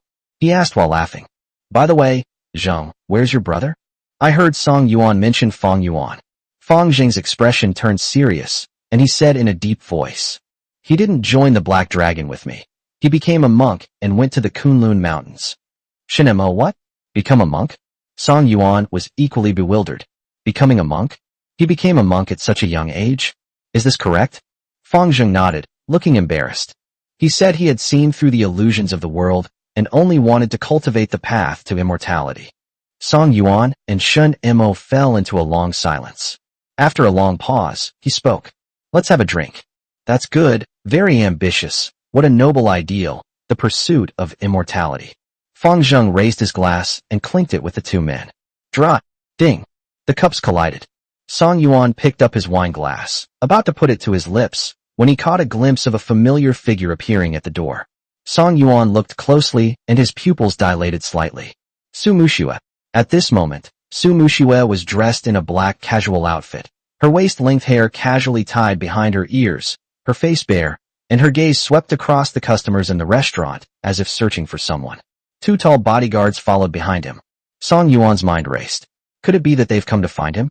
Su Muxue finally saw Song Yuan, her narrow phoenix eyes instantly turning red, and she strode over with two bodyguards, her aura fierce. Song Yuan's eyes widened. They're not really here to find me, are they? It looks like they're here to catch me cheating. It must be her. Otherwise, why would she be at her parents' house sleeping peacefully at this time, instead of barging in with two bodyguards looking for someone? That's not right. How did she know she was here? And why would someone assume you've cheated? Soon, Su Muxue arrived in front of Song Yuan. Su Muxue said sternly, Song Yuan, you. Halfway through the conversation, they realized that Ding Yao was nowhere to be seen at Song Yuan's table. Not only was Ding Yao absent, but there wasn't a single other woman there either. Only Shun Mo and a black-clad man with a scar on his face were present. Su Muxue thought to herself, oh no, I didn't catch them in the act. What happened? The picture Su Juanza just sent her clearly shows Ding Yao and Song Yuan having a late-night snack here. Where's Ding Yao? However, the most important thing right now is not figuring out where Ding Yao is. Instead, Shin Mo and the scarred man both looked at him with puzzled expressions, and Song Yuan's gaze was clearly filled with strong dissatisfaction. Damn it! Su Juanza's information was wrong. If she didn't cover it up properly, it would be troublesome if Song Yuan lost face in front of his friends. Thinking of this, Su Muxue's expression changed instantly, and she smiled and changed her words. Honey, I was worried it wouldn't be safe for you to go home alone if you drank too much, so I came to pick you up early. Since you and your friend haven't finished drinking yet, take your time. I'll pay the bill later. I'll go to the car and wait for you. After saying that, he turned to leave. Song Yuan called him over. Etc. Su Muxue paused, slowly turned her head, and asked, feigning composure. What's wrong?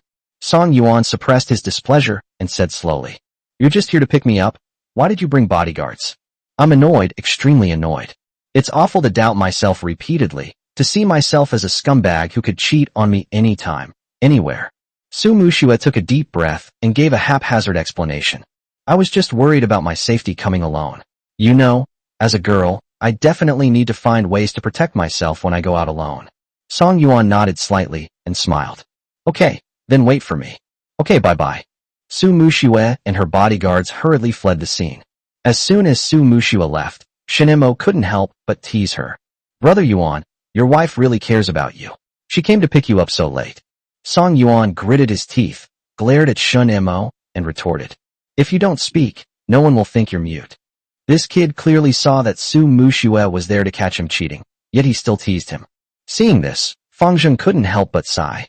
Brother Yuan, I really didn't expect that you and Su Muxue would end up together. They were mortal enemies back in school, and Song Yuan's crush was always Xia Weining from his class. Song Yuan picked up his wine glass and drank it all in one gulp, a self-deprecating smile playing on his lips. Yes, life is like a play, or a huge melodrama.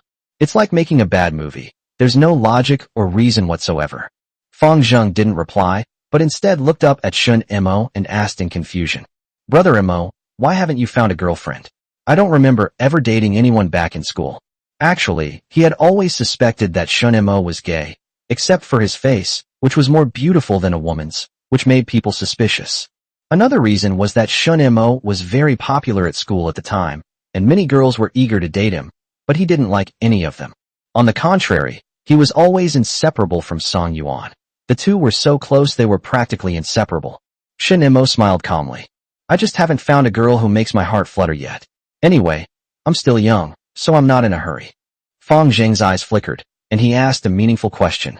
Are there any guys who make your heart flutter? Chapter 86, Driving a Car Like a UFO. These words were spoken. Song Yuan was so shocked he almost spat out the wine in his mouth. This is Shen Mo's weakness. He hates it when people suspect he is gay. However, it's no wonder that Fang Zheng had doubts. Mo, it's one thing to look like a girl, but why do you insist on keeping your hair long and never dating? Doesn't that just make people more confused? Shen Mo was taken aback at first. Then his face darkened, and he said angrily, What kind of person do you take me for? Don't ask such disgusting questions. Although he almost lost his virginity last time, and the other person was indeed a man, it wasn't his choice.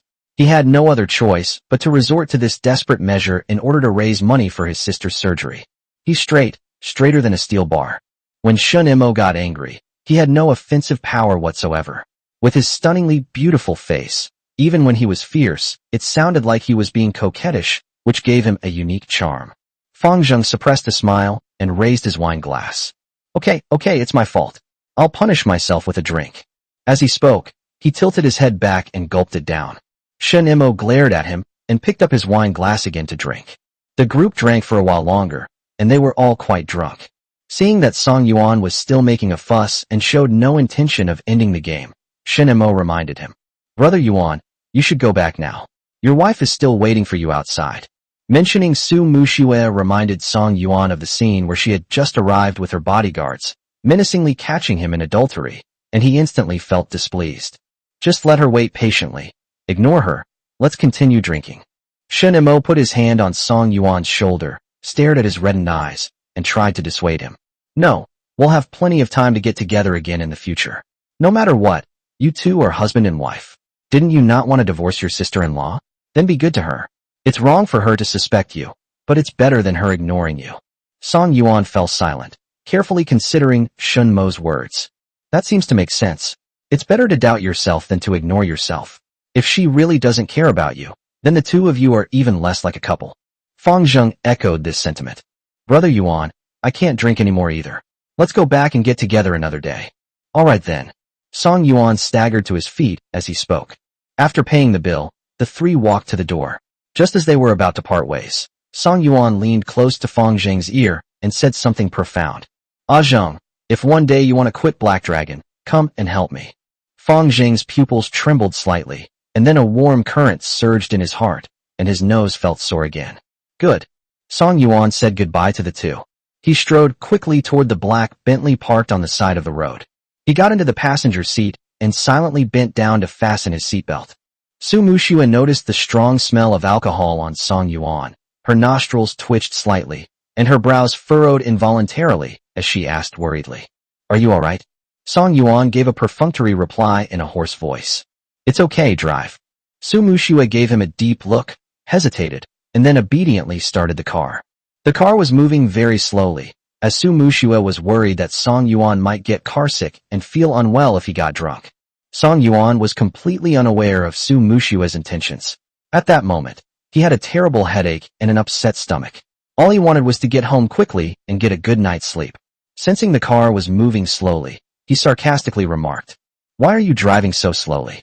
Haven't you eaten yet? Su Muxue's expression changed slightly, and she began to feel dissatisfied, silently complaining. I'm driving so slowly because I'm worried you won't be comfortable. Instead of thanking me, they mock me for not eating. Okay, I'll drive it quickly then, but you'll regret it. So he gripped the steering wheel tightly, lifted his foot, and slammed it down on the accelerator. Whoosh! The car suddenly accelerated, and the strong push made Song Yuan almost vomit. He was a little annoyed. Are you driving like a flying saucer? I told you to go faster, not this fast. Su Muxue also got angry, slowing down the car while retorting without any politeness. If you're so busy, why don't you drive it yourself? Song Yuan had drunk too much and was not thinking clearly, so he said something inappropriate. Okay, then you get out of the car, I'll drive. Su Muxue bit her lip hard, trying her best to suppress her anger and not argue with him. She was afraid that if she continued arguing with Song Yuan, She would probably get into a car accident. She had a very bad temper and often drove like a flying saucer. Seeing that Su Muxue was silent, Song Yuan also stopped speaking. He turned his head to look at the night view outside the window, his face expressionless, seemingly lost in thought. Su Muxue stared intently at the highway, her eyes dim. There were so many questions I wanted to ask Song Yuan. I can only hold back and ask when I get home. The two remained silent the entire way. They quickly entered the house, and Su Muxue helped Song Yuan to the sofa. Song Yuan leaned back on the sofa, picked up the flower tea on the coffee table, and took a few sips before he felt a little more awake. Su Muxue sat down next to Song Yuan, stared into his eyes, and said earnestly, "Honey, who did you have dinner with today?" She really didn't believe it. The only people who ate with Song Yuan were Shun Mo and that scarred man. She had just carefully looked at the photo Su Juanza sent her, and there was no sign of it being photoshopped. Ding Yao must still be there, but she might have arrived too late, and Ding Yao might have already left. Song Yuan raised an eyebrow slightly and chuckled. Okay. She even had the audacity to ask herself that question. Since she wanted to know, he would tell her everything. Song Yuan told Su Muxue everything that had happened that day. After hearing this, Su Muxue blinked incredulously. No way. Did she misunderstand Song Yuan again? How could this happen? It turns out that Song Yuan wasn't having dinner alone with Ding Yao. There were other people from the film crew as well. The purpose of the dinner was to give Jiang Hao a warning, not what she thought at all. Is it just a coincidence that Song Yuan's hand is in that photo? Ding Yao accidentally captured this in the photo. Were there other people in the picture originally? She suddenly remembered that there were 8 or 9 dishes in the photo, which was indeed a bit too much for 2 people. Damn it, it was a complete misunderstanding. Seeing that she didn't speak, Song Yuan added, "If you don't believe me, you can go to that food stall and check the security footage." Su Muxue shook her head, feeling embarrassed. "No need, I trust you." I was filled with anxiety. Su Juanza, that bastard, has really ruined his life. Song Yuan must be furious. It's only been a few days since he wronged him last time, and now he's misunderstood him again. Or rather, make him lose face in front of his 2 buddies. Song Yuan nodded, suppressing his inner resentment, and asked the question with restraint. Okay, since you believe me, shouldn't you tell me properly how you knew I was there? And how did you misunderstand and think I was cheating on you again? He racked his brains, but couldn't figure out how Su Muxue knew. She had clearly gone to sleep. There was no way she would have long you following her. Su Muxue nervously beckoned with her hand and stammered. Aye. If she said that Su Juanza called her, Song Yuan would definitely be even angrier, since Song Yuan hates Su Juanza so much. Chapter 87. Don't do this. I'm scared. He had warned himself long ago to have less contact with that Su Juanza. What should she do? Seeing her hesitate, Song Yuan roughly raised his hand, grabbed her delicate chin, and stared into her eyes, pressing her for an answer. Speak up. What happened? Who told you? Su Muxue looked into Song Yuan's eyes, which seemed to be spitting fire, and felt the burning heat of his fingertips. My heart jumped into my throat. I swallowed nervously and asked, "What do you want to discuss?" I can tell you. But can you promise me that you won't be angry or overthink it after I tell you? She felt that if she didn't tell Song Yuan the truth today, he definitely wouldn't give up. Song Yuan released his grip, took a deep breath, and tried to force a friendly smile. Okay, I promise you, go ahead and tell me. It's Su Juanza. Su Muxue told Song Yuan the whole story. While speaking, he kept a close eye on Song Yuan's expression, not wanting to miss any subtle reaction from him. Song Yuan was stunned for a moment after hearing this, and then the smile on his face froze instantly. Seeing that Song Yuan's expression was off, Su Muxue hurriedly said, "Don't be angry, don't overthink it. I only told you the truth because you promised me." Song Yuan tried hard to suppress the boiling blood in his heart, but his blood pressure still soared, and his voice began to tremble. Okay, I'm not angry, I won't overthink it. He secretly made excuses for Su Muxue. It's nothing. The two are old classmates and friends. It's just a phone call, nothing serious. Su Muxue simply listened to that bastard Su Juanza's instigation, leaving her daughter alone at her parents' home, and rushed over with bodyguards to catch her cheating. It's not a big deal that Su Muxue trusts Su Juanza more than herself. My head won't be green, not even a little bit. I'll never be cheated on in this lifetime. Su Muxue panicked and carefully handed the flower tea from the coffee table to Song Yuan. Honey, have some tea and calm down first. Song Yuan took the teacup and then smashed it on the ground. Calm down, my ass. I can't calm down at all. Bang. The water glass shattered on the floor, its contents spilling out. Su Muxue was startled. Her chest heaved violently. She looked up at Song Yuan, who was on the verge of exploding with rage, her beautiful eyes reddening as she spoke in a trembling voice. I apologize to you. It was my fault. I shouldn't have trusted him, but you can't blame me entirely. You've lied to me so many times before. I couldn't help it no matter how much I wanted to. Song Yuan grabbed his hair hard and said angrily, You always bring up the past. I was wrong before. I wasn't a good person, but I've been trying my best to make amends. Can't you feel that? Have you ever even considered things from my perspective? You know perfectly well that I am 18 years old now. I have to pay the price for my past every day. I have to swallow my grievances because I deserve it. Who told me to behave like a human being in the past? But I'm so tired, do you know that? Once or twice is one thing, but not a third time. You always say I'm overthinking things, that I'm petty, that you and he are completely innocent. If you're really innocent, why do you still contact him in private? Why does he keep picking on me? Su Muxue clutched the hem of her dress helplessly, biting her lip hard with her pearly teeth. That's right. She always forgets that Song Yuan is no longer 25 years old. He has forgotten the past 7 years. Constantly bringing up the past and making him pay for his past mistakes must be very painful for an 18-year-old. She overlooked the fact that Song Yuan had never mentioned his pain and confusion. Because of her strong personality, she rarely considered things from the other person's perspective or truly put herself in their shoes, always remaining immersed in her own role. She poured all the pain she had endured over the past 7 years on Song Yuan. But then I thought about it again. She was innocent too. Why should Song Yuan be able to forget all the harm he had caused her over the years so easily? But this time, she is indeed in the wrong, which cannot be denied or escaped. Thinking of this, Su Muxue took Song Yuan's hand and said ingratiatingly, Honey, I'm sorry, please don't be angry. I promise I'll keep my distance from him from now on. I won't believe him so easily, and I won't doubt you unnecessarily anymore, okay? Song Yuan snorted coldly. How to maintain it? He had always wanted to fire Su Juanza and get a new psychologist for his daughter, but Su Muxue kept disagreeing. Su Muxue pondered for a moment before speaking slowly. I won't contact him anymore. I'll delete and block him. Can you contact him to schedule our daughter's treatment time? Song Yuan asked in surprise. You want me to contact him? Do you want to listen to what you're saying? He felt irritated whenever he saw him and couldn't help but want to teach him a lesson. Su Muxue actually wanted him to contact her for her daughter's treatment. Besides, even if he agrees, Su Muxue and he can still run into each other if he comes to the house. If I just become a clown again, wouldn't I be the only one to do it? Su Muxue was puzzled. What should I do? Should I change my daughter's doctor? Song Yuan countered with a question. Otherwise what?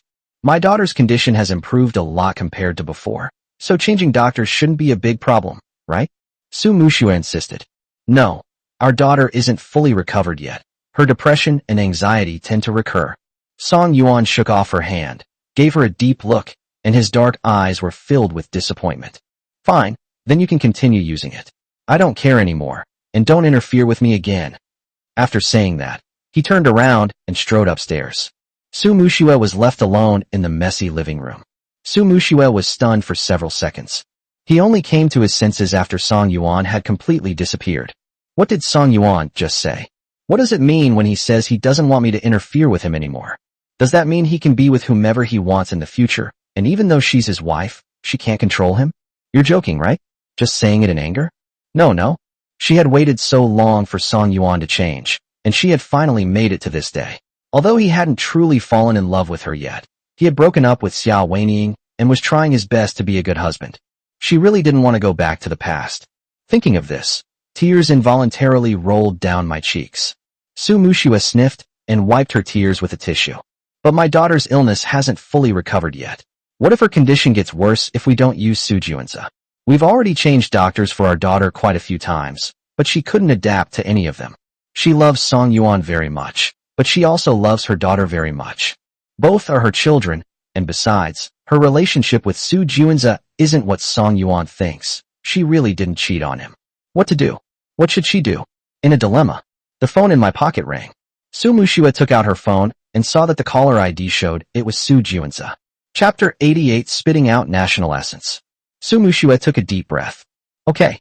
She was still seething with anger when this bastard showed up at her door. Su Muxue decisively pressed the call button. Su Juanza asked in a deep voice. How is Muxue?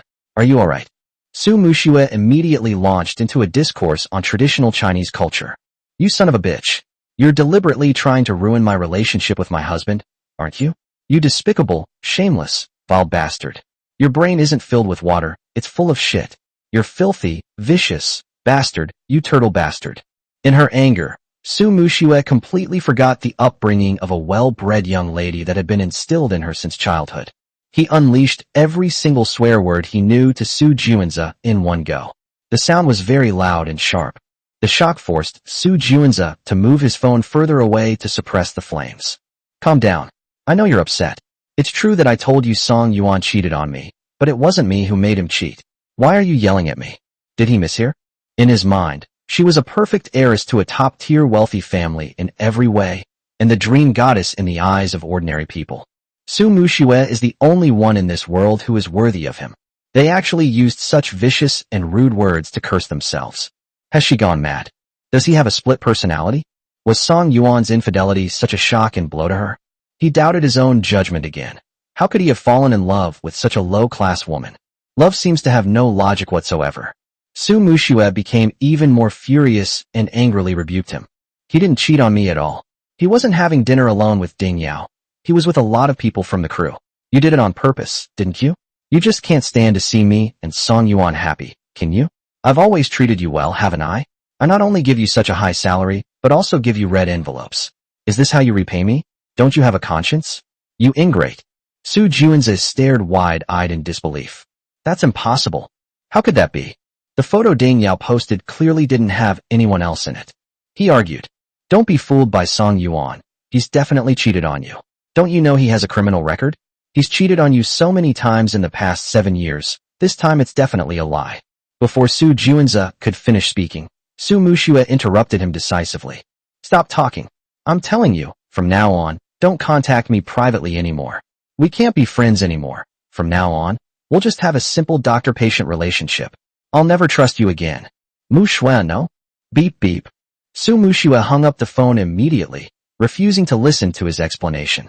Su Juanze clenched his teeth in anger, gripping his phone tightly, his heart burning with resentment. What exactly is going on? Everything was progressing according to his wishes. Ding Yao was guided by him to repay Song Yuan in private, which led to a misunderstanding by Su Muxue, and the two quarreled and talked about divorce. At this moment, he took advantage of Su Muxue's sadness and dejection to comfort her, and then took advantage of her vulnerability. How could Su Muxue believe that Song Yuan really didn't cheat on her? How could she not misunderstand? They were having a late-night snack together. How could Song Yuan possibly escape suspicion? Damn it! This not only failed to bring him closer to Su Muxue, but instead made her dislike him, and she stopped being his friend. It's all that bastard Song Yuan's fault. If he doesn't like Su Muxue, why doesn't he divorce her? Why does he still want to possess her? The more I think about it, the angrier I get. Su Juanze opened his phone book and dialed Anya's number. After a busy signal lasting for more than 10 seconds, the other party finally answered. Anya had already fallen asleep. She mumbled sleepily. Hello. Come over. What? Su Juanze roared angrily at Anya on the other end of the phone. I told you to come here now immediately. Anya was startled but immediately perked up, asking, why? I have an exam tomorrow. Can I go after I finish the exam? Su Juanze is very angry right now. If she goes over, he will definitely keep himself up until dawn, which will affect his exams. If he doesn't do well on the exams, he will lose his scholarship. Although Su Juanze gives her tens of thousands of yuan in pocket money every month, she still wants to save more money for her family. Grandma's hospitalization costs are not small each month, and we also have to support my younger sister's schooling. Saving more money is also because I'm afraid that Su Juanze will get tired of me one day, and I won't be able to support my family then. Don't go, I'll double your scholarship. But 5 times. I'll be right there. Not long after, Anya rushed over. As soon as she entered the house, Su Juanze ordered her to take another shower before coming over. Anya walked into the bathroom with a sigh.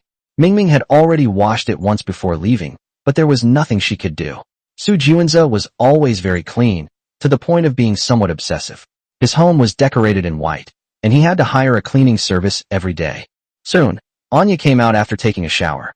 As soon as she stepped out of the bathroom, Su Juanze pounced on her, threw her onto the bed, and bit her shoulder hard. Anya groaned in pain, but dared not resist. I just felt that he was unusually impatient today. He's always been very restrained before, and he's never like this before. In the past, he would first verbally humiliate himself severely before he would stop. Soon, bright red blood oozed from the corner of Su Juan's mouth. Sensing the blood, Su Juan became even more excited and squeezed her delicate neck harder. Anya closed her eyes resignedly, and tears streamed down her face uncontrollably. It's not that I feel sad. She is making money, but in a way that is different from most people's, and is something most people would despise. She didn't feel ashamed. She had no other choice. She cried simply because of the pain. I don't know how much time has passed.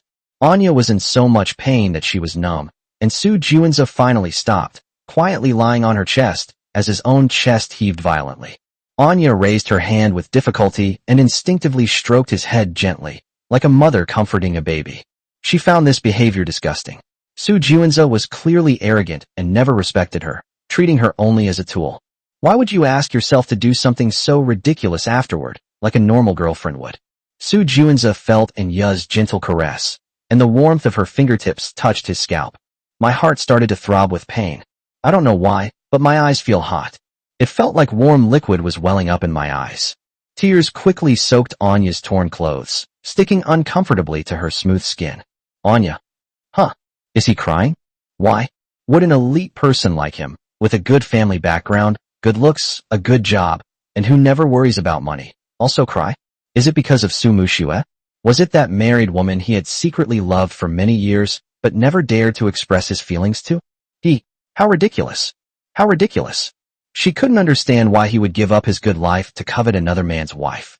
With his looks and qualifications, finding a girlfriend shouldn't be difficult at all. Every time she goes to the hospital, she sees several pretty and innocent nurses surrounding him. He doesn't want any of them. He insists on having one that he can't have. Chapter 89. Picking up my little darling from school. I saw Su Juan crying. Anya felt much better. Her feelings for Su Juan were complicated. On the one hand, she was grateful to him for being generous to her, giving her enough living expenses to help her family. On the other hand, she hated him for how cruel and wicked he was to her. She will never be eligible to date again. What man could accept all those scars on her body? Having done such a thing, she will no longer crave love. They won't hide their past, and they won't find an honest person to take over their future. When Su Juan gets tired of her and no longer wants her, she will live a good life on her own. Her current wish is simple: for her grandmother to recover soon, for her younger sister to study hard, get into a good university, and find a suitable job, so that she won't end up like her, selling her body and dignity for money. I don't know if Song Yuan drank too much, or if he was in a bad mood and slept too late. Song Yuan slept for a long time. When he woke up, the sun had already set. Song Yuan slowly sat up, rubbed his eyes to clear his head. Then he picked up his phone from the bedside table. There were several missed calls from Wenzi, so Song Yuan called back to ask about them. Wenzi said everything was fine. Shinmo had finished his work and told him to rest, and not to worry. Song Yuan let out a deep breath. Shinmo drank a lot yesterday, yet he still managed to get up early for work and do his job for him. Song Yuan stopped thinking about it, got up, went downstairs, opened the refrigerator, took out a can of iced cola, pulled the tab, tilted his head back, and took a few sips, and he felt completely awake. A quick glance around revealed that neither her daughter nor Su Muxue were home. Su Muxue should still be at the company at this time, and her daughter should be getting out of school soon. Now that the company doesn't need him anymore, what should he do next? Song Yuan suddenly realized that he had never picked up his daughter from school since he transmigrated here. My daughter has always been driven by her own driver. Thinking of this, Song Yuan called the driver to tell him that he didn't need to pick up his daughter from school today. I picked up the car keys from the coffee table and quickly left the house. Upon arriving at the garage, I drove a rather flashy backup car, a dark purple Ferrari. Mingzhu Private Elementary School. The last class. There are still 10 minutes left before get out of class ends. The teacher asked the students to do the practice problems on their own. Song Jiani had no interest in doing the questions and just kept scribbling on the scrap paper with her pen. Despite being a scribbled mess, the lines still have a lot of artistic flair. Seeing this, Tang Xiaodai, who was sitting next to her, asked in a low voice, "Jiani, why aren't you doing your homework? Did you understand everything the teacher just explained?" Song Jiani gave a perfunctory reply without even looking up. "I understand." "Then teach me. I didn't understand just now." Song Jinni said with a dark face. Don't bother me. Tang Xiaodai gripped her textbook tightly and said cautiously. Are you still angry with Zhong Xiaobei? She only said that because she's jealous of you. Don't take it to heart. Upon hearing Zhong Xiaobei's name, Song Jianni's expression turned even more unpleasant, and she denied it. I'm not angry. I'm just a little annoyed. Can I have some peace and quiet? Tang Xiaodai put away her textbook and said helplessly. Okay, I won't bother you anymore. Song Jianni remained silent. Just thinking about Zhong Xiaobei's smug face made her so angry her liver hurt. She's deliberately making things difficult for herself. Last time we fought, her father stood up for her and beat him. She did indeed restrain herself a lot, no longer daring to pour ink on her stool or throw her paint into the trash can. But she still pushes herself in everything she does. In the last class, the teacher announced that she had won first prize in the children's painting competition again. Her artwork was a happy family of 3. The teacher asked her to go on stage to express her gratitude for the award.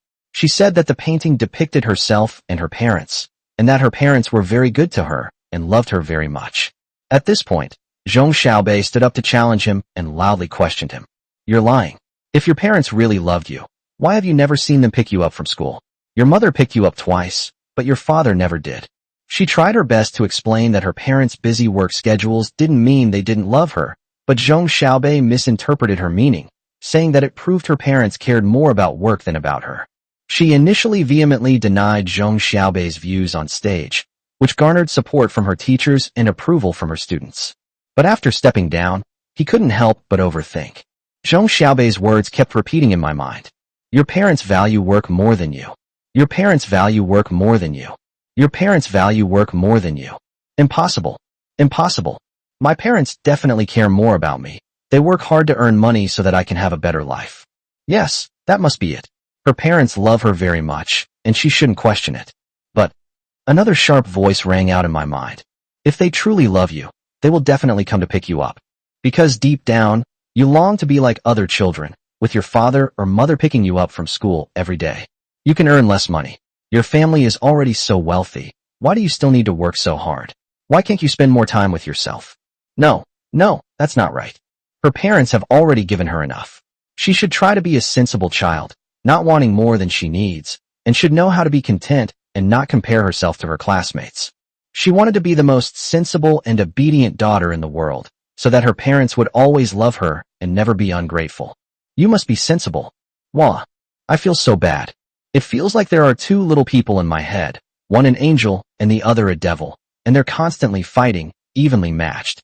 I feel so uncomfortable. My head hurts so much. My heart is racing. My chest feels so tight. I can't breathe. Cull. Song Jianni took deep breaths, trying to get enough oxygen. My hand holding the pencil trembled uncontrollably. Tang Xiaodai noticed that Song Jianni was acting strangely and asked nervously, Jianni, what's wrong? Song Jinni shook her head, trying to stay calm. She dug her nails into the lines of her palm, and the sharp pain brought her back to her senses. Fine. Tang Xiaodai said worriedly. Really? If you're not feeling well, just tell your teacher and ask for 2 days off. Your aunt and uncle will take you to the hospital. Missing 2 days of class won't matter. You're so smart and have such good grades, you'll definitely catch up. She knew that Song Jianni had depression. When it was really bad, I had to take a month off from school. Now, even though I'm not taking any medication, it still happens from time to time.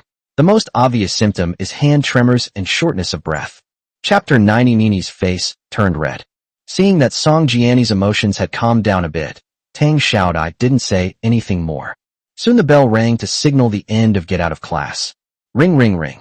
Song Jinni packed her school bag and left the classroom with Tang Xiaodai. As if on purpose, Zhong Xiaobei, who was originally walking behind the 2, quickened her pace to pass them. She was thinking that her father would pick her up at the door in a little while, and she could show off to Song Jianni, who had been so calm and composed on stage just now. Song Jianni's parents must have neglected her. Otherwise, why would they care so much about work and not be like her own parents who would pick her up every day no matter how busy they were? Besides, if he really cared about her, how could she have developed depression? She disliked Song Jianni not only because she was more outstanding than her and didn't respect her, but also because the teacher favored her, saying that everyone should take care of her because she had depression. Why should I? Why should I have to take care of her feelings? So what if she has depression? It's not like she caused it. Why should everyone side with her? We arrived at the school gate. Zhong Xiaobei spotted her father's car among the many vehicles at a glance. Her father was standing on the passenger side, holding a huge cotton candy in his hand. Dad! Zhong Xiaobei ran over excitedly and jumped into her father's arms. Zhong Liang bent down, picked up his daughter, held the cotton candy in front of her, and said affectionately, "Honey, you've worked hard. Here, have your favorite cotton candy." "Thank you, Dad." Zhong Xiaobei took the cotton candy, tore off the plastic film, took a bite, and looked triumphantly at Song Jiani, who had just left the school gate. Song Jiani and Zhong Xiaobei locked eyes, their provocative gazes meeting.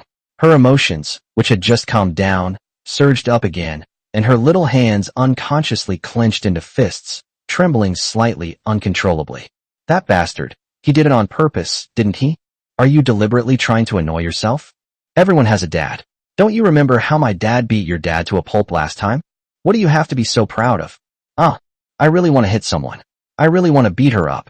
Tang Xiaodai, who was standing nearby, noticed that Song Jiani was in a bad mood again. She was trembling all over, and her eyes were red. She worriedly grabbed Song Jiani's wrist and reminded her, "Jiani, calm down, don't get angry with her. She's doing it on purpose. If you really get angry with her, she'll be even more smug." Song Jiani nodded gently, biting her lip tightly with her pearly teeth. "Xiaodai is right. She needs to calm down. Be patient, you must be patient." Now that Zhong Xiaobei has her father by her side, she is no match for the two of them. Despite his efforts to restrain himself, the murderous intent in his eyes was impossible to conceal.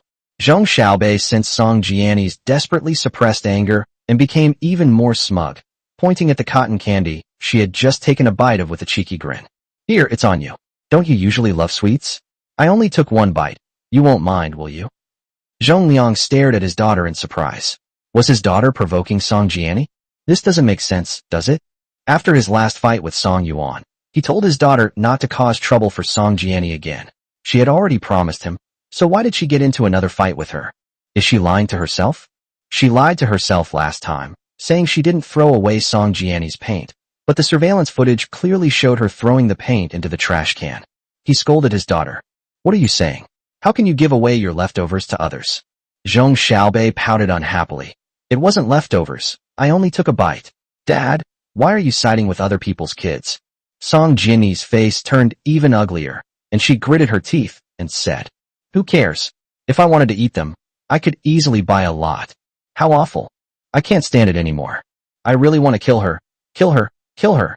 Zhong Xiaobei took another bite of the marshmallow, chewing and nudging her as she did so. "Of course you don't care, because my dad bought it for me. Your dad wouldn't buy you anything. He wouldn't come pick you up, and he doesn't care about you."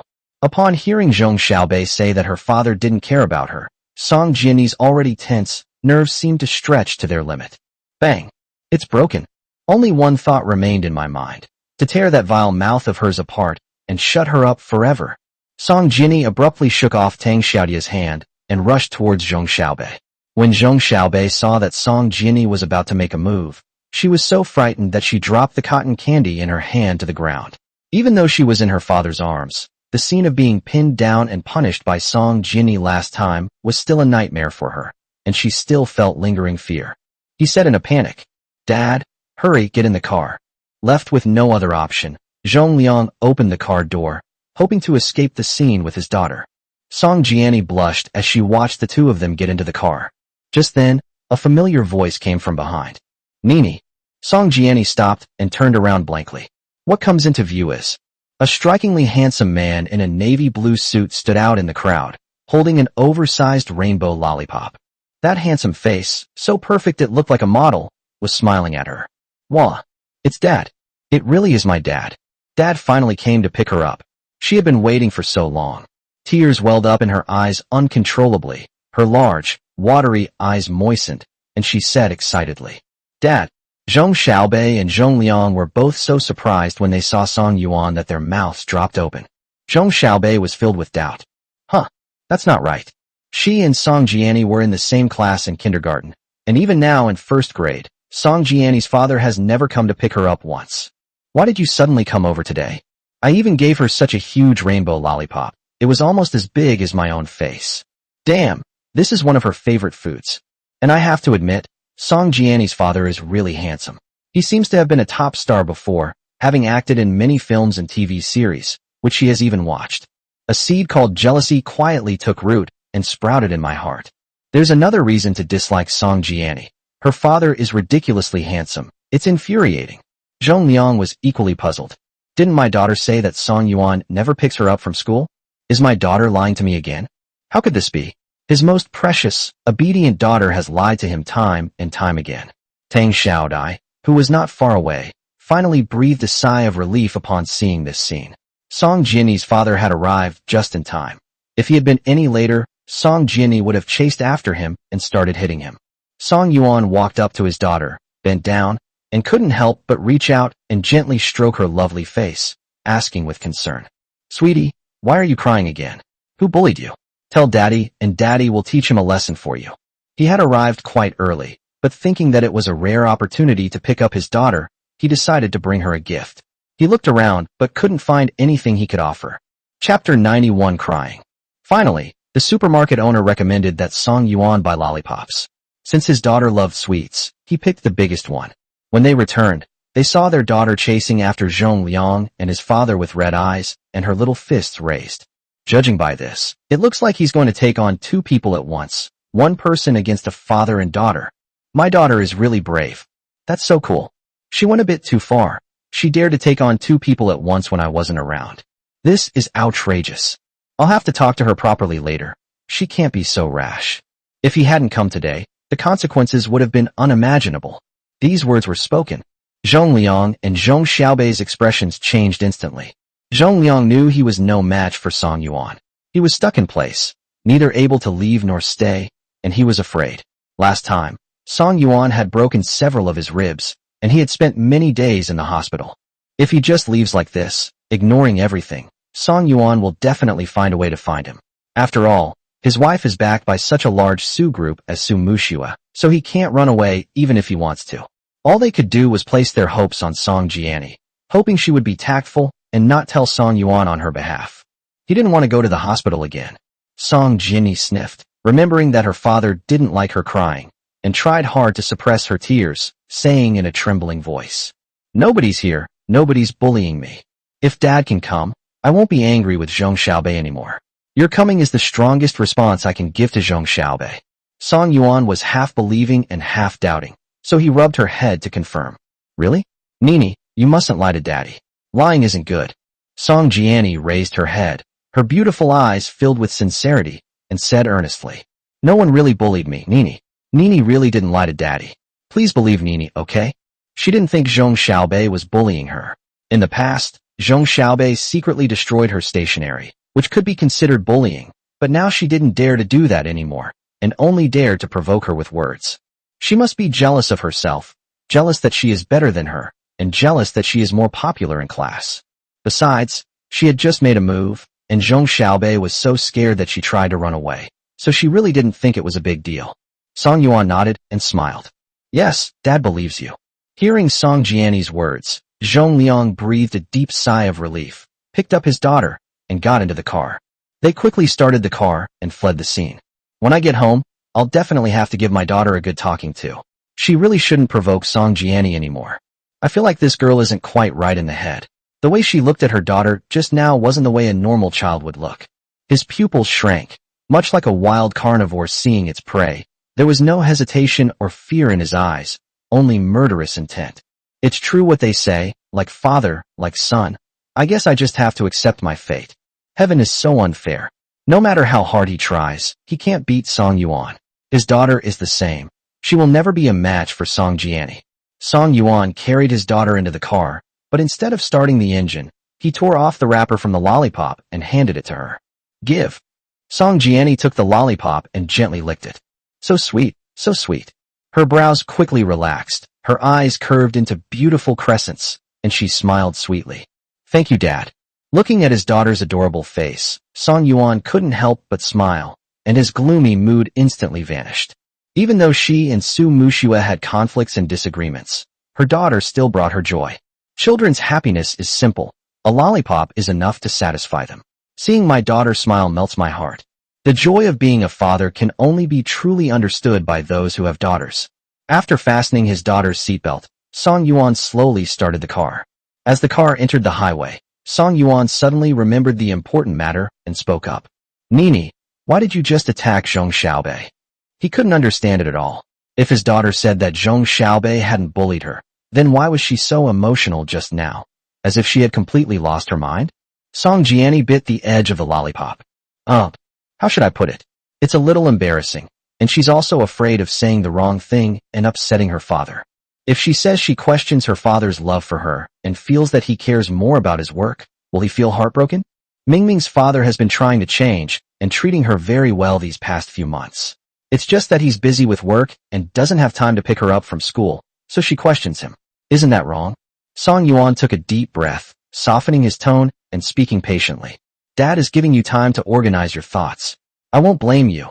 I just want to understand you better and don't want any distance between us. I'm usually busy with work and sometimes can't be with you, so I hope you can open up to me. Song Jiani lowered her eyelashes slightly, staring at the lollipop in her hand, her heart beginning to ache.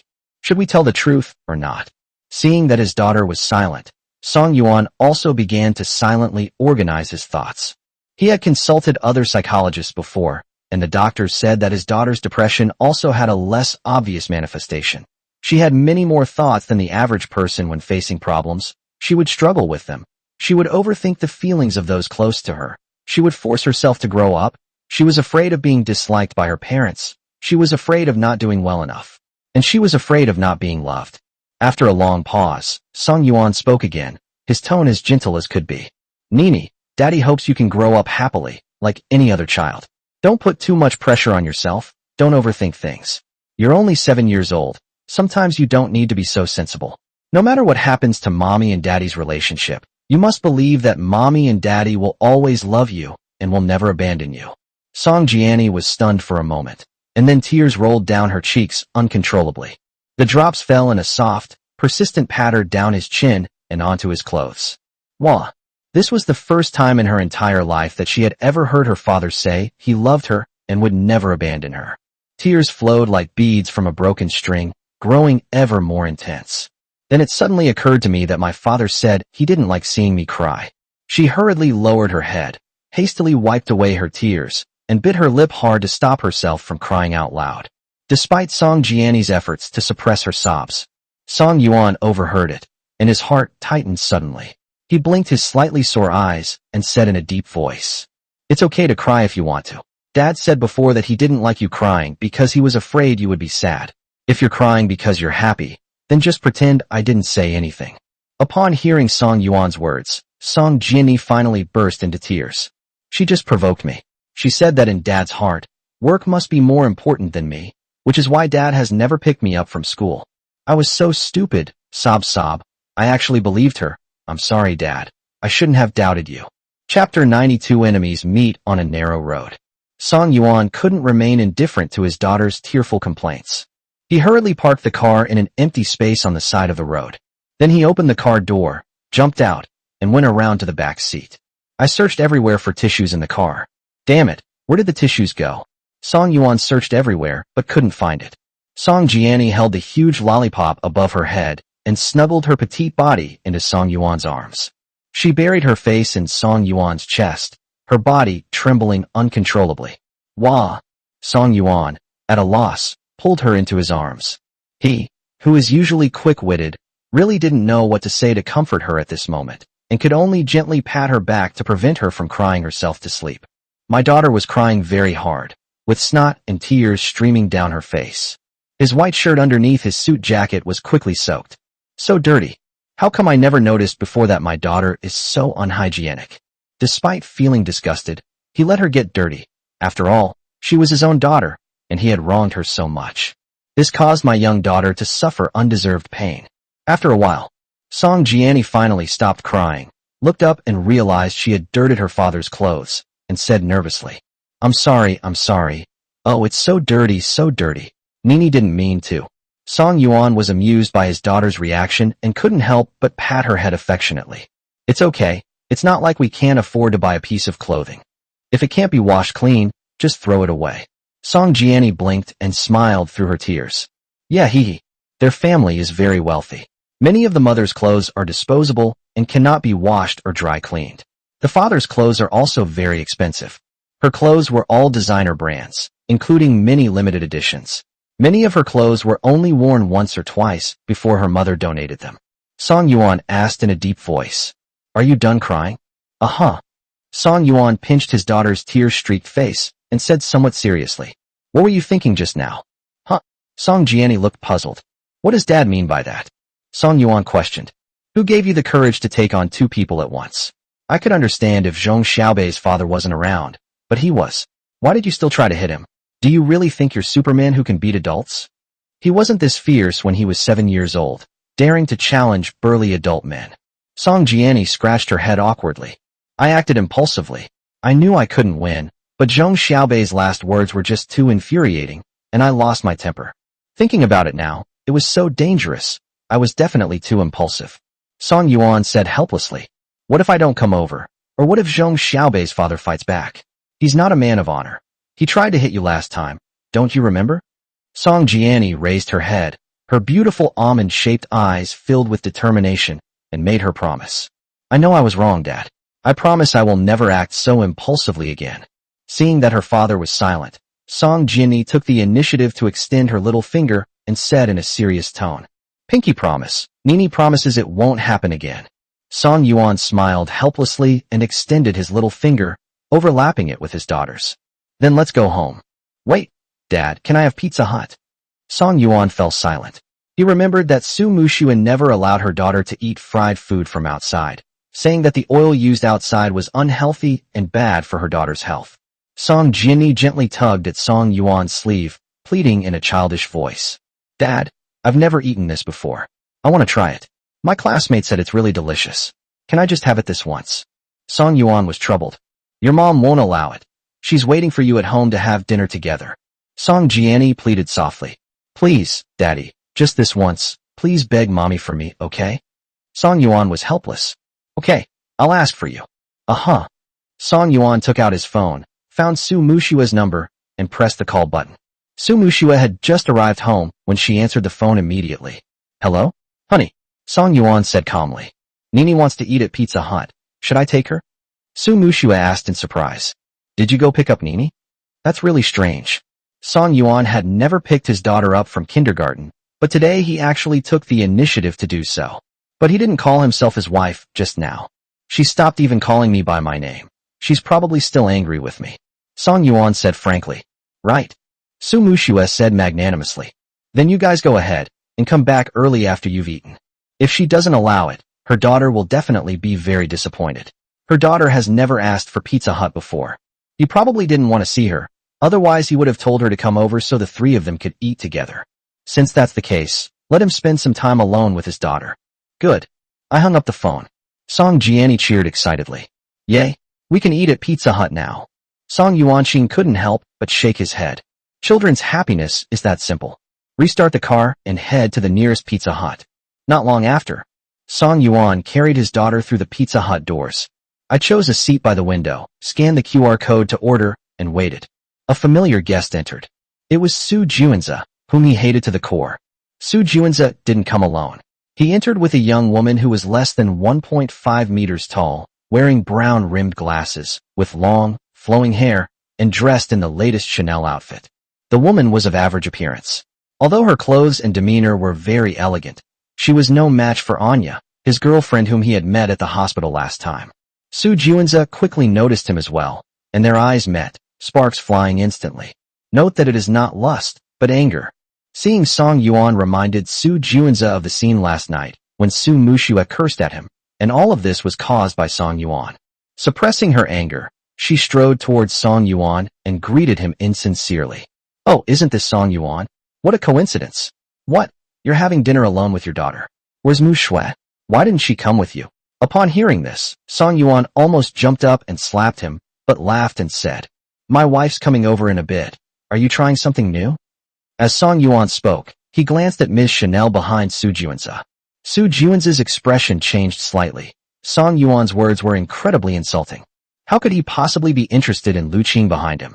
She was just too ordinary looking, short, and had no figure.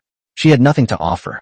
If it weren't for my dad saying that the two of us were old classmates and our families were old friends, forcing me to go on a blind date with her. He said he would never come to eat with her, so he chose Pizza Hut, a place he never goes to, just to discourage her. Chapter 93 Beating Up Dr. Su. He felt ashamed to bring someone like Lu Qing out. She's completely unworthy of him, and all she has is a little money. But he's not short of money. If he's forced to get married, and he can't have Su Muxue, he'd rather settle for Anya than choose someone like Lu Qing. I never expected to run into Song Yuan like this. What bad luck. Upon hearing this, Lu Qing's cheeks flushed instantly, and she retorted softly. Juanza and I are just friends, don't misunderstand. Seeing Su Juanza's discomfiture, Song Yuan felt much better and teased him while suppressing a smile. Excuse me, I just think you two are such a perfect match, a golden couple, a perfect couple. Lu Qing blushed even more and said shyly. It's okay, there's no need to apologize. I'm so happy. Song Yuan actually said that she and Su Juanza were a perfect match, a golden couple. Su Juanza was even more furious. He noticed Song Jiani sitting next to Song Yuan, who was licking a lollipop with her head down. He said in a gentle voice, Nini, how have you been lately? Song Jiani's body stiffened. She had clearly pretended not to see him, so why was he still calling her? Was he genuinely concerned about her, or was he using her to deliberately provoke her father? He swallowed hard, feeling helpless. It's fine. Su Juanza nodded in a perfunctory manner. That's good. If you need psychological counseling, you can always tell your mom to contact your uncle. After speaking, she looked at the silent Song Yuan and raised her eyebrows slightly. It's as if it's saying, so what if you don't like me? I am your daughter's therapist, and your daughter has always been very dependent on me. This is an undeniable fact. It's disgusting. It must be painful. I'll make you so angry. Song Yuan appeared calm and unperturbed, seemingly unconcerned about Su Juanza's provocation. The hand hidden under the table tightened secretly, making a creaking sound. He now understands a little why his daughter got so worked up and lost her temper, wanting to hit someone. He now wants to beat that bastard Su Juanza to a pulp too. But he's an adult now, so he has to be patient. Besides, his daughter is still by his side. If he really beats Su Juanza in front of his daughter, it will definitely leave a shadow on her. This time was different from the time he hit Zhong Liang. After all, Su Juanza was his daughter's psychologist, and his daughter did rely on him. I can only be patient for now and find a suitable opportunity to give him a good beating. Song Jiani faintly heard a creaking sound coming from under the table. Looking down, she saw it was her father making the sound of his fist clenching.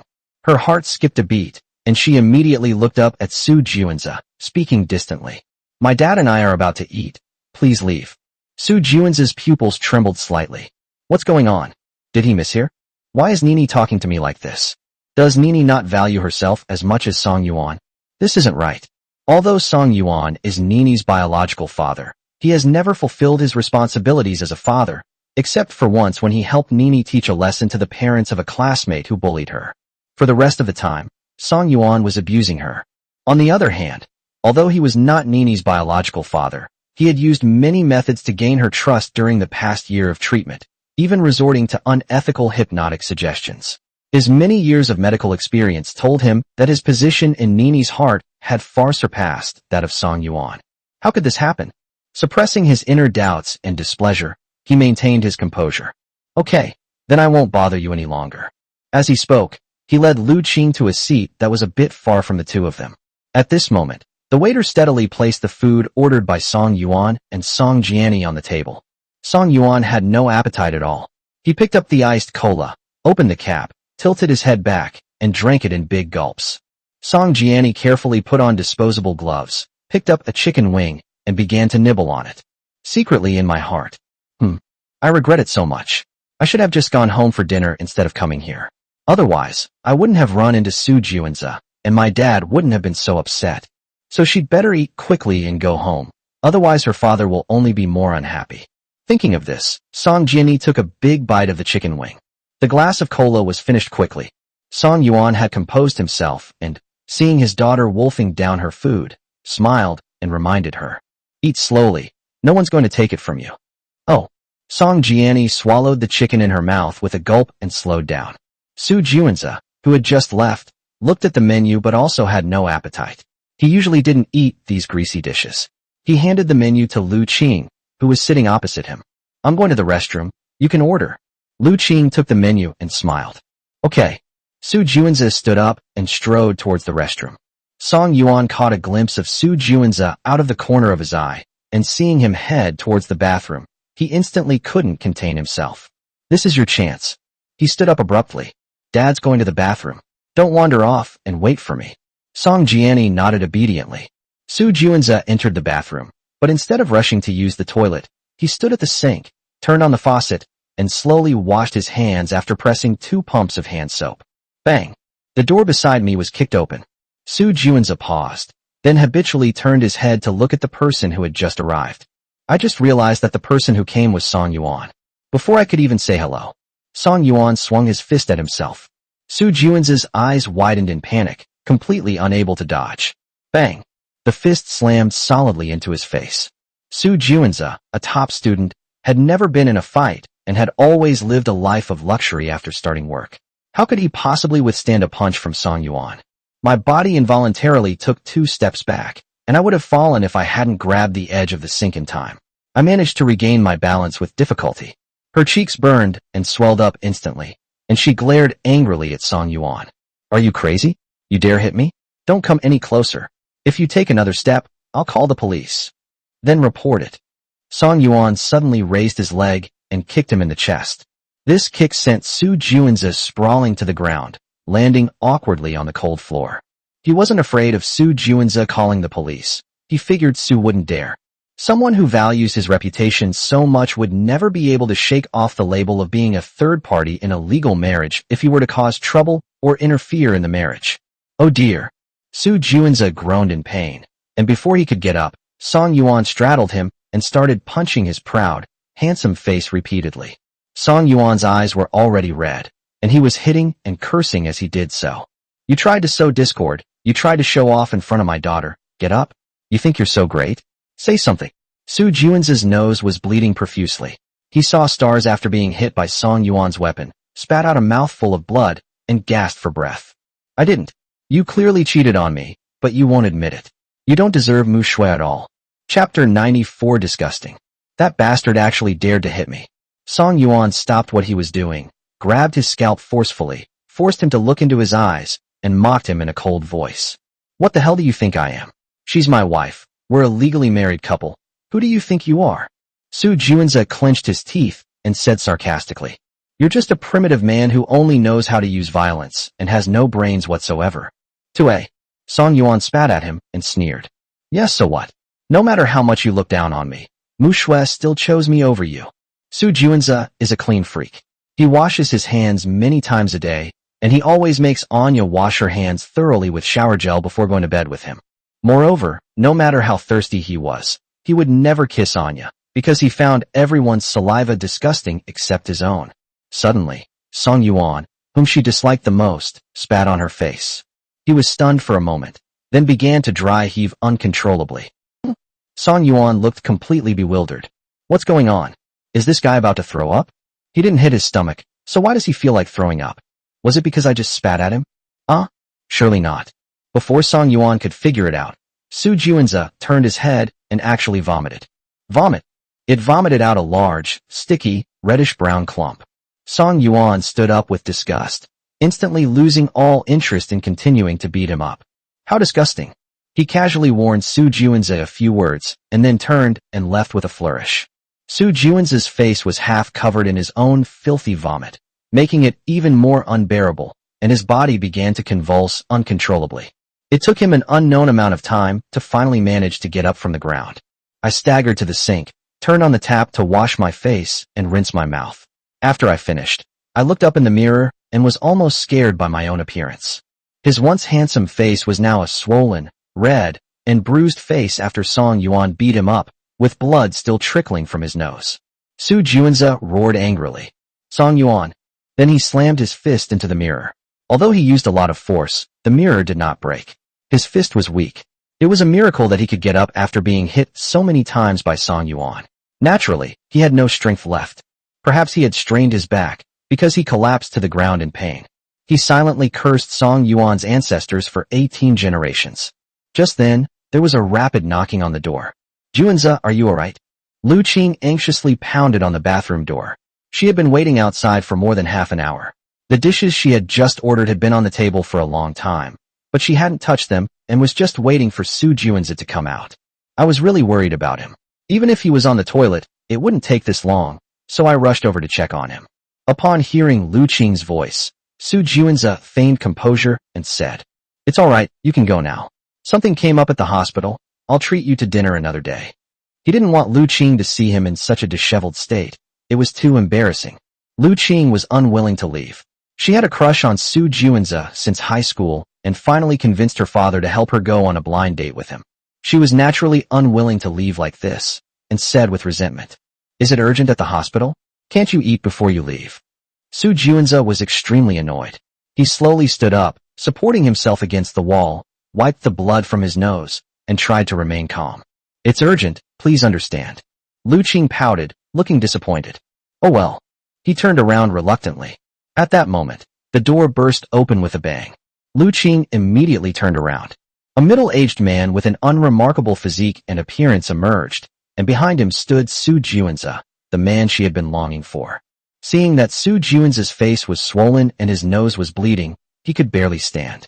She rushed forward anxiously, supported him, and said worriedly, "Juanza, how did you get hurt? Did you get into a fight? Who did it with? Who beat you up like this?" Su Juanza cursed under his breath. Damn it. He had just managed to deal with Lu Qing when a middle-aged man who had just finished using the toilet suddenly appeared in the cubicle, and he couldn't stop him from leaving. This woman has such a gossipy mouth. It's like a fly buzzing around. Suppressing his displeasure, he gave a perfunctory reply. "Stop asking. Since you don't want to leave, just take me to the hospital." "Okay, I can take you there. But before you send him away, you still need to tell me who beat you up like this. We need to call the police. We can't just let him get away with this." Su Juanza's head hurt even more. "Can you please stop asking? How could he possibly call the police? He is no ordinary person. He is a doctor at the best hospital in Beijing and has even appeared on talk shows, making him a public figure to some extent. If the police are called, they will definitely call Song Yuan in for questioning. If Song Yuan says that he ruined his marriage with his wife and that he was a third party, then all the good image he has worked so hard to build will be ruined." Lu Qing sensed that Su Juanza was on the verge of losing his temper and said helplessly, Okay, I won't ask anymore. I'll take you to the hospital right away." Lu Qing helped Su Juanza out of the restroom. When they arrived in the lobby, Su Juanza glanced at Song Yuan's seat and found that he was no longer there. "That bastard, he walked pretty fast." We left the restaurant. Lu Qing found her car, helped Su Juanza into the passenger seat, then got into the driver's seat and quickly started the car, heading towards the nearby hospital. As soon as she drove onto the highway, Lu Qing couldn't help but ask again, "Juanza, was the person who hit you Song Yuan?" She suddenly realized that when Su Juanza went to the restroom, Song Yuan followed right after him. She and Su Juanza were high school classmates, and they went to the same school as Song Yuan. At that time, Song Yuan was a popular figure in the school, famous for fighting. He was very skilled and invincible throughout the school. She could smell the tension between Su Juanza and Song Yuan as soon as they greeted each other. Song Yuan harbored a great deal of hostility towards Su Juanza. So it's very likely that it's Song Yuan. Su Juanza fell silent. This woman has become smart. She was incredibly stupid when she was in school and only got into the experimental class through connections. She was always at the bottom of the class. Seeing Su Juanza remain silent, Lu Qing quickly confirmed her suspicions and spoke up in protest. "How could he do this? Why would he treat you so cruelly?" Su Juanza's eyes flickered. Lu Qing actually cared about him so much and stood up for him. Perhaps he could make good use of her. She lowered her eyes and said dejectedly, "He suspected that I was having an improper relationship with his wife." Lu Qing asked in surprise, "His wife?" "Su Muxue." Su Juanza followed suit. "Yes, you know, Su Muxue and I are just ordinary friends. It's just that I'm his daughter's psychologist, so it's inevitable that I'll have contact with Su Muxue." Lu Qing had always placed unconditional trust in Su Juanza, and hearing this made her even more furious. "That's too much. He not only framed you, but he also hit you. What are you going to do? Just let it go." Chapter 95 The Best Joker. Su Juanza sighed deeply and gave a bitter smile. "Sai, what can I do? After all, I'm friends with Su Muxue, an alumnus of Song Yuan School. What can I do to him?" He secretly thought to himself. He had just thought this woman had become a bit smarter, but now she's back to her old self, still as stupid as before. So easily you believe in yourself. Could it be that she likes me? It's quite possible that many girls liked him back in school. For an outstanding guy like him, it's common to be secretly or openly admired. He's long since become desensitized to it. Hearing Su Juanza say that, Lu Qing felt even more sorry for him. She gripped the steering wheel tightly and spoke righteously. No, we can't let this go like this. I must help you get justice. She felt she had to do something for the boy she had secretly loved for so many years who had suffered such a great injustice. Su Juanza almost burst out laughing, but he remained calm and said, How will you seek justice for me? Lu Qing said confidently, Don't worry, I have a way. Although Su Muxue was aloof and arrogant in her memory, she was still reasonable. She didn't believe that Su Juanza could remain unmoved after suffering such a great injustice and serious injury for her sake. Su Juanza said insincerely, Then thank you in advance. Lu Qing's heart skipped a beat uncontrollably, and she said shyly, Don't mention it, we're friends. The Su family villa. Song Jiani is doing her homework in the study. Song Yuan was playing King of Glory in another study. Su Muxue, meanwhile, was curled up on the sofa in the living room, watching a drama while applying a face mask. The drama is called When a Daughter-in-Law Becomes a Mother-in-Law. Song Yuan had always disliked her taste in dramas, and would mercilessly criticize her every time he saw her watching these kinds of mother-in-law and daughter-in-law dramas. Although we've been married for 7 years, you're only 25, in the prime of your youth. Instead of watching idle dramas like ordinary girls, you watch this kind of melodramatic family drama. Your taste is truly appalling. Each time, she would retort defiantly. You have such good taste, such good taste. You like low-quality splatter cult films. Song Yuan quickly became anxious, and unsurprisingly, the two had another small argument. But just now, Song Yuan brought his daughter back and saw that she was still watching a show he didn't like. This time, he didn't scold him. He greeted her politely and then went into his study to play games. This is not a good thing for her.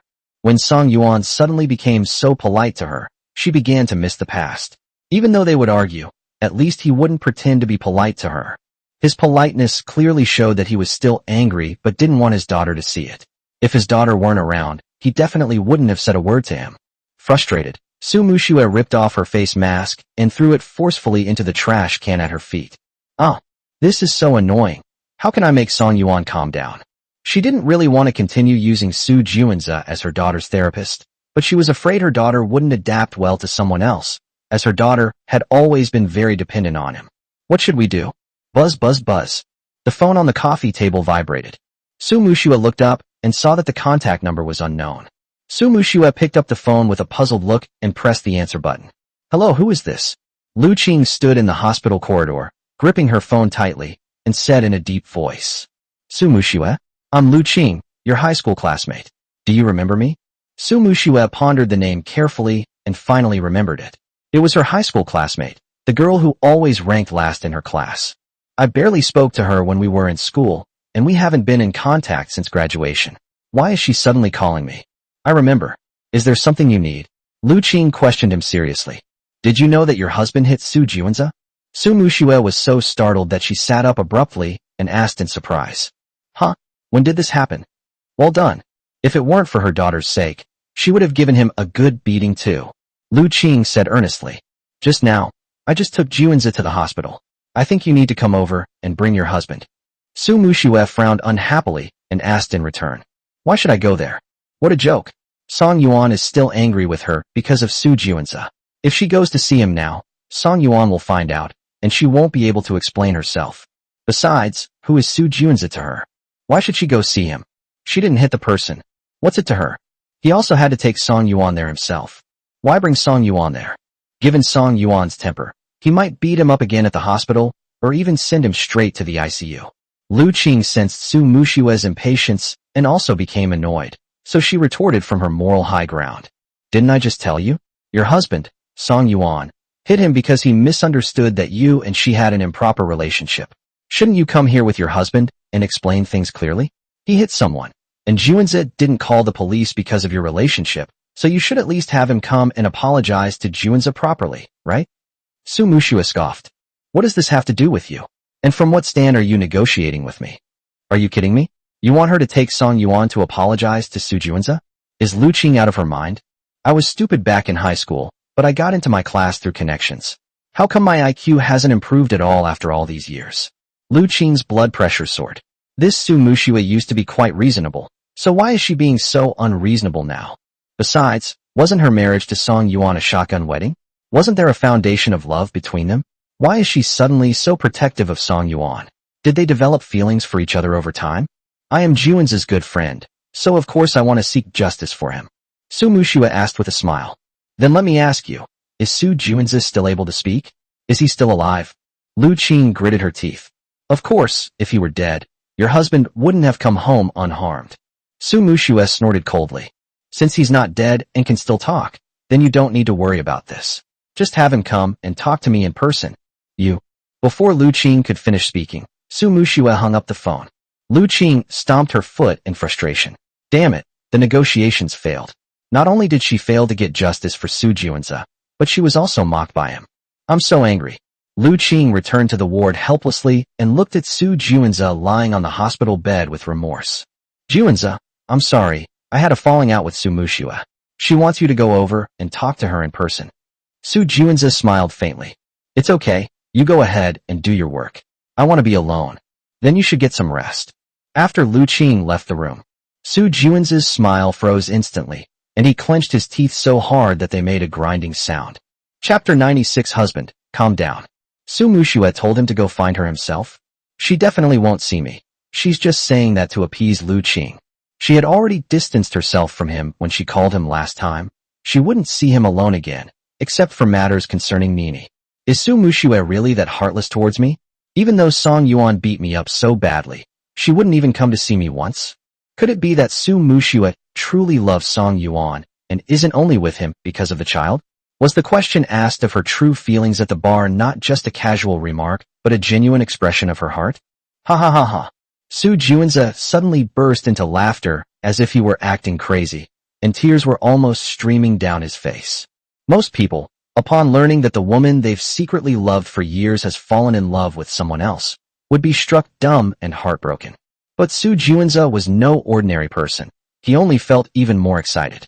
This makes Su Muxue more befitting of a wife, having a child and deeply loving her husband. That's interesting, really interesting. The increased difficulty of winning over Su Muxue is a good thing.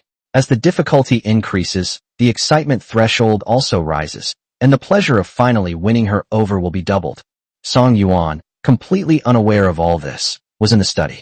He was engrossed in farming and reaping kills in the King of Glory arena. Despite achieving an 11-0 score, Song Yuan was still at a disadvantage in the game.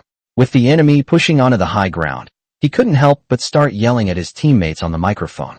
Pineapple boy, are you fucking an idiot? A marksman with a 0-10 score? Are you a spy sent by the enemy? And the healer? Did you heal a single teammate from start to finish? Lu Bu, where did you jump with your ultimate? Dodgy, what kind of stupid equipment did you build? You bunch of pig teammates. Pineapple boy retorted indignantly. Daddy Kai, you can't blame me. The enemy jungler kept ganking me, and the healer wouldn't stick with me. I was in a tough spot too. Shut up, stop swindling people, and go home and nurse. The screen went black, and a failure message appeared. Enraged, Song Yuan slammed his phone onto the table. I originally wanted to play a few games of King of Glory to vent my anger, but I got even angrier after playing. It seems like there's something wrong with the matchmaking system. I kept getting matched with terrible teammates. It's impossible to carry it. Absolutely impossible. Just then, there was a knock on the door. Knock knock knock. Song Yuan looked impatiently at the door. What's wrong? Su Muxue swallowed hard. She had heard him cursing before she even reached the door. He must have been let down by his teammates again. She said cautiously, I have something I want to ask you. Song Yuan leaned back in his chair, raised his hand to rub his throbbing temples, and took a deep breath. Enter. Su Muxue pushed open the door, and as expected, Song Yuan's face was very ugly, and he suddenly didn't know how to start the conversation. Song Yuan spoke first. Speak, what is it? Su Muxue beckoned, still thinking it best to be direct, and got straight to the point. You hit Su Juanza? Song Yuan's face darkened instantly, and he asked in return. How did you know? Did the guy surnamed Su call Su Muxue to complain? Is Su Muxue going to interrogate him to seek justice? Oh, last night. I solemnly promised myself that I would keep my distance from Su Juanza from now on, and would not easily believe his words again. I ate all my words with dinner today, so they don't count at all. Su Muxue explained urgently. Her classmate called me and told me. Song Yuan snorted coldly and said in a sarcastic tone, "So what? Are you here to confront me on his behalf? Do you want me to apologize to him, pay him money, or call him over to beat me up and forbid me from fighting back?" "No, no." Su Muxue hurriedly waved her hand and said with a smile, "What I meant to say was, honey, you played well. You played beautifully." Song Yuan was stunned at first, then his eyes widened in disbelief. Is she sick? How come he not only doesn't blame himself, but also says he played well? No, there must be a conspiracy. In the past, whenever he and Su Juanza had a few arguments, Su Muxue would complain afterward, saying that she had misunderstood him and that he had no ill intentions towards her. This time, he beat someone so badly they ended up in the hospital, and she actually cheered for herself. He stared at her jubilant eyes and mocked her mercilessly. "Have you taken the wrong medicine? Do you even know what you're saying?" Su Muxue shook her head, her expression unwavering. "I didn't take the wrong medicine. I'm telling the truth. Every word comes from the bottom of my heart." Damn it. Why does Song Yuan still refuse to believe himself? Does he really think he has feelings for Su Juanza? No, not at all, not even a little bit. Song Yuan's expression softened, and he was secretly pleased. He tentatively asked, "So you really don't care about him anymore?" Su Muxue nodded vigorously, somewhat helplessly. "Of course, I've never cared about him." He thought to himself, "Song Yuan, in my heart, the person I care about most and the person I love most will always be you." Song Yuan's heart pounded uncontrollably as he spoke with anticipation. "So, are you still going to use him as Nini's therapist?" Su Muxue asked nervously. "These are two different things. I don't care about him, but I care about Nini. If it were a different doctor, Nini." Song Yuan's sudden good mood vanished instantly. "All right, that's enough. I don't want to talk about this anymore. Is there anything else?" Su Muxue lowered her eyes in frustration. "There is none left." Song Yuan's chest heaved slightly as he suppressed his inner dissatisfaction. "Then please leave. I want to continue playing the game." "Good." Su Muxue turned away dejectedly, dragging her heavy steps toward the living room without closing the door. As Song Yuan gazed at Su Muxue's thin and lonely figure, his heart involuntarily tightened, his chest inexplicably felt tight, and he felt somewhat breathless. Song Yuan stood up and closed the door tightly. Then, exhausted, he slumped into a chair, picked up a pack of Zhonghua cigarettes from his desk, took one out, put it in his mouth, and lit it with a lighter. He took a deep breath and exhaled a thick white mist. His expression was obscured by the smoke. Nicotine passes through the lungs. My anxious mood calmed down a little. Cigarettes are really a good thing. They can numb the nerves. Su Muxue returned to her bedroom, closed the door, climbed into bed, put her hands behind her head, stared at the ceiling, and squinted her eyes, her dark eyes filled with confusion. She didn't understand why Song Yuan insisted on making things difficult for her. She and Su Juanza were clearly innocent, and hadn't she made it obvious just now? Damn it, why is Song Yuan so petty? He's been having an affair with Xia Weining for so many years, and she's never refused to sleep with him. She always goes along with him. Just then, there was a knock on the door. Mommy, can I come in?" Su Muxue took a deep breath, composed herself, and said gently, "Come in." Chapter 97 The Plan. As soon as Song Jinni entered the room, she climbed onto the bed and snuggled into Su Muxue's arms. She slept alone at her maternal grandfather's house last night. Her mother was still there before she fell asleep, but she disappeared when she woke up. Su Muxue hugged her daughter, gently rubbed her head, and asked with a smile, "Have you finished your homework?" Song Jianni nodded, then asked, puzzled, Mom, what did you do last night?" Su Muxue's heart skipped a beat, and she explained awkwardly, "Your dad drank too much and asked your mom to come pick him up. I saw you were asleep, so I didn't tell you." Song Jianni blinked and pondered. "Is that so? You two had another fight, didn't you?" They must have argued again. Otherwise Dad wouldn't have just given Mom a brief greeting before going into his study and refusing to come out and spend time alone with her for so long. Su Muxue denied it. "No, don't overthink it. Damn it. Even though I didn't argue with Song Yuan in front of my daughter, she still guessed it. She used to think that her daughter being smart was a great thing, but now she feels that being too smart is also a burden." Song Jianni tilted her head, her long, smooth hair falling to one side, looking as cute as a ragdoll cat, and asked softly with her cheeks puffed out, "Really? My mom told me before that lying isn't good." Su Muxue forced a response. "Really? We didn't argue, we're doing fine. Honey, White lies are sometimes unavoidable, and mommy lies for your own good. Song Jiani didn't respond immediately, her little brain working rapidly, and she suddenly had an idea. Then can I sleep with you guys tonight? She was certain her mother was lying. The two of them must have had a fight. Her intuition was always incredibly accurate. Since her mother was unwilling to admit it, she would help the two reconcile as soon as possible. Su Muxue was in a dilemma. Song Yuan didn't sleep with her last night, and he was so cold and dismissive just now. If she asked him to come to her room to sleep now, he would definitely refuse. Besides, she couldn't bring herself to ask him to come to her room. It would be too embarrassing if she were rejected. Song Jiani knew, of course, that her mother was shy and unwilling to make requests to her father, so she smiled. Should I go and talk to Dad? Su Muxue hesitated for a moment, then breathed a sigh of relief and gave some instructions.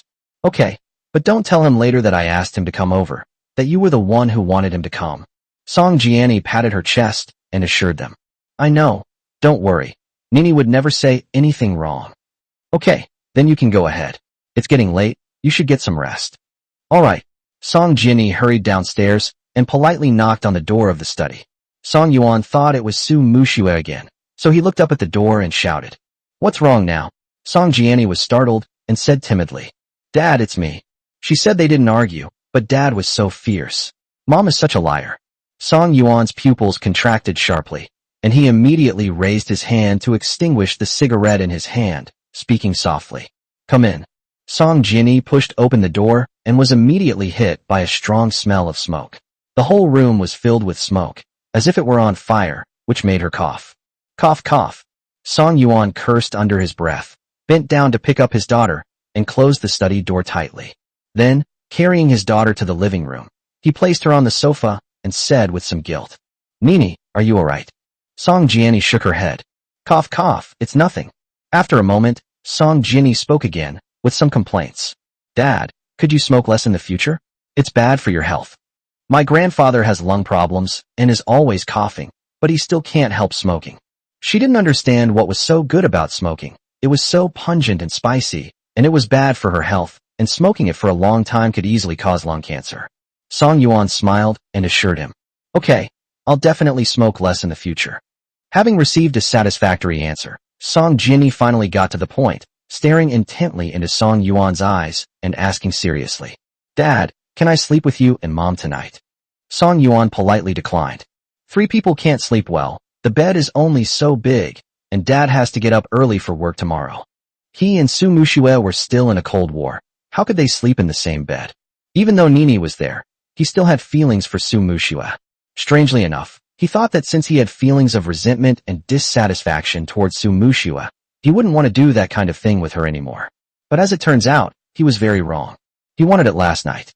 Maybe he's still young, physically strong, and he and Su Muxue are particularly compatible. So once it starts, it never ends. When Song Jiani was rejected by Song Yuan, she used her trump card and gently shook his sleeve while pleading in a childish voice. I can sleep well. Mom's bedroom bed is very big. Please, Dad, please, okay? Dad is the best. You are the best dad in the world, the very best dad. Faced with his daughter's charming and coquettish tactics, Song Yuan quickly succumbed and said helplessly, Does your mother agree? Song Jiani's eyes lit up, and she spoke frankly. Yes, I agree. I've already told my mom, and she's so happy. Song Yuan fell silent. Is this not a trick by Su Muxue? She would ask her daughter to come over and act as a peacemaker. After calling her over, she would seduce him after her daughter fell asleep, trying to use her body to make him give in to her. She had accurately grasped his weakness, knowing that he was fascinated by her body. How creepy. She truly lives up to her reputation as a female demon. Seeing that Song Yuan was still hesitating, Song Jiani lowered her head in disappointment, tightly grasped his big hand with her small hand, and said in a wrong tone, Does Daddy dislike Nini now? Did Nini do something wrong? Song Yuan was at a loss. No, how could I hate you? Song Jiani lowered her head even further and cautiously pressed for an answer. If Dad doesn't dislike me, does that mean he agrees? Song Yuan was helpless. Agree. There's nothing I can do. If a daughter's coquettishness has a destructive power of 100 points, then when she pleads with him in a pitiful state, doubting whether he dislikes her, the destructive power reaches 10,000 points, leaving him utterly defenseless. He could only agree for now. If Su Muxue really tried to seduce him later, he would just have to be patient. The time has come to test his resolve. He must hold the line. Song Yuan couldn't help but smile, a sly glint in her beautiful eyes. Yay! Plan successful. Mom, it's up to you now. I hope that after I fall asleep, you and Dad can have a good talk, resolve your differences, and we can still be the happiest family of 3 in the world. Chapter 98. Calm down. Song Yuan, carrying his daughter, pushed open the door to Su Muxue's bedroom. Su Muxue had just changed into her pajamas and sat down on the edge of the bed. Song Yuan's Adam's apple bobbed involuntarily. Holy crap. It was intentional, wasn't it? Su Muxue must have done it on purpose. He really guessed right just now. Otherwise, she wouldn't have suddenly changed into a rather sexy nightgown that he had never seen before. The off-white slip dress was made of a very smooth and thin fabric that looked and felt wonderful. What's even more striking is that it has pretty lace trim, and the nightgown isn't big at all. It's very short, just covering her hips, and it's very form-fitting, perfectly outlining her hot figure. Her hair had already been washed. It was fluffy and had a faint scent of shampoo. It was draped lazily over her shoulders. Her bare face, because she had just applied a face mask, had skin that was fair and radiant, making her look as beautiful as an angel. Su Muxue's eyes curved into a smile as she spoke. Honey, what are you standing there for? Come in. Nini's sleepy. Hurry up. The daughter actually called Song Yuan over. It seems he still loves his daughter very much. Even though he's angry with her, he'll still compromise and come to sleep with her for her sake. Oh. Song Yuan snapped out of his daze and quickly walked into the bedroom. Then she placed her daughter between herself and Su Muxue, pulled the blanket over herself, and turned off the lamp. I closed my eyes and forced myself to fall asleep. In the darkness, the atmosphere suddenly became quiet.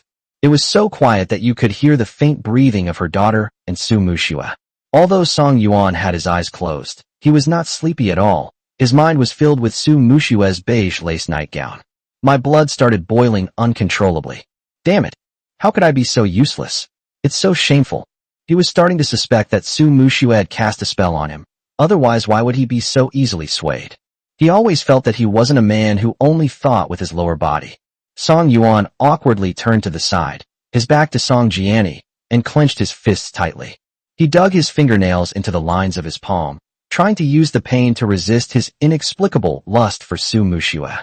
Just when Song Yuan felt he could almost eliminate his evil thoughts on his own, Song Jiani suddenly spoke up. Daddy, can I sleep on your side? I'm uncomfortable between you and Mommy. It's so hot, and Nini can't breathe. She wanted to sleep on her father's side, partly because she wanted to be closer to her parents, and partly because she really felt hot, and she didn't know why it was so hot. Song Yuan's expression changed drastically. He really wanted to say, if you're not feeling well, go back to your own room and sleep. Why do you insist that your mother and I sleep with you? You asked for this. If you sleep on my side, then I'll be closer to Su Muxue. The bed is only so big. What should I do if she comes over and tries to seduce me? Nini, do you know that you're hurting your dad? Do you think I can resist your dad? Is it possible? Is it really possible? He thought he could resist, but just one glance at her was enough to make him give up. But it was just a thought. My daughter's depression hasn't gotten better yet. He had abused her in the past, and after so much effort, he had finally managed to win his daughter's acceptance again. If he were to be mean to her now, she would definitely be afraid of him again, and all his efforts would be in vain. Su Muxue, who was standing to the side, was equally surprised. My precious daughter, are you doing this on purpose, or are you genuinely feeling hot? You've slept like this before, why didn't you complain about feeling hot? If you really did it on purpose, then doesn't that mean you didn't believe your mother just now? Do you really think Mom and Dad are having a conflict? So do you want them to make up quickly? On second thought, regardless of the daughter's motives, Su Muxue felt a warm glow in her heart. Her daughter was truly her little angel, always thinking of her in every way. But is Song Yuan really willing to switch places with his daughter? Would he also find it strange, just like he did, and suspect that his daughter had ulterior motives? Song Yuan quickly gave his answer, then reluctantly stood up and gave up his seat. Come here. Song Jiani rolled over and moved to the edge of the bed, smiling as she spoke. Hee, thank you, Dad. Song Yuan climbed into bed and slept between Song Jiani and Su Muxue. He gently patted his daughter's shoulder through the blanket and coaxed her softly. Go to sleep now. You have to get up early for school tomorrow. Okay, good night. Song Jiani closed her eyes contentedly. Before long, he drifted off to sleep, his breathing becoming steady and even. Song Yuan, sandwiched between the two, still couldn't fall asleep. It was even hotter and more humid, and I didn't dare to move an inch, afraid of waking Nini. Although he tried to keep his distance from Su Muxue, his elbows still brushed against the soft flesh of her side waist. She's so flexible. Not just her waist, but her legs are too. She can unlock many poses that ordinary women can't do. Back in school, he thought Su Muxue had never participated in any talent shows and didn't have any special talents. But after transmigrating, he learned that Su Muxue was talented, had been dancing ethnic dances for many years, and had many ethnic dance awards displayed in her study. It turns out that she had previously disdained participating in cultural performances and didn't want to show off her talents too much. Su Muxue also couldn't sleep and kept thinking about what excuse she could find to snuggle into Song Yuan's arms like before and let him hold her while she slept. After much thought, I've decided to stop making excuses and just do what I want to do. Sometimes, a bold life doesn't need explanations. So, she boldly moved closer to Song Yuan, grabbed his arm, and snuggled into his arms. Song Yuan stiffened, lowering his voice for fear that his daughter would hear. "What are you doing?" Su Muxue said with a smile. "Sleep, what else can we do?" Since Song Yuan didn't push him away immediately, it means that although he was still angry with him, his body didn't reject him. "So happy." Song Yuan gritted his teeth and said, "Stay away from me. This is going to be fatal." With her pressing herself against him like that, he really wasn't going to be able to hold back anymore. Su Muxue pouted. "The bed is only so big. Where else can I go? Besides, you're my husband. Can't I hug you for a bit?" Song Yuan took a deep breath, trying hard to suppress the anger in his heart, and said restrainedly, "No, you're doing this on purpose, aren't you? She deliberately seduced me, trying to make me compromise and agree to continue using that bastard Su Juanza as my daughter's psychologist. He would absolutely not allow such a thing, absolutely not." Huh. Su Muxue didn't quite understand what Song Yuan meant by deliberately. She thought he was saying that she had deliberately snuggled into his arms, so she spoke frankly. "Yeah, I did it on purpose, didn't I?" As she spoke, she lifted her leg and rubbed her knee against Song Yuan's thigh. Not long after, she suddenly paused for a moment. Then her face turned bright red, and she stammered. "Huh? You. Chapter 99. You're disgusting. What's going on?" She didn't do anything, so why did Song Yuan react like this? Song Yuan was furious and embarrassed. It was too humiliating, and he felt like he had been manipulated by her.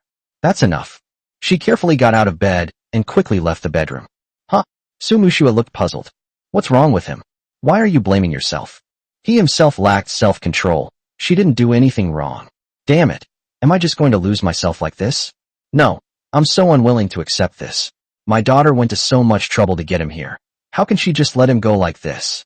Su Muxue sat up abruptly, as if she wanted to have a proper argument with him. But after thinking it over, he lay down again. No, he's really angry right now. If she goes over there now, she'll probably be persuaded by Song Yuan after only a couple of words. This time, she must hold firm to her principles and not sleep with him without knowing the truth, or let him lead her to fire Su Juanza. She could coax Song Yuan slowly, but she would never use her body, because doing that kind of thing would be too much. She lost her mind and completely lost her rationality. Last time, she lent out 100 million yuan just because Song Yuan kissed her. But Song Yuan's lips are so soft, his tongue is so strong, his fingers are long and flexible, his waist is so good, and that. As she thought about it, Su Muxue's mouth became dry. It was hot, really hot, so hot. No, we must be patient. We absolutely must be patient. Song Yuan in the opposite bedroom was also very hot. I stared at the tissues on the bedside table and struggled with my thoughts for a full 5 seconds. He then decisively got up and strode towards the bathroom. I turned the water temperature down to the lowest setting and took a cold shower to calm down. It's calm now, but my mood inexplicably plummeted. The familiar feeling of emptiness surged up again, quickly engulfing my entire body. Exhausted, Song Yuan crawled into the blankets, slowly turned to his side, and unconsciously curled up into the shape of a baby in the womb. Song Yuan closed his eyes. I suddenly missed my mother's warm embrace. His mother said that he was extremely clingy and difficult when he was a child, and never made things easy for him. When she sleeps, she always lies on her mother's chest. If you put her down, she will definitely cry, and her crying is really fierce. It wasn't until he was 8 or 9 years old that he reluctantly started sleeping in a separate room from his mother. Thinking of this, Song Yuan suddenly opened his eyes. That's not right. If that's the case, he should prefer mature women, older than himself, who are very feminine. Why did he like Xiao Weining in the first place? Although Xiao Weining was quite gentle, she was immature at all and had to rely on herself for everything. On second thought, Su Muxue is mature and independent enough, but she is too domineering. Although she has a gentle side, she gets angry easily. Song Yuan sighed deeply. I don't want to think about it anymore. Thinking about it is useless. He's already married to Su Muxue, and their child is 7 years old. He no longer has the right to choose another woman. The only thing I can do is work on getting along better with Su Muxue. This woman is really going too far. She just deliberately tried to provoke me, hoping to make me give in and compromise. No way. He wouldn't sleep with her until she quit her job. It's so hard to bear. He doesn't know how long he can endure it. The next day, Song Yuan went to work as usual. He held a meeting with the employees, and afterwards he kept Shun Mo behind alone. Shun Mo leaned back lazily in his chair, looking at his haggard face and bloodshot eyes, and teased him. Brother Yuan, I'm not trying to be mean, but shouldn't you be a little more restrained? Even though we're young, we can't take this kind of abuse on our bodies. You've been married for 7 years, and you still act like you've never seen a woman before. This guy clearly didn't sleep well last night. He's incredibly weak. Song Yuan said angrily. Pa, what kind of talk is that? I didn't share a room with your sister-in-law last night. I slept alone. Shin Mo didn't believe him at all, and said with a smile. How did you end up like this when you're sleeping alone? Song Yuan picked up the iced coffee on the corner of the table, tilted his head back, and took 2 sips, saying wearily. Insomnia. Shin Mo was extremely surprised. Huh? Insomnia? What's wrong? He remembered that when Song Yuan was in school, the teacher would make him stand at the back, and he would fall asleep while standing. Song Yuan raised his hand and rubbed his slightly throbbing temples, asking blankly, do you think if you have no feelings for a woman, you would still miss her body? He used to think that these things were separate from feelings, but now he's suddenly a little insecure if they really are separate. Then any woman can satisfy him, so there's no need to only long for a fixed partner. Shin Mo narrowed his eyes slightly, pondering deeply. This kind of question is really difficult for a man who has never been in a relationship or ever been in love with anyone. After thinking for a while, he slowly gave Song Yuan his answer. I don't know. I haven't experienced it myself, so I can't just say anything. You should think about it yourself. Actually, what he originally wanted to say was that he felt this kind of thing should be separate from feelings. Otherwise, why would my sister, who has never slept with Song Yuan, still be so attached to him? He even considered suggesting that Song Yuan try sleeping with another woman, but he absolutely couldn't say that. If he did, he would become the sinner who encouraged Song Yuan to cheat. As the saying goes, it's better to tear down a temple than to break up a marriage. Song Yuan sighed softly, saying helplessly, forget it. I knew it was pointless to ask you. You're just a virgin who doesn't know anything. Upon hearing this, Shin Mo immediately became anxious, her fair cheeks flushing red with anger and annoyance. Hey, you've gone too far. I was just trying to help you out, and you're mocking me for it? So what if I'm a virgin? It's not like I can't find a partner. I just have high standards. If I wanted to lose my virginity, I could do it in a minute. Song Yuan really liked Shun Mo's angry look. When his androgynous face turned red, he looked just like a woman, even more charming. He tried hard to suppress his laughter, acting nonchalantly. Show me that broken thing. Do you need me to guide you? If you get tired and can't keep going, I can help you push. Shin Mo was even more furious, his face turning red as if he were about to burst into flames, and he cursed. Damn it, are you out of your mind? How come I never noticed you were such a pervert before? Song Yuan's words are so vivid, so disgusting, so sinful, so repulsive. Instead of getting angry, Song Yuan laughed and shamelessly said, I was too young before, but I'm more mature now. Okay, I'm not going to argue with you anymore, goodbye. Shin Mo got up angrily and strode towards the door. Song Yuan shouted at his back, etc. He still has important things to tell him, so we can't just let him go like this. Shin Mo stopped impatiently, turned around, and said irritably, What's wrong now? Chapter 100 Go cook me 2 dishes. Song Yuan suggested, Let's go for drinks after get off work. Shin Mo raised an eyebrow and smiled as he agreed. Okay, but this time you'd better tell your sister-in-law beforehand, so she doesn't bring any people to arrest you. Song Yuan was displeased. I know. After Shin Mo left the conference room, Song Yuankai took out his phone from his pocket, found Su Muxue's WeChat, and sent her a message.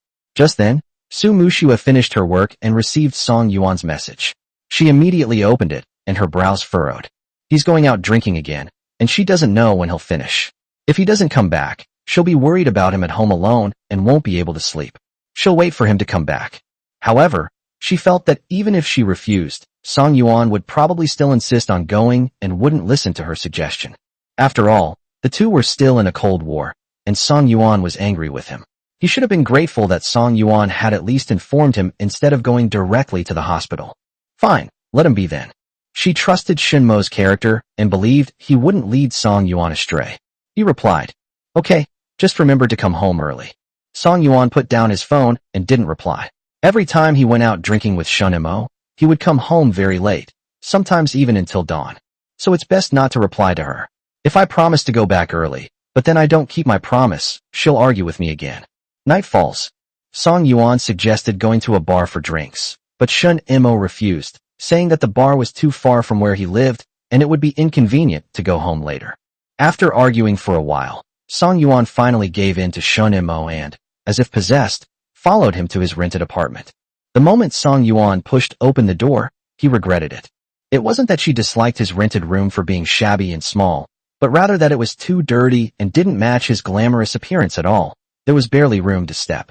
The floor was piled with delivery boxes, the sofa was covered with clothes, and the coffee table was covered with snack bags and plastic beverage bottles that hadn't been thrown away yet. An indescribable, foul odor filled the air.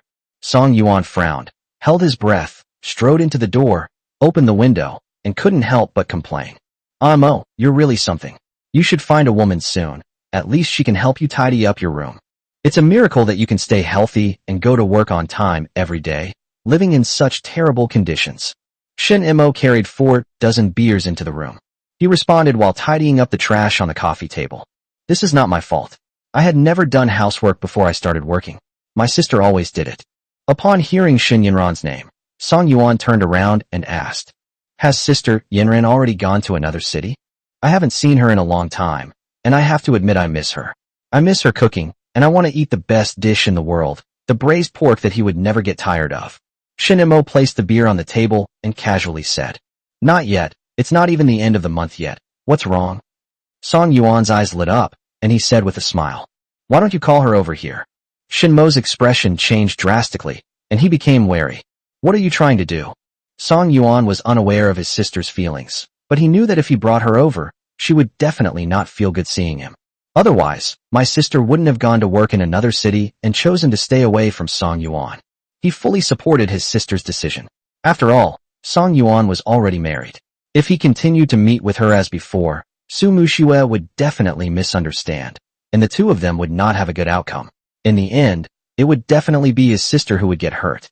Song Yuan was somewhat displeased with Shinmo's overreaction and asked in return, "Why are you in such a hurry? I just haven't seen her in a long time, and I wanted us to get together for a meal and catch up." Shinmo realized he had lost his composure. If Song Yuan knew his sister's feelings, he was afraid that Song Yuan might actually develop feelings for her. "After all, my sister is so wonderful, beautiful, gentle, and virtuous." He didn't want to be Song Yuan's brother-in-law. Adjusting his emotions, he quickly calmed down and replied perfunctorily, "She hasn't been feeling well these past couple of days. Let's do it another day." Song Yuan clicked his tongue softly, expressing his regret. "All right.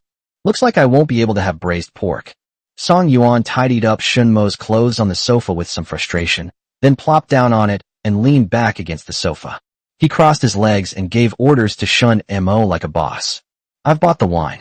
Go to the kitchen and cook me 2 dishes." Shinmo stared wide-eyed in disbelief. What is this guy talking about? Should I go to the kitchen and cook him a couple of dishes? He can't even do housework. How could he possibly know how to fry rice? And didn't he always know that? Is Alzheimer's disease developing earlier than expected? He can even forget this? Are you alright? Song Yuan was also stunned. Huh? What do you mean? He knew that Shinmo couldn't do housework or cook when he was in school, but he had been living alone outside for so long. Moreover, he has been losing money in the 3 years he has been running his company. Does he not know how to cook for himself, even though he eats takeout every day? If he really can't cook and wants to go out for drinks, why would he disagree and bring me here? Shinmo felt a headache coming on and suppressed his anger. When did I ever tell you I could cook? Dude, are you out of your mind to forget something like that? He originally planned to order takeout later so the two of them could just grab a bite. Song Yuan was silent at first, then awkwardly explained to him. Amo, you don't know this, but my brain really is broken. You might not believe it if I didn't tell you, but I've lost my memories of the past 7 years. That means the me now is the 18-year-old me. Shen Mo remained silent after hearing this. Can he believe what Song Yuan says? Huh. Don't say it. Really don't say it. He has changed a lot during this period. Suddenly he stopped arguing with Su Muxue about divorce, saw Xiao whinnying for who she really was, and strongly supported Ding Yao to be the female lead. Even when he had no money, he sold his car to save his sister, and he tried his best to keep him from withdrawing his investment. You know, he used to say he wanted to withdraw his shares in a fit of pique, and he would say whatever he wanted, that the company would run just fine with or without him. While the idea of suddenly losing 7 years of memories seems far-fetched, it's not impossible. I'm willing to try believing in you this once. Song Yuan breathed a sigh of relief, a warm feeling welling up inside him. He really was a good brother, trusting him so much. But what about dinner now? Drinking without eating any vegetables would give me heartburn, and I was genuinely hungry. Want to order takeout? He never eats takeout. It's not only not nutritious, but it's also unsanitary. In a dilemma, the doorbell rang. Immediately afterwards, a gentle and captivating female voice came from outside the door. Amo, open the door. Shen Mo thought to himself, this is bad. He had just refused Song Yuan's invitation for his sister to come over, so why was his sister suddenly showing up at his door? Song Yuan recognized Shun Yinran's voice and stood up excitedly. He eagerly ran to open the door. Chapter 101 Re-encounter with Sister Yinran. The door opened. Song Yuan was clearly taken aback when he saw Shun Yinran. To be precise, I was amazed. The last time I visited Sister Yinran, she was curled up in bed looking very haggard, but this time she looked radiant. She was wearing a very gentle off-white chiffon long-sleeve dress, a very conservative dress that only revealed a section of her calves, but because of her voluptuous and hot figure, she still looked incredibly beautiful. Her long, beautiful hair, as smooth as seaweed, was draped lazily over her shoulders. Her small, palm-sized face was clean and without makeup, yet she was still breathtakingly beautiful, like a fairy who had mistakenly descended to the mortal world. Shen Yinran was also very surprised to see Song Yuan. She never expected to see Song Yuan at her younger brother's house. I tried my best to remain calm and suppress the surging emotions inside me. Her beautiful peach blossom eyes curved into lovely crescent shapes as she spoke softly. Ah, Yuan, you're here too. Have you eaten? Song Yuan snapped out of his daze and started laughing. No, I was just thinking of ordering takeout. That's great. Now that Sister Yinran is here, he can finally eat the braised pork she's been craving. Why didn't you ask Amo to tell me you were coming? I didn't prepare that many dishes. As she spoke, Shen Yinran lifted the bag in her hand to show Song Yuan. She had just returned from the market and didn't know Song Yuan was there, so she didn't buy much. Song Yuan turned and glared at Shun Mo, who was standing to the side looking somewhat helpless, and complained. I just told him, and he said you weren't feeling well and couldn't come. That kid lied to me. Sister Yinran, shouldn't you teach him a lesson for me? Shen Yinran turned her head to look at her younger brother and asked in confusion. What happened? That shouldn't be the case. He and his brother had already made plans, and he clearly knew he was coming. Shen Mo frowned slightly and offered his explanation. Sis, you didn't say you'd be coming today, so it's not my fault. Shen Yinran said with a hint of helplessness. Didn't I call you the day before yesterday and tell you that I'd come over tonight to cook dinner for you and help you clean up? She's leaving for work in another city in a week, and she's thinking of cleaning her brother's room properly, because his pigsty is going to get moldy and attract cockroaches if it's not cleaned soon. When Shun Yinran mentioned it, Shun Mo finally remembered and scratched his head awkwardly. I forgot. Damn it. I should have known better than to bring Song Yuan back. I should have just gone to the bar with him, then I wouldn't have run into my sister. Now that they've both met, he can't separate them. If he forcibly separates them, Song Yuan will definitely overthink things, and if he realizes that his sister has feelings for him, things will get really bad. Shen Yinran placed the dishes she was carrying on the coffee table, looked up at Song Yuan, and asked with a smile. Then I'll go out and buy some more groceries. It'll be quick. What would you like to eat? Song Yuan didn't respond immediately. Instead, he bent down and rummaged through the bag to see what was inside. When he saw the pork belly, he couldn't help but smile. He smiled brightly. No need, braised pork is enough. Sister Yinran, you know I love your braised pork the most. I've been craving it for so long. I ate here once before I transmigrated here, but it's been more than 4 months since I came here, and I still haven't had it. Looking at Song Yuan's handsome face and smiling eyes, Shin Yinran's heart skipped a beat, and her cheeks began to burn. She hurriedly avoided his gaze and picked up the bag again. Okay, you wait patiently. I'll make it for you right away. He turned and walked toward the kitchen. Shun Imo stared at his sister's departing figure and said with dissatisfaction, Hey sis, you haven't even asked me what I want to eat yet. How can you be so biased? I'm your own brother. He never understood how dense Song Yuan was. He, as the younger brother, had long noticed his sister's favoritism towards him. So how could he have remained completely oblivious for so many years? Did he really believe his sister's lies, saying that she treated him like a younger brother and that it was only natural for her to be good to him? Shun Yinran didn't dare turn around when she heard her brother's accusation. She was afraid that Song Yuan would notice something was wrong with her, so she said without turning her head, If there are dishes you like, don't complain. It's not easy for a Yuan to come all this way.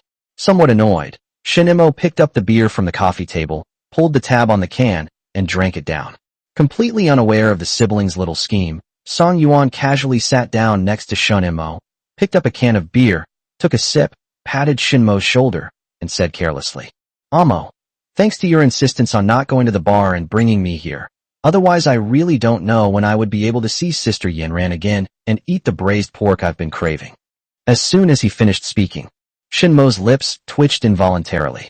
Now, he really wanted to give Song Yuan a good beating. That guy was just too deserving of a beating. Song Yuan met Shinmo's murderous eyes and asked in surprise, What kind of look is that? Do you want to fight me? Didn't Sister Yinran say there would be dishes you like? Are you serious? Shin Imo composed himself and echoed, Of course I'm upset. You can eat so much, and I didn't bring your share anyway. You're trying to take my food, so of course I'm not happy. Song Yuan retorted with a smile. You can't blame me. You forgot that your sister was coming today and didn't tell her in advance. If you had told her, she would have brought my share. Fine, I'm too lazy to argue with you. Shin Imo withdrew his gaze and continued drinking, tilting his head back. Not long after, Shin Yinran served 4 dishes and a soup to the table and invited the 2 of them to come and eat. Song Yuan and Shun Imo placed the beer on the table, and then the 3 of them sat down one after another. Song Yuan looked down at the table. Braised pork belly, steamed sea bass, stir-fried shrimp with lily bulbs, cold lettuce salad, and seaweed and egg drop soup. It's a very simple home-style dish, but it looks excellent and smells wonderful. When serving the rice, Shin Yinran was afraid that her younger brother would have any more complaints, so she served him a bowl first, and then served Song Yuan a bowl. He handed it to Song Yuan and gave him instructions. Here you go. If you're still hungry, just ask me to fill it up. I've cooked a lot of rice. Song Yuan took the rice and swallowed hard. Thanks.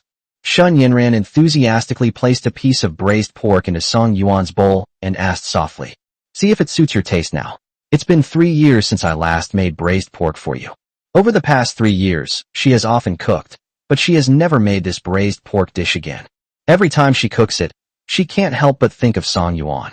Originally, she didn't buy pork belly today to make braised pork. She wanted to make stir-fried pork with chili peppers. So she was afraid that her cooking skills would deteriorate and the taste would no longer be what Song Yuan remembered. Song Yuan picked up the braised pork from the bowl, put it in his mouth, chewed it carefully, and his eyes lit up. The pork belly with its perfect balance of fat and lean meat is very flavorful, with just the right amount of saltiness, and it's fragrant without being greasy. Delicious.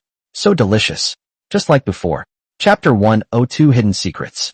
Hearing Song Yuan say it was delicious, Shun Yinran finally felt relieved. Then eat more, because I'll be going to Hangzhou at the end of the month, and you won't be able to eat this for a while. Shun Imo rolled her eyes silently, telling herself not to be angry, since her sister would be leaving soon and wouldn't see Song Yuan again. Song Yuan swallowed the braised pork in his mouth with a gulp. When he heard that Sister Yinran was leaving, a clear look of reluctance flashed in his eyes, and he complained. Sister Yinran, I don't understand. Why don't you stay in Beijing? Hangzhou is so hot and humid.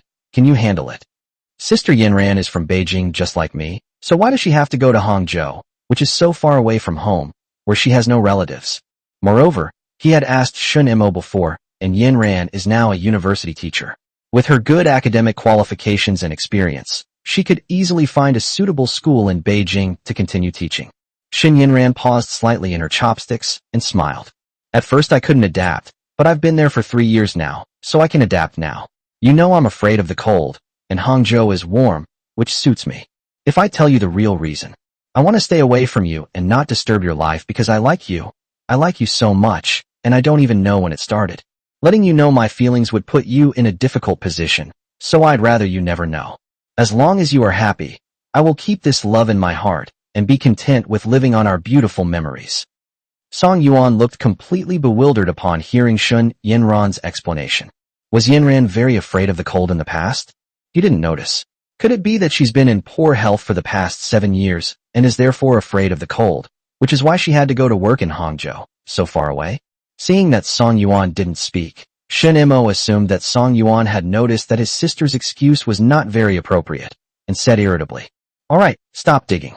My sister can go wherever she wants, it's none of your business. If she stays in Beijing, she'll have to take care of me, and you'll definitely keep coming over to freeload meals. Can't we just let her have some peace and quiet in Hangzhou?" Song Yuan smiled faintly. 2. It's time to let Sister Yanran have some peace and quiet.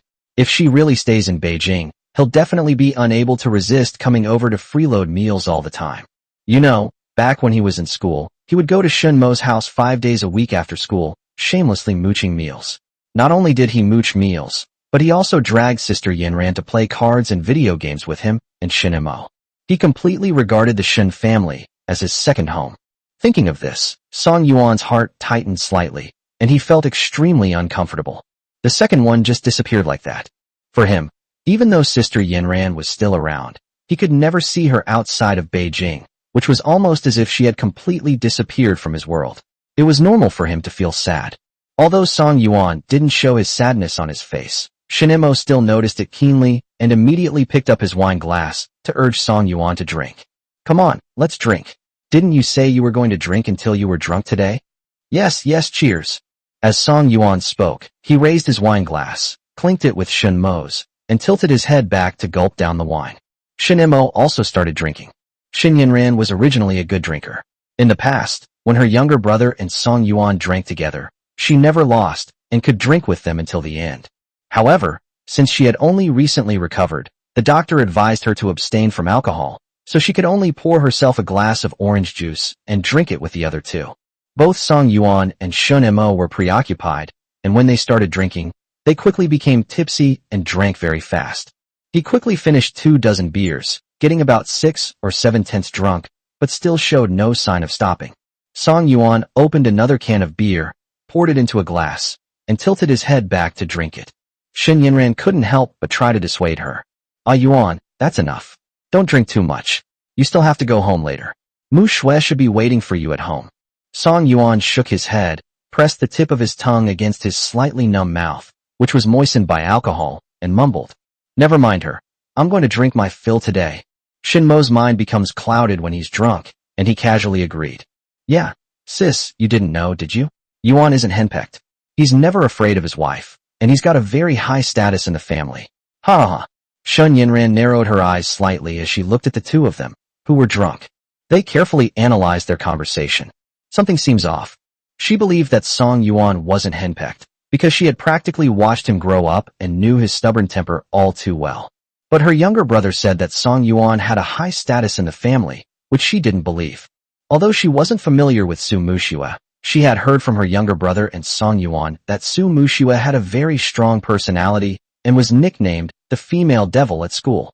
Combined with Song Yuan, it's like a demon pill versus a female demon. They should be evenly matched. So how could Song Yuan possibly be superior to Su Muxue? Song Yuan just said not to worry about Su Muxue, and his tone was clearly resentful. Did the two have a fight? My brother had previously said that Song Yuan had been cheating on me with Xiao Weining, but not long ago he said that the two had broken up and that Song Yuan had decided to live a good life with Su Muxue. So what caused this conflict between the two? Shin Yanran decided to ask for clarification. If there was a misunderstanding between the two, she hoped to help clear it up. She understood women's thoughts better than Song Yuan did. So, Shin Yanran pressed down on Song Yuan's wine glass, stared at his slightly reddened eyes, and asked tactfully, "You really don't want to care about her anymore?" Song Yuan smiled and nodded, pretending to be relaxed. "Yeah, why should I care about her? She won't listen to anything I say. She doesn't trust me at all and insists on believing that quack doctor surnamed Su. Well, I'll just let her be. It doesn't matter anyway. Our marriage was an accident. Shen Yinran suppressed a smile and asked softly, You really don't care? If Song Yuan really didn't care at all, he wouldn't have come over to drink with his younger brother. Besides, no matter how good his acting was, he couldn't escape her sharp eyes. On the day she attended Song Yuan and Su Muxue's wedding, she could sense that Song Yuan had no feelings for Su Muxue. In fact, he disliked her. But Su Muxue definitely liked him. A woman's intuition is always very accurate. That's why she chose to stay far away from Song Yuan and work in another city. She believed that Su Muxue would eventually win Song Yuan over with time and make him fall in love with her. As it turned out, her idea was correct. Although Song Yuan said he didn't care, his words and actions betrayed his true feelings. There was no doubt that he now had feelings for Su Muxue. Song Yuan said confidently, Of course. Shen Yinran countered with a question. If you really don't care, why are you drinking so much? Chapter 103 The ground gets cooler. Song Yuan felt a jolt in his heart and instantly sobered up a bit. He sighed inwardly. It's true that nothing can be hidden from Sister Yinran. His dark eyes dimmed instantly, and he said dejectedly, Okay, I admit it, I'm a little angry. I just can't stand Su Juanza. She knows I'm annoyed by him, yet she still gets so close to him. I think she's deliberately trying to annoy me and make me unhappy.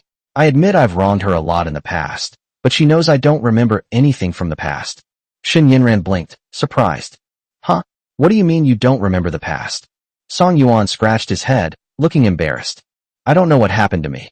I suddenly can't remember anything that happened in the past 7 years. Shen Yinran didn't speak immediately, but instead looked up at her younger brother. She simply couldn't believe that someone could suddenly suffer from selective amnesia when they were perfectly fine. Shin Imo nodded helplessly. He really forgot. Shen Yinran took a deep breath and removed her hand from Song Yuan's wine glass. Then let's keep drinking.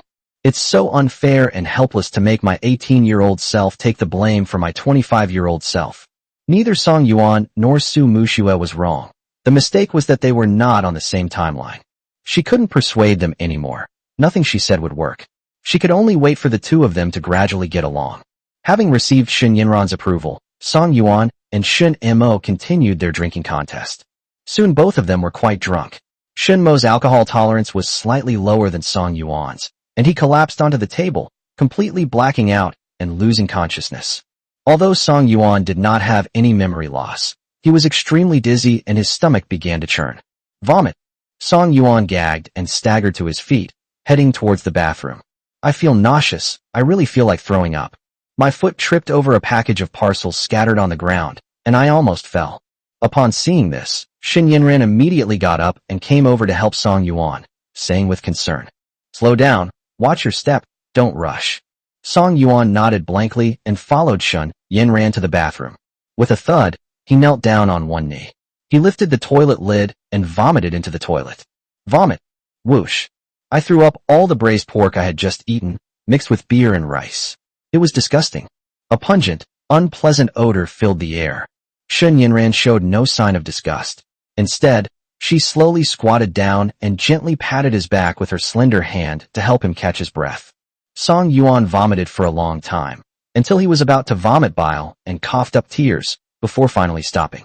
I had no strength left. My whole body felt completely drained, and I slumped helplessly to the ground, leaning against the cold wall. Shen Yinran helped to flush away Song Yuan's vomit. Then I picked up the air freshener from the bathroom and sprayed it into the bathroom several times. She went back to the living room, poured a glass of warm water, squatted down, handed it to him, and reminded him, Rinse your mouth. Song Yuan seemed not to hear, his eyes tightly closed, his hands motionless, showing no intention of taking the water. Having no other choice, Shen Yinran held the water to his lips and gently patted his burning cheeks. Ah Yuan, it's time to rinse your mouth. This time, Song Yuan finally reacted. He obediently opened his mouth, held the water in his mouth, and stuck his head to the edge of the toilet again before spitting it out. After several attempts, I finally rinsed it clean. Shen Yinran slowly got up, preparing to put the cup back in the living room. Unexpectedly, as soon as she turned around, Song Yuan grabbed her slender wrist. His voice was hoarse and deep, very magnetic and pleasant to listen to. Don't go, stay with me for a while, okay? He didn't want to be alone. Being alone would quickly overwhelm him with a strong sense of emptiness. He really disliked that feeling. It was unbearable. He truly hated that feeling. Besides, who knows when I'll see Sister Yinran again? What if she goes to Hangzhou and never comes back, and ends up dating and getting married there? So he wanted her to stay with him a little longer, even just a little while. Sun Yinran stiffened, her heart pounding uncontrollably. She turned her head and patiently explained, I'm not leaving. I'm just going to the living room to put the cups away. Song Yuan tightened his grip on Sun Yinran's wrist slightly, his reddened eyes fixed on her, and said stubbornly, Don't go. Even if Song Yuan didn't drink too much today, he would still show his childish side in front of Sun Yinran. Because no matter how old he is, whether he is an adult or not, in his heart Sun Yinran will always be his older sister, so he never needs to pretend in front of her and can freely expose his true self, the most authentic side that outsiders can't see. Sun Yinran was completely helpless with him.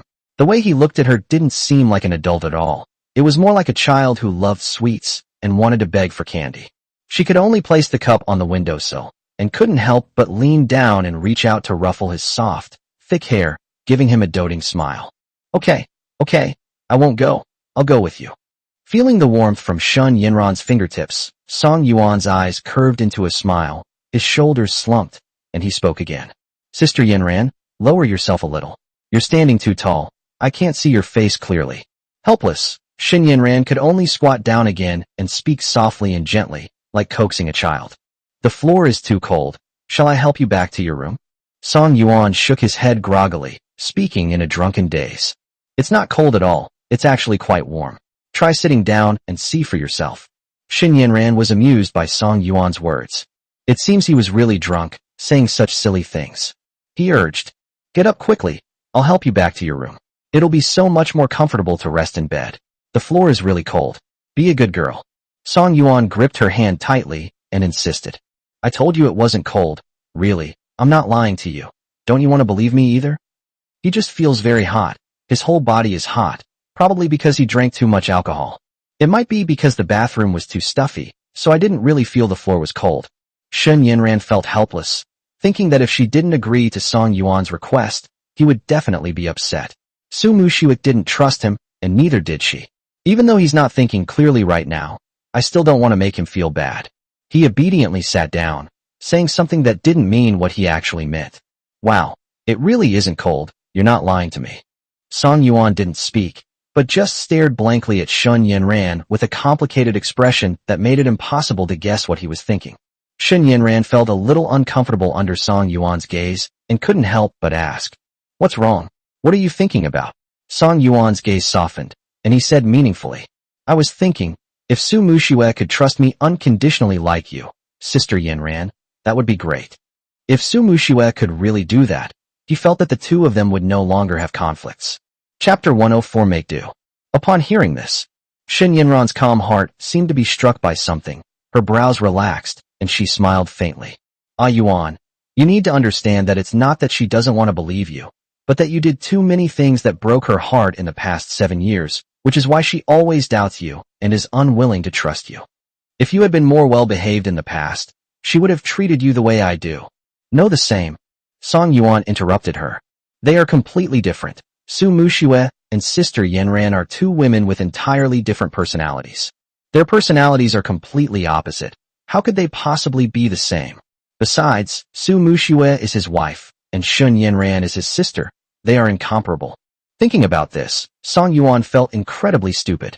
Even knowing they are different, they still secretly compare the two, hoping that Su Muxue can be like Sister Yinran, always unconditionally accepting and taking care of them. Sun Yinran felt a mix of emotions, unable to describe the feeling, and cooperated. Okay, it's different, but you must always remember that she is your wife, and you are husband and wife. Yes, we are husband and wife. I am her husband. Song Yuan suddenly felt very tired, both physically and mentally exhausted. I'm going to go to bed. He then started to lie down on the ground. Sun Yinran was startled and hurriedly helped Song Yuan up, saying sternly, No, it's too dirty, Song Yuan. I'm going to get angry. Get up right now. Sun Yinran rarely acts fiercely towards people, but when she does, Song Yuan immediately becomes obedient. This time was no different. Song Yuan immediately sat up straight, staring directly at Sun Yinran, his dark eyes filled with clarity. Sun Yinran secretly breathed a sigh of relief, gently patted